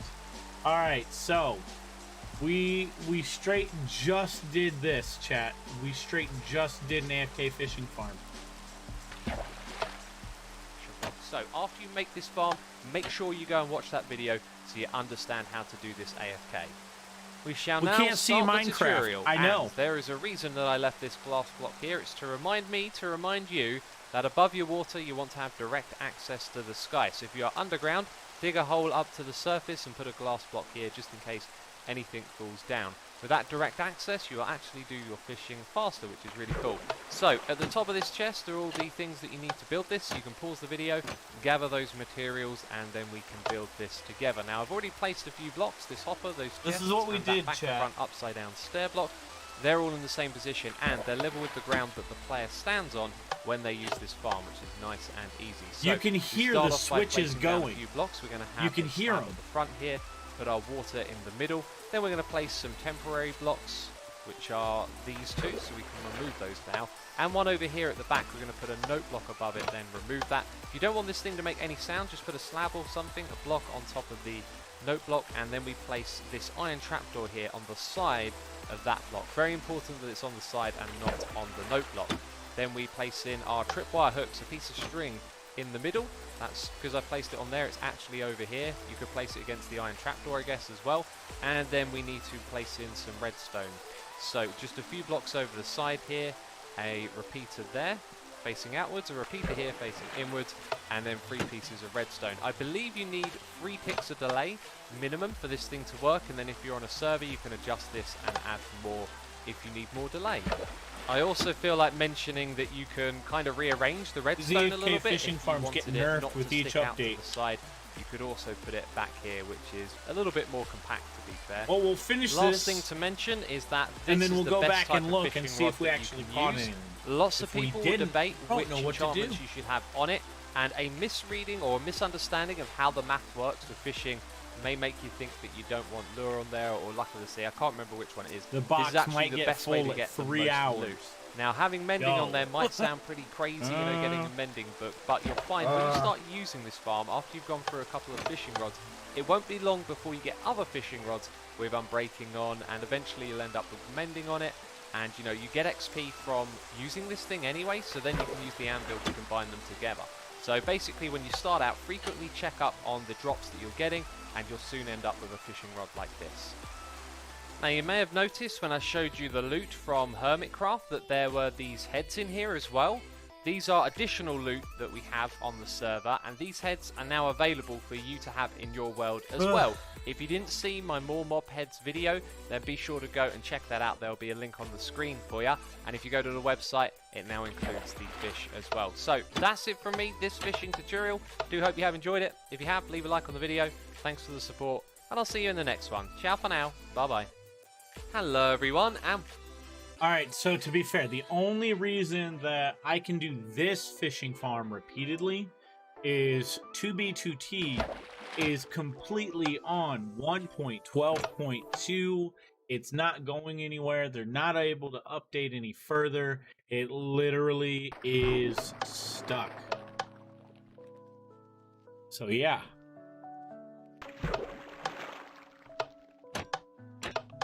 You hear that?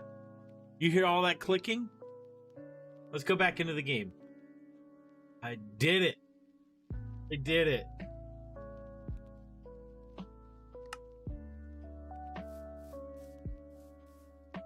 That's legit exciting. What? Oh my god. Okay, so we were doing it.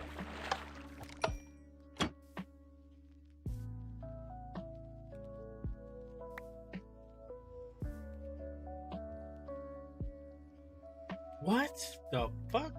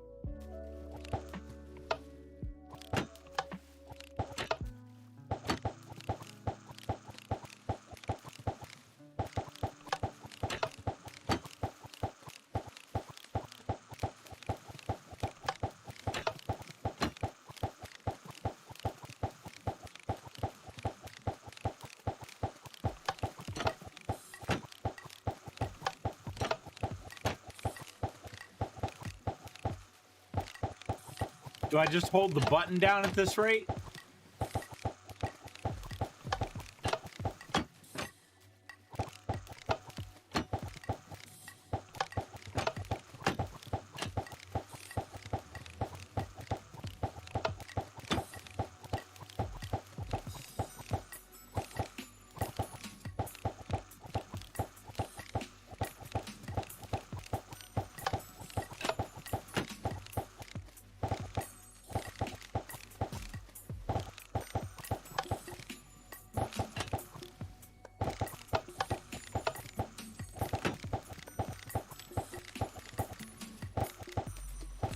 See how it's getting all crazy? I think that's what we want.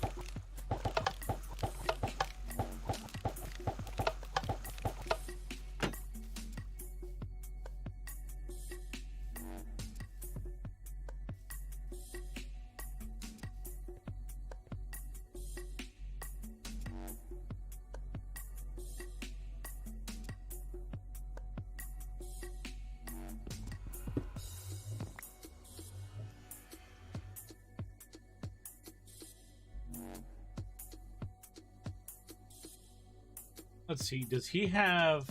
Hello everyone and welcome back to another Minecraft tutorial. In this at the same time and trying to record what we're doing. Now press Alt and Tab, go right click. I think all I need to do is press the thing on the other side, so let's load that back. The technique and then press F11 and let go of right click the second after you press F11 and then it should be good every time. Now, it wasn't clear, this is a video on the technique, not how to build an AFK farm itself. So if you want to know how to do that, I'll put some links on the screen and in the description box down below so you can build some farms that will work with this technique. And then hello everyone and welcome back to another Minecraft tutorial. In this video I'll be showing you how to AFK farm in Minecraft 1.9 and 1.10. AFK farming is where you trick the game into thinking that you're holding down the right click button, that you're interacting with a farm when actually you're doing other things on your computer. Now in 1.8 this used to be a lot easier. All you need to do is reassign your right click key to a button on your keyboard. You'd hold down that button, you'd Alt and Tab out of the game to something else on your computer and then it would be absolutely fine. Now unfortunately 1.9 fixed this and I was made aware that this is actually possible to still do with full screen mode during a live stream. So to you live stream watchers, thank you for letting me know about this. I was unaware we could still do it in 1.9 and 1.10. And if you do want... Hello everyone and welcome back to another Minecraft. We can actually click on it because it is below the string. You can see this doesn't come all the way down to the bottom of the block, so there is a gap that we aim at. Now I deliberately aimed in the wrong spot on this trapdoor, but what you can see is that we're casting the bob over and over again. And then when the bob is cast, if we're aiming in the right spot, it will stay there. So then the...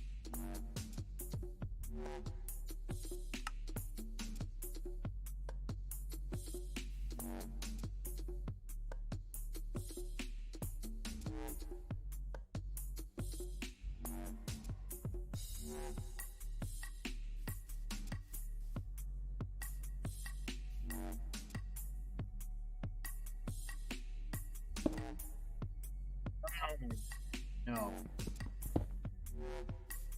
Fuck.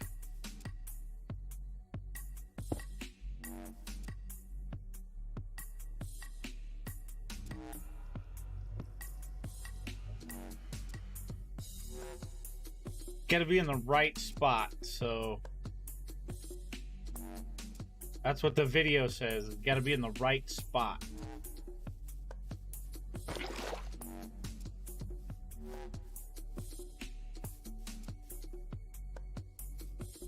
I put the music box on the wrong side. Oh, I'm a fucking idiot.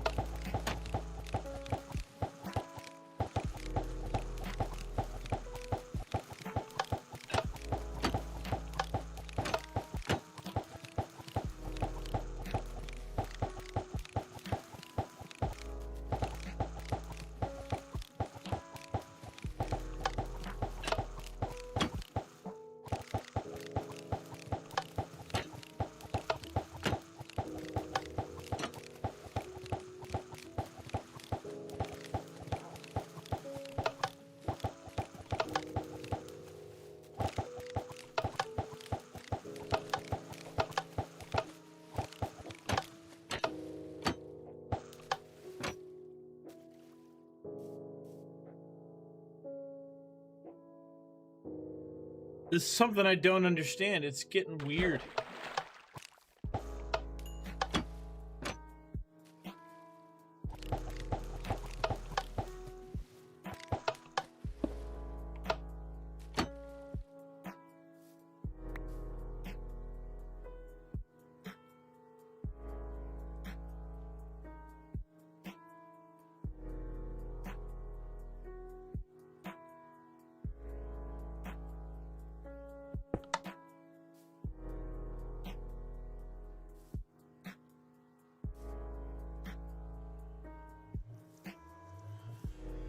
How come the jukebox isn't playing?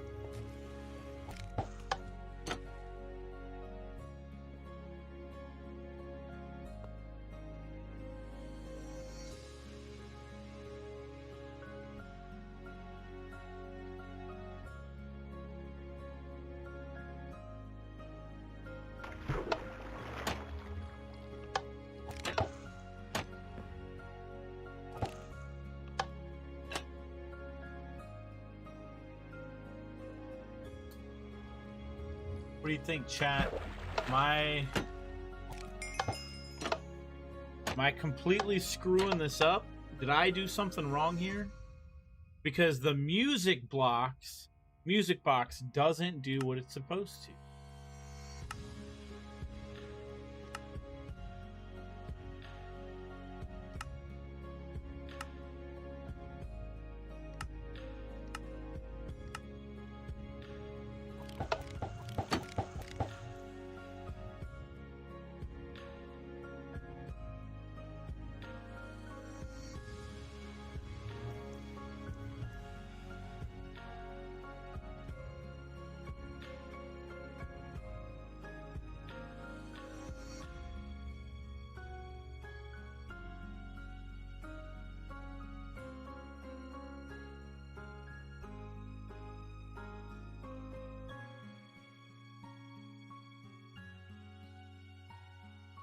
Oh, you know what? I think maybe I made the wrong box.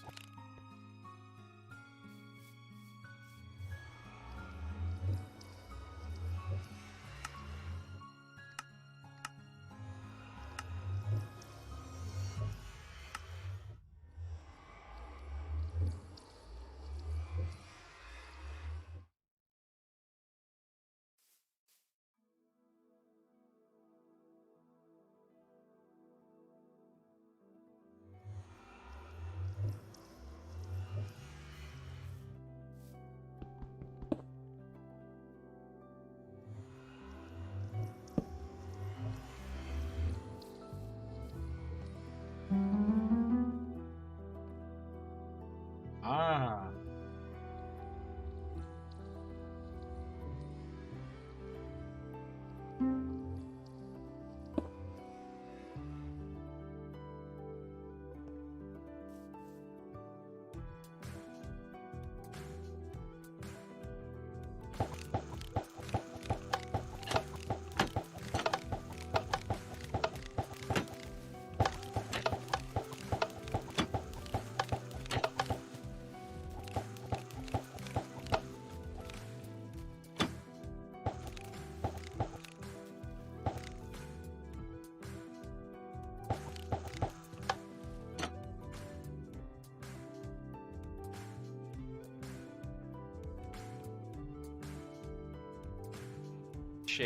In order continuously. The way we do that is mostly with this iron trapdoor right here. We can actually click on it because it is below the string. You can see this doesn't come all the way down to the bottom of the block, so there is a gap that we aim at. Now, I deliberately aimed in the wrong spot on this trapdoor, but what you can see is that we're casting the bob over and over again. And then when the bob is cast, if we're aiming in the right spot, it will stay there.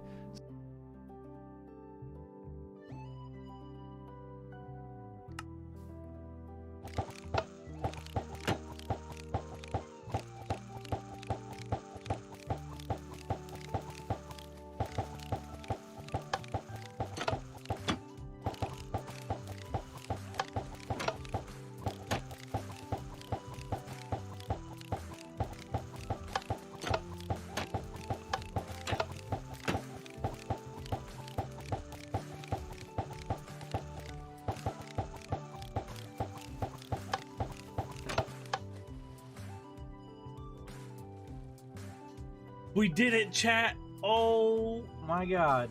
We did it.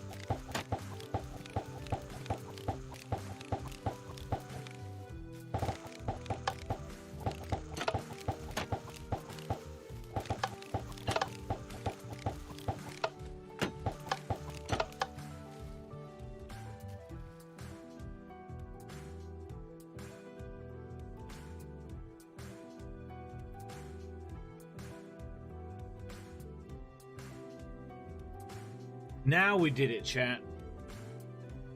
We'll listen for the clicks. Pink Duck TV, what is up? How you doing? Good morning, chat.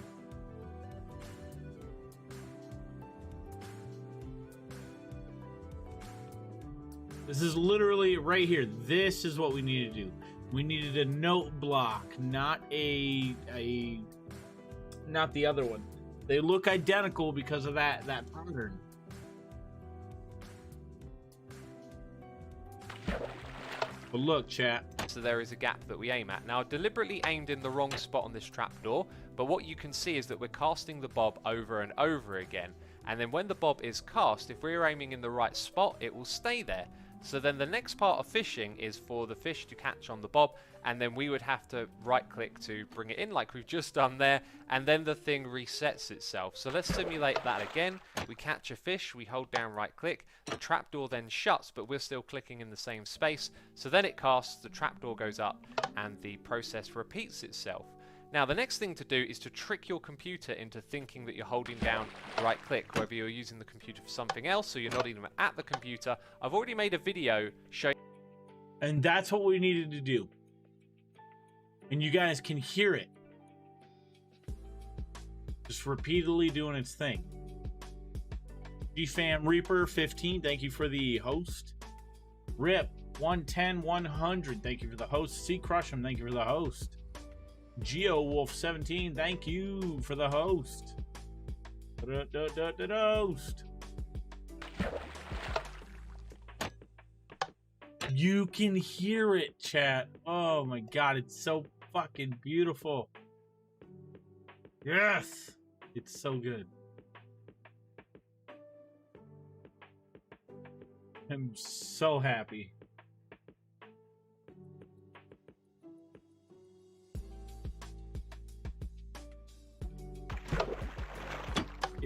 It's insane, chat. It's insane.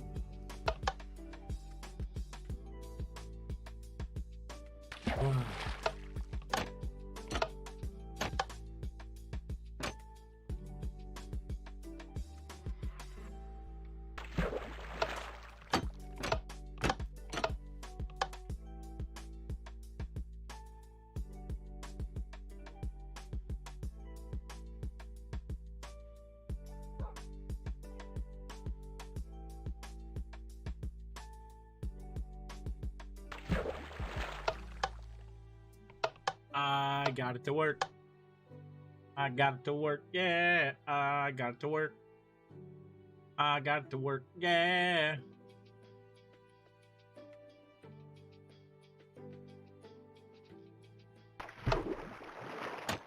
You can just hear it working right now. You can hear it working. That matters so freaking much.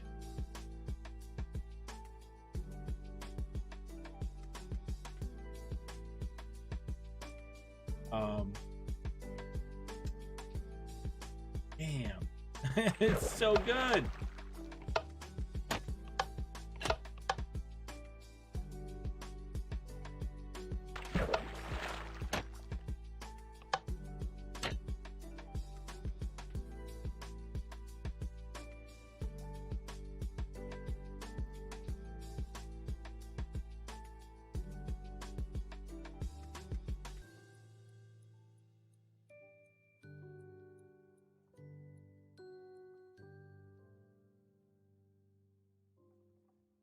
All right, let's do a double check real quick. Pink Duck TV.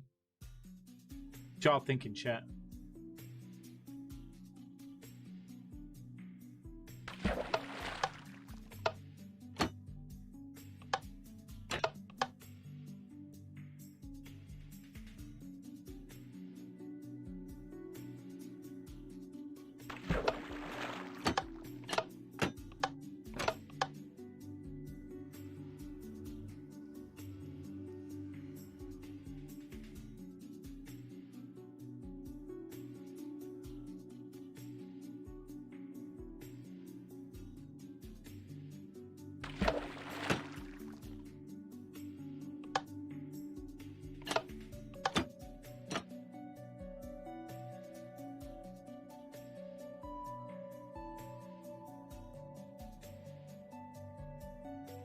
All right, here we go.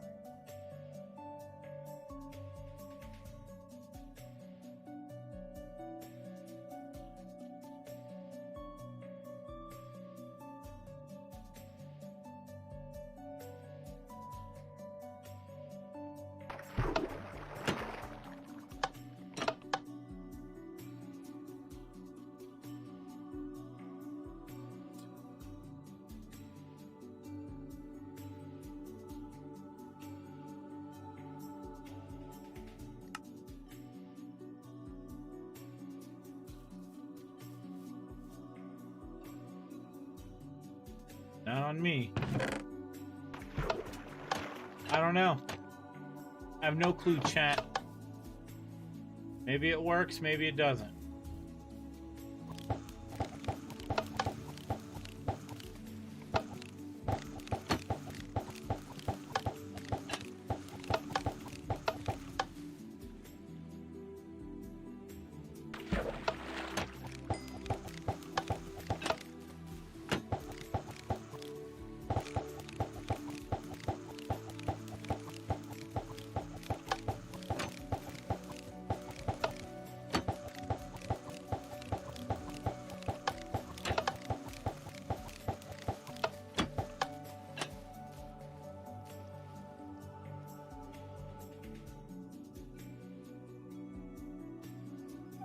Let's see.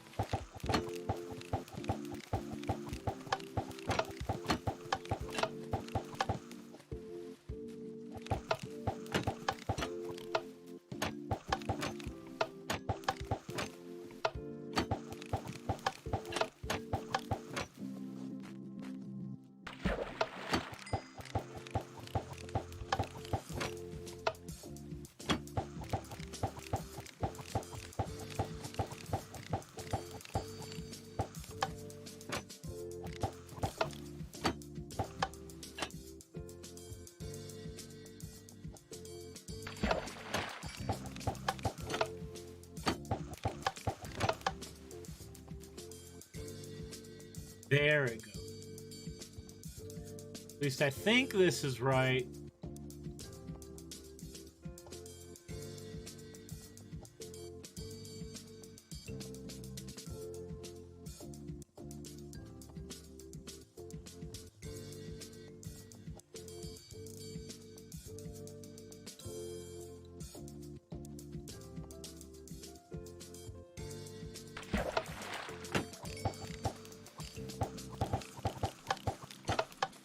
Alright, let's bring that beat back.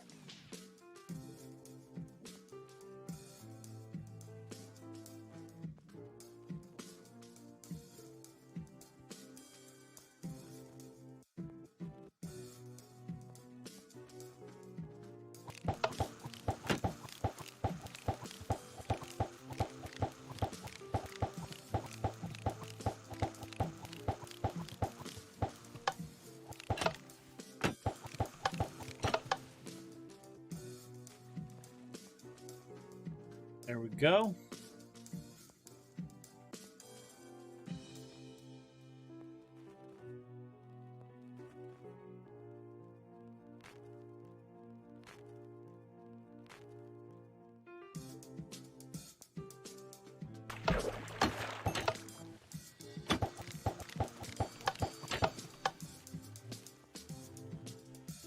There we go, chat.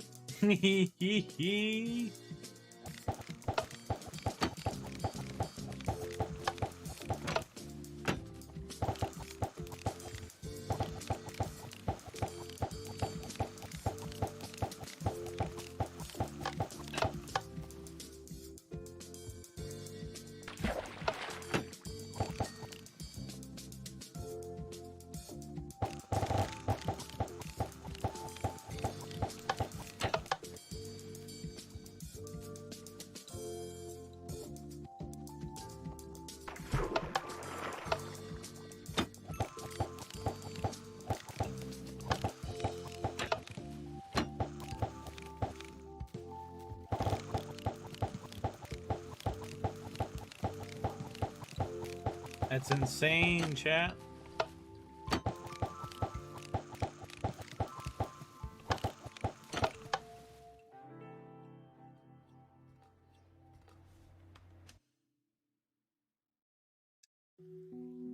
Oh.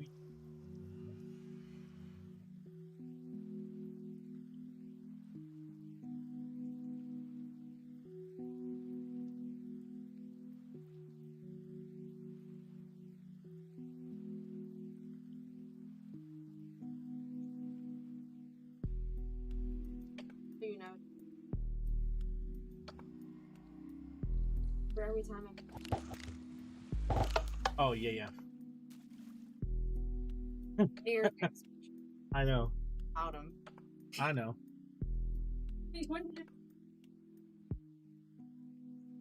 I thought it was like National Burger Day or something. No, like as in like every place is doing some kind of burger. You know, like how we have National Pancake Day and National Waffle or World Waffle Day and Cake Day. Yeah. Bagel day.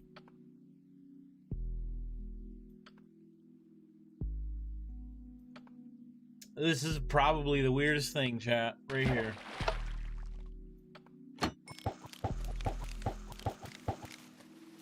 Better yet, let's just look and see what we got.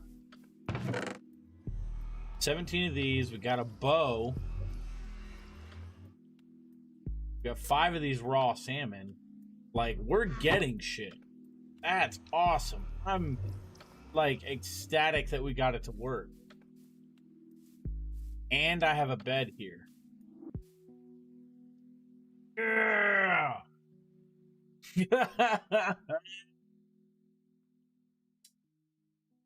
All right, chat. So what do you guys think? Should I don't know. Should I AFK farm, like AFK fish? And like we leave something up, like I don't know. Well, what do you guys want to do?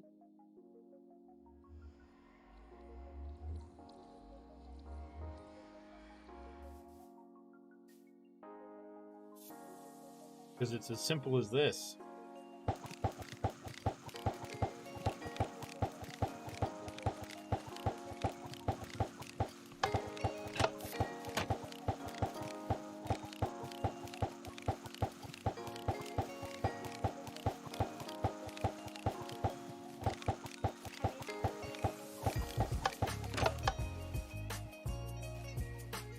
Look at that. Oh, yeah. Ah.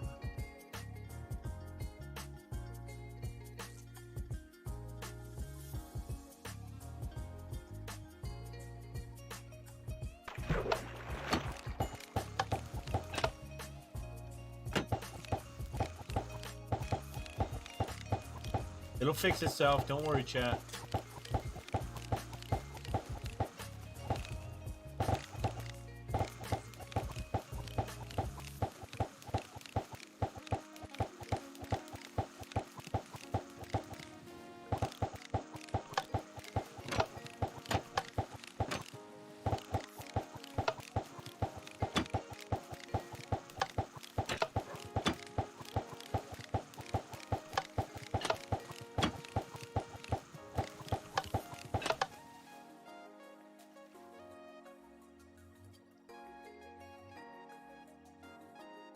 Trying to make the little fine-tune adjustment.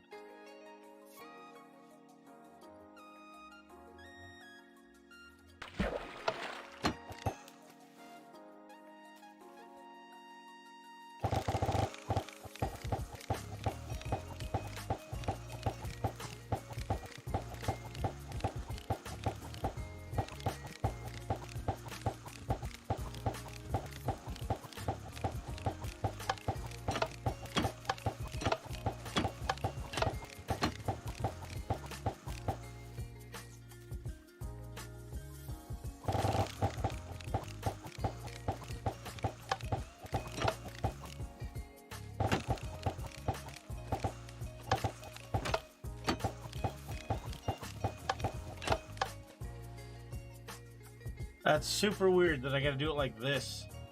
Got it. We got it, chat.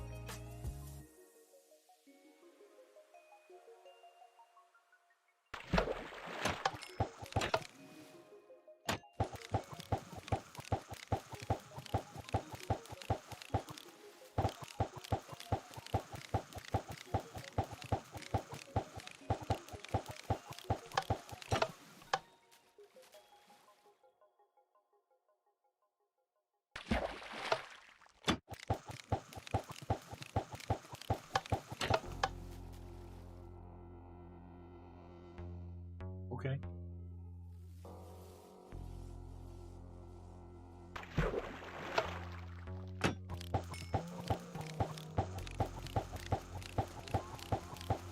She's basically been up since 5 a.m.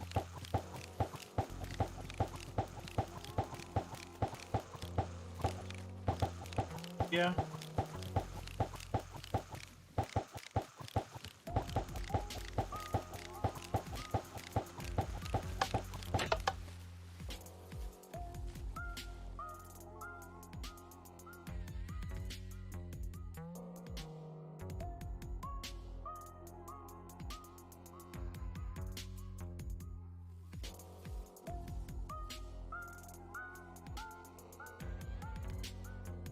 Good morning, Fishers.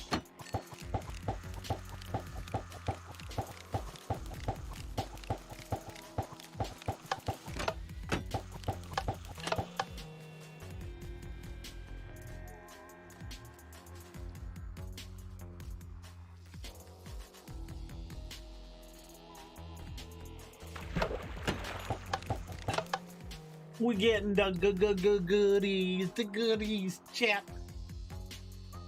The good morning, goodies. Let's get that nice little hydrate.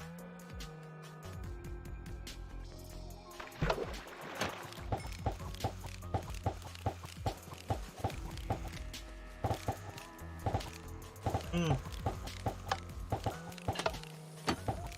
Yeah. All right, chat.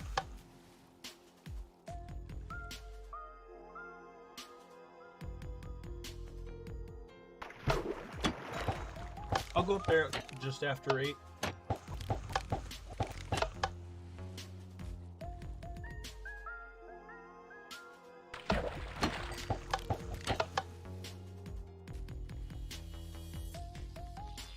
What?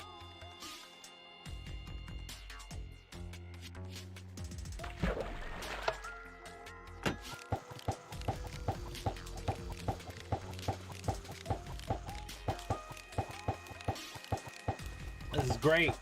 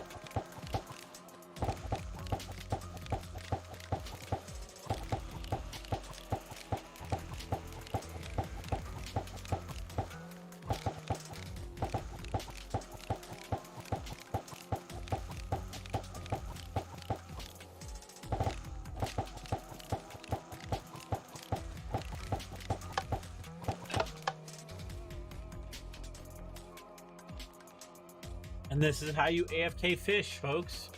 You straight walk away.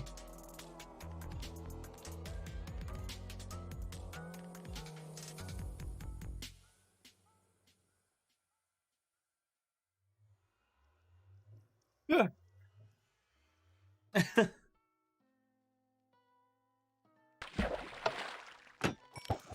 This is so easy now. What up, Cosmic Turtle? Thanks for that post.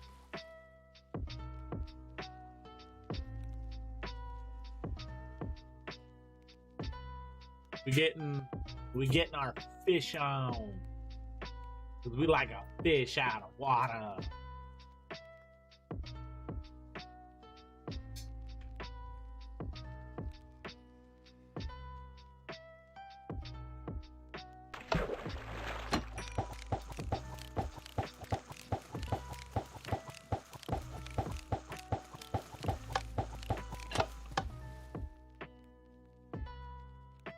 Dude, go to sleep. Wolaski, we got our AFK fishing working. How you doing, brother, man? We out here AFK fishing.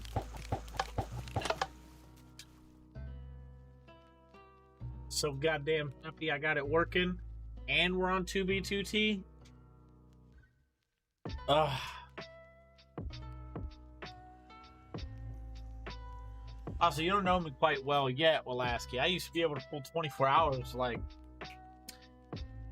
go to sleep one day, wake up, pull one, go to sleep for another 5 hours, wake up, do it again.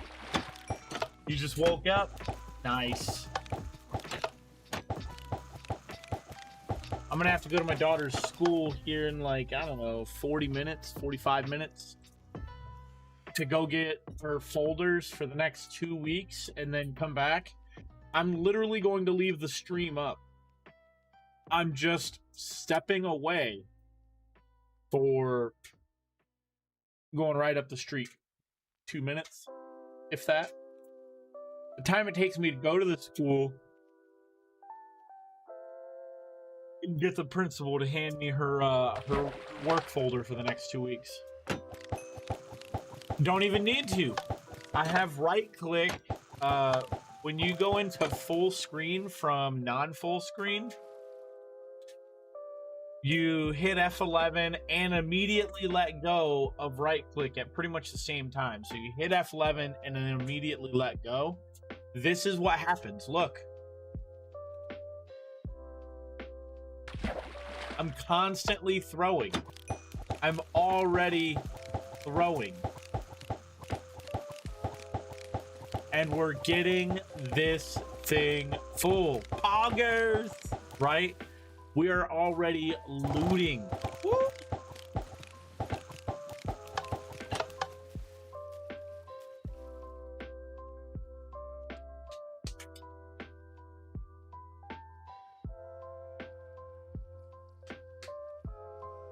Couldn't you just you turn the camera off then? I can't shift, or I can't alt tab out of the game. It does not like to work that way. So let's just wait for it to catch something else and we'll try. What client am I using? I am using a vanilla client, basically the one that was through the Twitch launcher, which is now the Curse or Curse Forge, whatever it is, Alpha. Because Curse is officially like now running it, and then they're like, oh yeah, TeamSpeak or Curse VoIP is going to be running on this thing too. And I don't really care for the launcher. I got Discord. We got the dis. And look, with the auto fishing, I can build up my stacks for enchantment. Use any mods / hacks. I'm on a vanilla launcher, Alpha. I am a vanilla man launcher.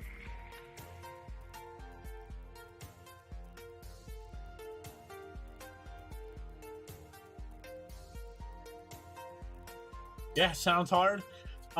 We have gone to one wall since I started playing on 2B2T. We have gone to the western wall, I think.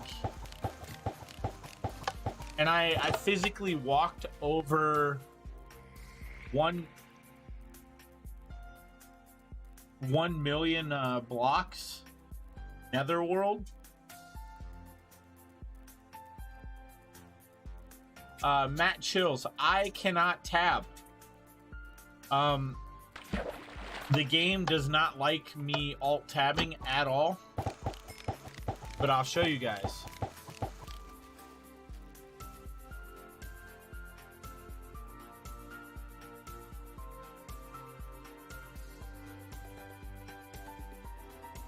So we'll go to this.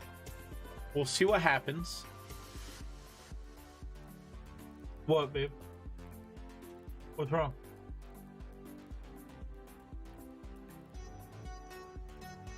We got all that. Well, we had all the papers right there.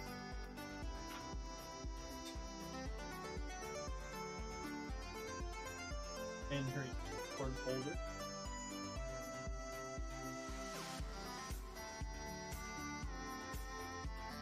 In the back of one of those, you're 100. Yeah, I've been trying to keep it in there forever. Alright, so we tabbed real quick. I literally do not hear the game at all. Why don't you use hacks? One, a little worried about the clients themselves. Look at that.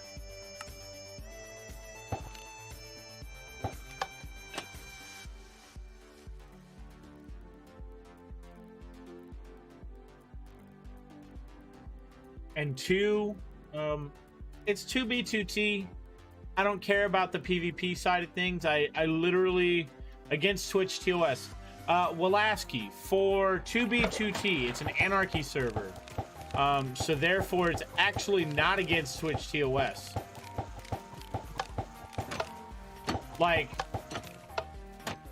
no one cares on 2B2T. That's how crazy it is, we'll ask you. So you could say, oh yeah, it is against Twitch 2OS. But in reality, you're literally just using a launcher for the game. So therefore, they can't fault you with that for that.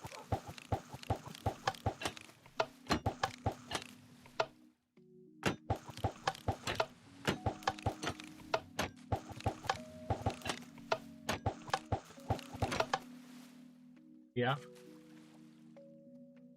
Okay.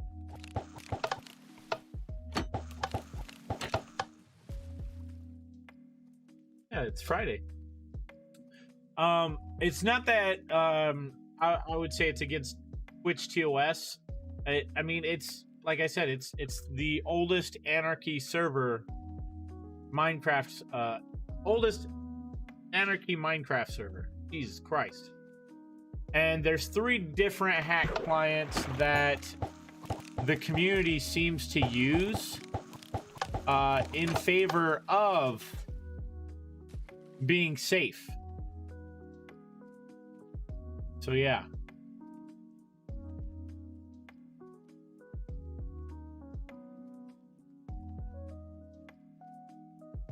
You know what? Let's see what we got.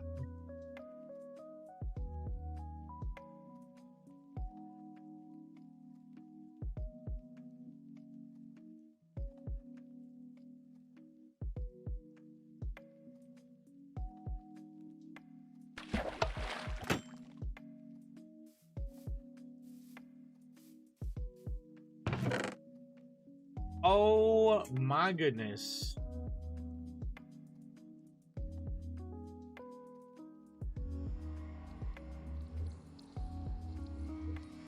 Unbreaking 3 Flame Infinity. Power 4 Punch 2 Flame. Damn, we got a puffer fish.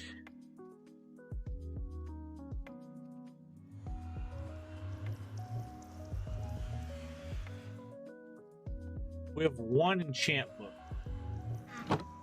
That's pretty good. That's pretty good, chat. That's pretty good.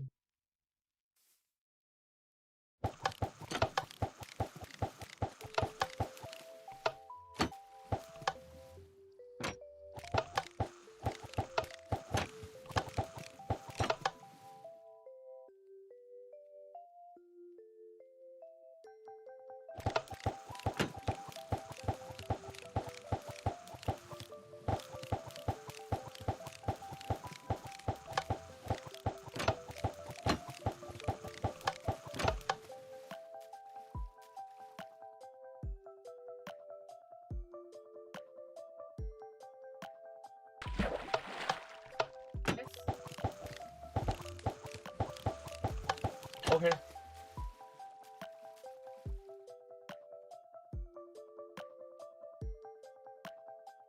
All right. Yes.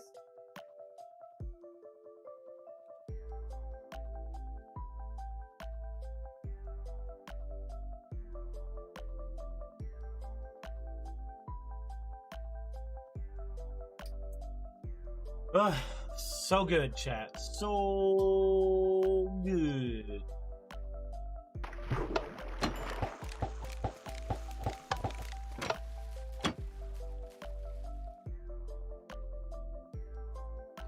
Let's just see what happens.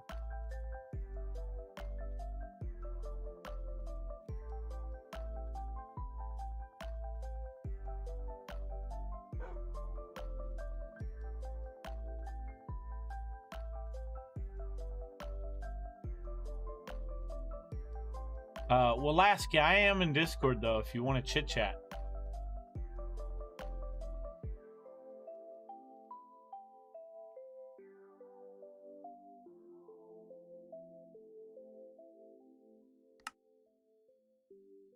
Yeah, this is what I don't get.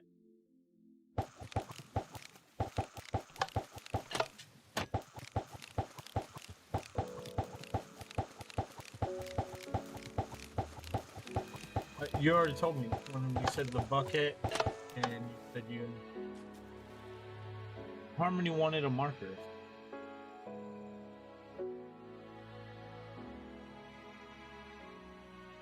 Oh, you're working? All right, gotcha.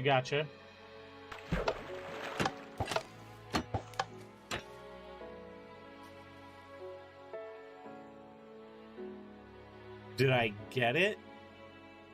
Showing you how this is done. So there'll be an image of it on the screen, but because they removed annotations, the link is in the description box. So after you make this farm, make sure you go and watch that video so you understand how long to did it do take this me to get AFK. out of spawn? We shall now start the tutorial, and there is a reason that I left this glass block here. It's to remind me, to remind you, that above your water you want to have direct access to... I love you too, baby. In a few hours.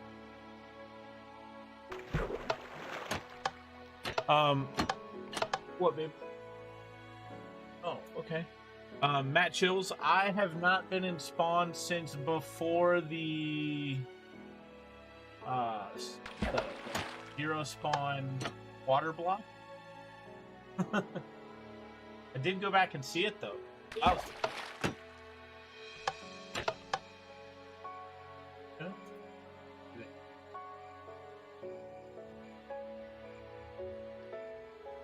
Worry about the bills. I know, we'll worry about the bills as they happen. So we could pay the electric now, okay? And then worry about the other bills. Just be done. Yeah. I have the playtest to do that too. I have to physically be doing this test. Or I'll be given.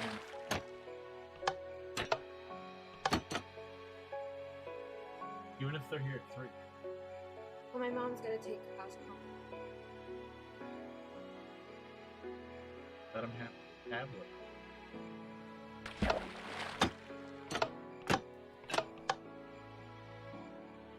Yeah.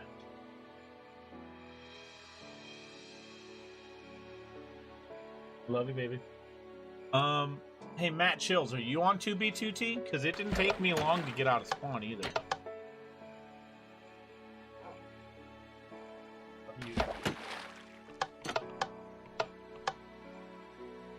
You mind if I get you up at 11? Oh, yeah? Because at the rate I'm going, I haven't slept except for that little bit yesterday.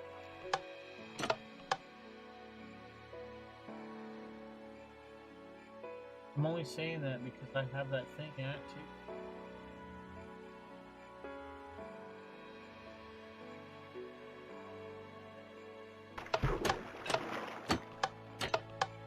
No, it's 2 to 4.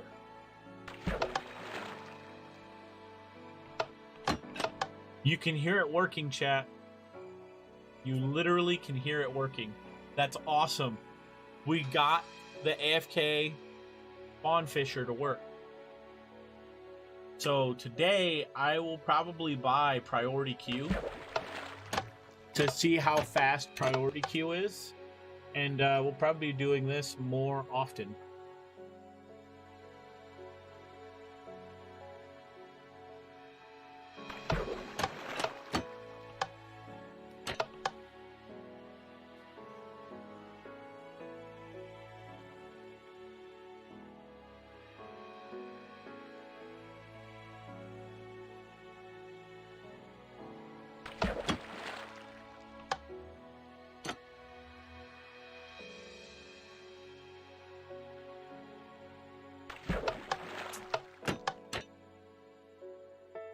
You can just hear it working. That's what matters right now.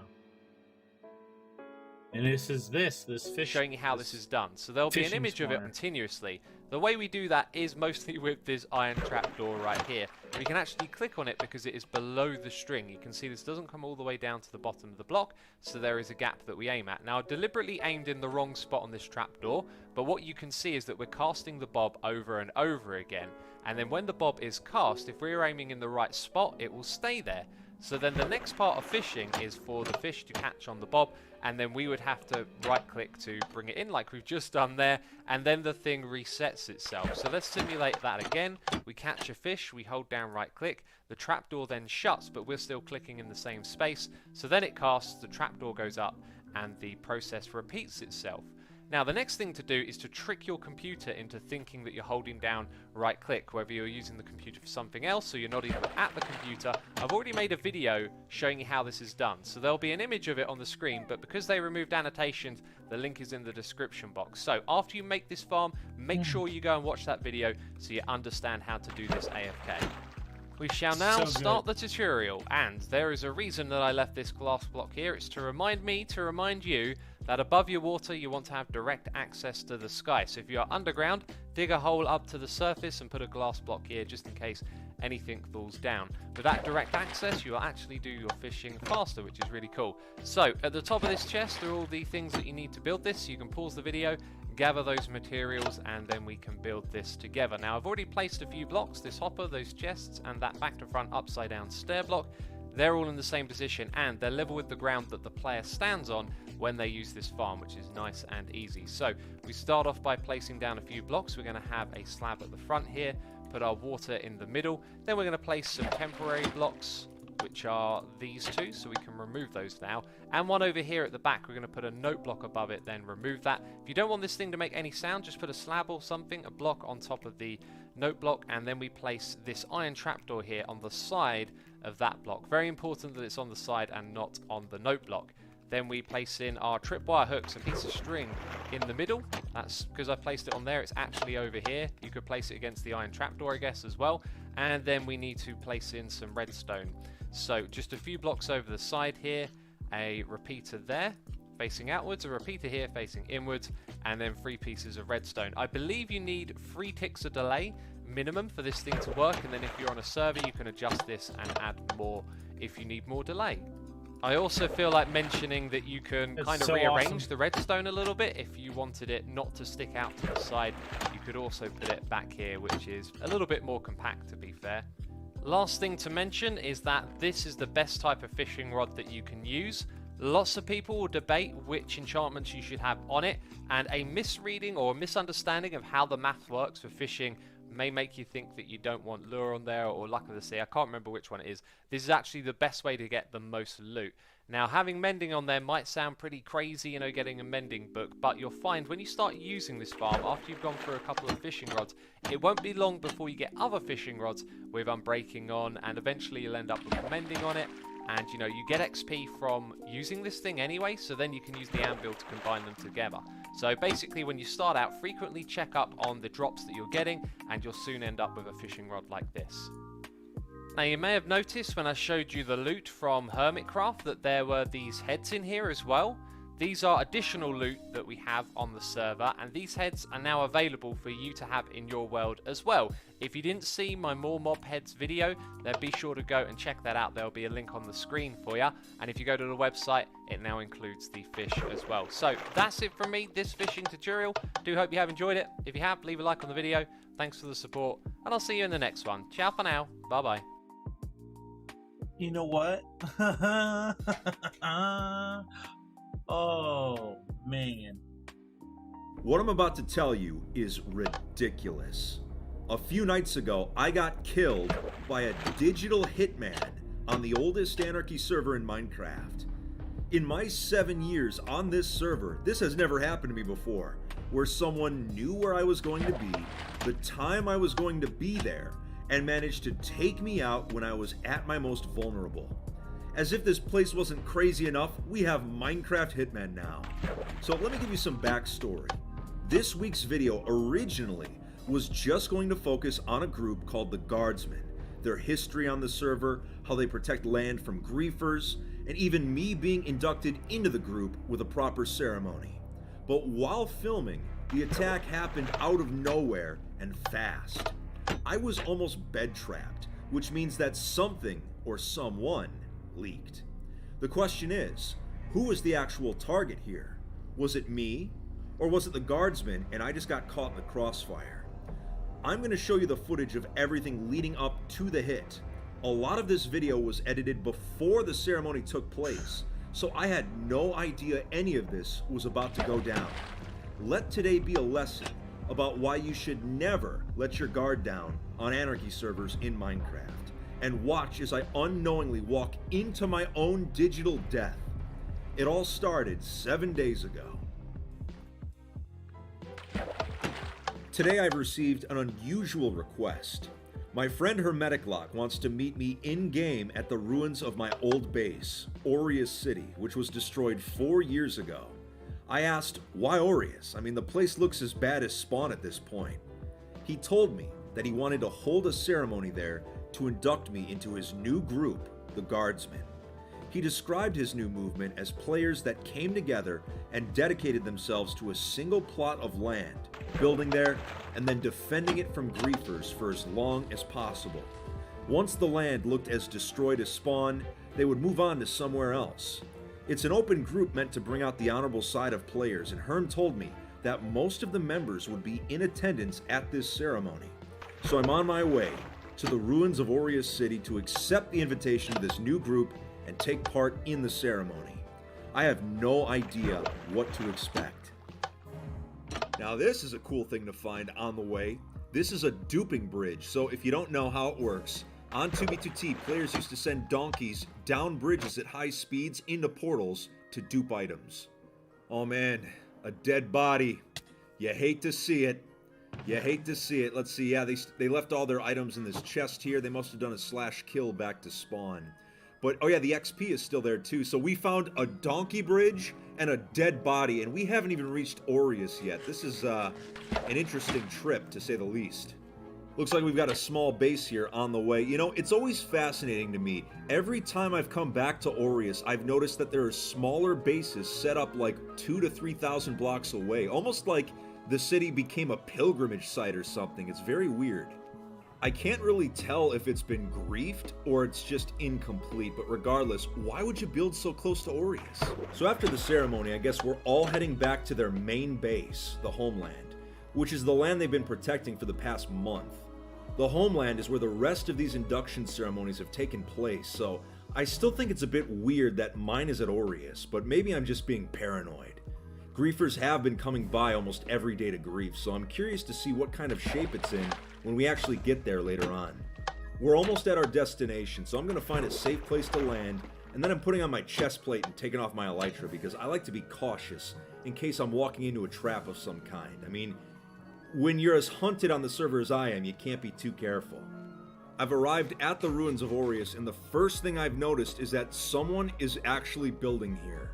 So I wonder if this is what Herm had planned. This is interesting, but there was never a building like that at the original Aureus. But now that I think about it, where are all the lava casts? There used to be tons of them here back in December. They must have cleared them out. Oh my god. Is that... There's Yarn. They rebuilt my original neighborhood at Aureus City. Look at this. It's literally a block-for-block recreation of my original neighborhood. This is insane.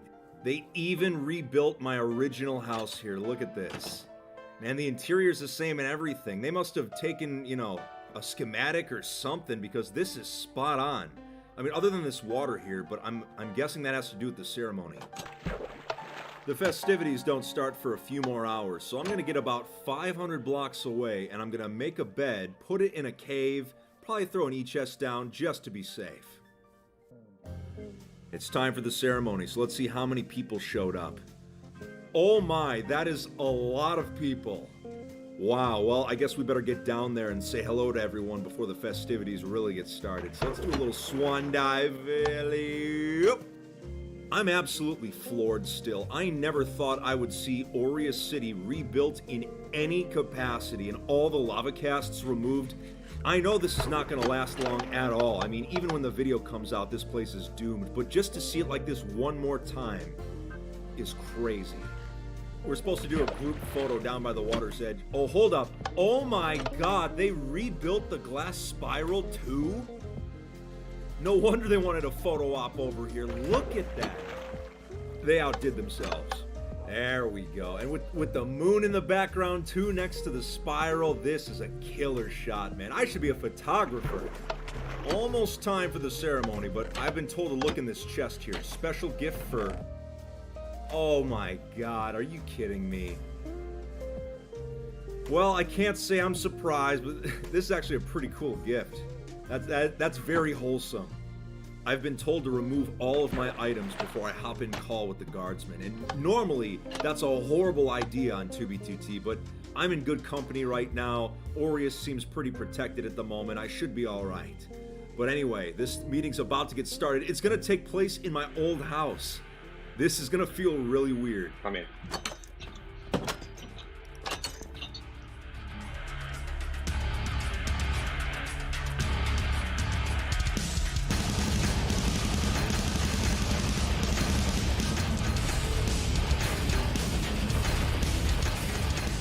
I'm guessing that's not part of the ceremony, right? I didn't have time to grab much stuff because I have to head over quickly. Yarn apparently has been bed trapped by the attacker that killed us. So if he's bed trapped, he's gonna get killed over and over. Come to save him. All right, I see you down there. I'm gonna try to land. We had to know something like this. Get me out of the bed trap. Here we go. Sit tight. I'm gonna have you out of there in a jiffy. All right, I think the attacker's nearby, so you gotta really make a run for it, dude. Yeah, get out of here. Go, go, go. Oh, no! I've got no combat gear, so I gotta fly away. Hopefully I can make it out of here. Let's go, come on, come on. There we go. All right, we made it to safety. That was unexpected. I'm near the iron farm right now because I am looking for an E-chest. I took off so quickly to free Yarnamite that I completely forgot. But anyway, most of the guardsmen have either been killed and sent back to spawn, or they've been sent back to their main base, which is the homeland.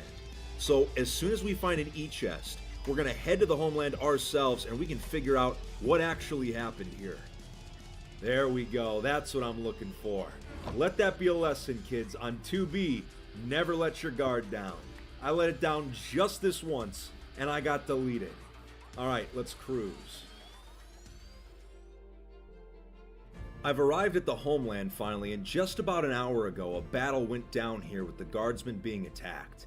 I'm guessing the griefers being here is related to us getting killed at Aureus, but they've retreated for now, so I thought I'd check things out before things heat up again. The hitman that actually killed us contacted me and told me that it was nothing personal. He just had beef with the guardsmen. So when I asked him why, he said that it was revenge for what the guardsmen did to the spawn masons. Of course, as soon as I join a group for fun, I get dragged into all of this. I was killed in the crossfire of 2B2T politics. The homeland has definitely seen some better days. It's looking wrecked. There's still withers hanging around and plenty of lava casts. I can see the remnants of the altars where the other members were inducted. In fact, I think they actually inducted Pop Bob here as a joke. Never thought I'd be in the same group as Pop Bob, but here we are. Someone actually built a giant nomad hut. That's hilarious. It's taken some damage though, but I don't think the guardsmen are planning on moving yet, and the coordinates are public, so if you want to stop by, feel free. But now that I'm a member of this group, I'm curious to see what other ideas Herm has in store, though if I had to guess, I'd say it'd be another 2B2T social experiment. But if you enjoyed today's video, make sure to leave a like and hit that subscribe button. Also make sure to follow me on Twitter. Let's see, chat. Music, no music. Maybe chill piano, chill EDM, chill bass. Maybe just chill.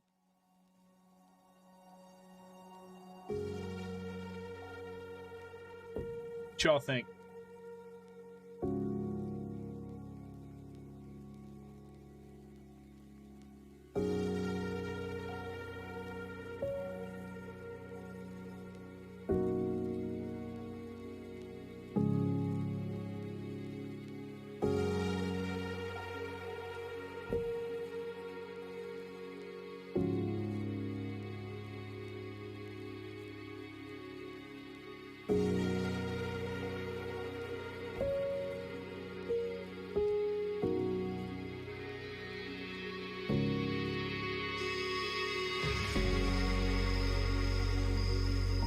I know what line you want me to say.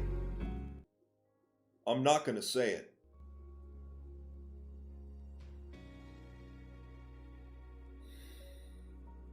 The old... Nuke it all, Wilasky. Nuke it all. Now that I'm a 1 million subscriber YouTuber, I think the first thing I need to do is get a new office chair, because look at this thing. You can see the wood on the armrest. This thing's on its last legs for sure, but I just want to say thank you so much to all of you watching right now for 1 million subscribers, because without you, this would not be possible, and it's a milestone I never thought we would achieve together. He did that, I mean, May last Minecraft year. history and 2B2T, it's fascinating stuff, but I didn't think 1 million people would be interested in it, so I'm just blown away, and thank you for your support. We've already I wanna subbed take to or my subscribed special to his today YouTube. to tell you a story that I've been dying to tell you for years. This is my origin story. This is how I actually became a YouTuber in the first place, because it was a freak accident, and I never intended to become a YouTuber. It happened. And it's such a bizarre story that I can't wait to share with you. So we're just going to go straight from the beginning. I started playing Minecraft in 2010, specifically during the summertime when Notch was doing his Secret Friday updates, and I was in college at the time, and I paid for the game. I loved it. I introduced my college buddies to it. We played together. It was just a great time, you know? It was the perfect game for getting over hangovers. I mean, I'm just being real here. It was great. But we played on deadmau5's Minecraft server when multiplayer came out. We played on MC PvP. You know, we were all over the place.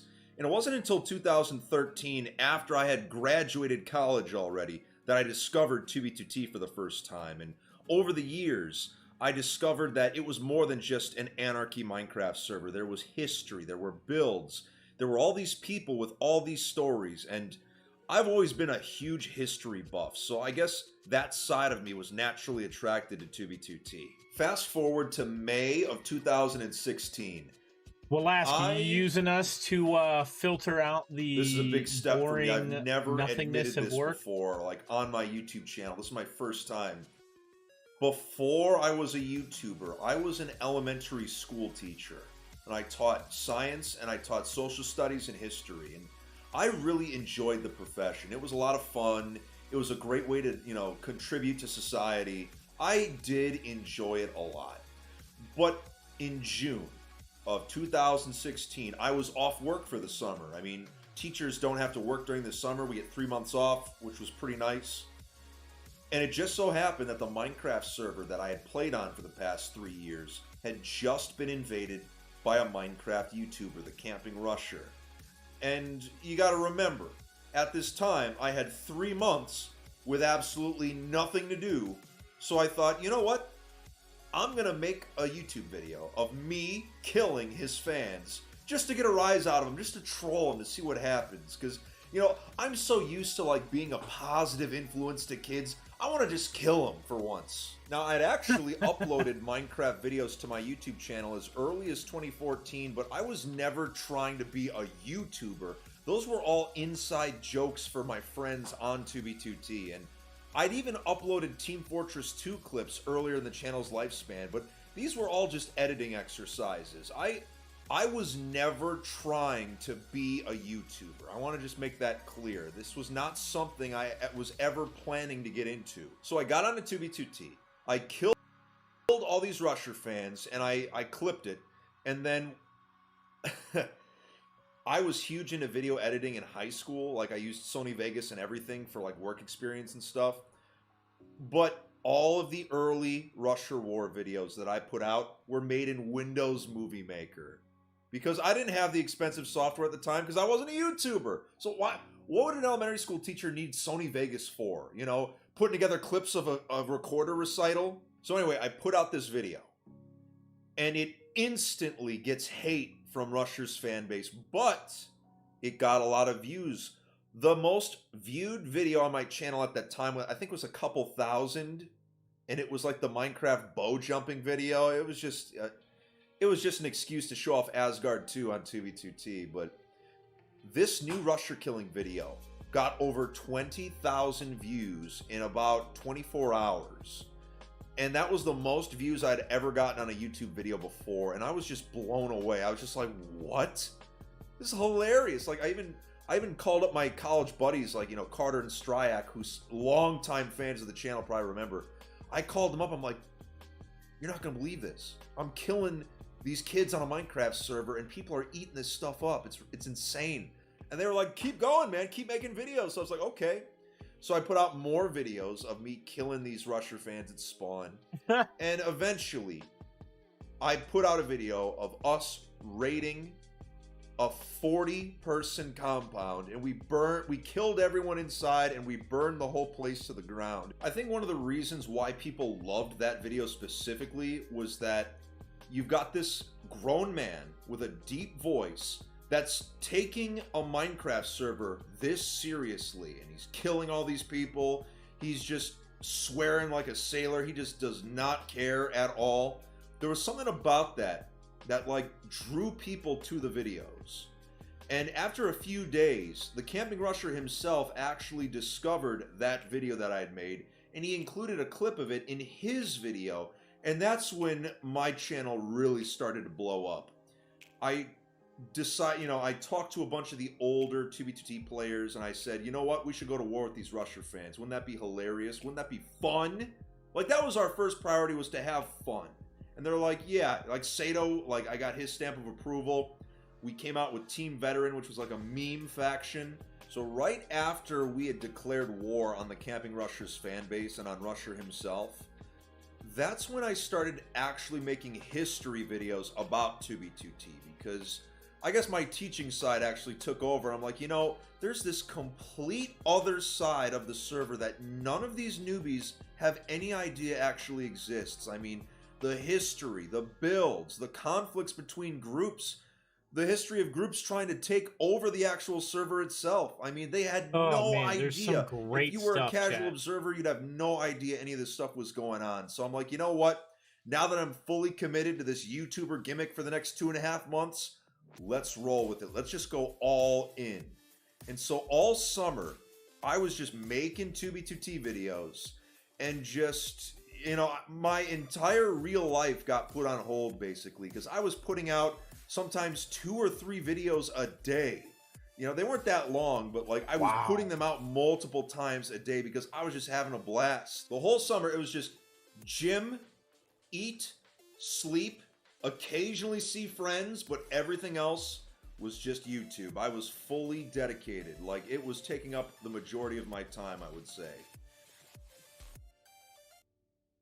All right, let's see, chat. No! No!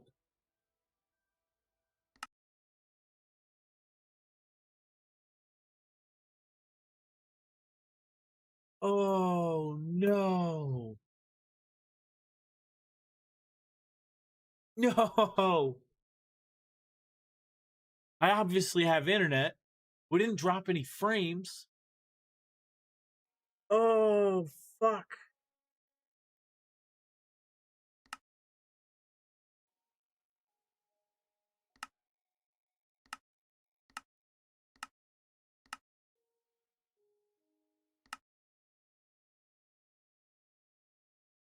Two B2T is full. Oh, no.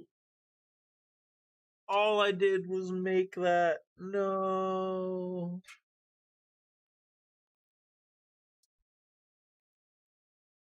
Oh, fuck, chat. Chat. Oh my god, no.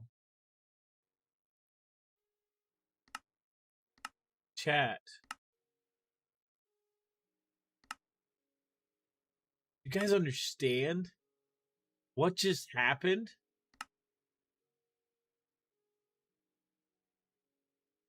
Do you guys understand what just happened?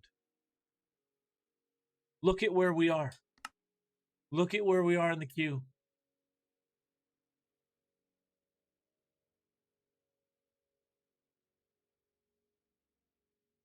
Look at where we are in the queue.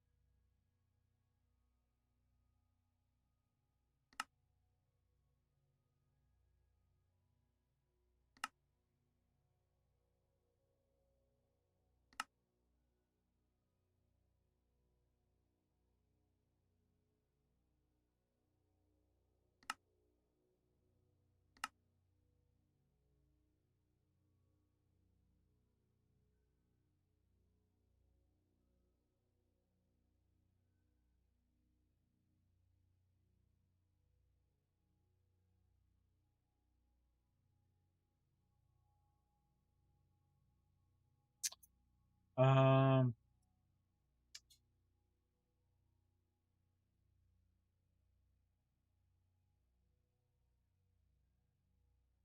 so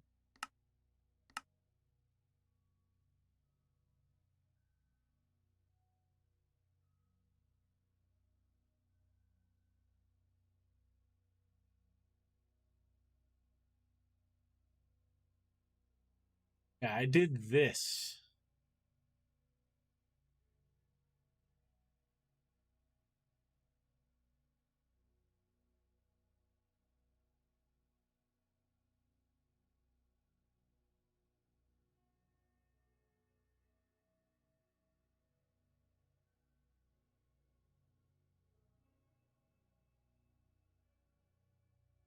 Fuck, chat. Man, that's so frustrating.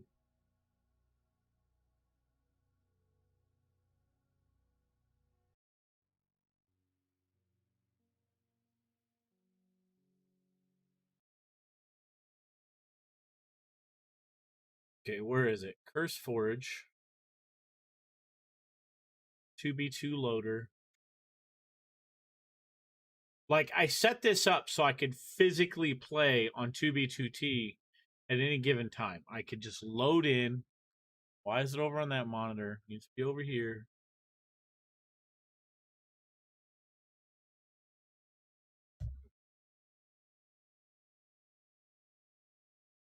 One 1.12.2. Play.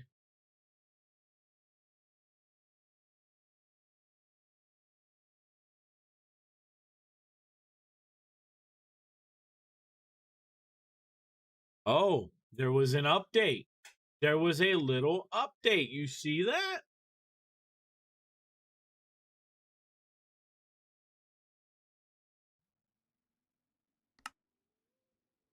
Player. Lane.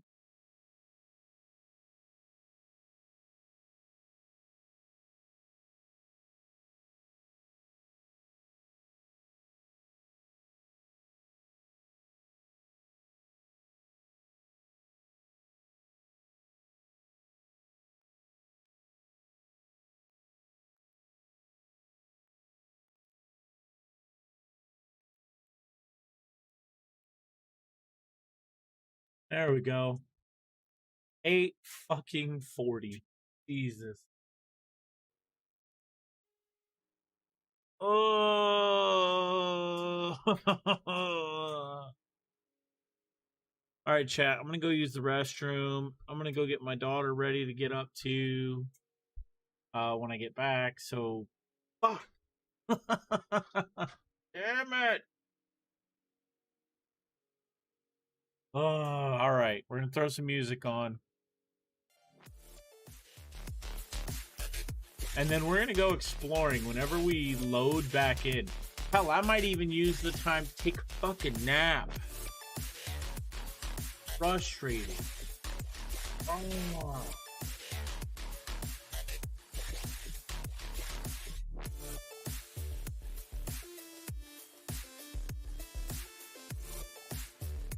All right, chat.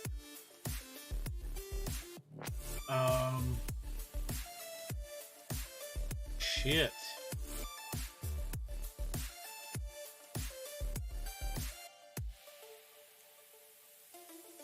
Shit.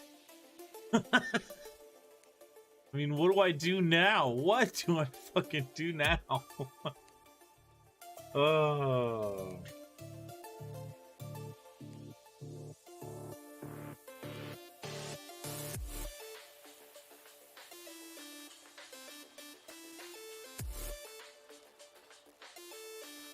All right, I'm gonna let you guys go, and we'll be back whenever we log back in. But if it's 2 to 4, I actually have something I have to be a part of. I have a project that I'm being sponsored for, that I have to be home for.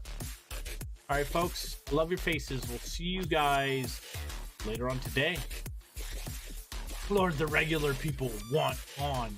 I know, right? I'm gonna have to fucking buy priority queue. I have to. We're going to look into it and see how it works, and then I'll explain it to you guys. So yeah, that'll be fun. All right, Walaski man, I'm going to be here. So I guess whenever you get off work, I'll be in Discord. Fucking around. Except for when I have that project at 2 p.m. Eastern time, which probably about 1:30 p.m. Eastern, I'll be sitting in another Discord doing that.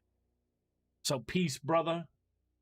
Everybody, all you Minecrafters, you rushers, you veterans, crazies, you new folks. That's the F word I can say.